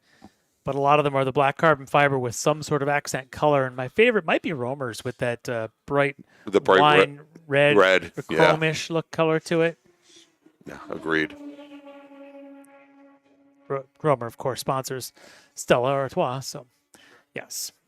All right, sounds as though we've had another driver pull off somewhere between 13 and 14. It's a party down there. It is. Let's see who that other driver is. We got David Locke. We've got Jason Miller. All right, next car to come across the line, Larry, and come out of the kink and down the kettle bottoms will see the checkered flag. I believe that will be the 29 car. Well, down pit lane, we've had a couple have come in. It looked like the 7 of Mike Rupert did make his way back through, if I saw the correct car there. We've got the 25 of Vaughn Scott just across the way from us. That beautiful white, blue, and orange. That's a really cool car. All right, first car to take the checkered flag. That is the 29 machine. First one to take checker looks like it's going to be Chip Romer. Chip Romer, yeah. out of Lake Havasu City, Arizona. And again, we apologize. Don't have timing information up and running at this point. We know that when they went black flag, the times up to that point, Chip Romer had provisional pole at 2-minute .4, but now they've had about 5 more laps around here. Anything could have happened.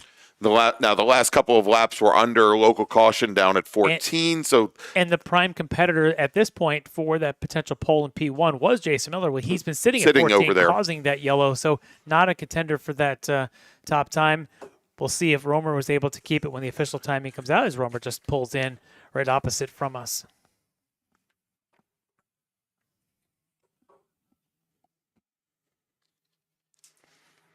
All right, and if we look at prototype 2, you see, I saw Wheel Spinner 20 in the chat say thanks, Brian, Larry, and I immediately thought he was talking about something I said. That's my alias, actually. That's your what alias. I post under. Okay, let's. I'm just glad I'm up here 3 days in a row, and at some point you recognize that you call everybody Brian. Yes. Everybody. I haven't called Eric Brian yet. Yet. Day's not over. There's still time. It's gonna lots happen and lots 20 of time. minutes from now.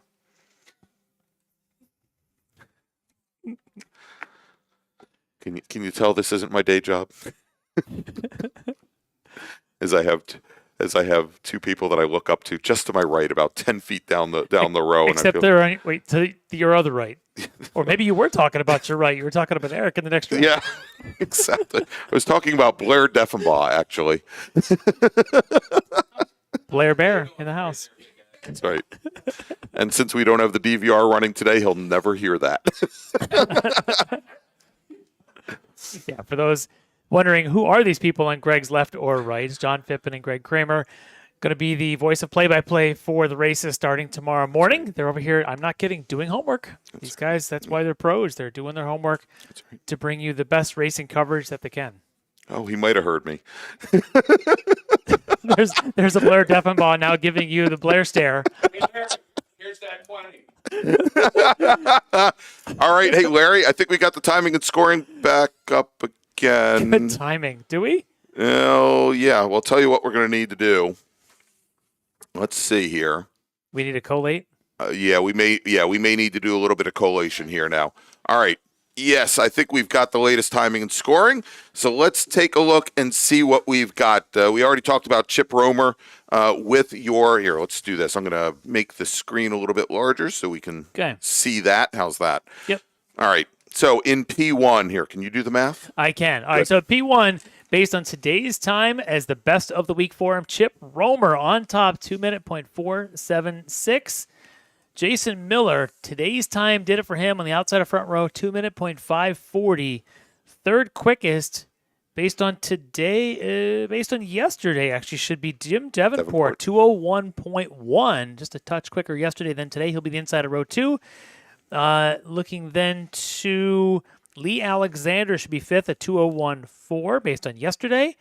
Next in line would be Matt Romer on today at 201.990 because Todd Vanacore was also at 993, if I have that right. So 3 1,000ths, which puts then Todd Vanacore in the 6th spot behind Matt Romer. And then we get down to John McAleer. It's going to be at that today's time, 204.3, if I've got that right, as he had some slower times in the week. And then Matt Gendron in the Atlanta Peach, 207s today. Greg Case, based on today, should be a 207.8. Dave Locke, 211.0, 3/10 quicker than, where was he? Actually, he was quite a bit quicker than yesterday. And then should be Tyler Thielman and James French, who may not have actually, he does have a time in the book. Right. 2:19.6 based on today, which clearly is not indicative of his speed. Will be last on the grid, but we'll see where that car is. All right, well, Larry, let's move over to P2 if we can, real quick. I wanted to answer Rafael Diaz. I think somebody may have already put it here. Tomorrow is the start of Hagerty race days. We start at 7 a.m. tomorrow morning. First race is at 8 a.m., and we will have live camera and full race action for you, again, with John Phippen and Greg Kramer, Tom O'Gorman, and Larry Lefty McLeod for all 3 days of Hagerty race days. This is our setup for qualifying here today and the previous 2 days. So hopefully you'll join us starting tomorrow morning at 7 a.m. All right, I've done a little bit of math here. Bart Wolf, based on yesterday, 207.4 will be your tire rack pole winner in P2. On the outside, did the work today. Tim Day Jr. of Scottsdale, Arizona, 208.3 will be second on the grid. Third should be Greg Guyan, another one that moved up, actually held his spot from yesterday, let Tim Day get by him.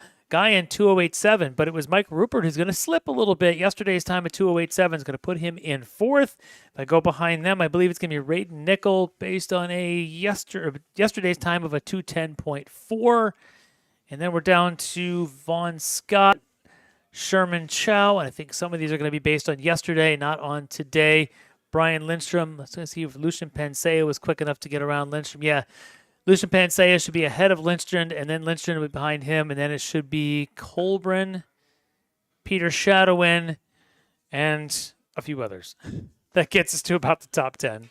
All right, there you go. So that's going to wrap things up for Prototype 1 and Prototype 2. Again, our Prototype 1 racers will take to the track our very last race of the weekend. It'll be 4 p.m. Central Standard Time on Sunday. Prototype 2 scheduled to roll off the grid 3 p.m.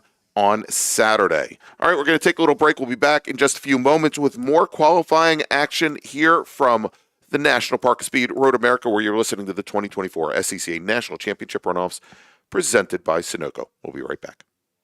The 60th anniversary of the SCCA National Championship Runoffs at Road America is only possible thanks to the hard work and dedication of hundreds of SCCA volunteers, as well as valued partners, including Tire Rack was established over 40 years ago by an SCCA member with a passion to find the right tires, wheels, and now brakes and suspension products for racers and enthusiasts on both street and track. As official tire retailer of SCCA since 1995 and sponsor of the Runoffs Pole Award along with the National Solo Program, Time Trials Nationals and National Tour, and Track Night in America. Tire Rack is proud to support the SCCA and its members as they go have fun with cars. It's the third and final day of qualifying at the Sports Car Club of America National Championship Runoffs presented by Sunoco, which makes this Tire Rack Pole Day. The 26 fastest qualifiers will win the pole for their national championship race, and each will win a $500 gift certificate from Tire Rack, the official tire retailer of the SCCA.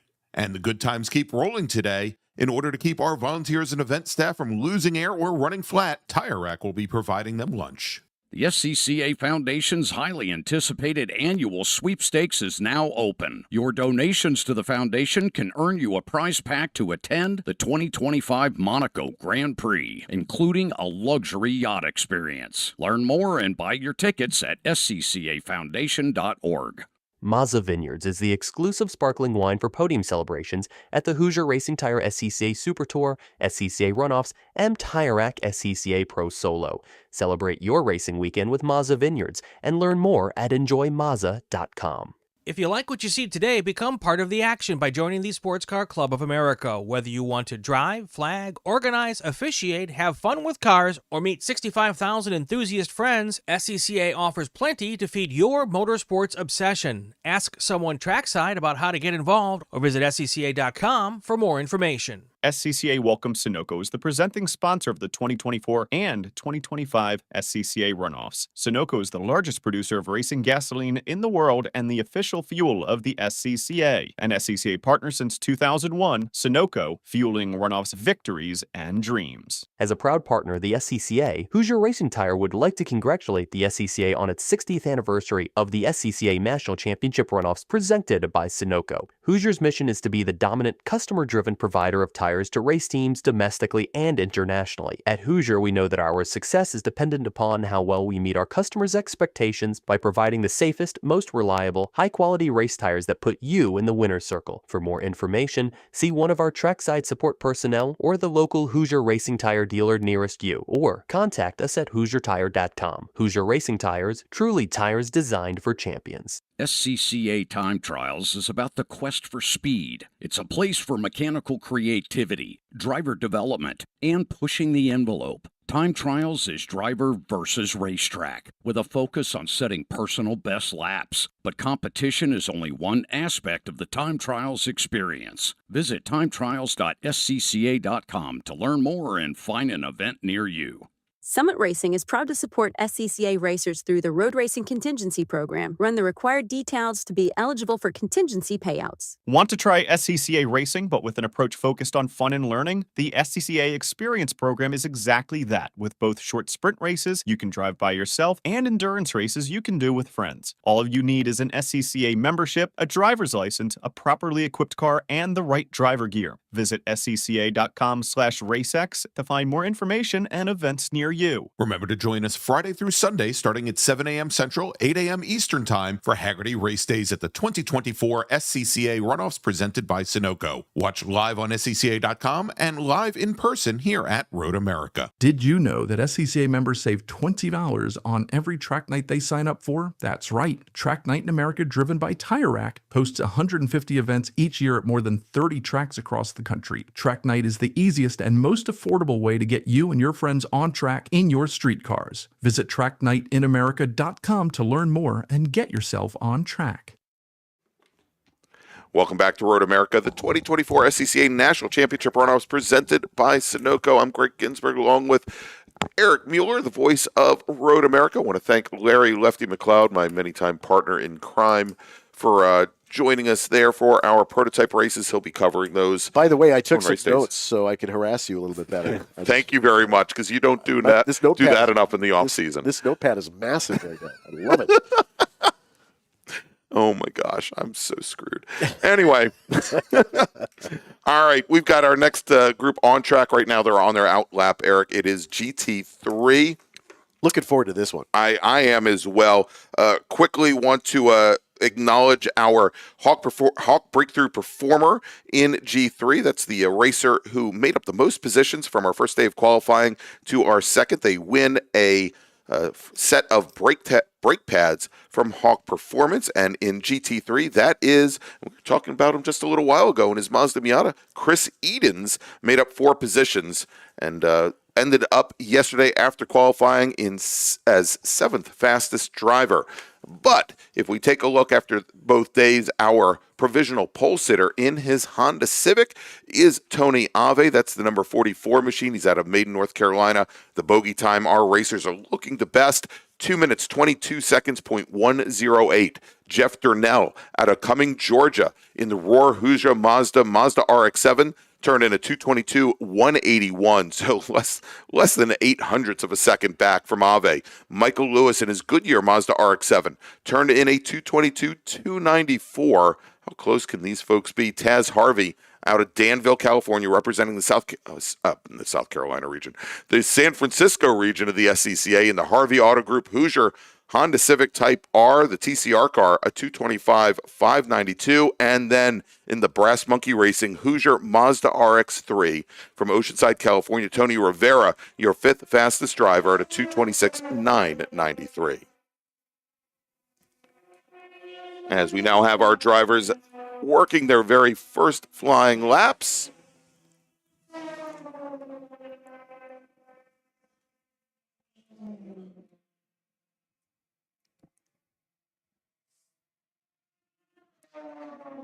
And I used to refer to this class, Eric, as Spec RX-7 or Spec 3rd Gen RX-7. All the FD RX-7s, because there were so many that made up the class here, of which Jeff Durnell was one of the standouts and stalwarts. But as we see here, Ave now in a Honda Civic. He had been, and Ave is your defending national champion. He took that win in an Acura RSX. That chassis hurt, I think, fairly badly at Watkins Glen in June as part of the Super Tour, and he is out and talking to his crew earlier this week. That is a brand new chassis with the Honda Civic silhouette on it, as opposed to the Acura RSX silhouette. So it sounds like we've got a car over just past turn 3 that has lost the stove. No power. Pretty Mazda heavy, though, in this group as well. Creamer's taking notes over here on Lost. Yeah, he is. I'm stealing his twisty bits all the time. You know. Yes. That probably didn't come out the way you meant it to either. No, so. yeah. You know. Okay. Probably not. But it would be par for the course with this Chuckle Hut trio in here. All right, we've got a local caution now, I believe, over by turn one, going into turn one with a car, I think, in the gravel trap, Eric, here early on in the session, trying to get a bead on it and whether or not we can pick up which car that might be. And unfortunately, because of the way the sun is coming down over turn one and into our camera's eyes, a little hard to visualize there. We'll see if we can get that info. But safety truck there as well.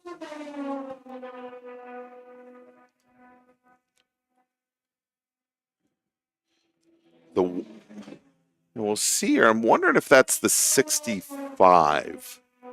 Looks like Possibly. It might be Darnell, yeah. Yeah, I think that might be Jeff Darnell because I've got times that have come in from all of our racers except for Darnell. Darnell does show as having started a flying lap.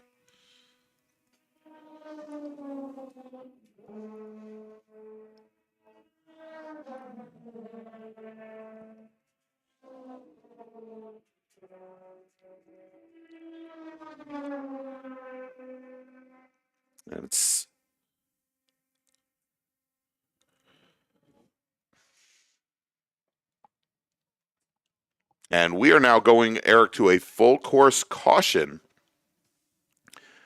here at Road America as we are about 7 minutes into this 20-minute qualifying session. And some cars passing under yellow. Which is and it sounded as though one of the calls that came in where it was one blue car passing another. We saw the blue Honda Civic, the 44 car of Tony Ave, go down the front straight, followed fairly closely by the 32 Mazda RX-7. I believe that's Michael Lewis. That may have been one of the things, but I think having that happen so close to an incident zone today is what brought out this full course caution. So we'd assume that start finish would have been up as a backup with safety team on the ground at turn one.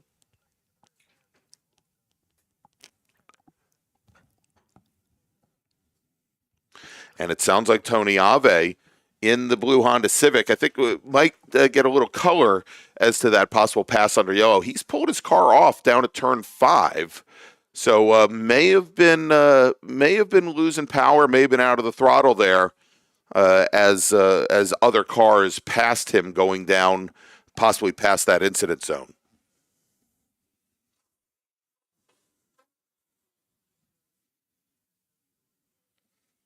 And we've got our 3 safety cars deployed here on track, and it appears as though we've got the one safety car coming down in the Canada, down the Kettle Bottoms. We'll pick up Michael Lewis. We'll pick up the 88 machine of Taz Harvey and about 5 other cars. We then have a second safety car just now coming out of the carousel heading towards the kink that has the 79 machine of Paul Young, another one of our, well, he's in the Ford Probe here this race, and a number of racers behind as well.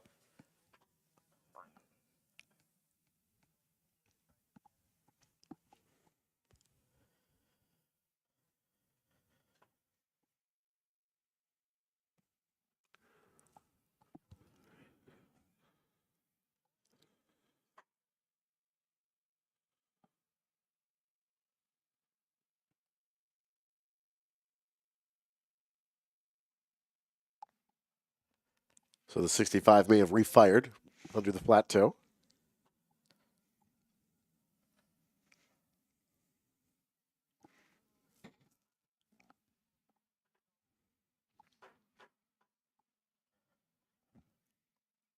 All right, so if we recap here, you can see the ticker on the left-hand side of your screen. It is Michael Lewis, our fastest driver in the session at a 2:22, 2:44.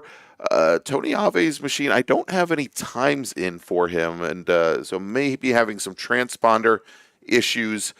Tony Rivera, a 2:27, 179 as his fastest lap time. Again, the provisional pole time coming into the day was at 2:22.108, set by Tony Ave during yesterday's session.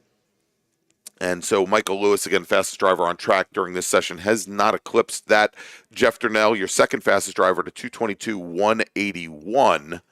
Third fastest was Michael Lewis at a 2:22.294. So Michael's picked up at 0.05 of a second over his fastest lap time from yesterday. Back to Ave's second quick at 2:27.115 for Ave. Ah, okay, so we do have a lap time in for him.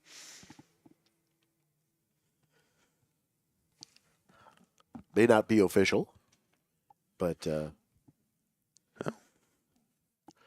if that was the only lap, and potentially if there was a passing under yellow situation, does the lap get deleted? Theoretically. Theoretically, yes. Okay.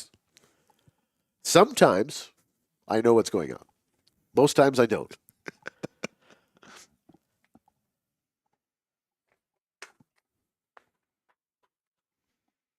I'm not a race announcer. I just play one on YouTube. That's all I have to say. All right. You at least have a YouTube channel. That is true. I talk to squirrels and chipmunks and deer around this place sometimes. Possums. But they respond back. He's like the Dr. Doolittle of Road America. Yeah, there you go.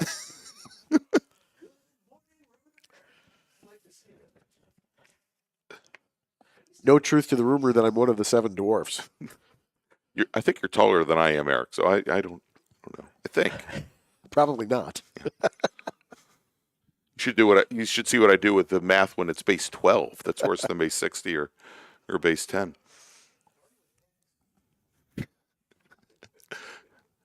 I'm not doing base 16. That is not working. No. All right. Enough from the peanut gallery there at the end of the room. X plus Y. All right, again, we are under full course caution here as we are looking. Again, it sounds as though we got the Durnell car cleared out of the gravel trap at turn 1.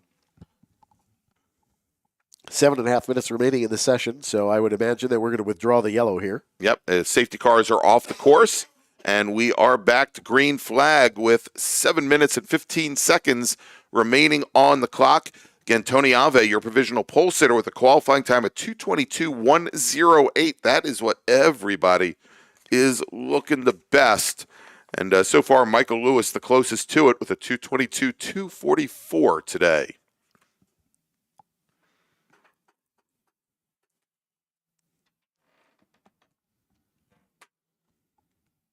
All the safety cars returning home.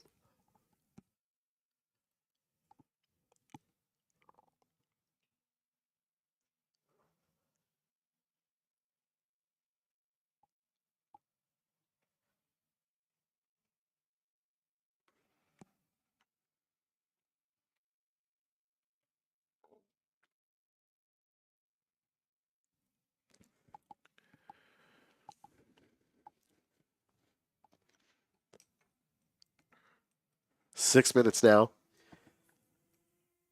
remaining in this qualifying session for GT3.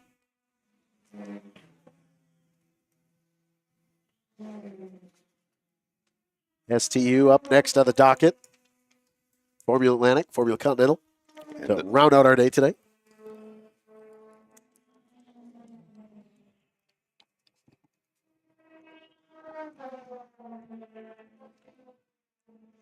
And STU had been teamed up with GT3 for a couple of our sessions this week, both Tuesday and yesterday. So, you know, we see now GT3 where there's a lot less density on track, some more opportunities for them to set fast laps here.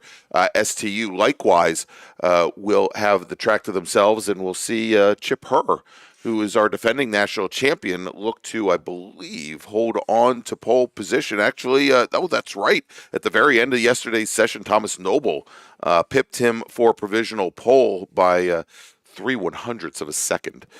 So we'll see how things turn out today. Had a great conversation with Chip earlier in the week, and I've known Chip for probably a good 20 years. And he just came up to me, gave me a big hug on the fence over by the grid during the test day, and he says, you know, this number 1 looks really good on the door of my car. And he was just elated to be here.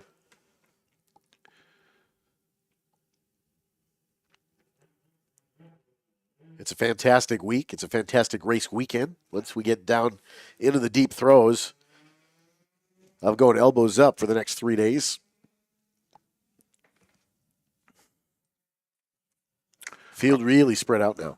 Indeed. Michael Lewis now coming across the line, down by 11B, does not improve.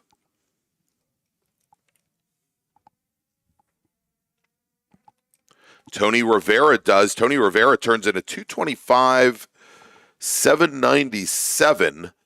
And that is, and Rivera had come into the day at a 226.993. So he improves upon his best, but that 797 not going to be enough to leapfrog Taz Harvey, who came in the day fourth. So Tony Rivera still provisionally on row number 3.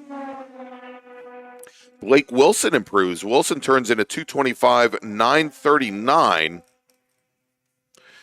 And Blake came into the day with no times from Tuesday. Yesterday, a 242 and change, considerably off the pace in his Wilson Racing Appalachian Race Tire Mazda RX-7. Today's showing his true pace, that 225.939. Enough to move him, well, just ahead of brother Stacy Wilson.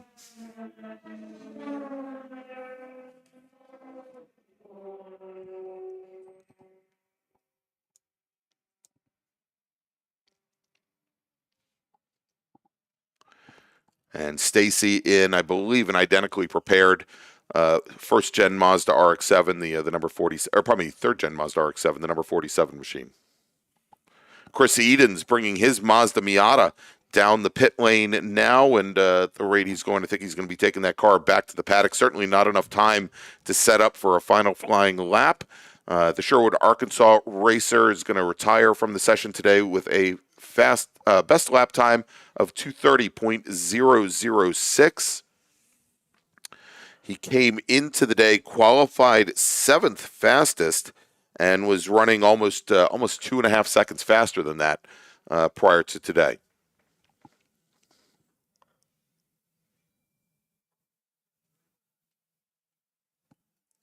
Get it down to the final 2 minutes of this qualifying session.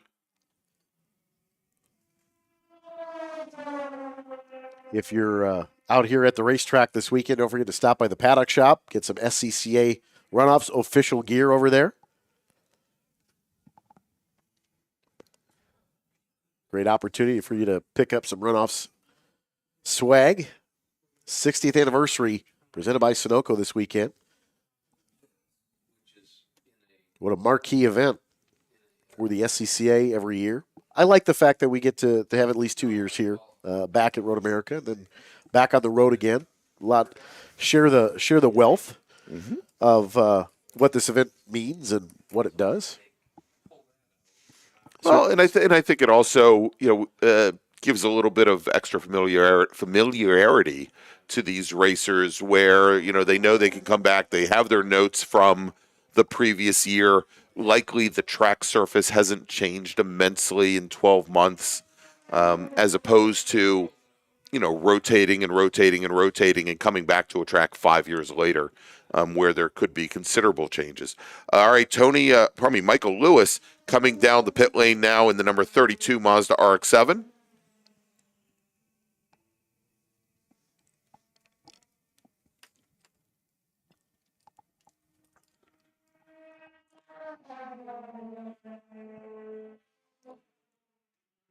And the other Mazda Miata on track, that's Armin McGregorian out of Naples, Florida. He's looks like he's trying to put in a fast lap here.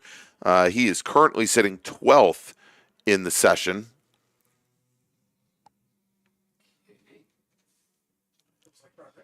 Looks like a surface flag out in the carousel just after exit apex. Evaluating whether that may slow the next session down. Yeah.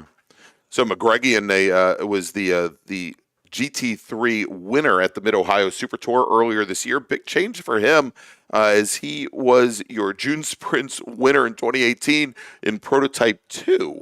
As he's now moved over, as we now have the clock hitting 0, checkered flag in the air. Next drivers to come through the carousel, where we've got a little bit of debris on track there on the exit of the carousel. We'll see the checkered flag, and it looks as though it's going to be Tony Rivera in that beautiful, beautiful Mazda RX-3. And he is going to take the checkered flag. He does not improve upon his times. Somebody who does improve on the previous lap, Jeff Durnell. Of course, spent a little bit of time in the gravel trap over at turn 1. Well, when he has a chance to make it to the other 13 corners here, Eric, he turns in a 2:22.627. Good enough for second quick in the session. Yeah, absolutely. And as we take a look here now, quite a bit. He came into the day second fastest overall with a 2:22.181, so a little bit off of his times, but it also guarantees that nobody's going to leapfrog him and displace him from the front row.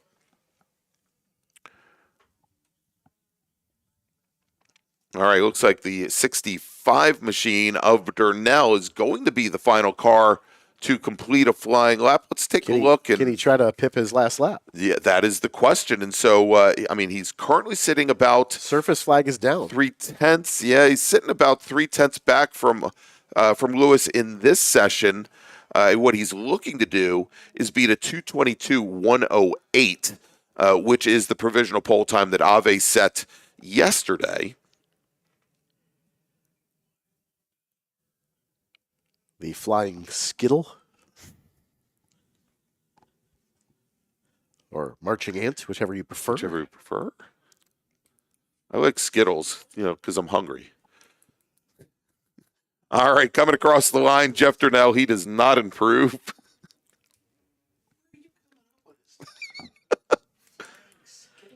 Well, you've been sitting in Florida too long, Greg.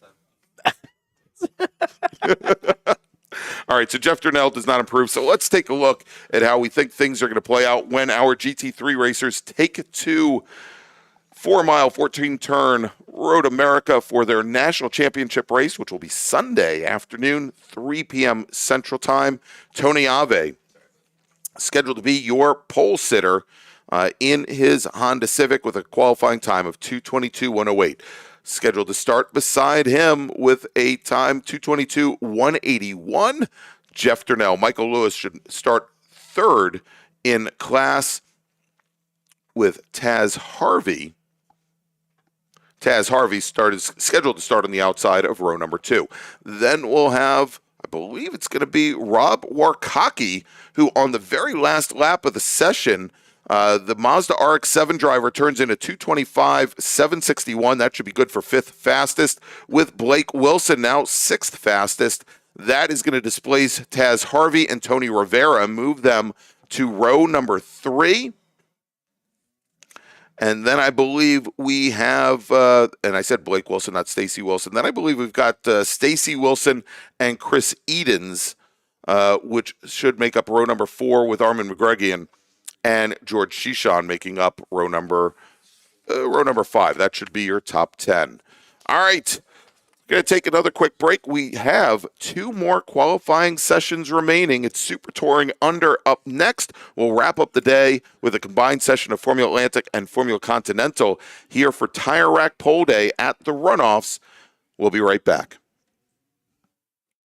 The 60th anniversary of the SCCA National Championship Runoffs at Road America is only possible thanks to the hard work and dedication of hundreds of SCCA volunteers, as well as the valued partners, including For over 100 years, Sunoco, SCCA's official fuel partner since 2001, has been fueling victories on and off the track. Sunoco is the largest racing gasoline producer in the world, which is why Sunoco is trusted to fuel over 50 racing series, including the SCCA National Championship Runoffs, SCCA Pro Racing, Trans Am, NHRA, and NASCAR. To find race gas near you, visit SunocoRaceFuels.com or call Sunoco at 1-800-RACE-GAS. Summit Racing Equipment, the official high-performance source and proud sponsor of the SCCA Road Racing Program, is celebrating its 56th anniversary as the World Speed Shop. Green, yellow, checker. You know the flags, but do you know the people waving those flags? Flaggers are the key to success of every SCCA event at the racetrack, and it's something anyone can do. Being an SCCA flagger puts you in the action mere feet from the race cars, keeping everyone on track safe and having fun. And with SCCA's partnership with IMSA,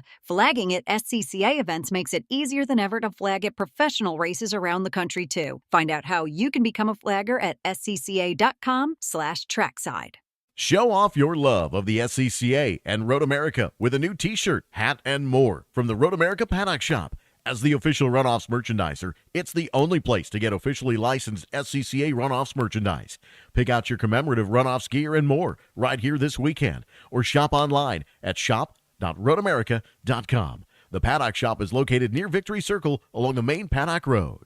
Ready for a new race trailer? Bravo Trailers is the exclusive partner of the SCCA. Owned by longtime SCCA racers, Bravo Trailers work better, load easier, and tow better because they build them with the racers in mind. Visit bravotrailers.com to see your new trailer in aluminum or steel. Join Hagerty Drivers Club, the ultimate membership community for car lovers. Hagerty is the official insurance partner of the SCCA, and with Hagerty Drivers Club, you can enjoy exclusive offers from brands you love, like Michelin and Eastwood, members-only track days and events, roadside assistance for trailers, unlimited classified listings on Marketplace, and more. If you love cars, you belong in Hagerty Drivers Club. Join at Hagerty.com. It's the third and final day of qualifying at the Sports Car Club of America National Championship Runoffs presented by Sunoco, which makes this tire rack pole day. The 26 fastest qualifiers will win the pole for their national championship race, and each will win a $500 gift certificate from Tire Rack, the official tire retailer of the SCCA. And the good times keep rolling today. In order to keep our volunteers and event staff from losing air or running flat, Tire Rack will be providing them lunch. Congratulations to everyone in the Sports Car Club of America for 51 years of the Tire Rack SCCA Solo National Championships and 61 years of the National Championship Runoffs. Without the dedicated members, volunteers, and region leaders, these events and the thousands of other events SCCA members host each year wouldn't be possible.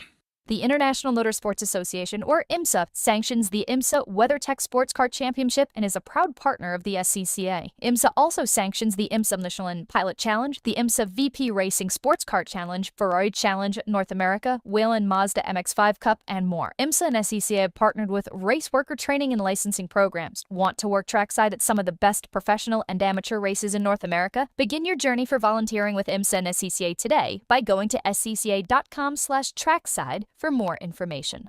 Did you know that SCCA members save $20 on every track night they sign up for? That's right. Track Night in America, driven by Tire Rack, hosts 150 events each year at more than 30 tracks across the country. Track Night is the easiest and most affordable way to get you and your friends on track in your street cars. Visit tracknightinamerica.com to learn more and get yourself on track. The SCCA Foundation is a 501c3 public charity that supports SCCA and motorsports initiatives through programs and projects like Region Development Grants, Tire Rack Street Survival, Women on Track, Vet Motorsports, Formula SAE, maintenance of the SCCA archives, and much more. You can donate anytime at sccafoundation.org. Stop by the SCCA Foundation booth on Vendor Row to learn more.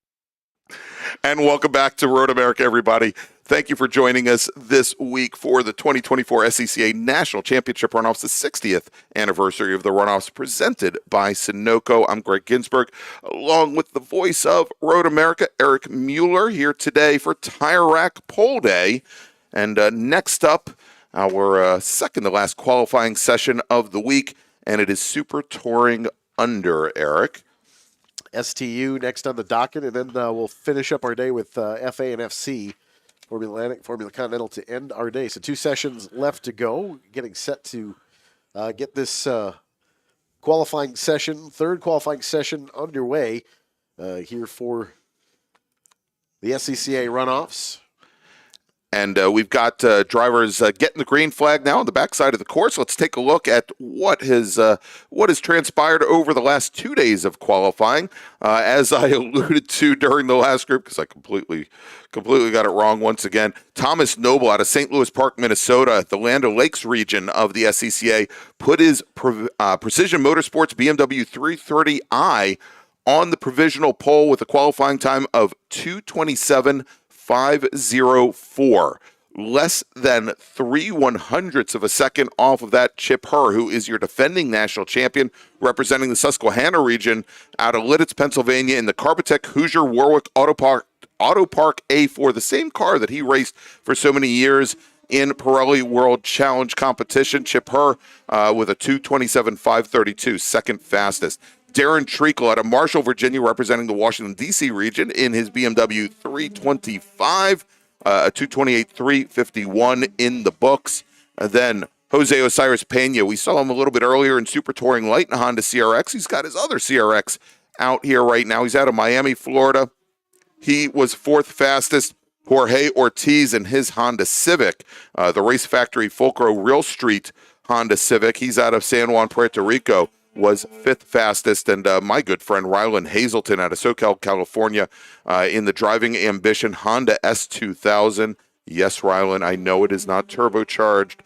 He was your sixth fastest driver in the field, and he's been getting some coaching this week from Morgan Burkhardt. I was talking to Morgan at lunch today. Ryland's picked up in the last day, he thinks, about 2.5 seconds. So we'll see how Ryland does here in the final qualifying session of the week. Obviously speaking, we talked earlier in the day how temperatures were in the mid-60s much of the morning. Mid-afternoon, temperatures got up to about 73 at one point. Now we're back down to 69 degrees as we start coming down the spectrum again for the last two sessions.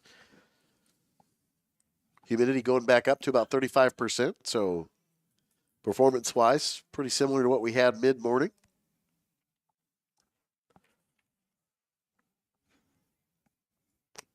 Dialing things in just a bit here for STU. And got word from Eric Heinrich, who knows all things Super Touring Under. He says that the Darren Treacle car, the BMW, is ex-World Challenge Touring car Mark Safronis's ex-Techmark car.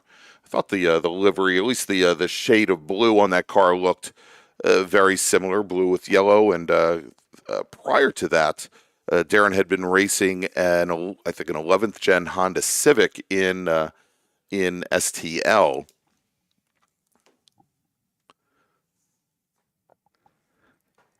And we've got Yuri Colossos, noted Star Wars fanatic and fan, an E-Production Mazda RX-7 driver, saying that we should be watching out for some of the Latin American drivers. Of course, Osiris Pena, who had a great run at the end of the STU race last year in his Honda CRX, Jorge Ortiz, Edwin Soto, and also Jorge Nazario.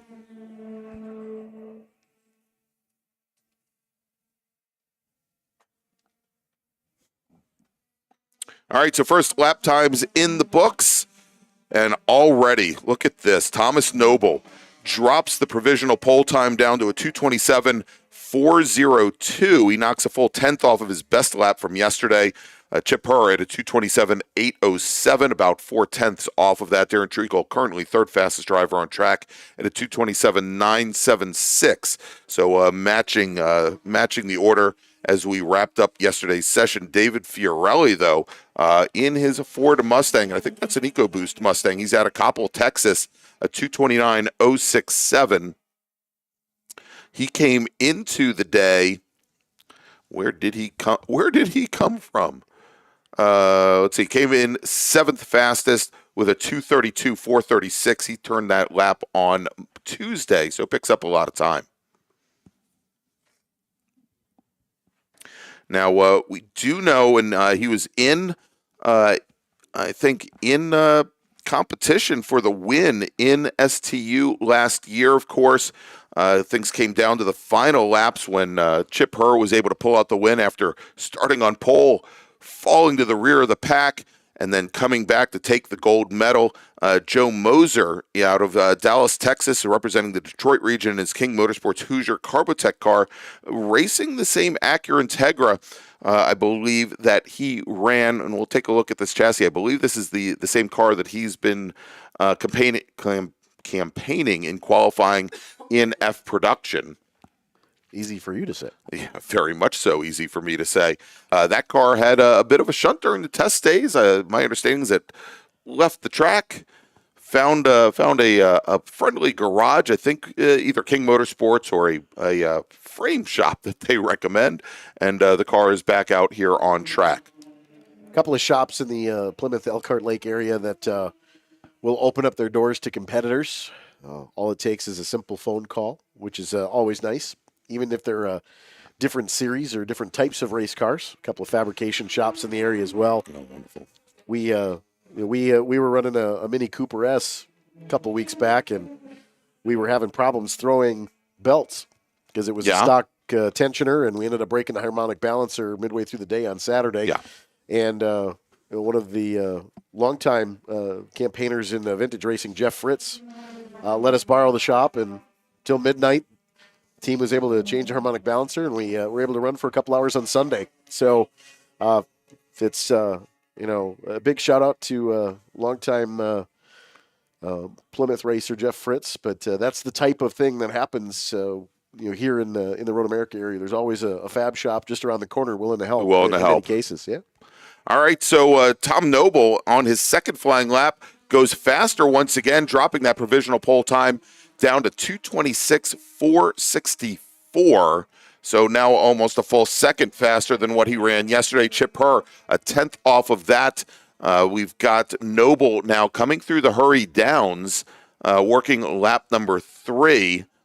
And unfortunately, I don't think we've got our sector times here any longer. Let me... the segment 1 seems to be missing as well. Segment 2 at this point. So might be having some issues with timing and scoring.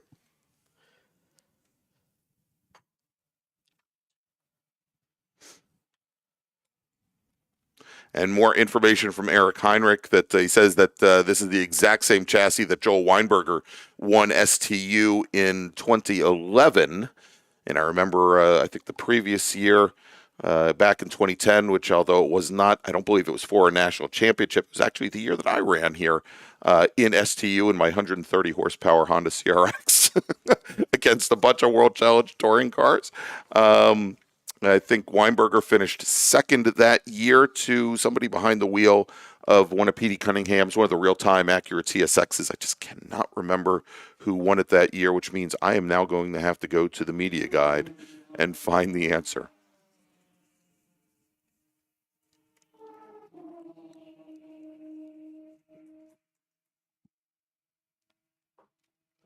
Eight and a half minutes or so remaining. A little bit more than that.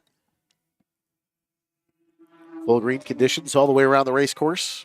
Late in the day on this Thursday. Fast Friday sets up race day number 1 of 3. And we start our day at 8:15 with B-Spec first thing tomorrow morning, right after our national anthem at 8 o'clock to start our 60th anniversary runoffs. We'll do that all 3 mornings. From Victory Lane, we'll get things underway. And there you go. The answer, Richard Cullen was your winner in 2010, and that was the very first year that STU took part at the runoffs. I think we actually shared the track that year with Touring 3. So what you're saying is there's a few cars that went by rather quickly. Yes. Actually, it was a split start, and we were the second class. We had the Touring 3 cars upon us by the time we got down to turn 8 on the very first lap. It was a very hectic race for a lot of us. And there you go. Eric Heinrich says all 3 podiums were World Challenge Touring cars, indeed.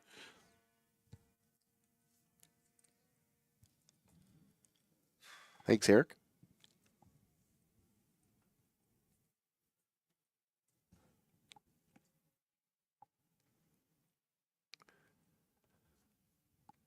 Getting out of the end of the day here, Greg. Shadows are becoming a little bit longer on the backstretch.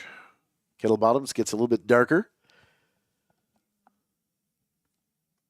Yeah, getting very low, and I was talking about the camera that we have over by over by turn 1, for example, looking down the hill where you just cannot see anything because the sun is so low right now that anything looking down towards that towards the bottom end of the course ends up right in your eyes, and it's got to be very difficult for racers as they come out of turn 1. Remember, we joked a little bit around the lunch period of being about 15 feet further south of the VIP tower than I'm used to being. Yes.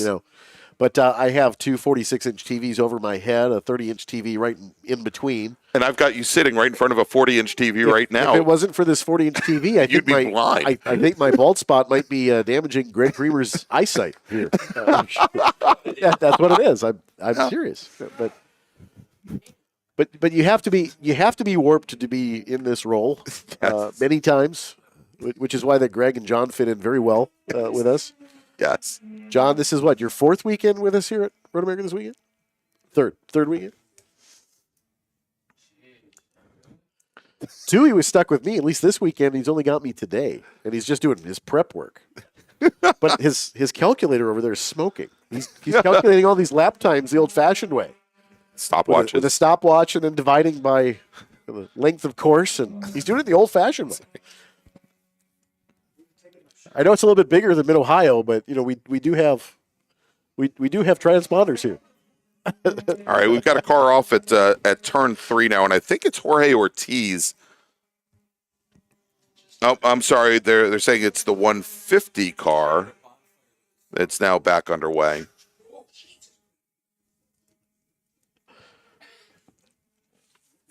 So, of course, goes back to green all the way around as we have 5 minutes remaining on the clock.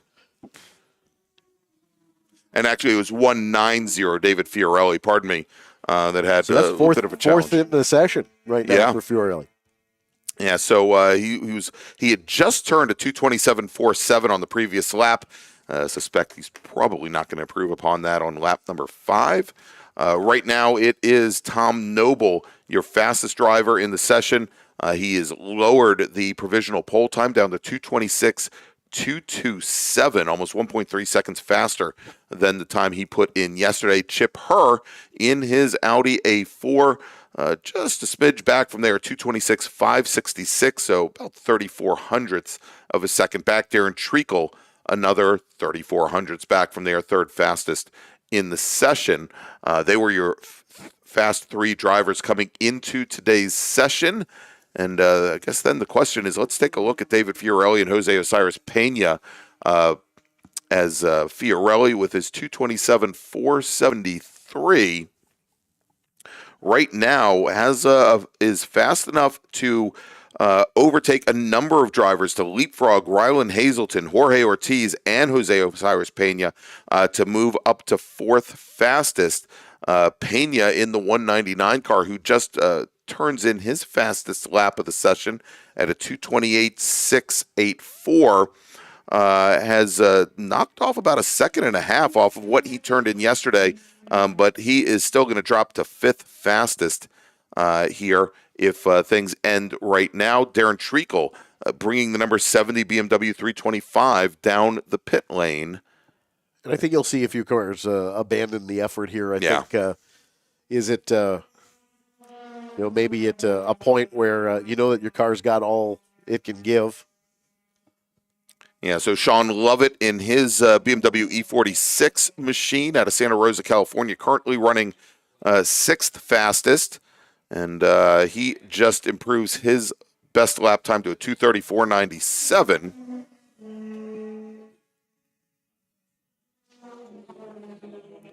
And yeah, we are now starting to see some more drivers come down the pit lane. There is David Fiorelli in his Mustang, rolling fairly slowly down the lane.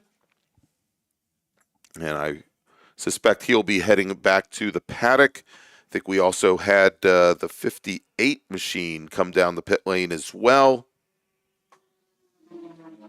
Actually, we didn't have the 58 car.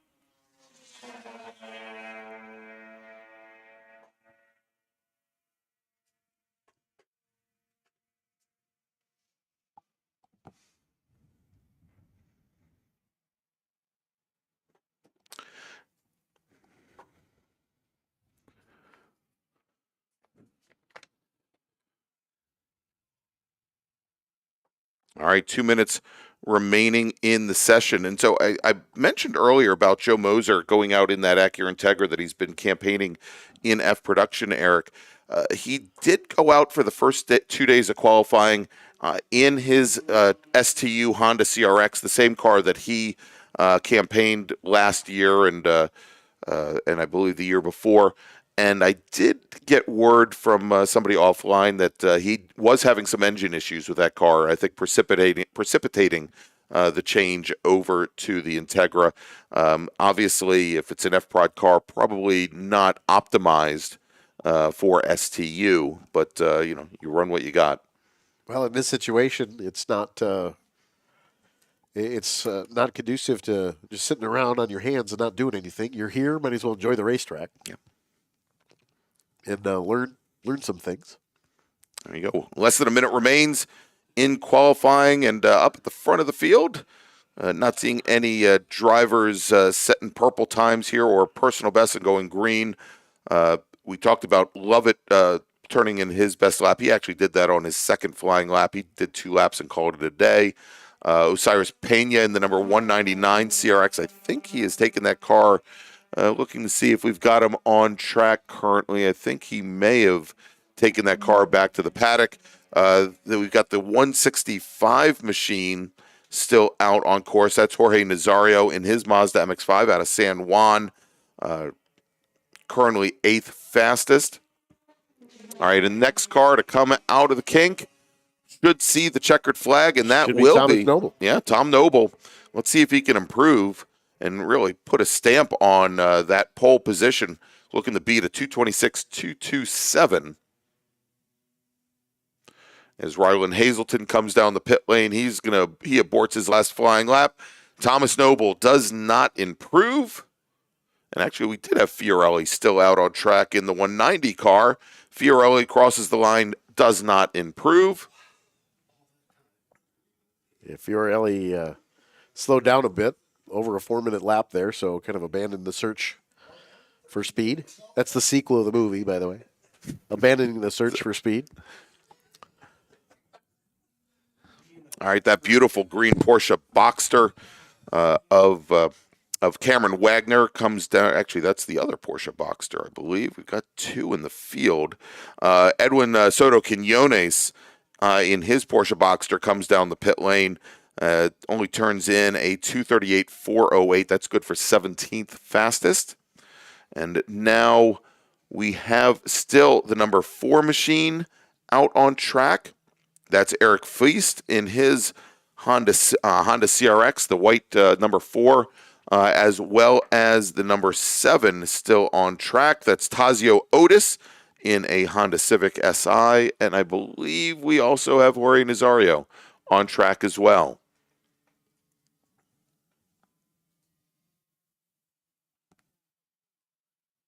All right, the number 4 machine of Feist does not improve. Otis does not improve. Jorge Nazario does not improve. Nor does the number 75 machine of Jim Schleck. Oh, take that back. Jim Schleck does put in a personal best, a 233.8. That is good for 14th fastest in the session. All right, let's go. And Eric, I think you feel safe in trying to make sense of the top runners in STU as they get ready for their championship race, which will be held tomorrow, Friday afternoon, 4 p.m. Central Time is the start time. Make sure to join us on the SCCA official YouTube channel. And so our provisional pole sitter, Thomas Noble, with a qualifying time of 2 minutes, 26.227 seconds. Starting next to him on the outside of the front row should be Chip Herr. Darren Treacle will start third, with then David Fiorelli starting in 4th. Then we've got Jose Osiris Pena, who will start 5th.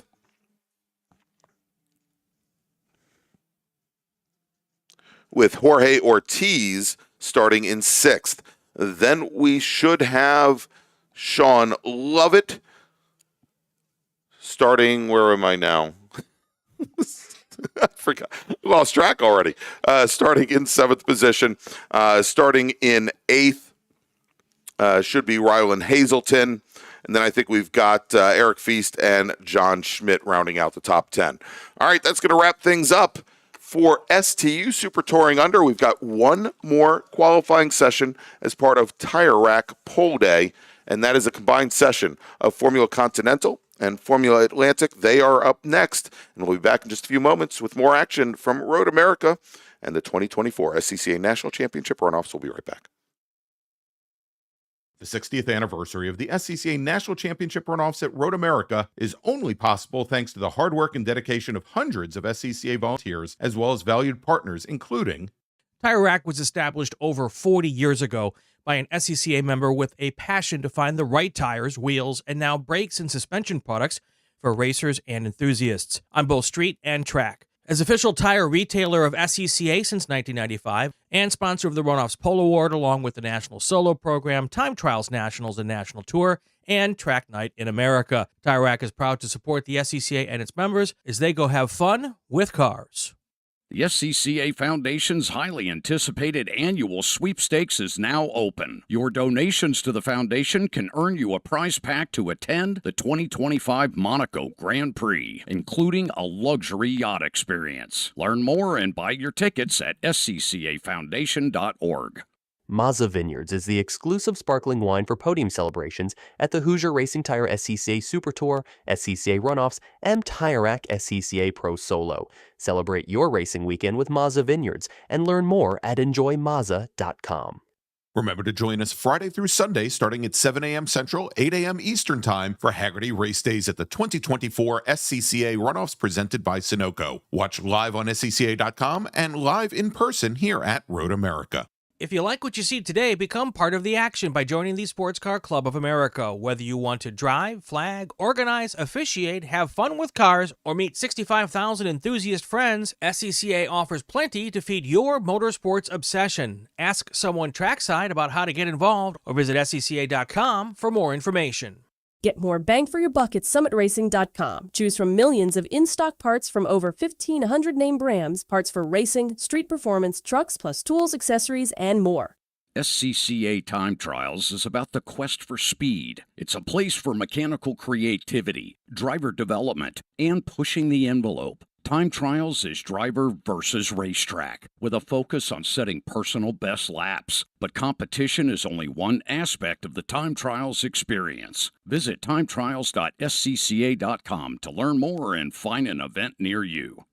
It's the third and final day of qualifying at the Sports Car Club of America National Championship Runoffs presented by Sunoco, which makes this Tire Rack Pole Day. The 26 fastest qualifiers will win the pole for their national championship race, and each will win a $500 gift certificate from Tire Rack, the official tire retailer of the SCCA. And the good times keep rolling today. In order to keep our volunteers and event staff from losing air or running flat, Tire Rack will be providing them lunch. Want to try SCCA racing, but with an approach focused on fun and learning? The SCCA Experience Program is exactly that. With both short sprint races you can drive by yourself and endurance races you can do with friends. All you need is an SCCA membership, a driver's license, a properly equipped car, and the right driver gear. Visit scca.com/racex to find more information and events near you. As a proud partner of the SCCA, Hoosier Racing Tire would like to congratulate the SCCA on its 60th anniversary of the SCCA National Championship Runoffs presented by Sunoco. Hoosier's mission is to be the dominant, customer-driven provider of tires to race teams domestically and internationally. At Hoosier, we know that our success is dependent upon how well we meet our customers' expectations by providing the safest, most reliable, high-quality race tires that put you in the winner's circle. For more information, see one of our trackside support personnel or the local Hoosier Racing Tire dealer nearest you, or contact us at HoosierTire.com. Hoosier Racing Tires, truly tires designed for champions. Green, yellow, checker. You know the flags, but do you know the people waving those flags? Flaggers are the key to success of every SCCA event at the racetrack, and it's something anyone can do. Being an SCCA flagger puts you in the action mere feet from the race cars, keeping everyone on track safe and having fun. And with SCCA's partnership with IMSA, flagging at SCCA events makes it easier than ever to flag at professional races around the country, too. Find out how you can become a flagger at scca.com/trackside. SCCA welcomes Sunoco as the presenting sponsor of the 2024 and 2025 SCCA Runoffs. Sunoco is the largest producer of racing gasoline in the world and the official fuel of the SCCA. An SCCA partner since 2001, Sunoco, fueling Runoffs victories and dreams.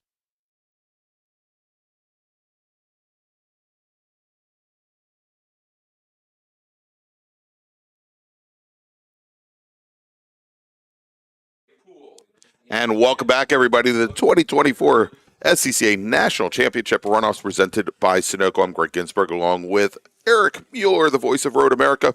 And we've got one final qualifying session of Tire Rack Pole Day here at the Runoffs. We're going to remind everybody that coming at 6:30 p.m., it's the Tire Rack Pole presentation at the Victory Circle. Please head on down and congratulate our 26 pole winners here at the Runoffs. Again, that's going to start at 6:30, and starting at 6 p.m., it is the 60th anniversary party held at the Road America Center. It's for drivers, it's for crew, it's for family and friends, it is for volunteers, and it's going to feature the band Backroads. So head on over there this evening. That runs until 10 p.m. All right, so Eric, we've got Formula Continental and Formula Atlantic up for our final qualifying session.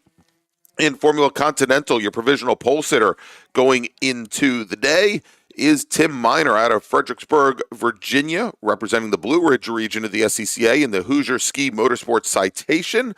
He's got a qualifying time that he put in on Tuesday of 2:11.681. Michael Verison's 7-time, I believe, Formula V national champion out of Burlington, Wisconsin, representing the Chicago region in the Speed Sport Engineering Pepperball Van Diemen F2000, turned in a 2:12.217. He was second fastest. Bill Johnson in the Portable Work Tools Van Diemen with a 2:12.972. Brian Tomasi in his Hoosier Subway Van Diemen RFO1, a 2:13.233. And then Dean Kirluck in the Commercial Services 360 Kirko Mannix Van Diemen, a 2:13.765. In Formula Atlantic, Hans Peter in his Swift 016, the Mazda-powered machine, is your provisional pole sitter. He did not put in a time yesterday, but on Tuesday, threw down a smoking fast 2:01.560, 1.8 seconds clear of Dudley Fleck out of Cedar Rapids, Iowa, in the Hoosier Mazda Cahill Motorsports Mazda-powered Swift 016. Tony Ave, the Iron Man this week, running in GT1, GT2, GT3, Touring 1, and also Formula Atlantic this weekend. The number 49 Mazda-powered Swift had a 2:02.427. Got a car dead stick right in front of us here on the front straightaway. That is the 12 machine. And indeed, that is the 12. That is Riley Harris out of Ashland, Ohio, in his Van Diemen DPO4. He came into the day 6th fastest in the class. And that's going to bring out an early, we've got a white flag for a slow-moving vehicle as he's still managing to keep that car rolling. Hopefully he can get down to the end of the pit lane and get it off into the grass. That would be ideal, but that car does seem to be drawing to a near stop. Local yellow at start-finish at the moment.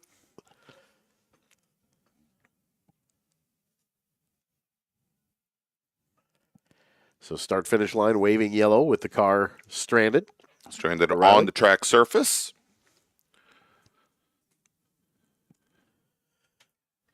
And they'll need some assistance. Looks like potentially a local yellow over in 14 as well.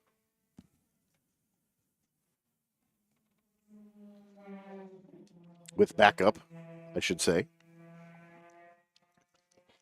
And then I think that makes a lot of sense here at the front straight, Well, given it's a blind the crest of the hill. Absolutely. Exactly. Yeah, absolutely. So 14 the backup here on corner entry for start finish.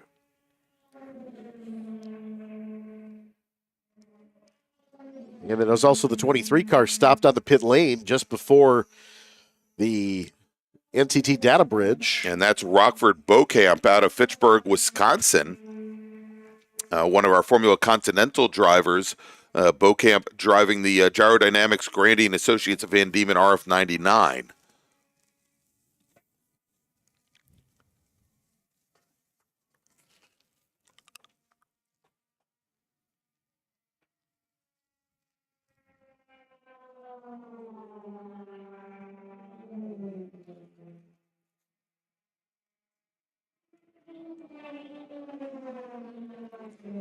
And so a EV vehicle coming out at 13. So we're white over in 13. So that's going to slow things down.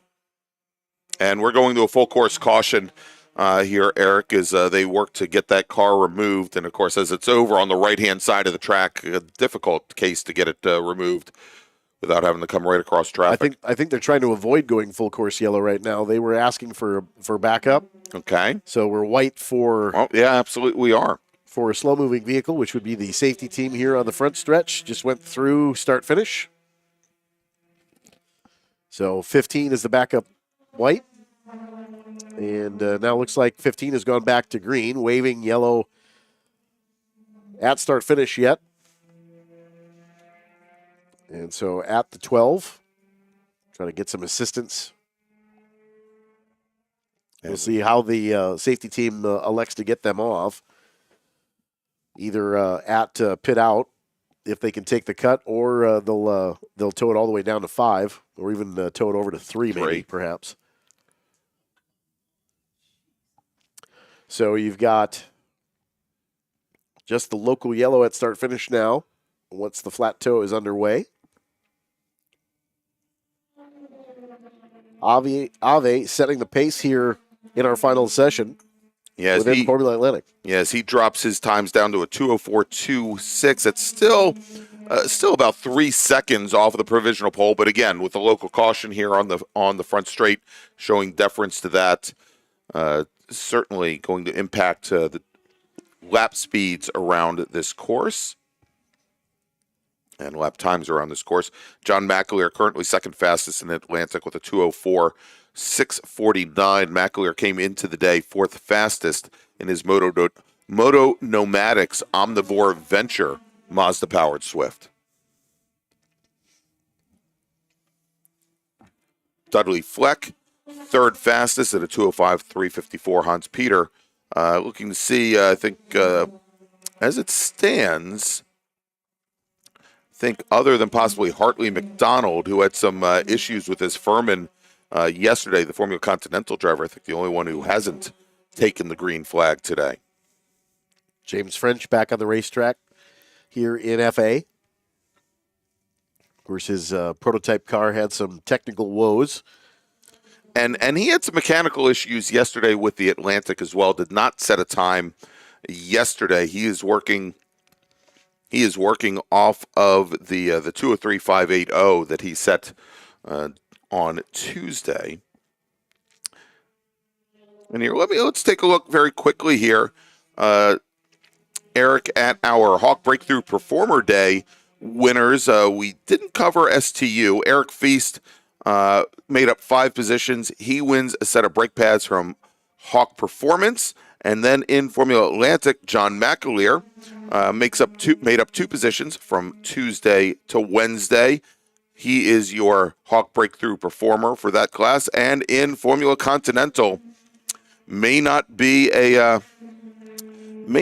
consolation for him, but Rockford Beaucamp was your Hawk Breakthrough Performer winner in Formula Continental, making up 1 position from Tuesday to Wednesday. He will win a set of Hawk brake pads. Flat tow now is underway for Riley Harris. And it looks like they tucked it into pit lane.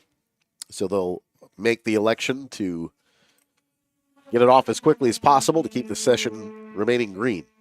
9 minutes, just about halfway through.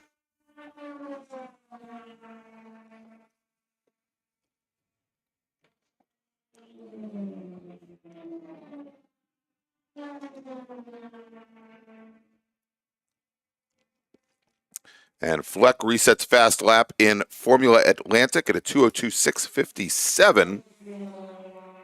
Still about 1.1 seconds off of Hans Peter's provisional pole time. Peters has managed a 2:02.943 to this point.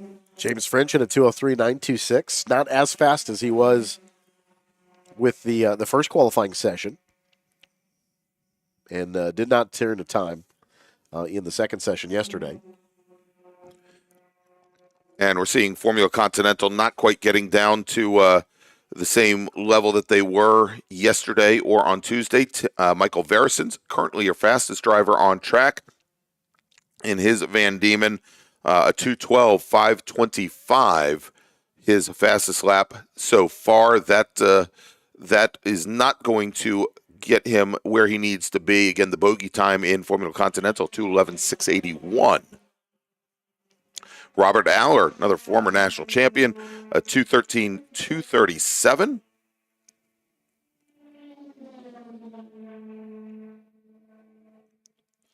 And I should note that that time is about 0.7 faster than he came into the day with. So good pickup there for Aller, but that 2:37 would only be good for 5th position. And for the moment, Robert Aller has leapfrogged Dean Kirillock.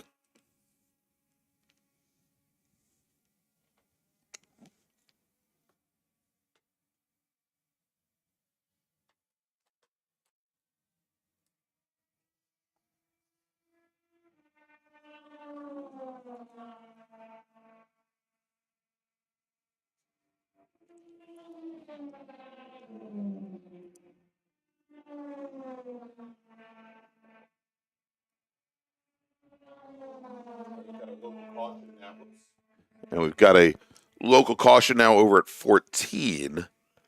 And Michael Verisons out of Burlington, Wisconsin. He is in the gravel trap now, Eric, over at 14. And the corner workers there are requesting that he be removed as quickly as possible.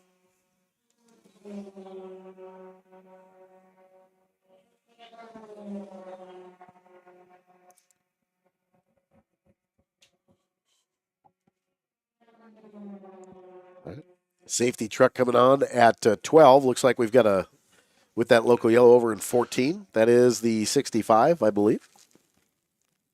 Michael Verisons. Yeah. Yep, currently second fastest in the session. He had just reset personal best in the session, going down to a 2:11.920.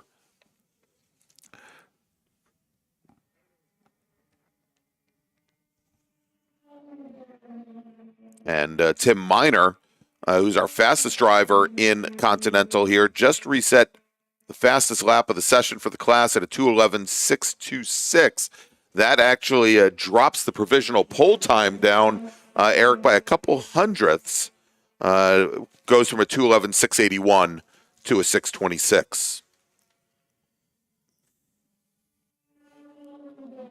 And with Michael Verisons in the gravel trap and about 5 minutes remaining, might be a little difficult for him to overcome that gap. The announcer's curse continues. James French has pulled a stride just past the Mission Foods Bridge. It's all your fault, man. Come to the right-hand side just before the entrance to the kink, and he'll need a flat toe after the end of the session.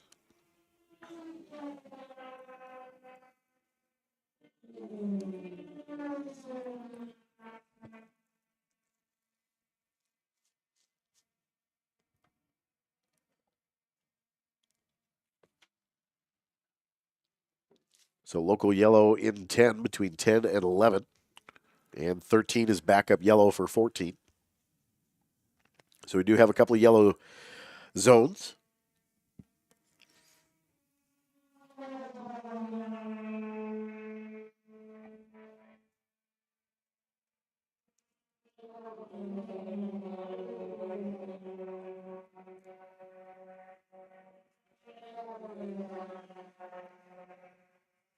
Hans Peter now puts in a new fast lap for Formula Atlantic. He turns in a 2:01.901. And that is still about 0.4 off of the provisional time that he set on Tuesday. But at the moment, Tony Ave, second fastest in the session, almost 0.7 back from there.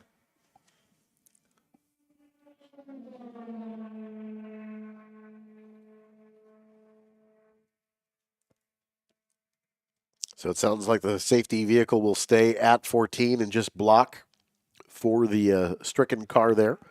So the final 3.5 minutes, we'll have a safety truck and a local yellow. All right, we just see now Hans Peter, after turning in that fast lap of the session in Formula Atlantic in his Mazda-powered Swift, he comes down the pit lane. Looks like he has decided to call it an afternoon. Wouldn't be surprised if we see a few more abandon the lap.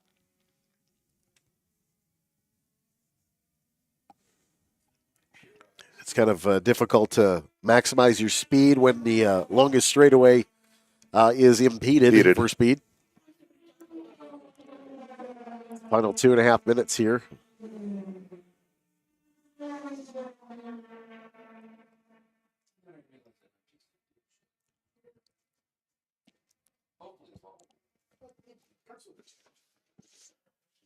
Still local yellow now over and still at 10 for James French. So two separate zones of yellow still out there. Final 2 minutes. Tony Oppheim turns in a new personal best with a 2:04.527 in his Swift 014. He's out of Garfield, Washington, currently 5th fastest in the session. Dudley Fleck turns in a new personal best at a 2:02.416. He is still half a second off of the time that Hans Peter just put in.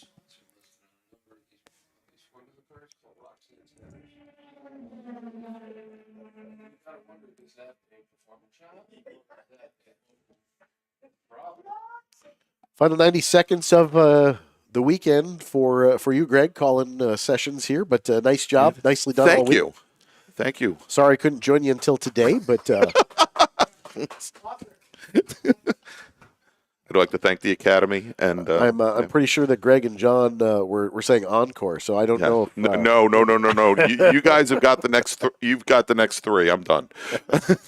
I'm actually going to go out and probably after we do some of our work on the Inside the SCCA show, I'll be out on grid helping the fine folks down there on Saturday and Sunday, touching the flesh, saying hi to some of my, seeing some of my best racing buddies and friends as they get ready to take part in their national championship races, and hopefully I'll get to see them when they come back down the pit lane when the checkered flag flies as well. Final 39 seconds. We've said some very strange things here today, Greg. Well, apparently they're not strange to us. I knew what you meant. I know, but yeah, I know. It is the end of a very long day. I need to work on my sentence construction. I know that now. At least we do know the difference between your and your. Yeah. So, yeah. Yes, one is spelled Y-U-R and the other one is Y-O-R. So if you're an English major like me, you pay attention to that. Yes, there you go. Yes, and that has an E at the end. All right. All right, we're getting punch drunk up here in the booth as we're getting ready for the checkered flag to fly, and it is now out. First driver, I believe, that is going to see the checkered flag is the number 77, John McAleer, out of Roswell, Georgia, and he does take the checkered flag. McAleer does improve, turns in a 2:03.846 on his last flying lap here for qualifying, 4th fastest in the session. And we do still have a number of racers on their flying laps coming out of the kink right now. We'll continue to track them. We believe that Michael Verisons may have taken the 65 machine back to the paddock. Well, he's still down in 14. Oh, yeah, that's right. Oh, yeah. Well, he hasn't taken it back to the paddock because he's busy sitting in a gravel trap. So forget I said that. He'll get the tow at the end of the session here. All right, so let's go here as we have, I believe, the 22, about 5 or 6 09 to 41 still set to come through. Derek LaManna, the 09 machine still set to come through of J.R. Smart. We've got the number 9. I think we have the 96 machine set to come through as well. That's Brian Tomasi, currently 4th fastest in Formula Continental. As well as the 88. Looks like Tim Miner still circulating. And a couple of hardship cars making their way out for the half lap. They'll get off over at turn 5 as well. All right, and Tim Miner crosses the line, does not improve. So let's go and we'll run things down here because I've been so successful all afternoon long. We'll try and make some sense of this. Your provisional pole sitter now should be your pole sitter in Formula Continental with a qualifying time of 2:11.626. That's Timothy Miner out of Fredericksburg, Virginia, representing the Blue Ridge region in his Hoosier Ski Motorsports citation. Michael Verisons will start to his left on the outside of the front row in the Speed Sport Engineering Pepperball. Van Diemen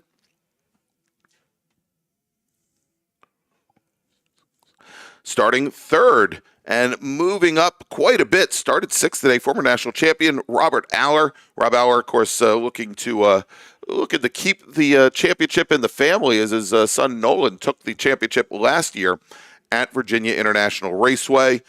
Then we've got, let's see, 1, 2. Then we have Brian Tomasi, who leapfrogs Bill Johnson. So Tomasi will start fourth. Johnson will start fifth. Dean Caroluck sixth. Then we got Hayden Eade, who will start seventh. And then I believe it is Doug Rocco, Rockford Beaucamp, and Hartley McDonald. That makes up your 10-car field in Formula Continental. If we move over to Formula Atlantic, Dudley Fleck, who turned in the fastest lap, and look at this, Dudley Fleck on his last lap of the session turns in a 2:01.729. That is the fastest of the session, but it is not enough to overcome the lap that Hans Peter put in, a 2:01.560 on Tuesday. So Hans Peter, he is your pole sitter for Formula Atlantic. Dudley Fleck will start beside him on the front row. Then we've got Tony Ave and John McAleer. They'll make up row number 2. James French will start in 5th position. Then we've got, let's take a look. Is it Tony Oppheim at a 2:04.3 or Riley Harris? Oh, it's going to get even more interesting because it's only a couple hundreds. Tony Oppheim at a 2:04.319. He will start in 6th position, with then Riley Harris starting in 7th, Bruce Hamilton 8th, Brandon Schwartz 9th, and then I believe it is J.R. Smart and Camille Kopko rounding out your top 10. Well, there you go, Greg. That is the end of TireRack.com poll day here at America's National Park of Speed. Brilliant job all week. And now we get to let the professionals. And if you can see the air quotes right now, we can leave it to the professionals next door. Oh, my. All right. I want to thank, a lot of people for the broadcast this week. I want to thank, of course, the good folks with the SCCA Marketing Department and assistance from Andy Albin, also Blair Deffenbaum, my hero. From you, Eric Mueller, from Larry McLeod and Tom O'Gorman, of course, and for the comic relief, Greg Kramer and John Fippen here down at the end of the hall. Let's go and wrap things up here. Again, we've got a couple of big events here tonight. If you can, start making your way over to the Victory Circle because we're going to have our Tire Rack Pole Award presentations. You're going to meet our 26 pole sitters that will be vying for national championships here for the next 3 days. In addition to that, starting at 6 p.m., it is the 60th anniversary party at the Road America Center for drivers, for crew, for volunteers, you name it. Come on down. We're going to have the great sounds of the Backroads Band, fronted by our own Eric Prill, Vice President of Road Racing of the Sports Car Club of America. And, of course, tomorrow evening at 6 p.m., this is tomorrow night, the 2024 SCCA Workers of the Year will be named at the Road America Center. That is presented by Mazda. Dinner and drinks provided, so please come to the Road America Center tomorrow evening and cheer on the best volunteers in the business when it comes to road racing. All right, well, I want to thank you all for joining us here this week. Remember to join us tomorrow morning, 7 a.m., for the Inside the SCCA pre-race show, and then we get started with road racing at 8 a.m. for Hagerty Race Days. And that is 8 a.m. Central Time, yes. 8:15. We will get our B-Specs out for their national championship runoff. Reminding you that race car spelled backwards is still race car. We'll see you in the morning. Thanks for coming out and playing at America's National Park of Speed. That wraps up the final day of qualifying, Tire Rack Pole Day, here at the 2024 Sports Car Club of America National Championship Runoffs, presented by Sunoco, live from Road America in Elkhart Lake, Wisconsin. Tire Rack Pole Day has been brought to you by Tire Rack, the official tire retailer of the SCCA. The 60th anniversary of the Sports Car Club of America's National Championship Runoffs, presented by Sunoco, are brought to you by Sunoco, the official fuel of the SCCA. Hawk Performance, the official brake partner of the SCCA. Hagerty, the official insurance partner of the SCCA. And IMSA, a proud partner of the SCCA. Make sure to join us starting tomorrow for Hagerty Race Days, where 26 new SCCA national champions will be crowned. The action starts at 7 a.m. Central, Friday, Saturday, and Sunday, with Inside the SCCA presented by Goodyear Racing Tires. And then racing gets underway each day at 8. For Eric and Greg, have a wonderful evening, and we'll see you tomorrow for Hagerty Race Day.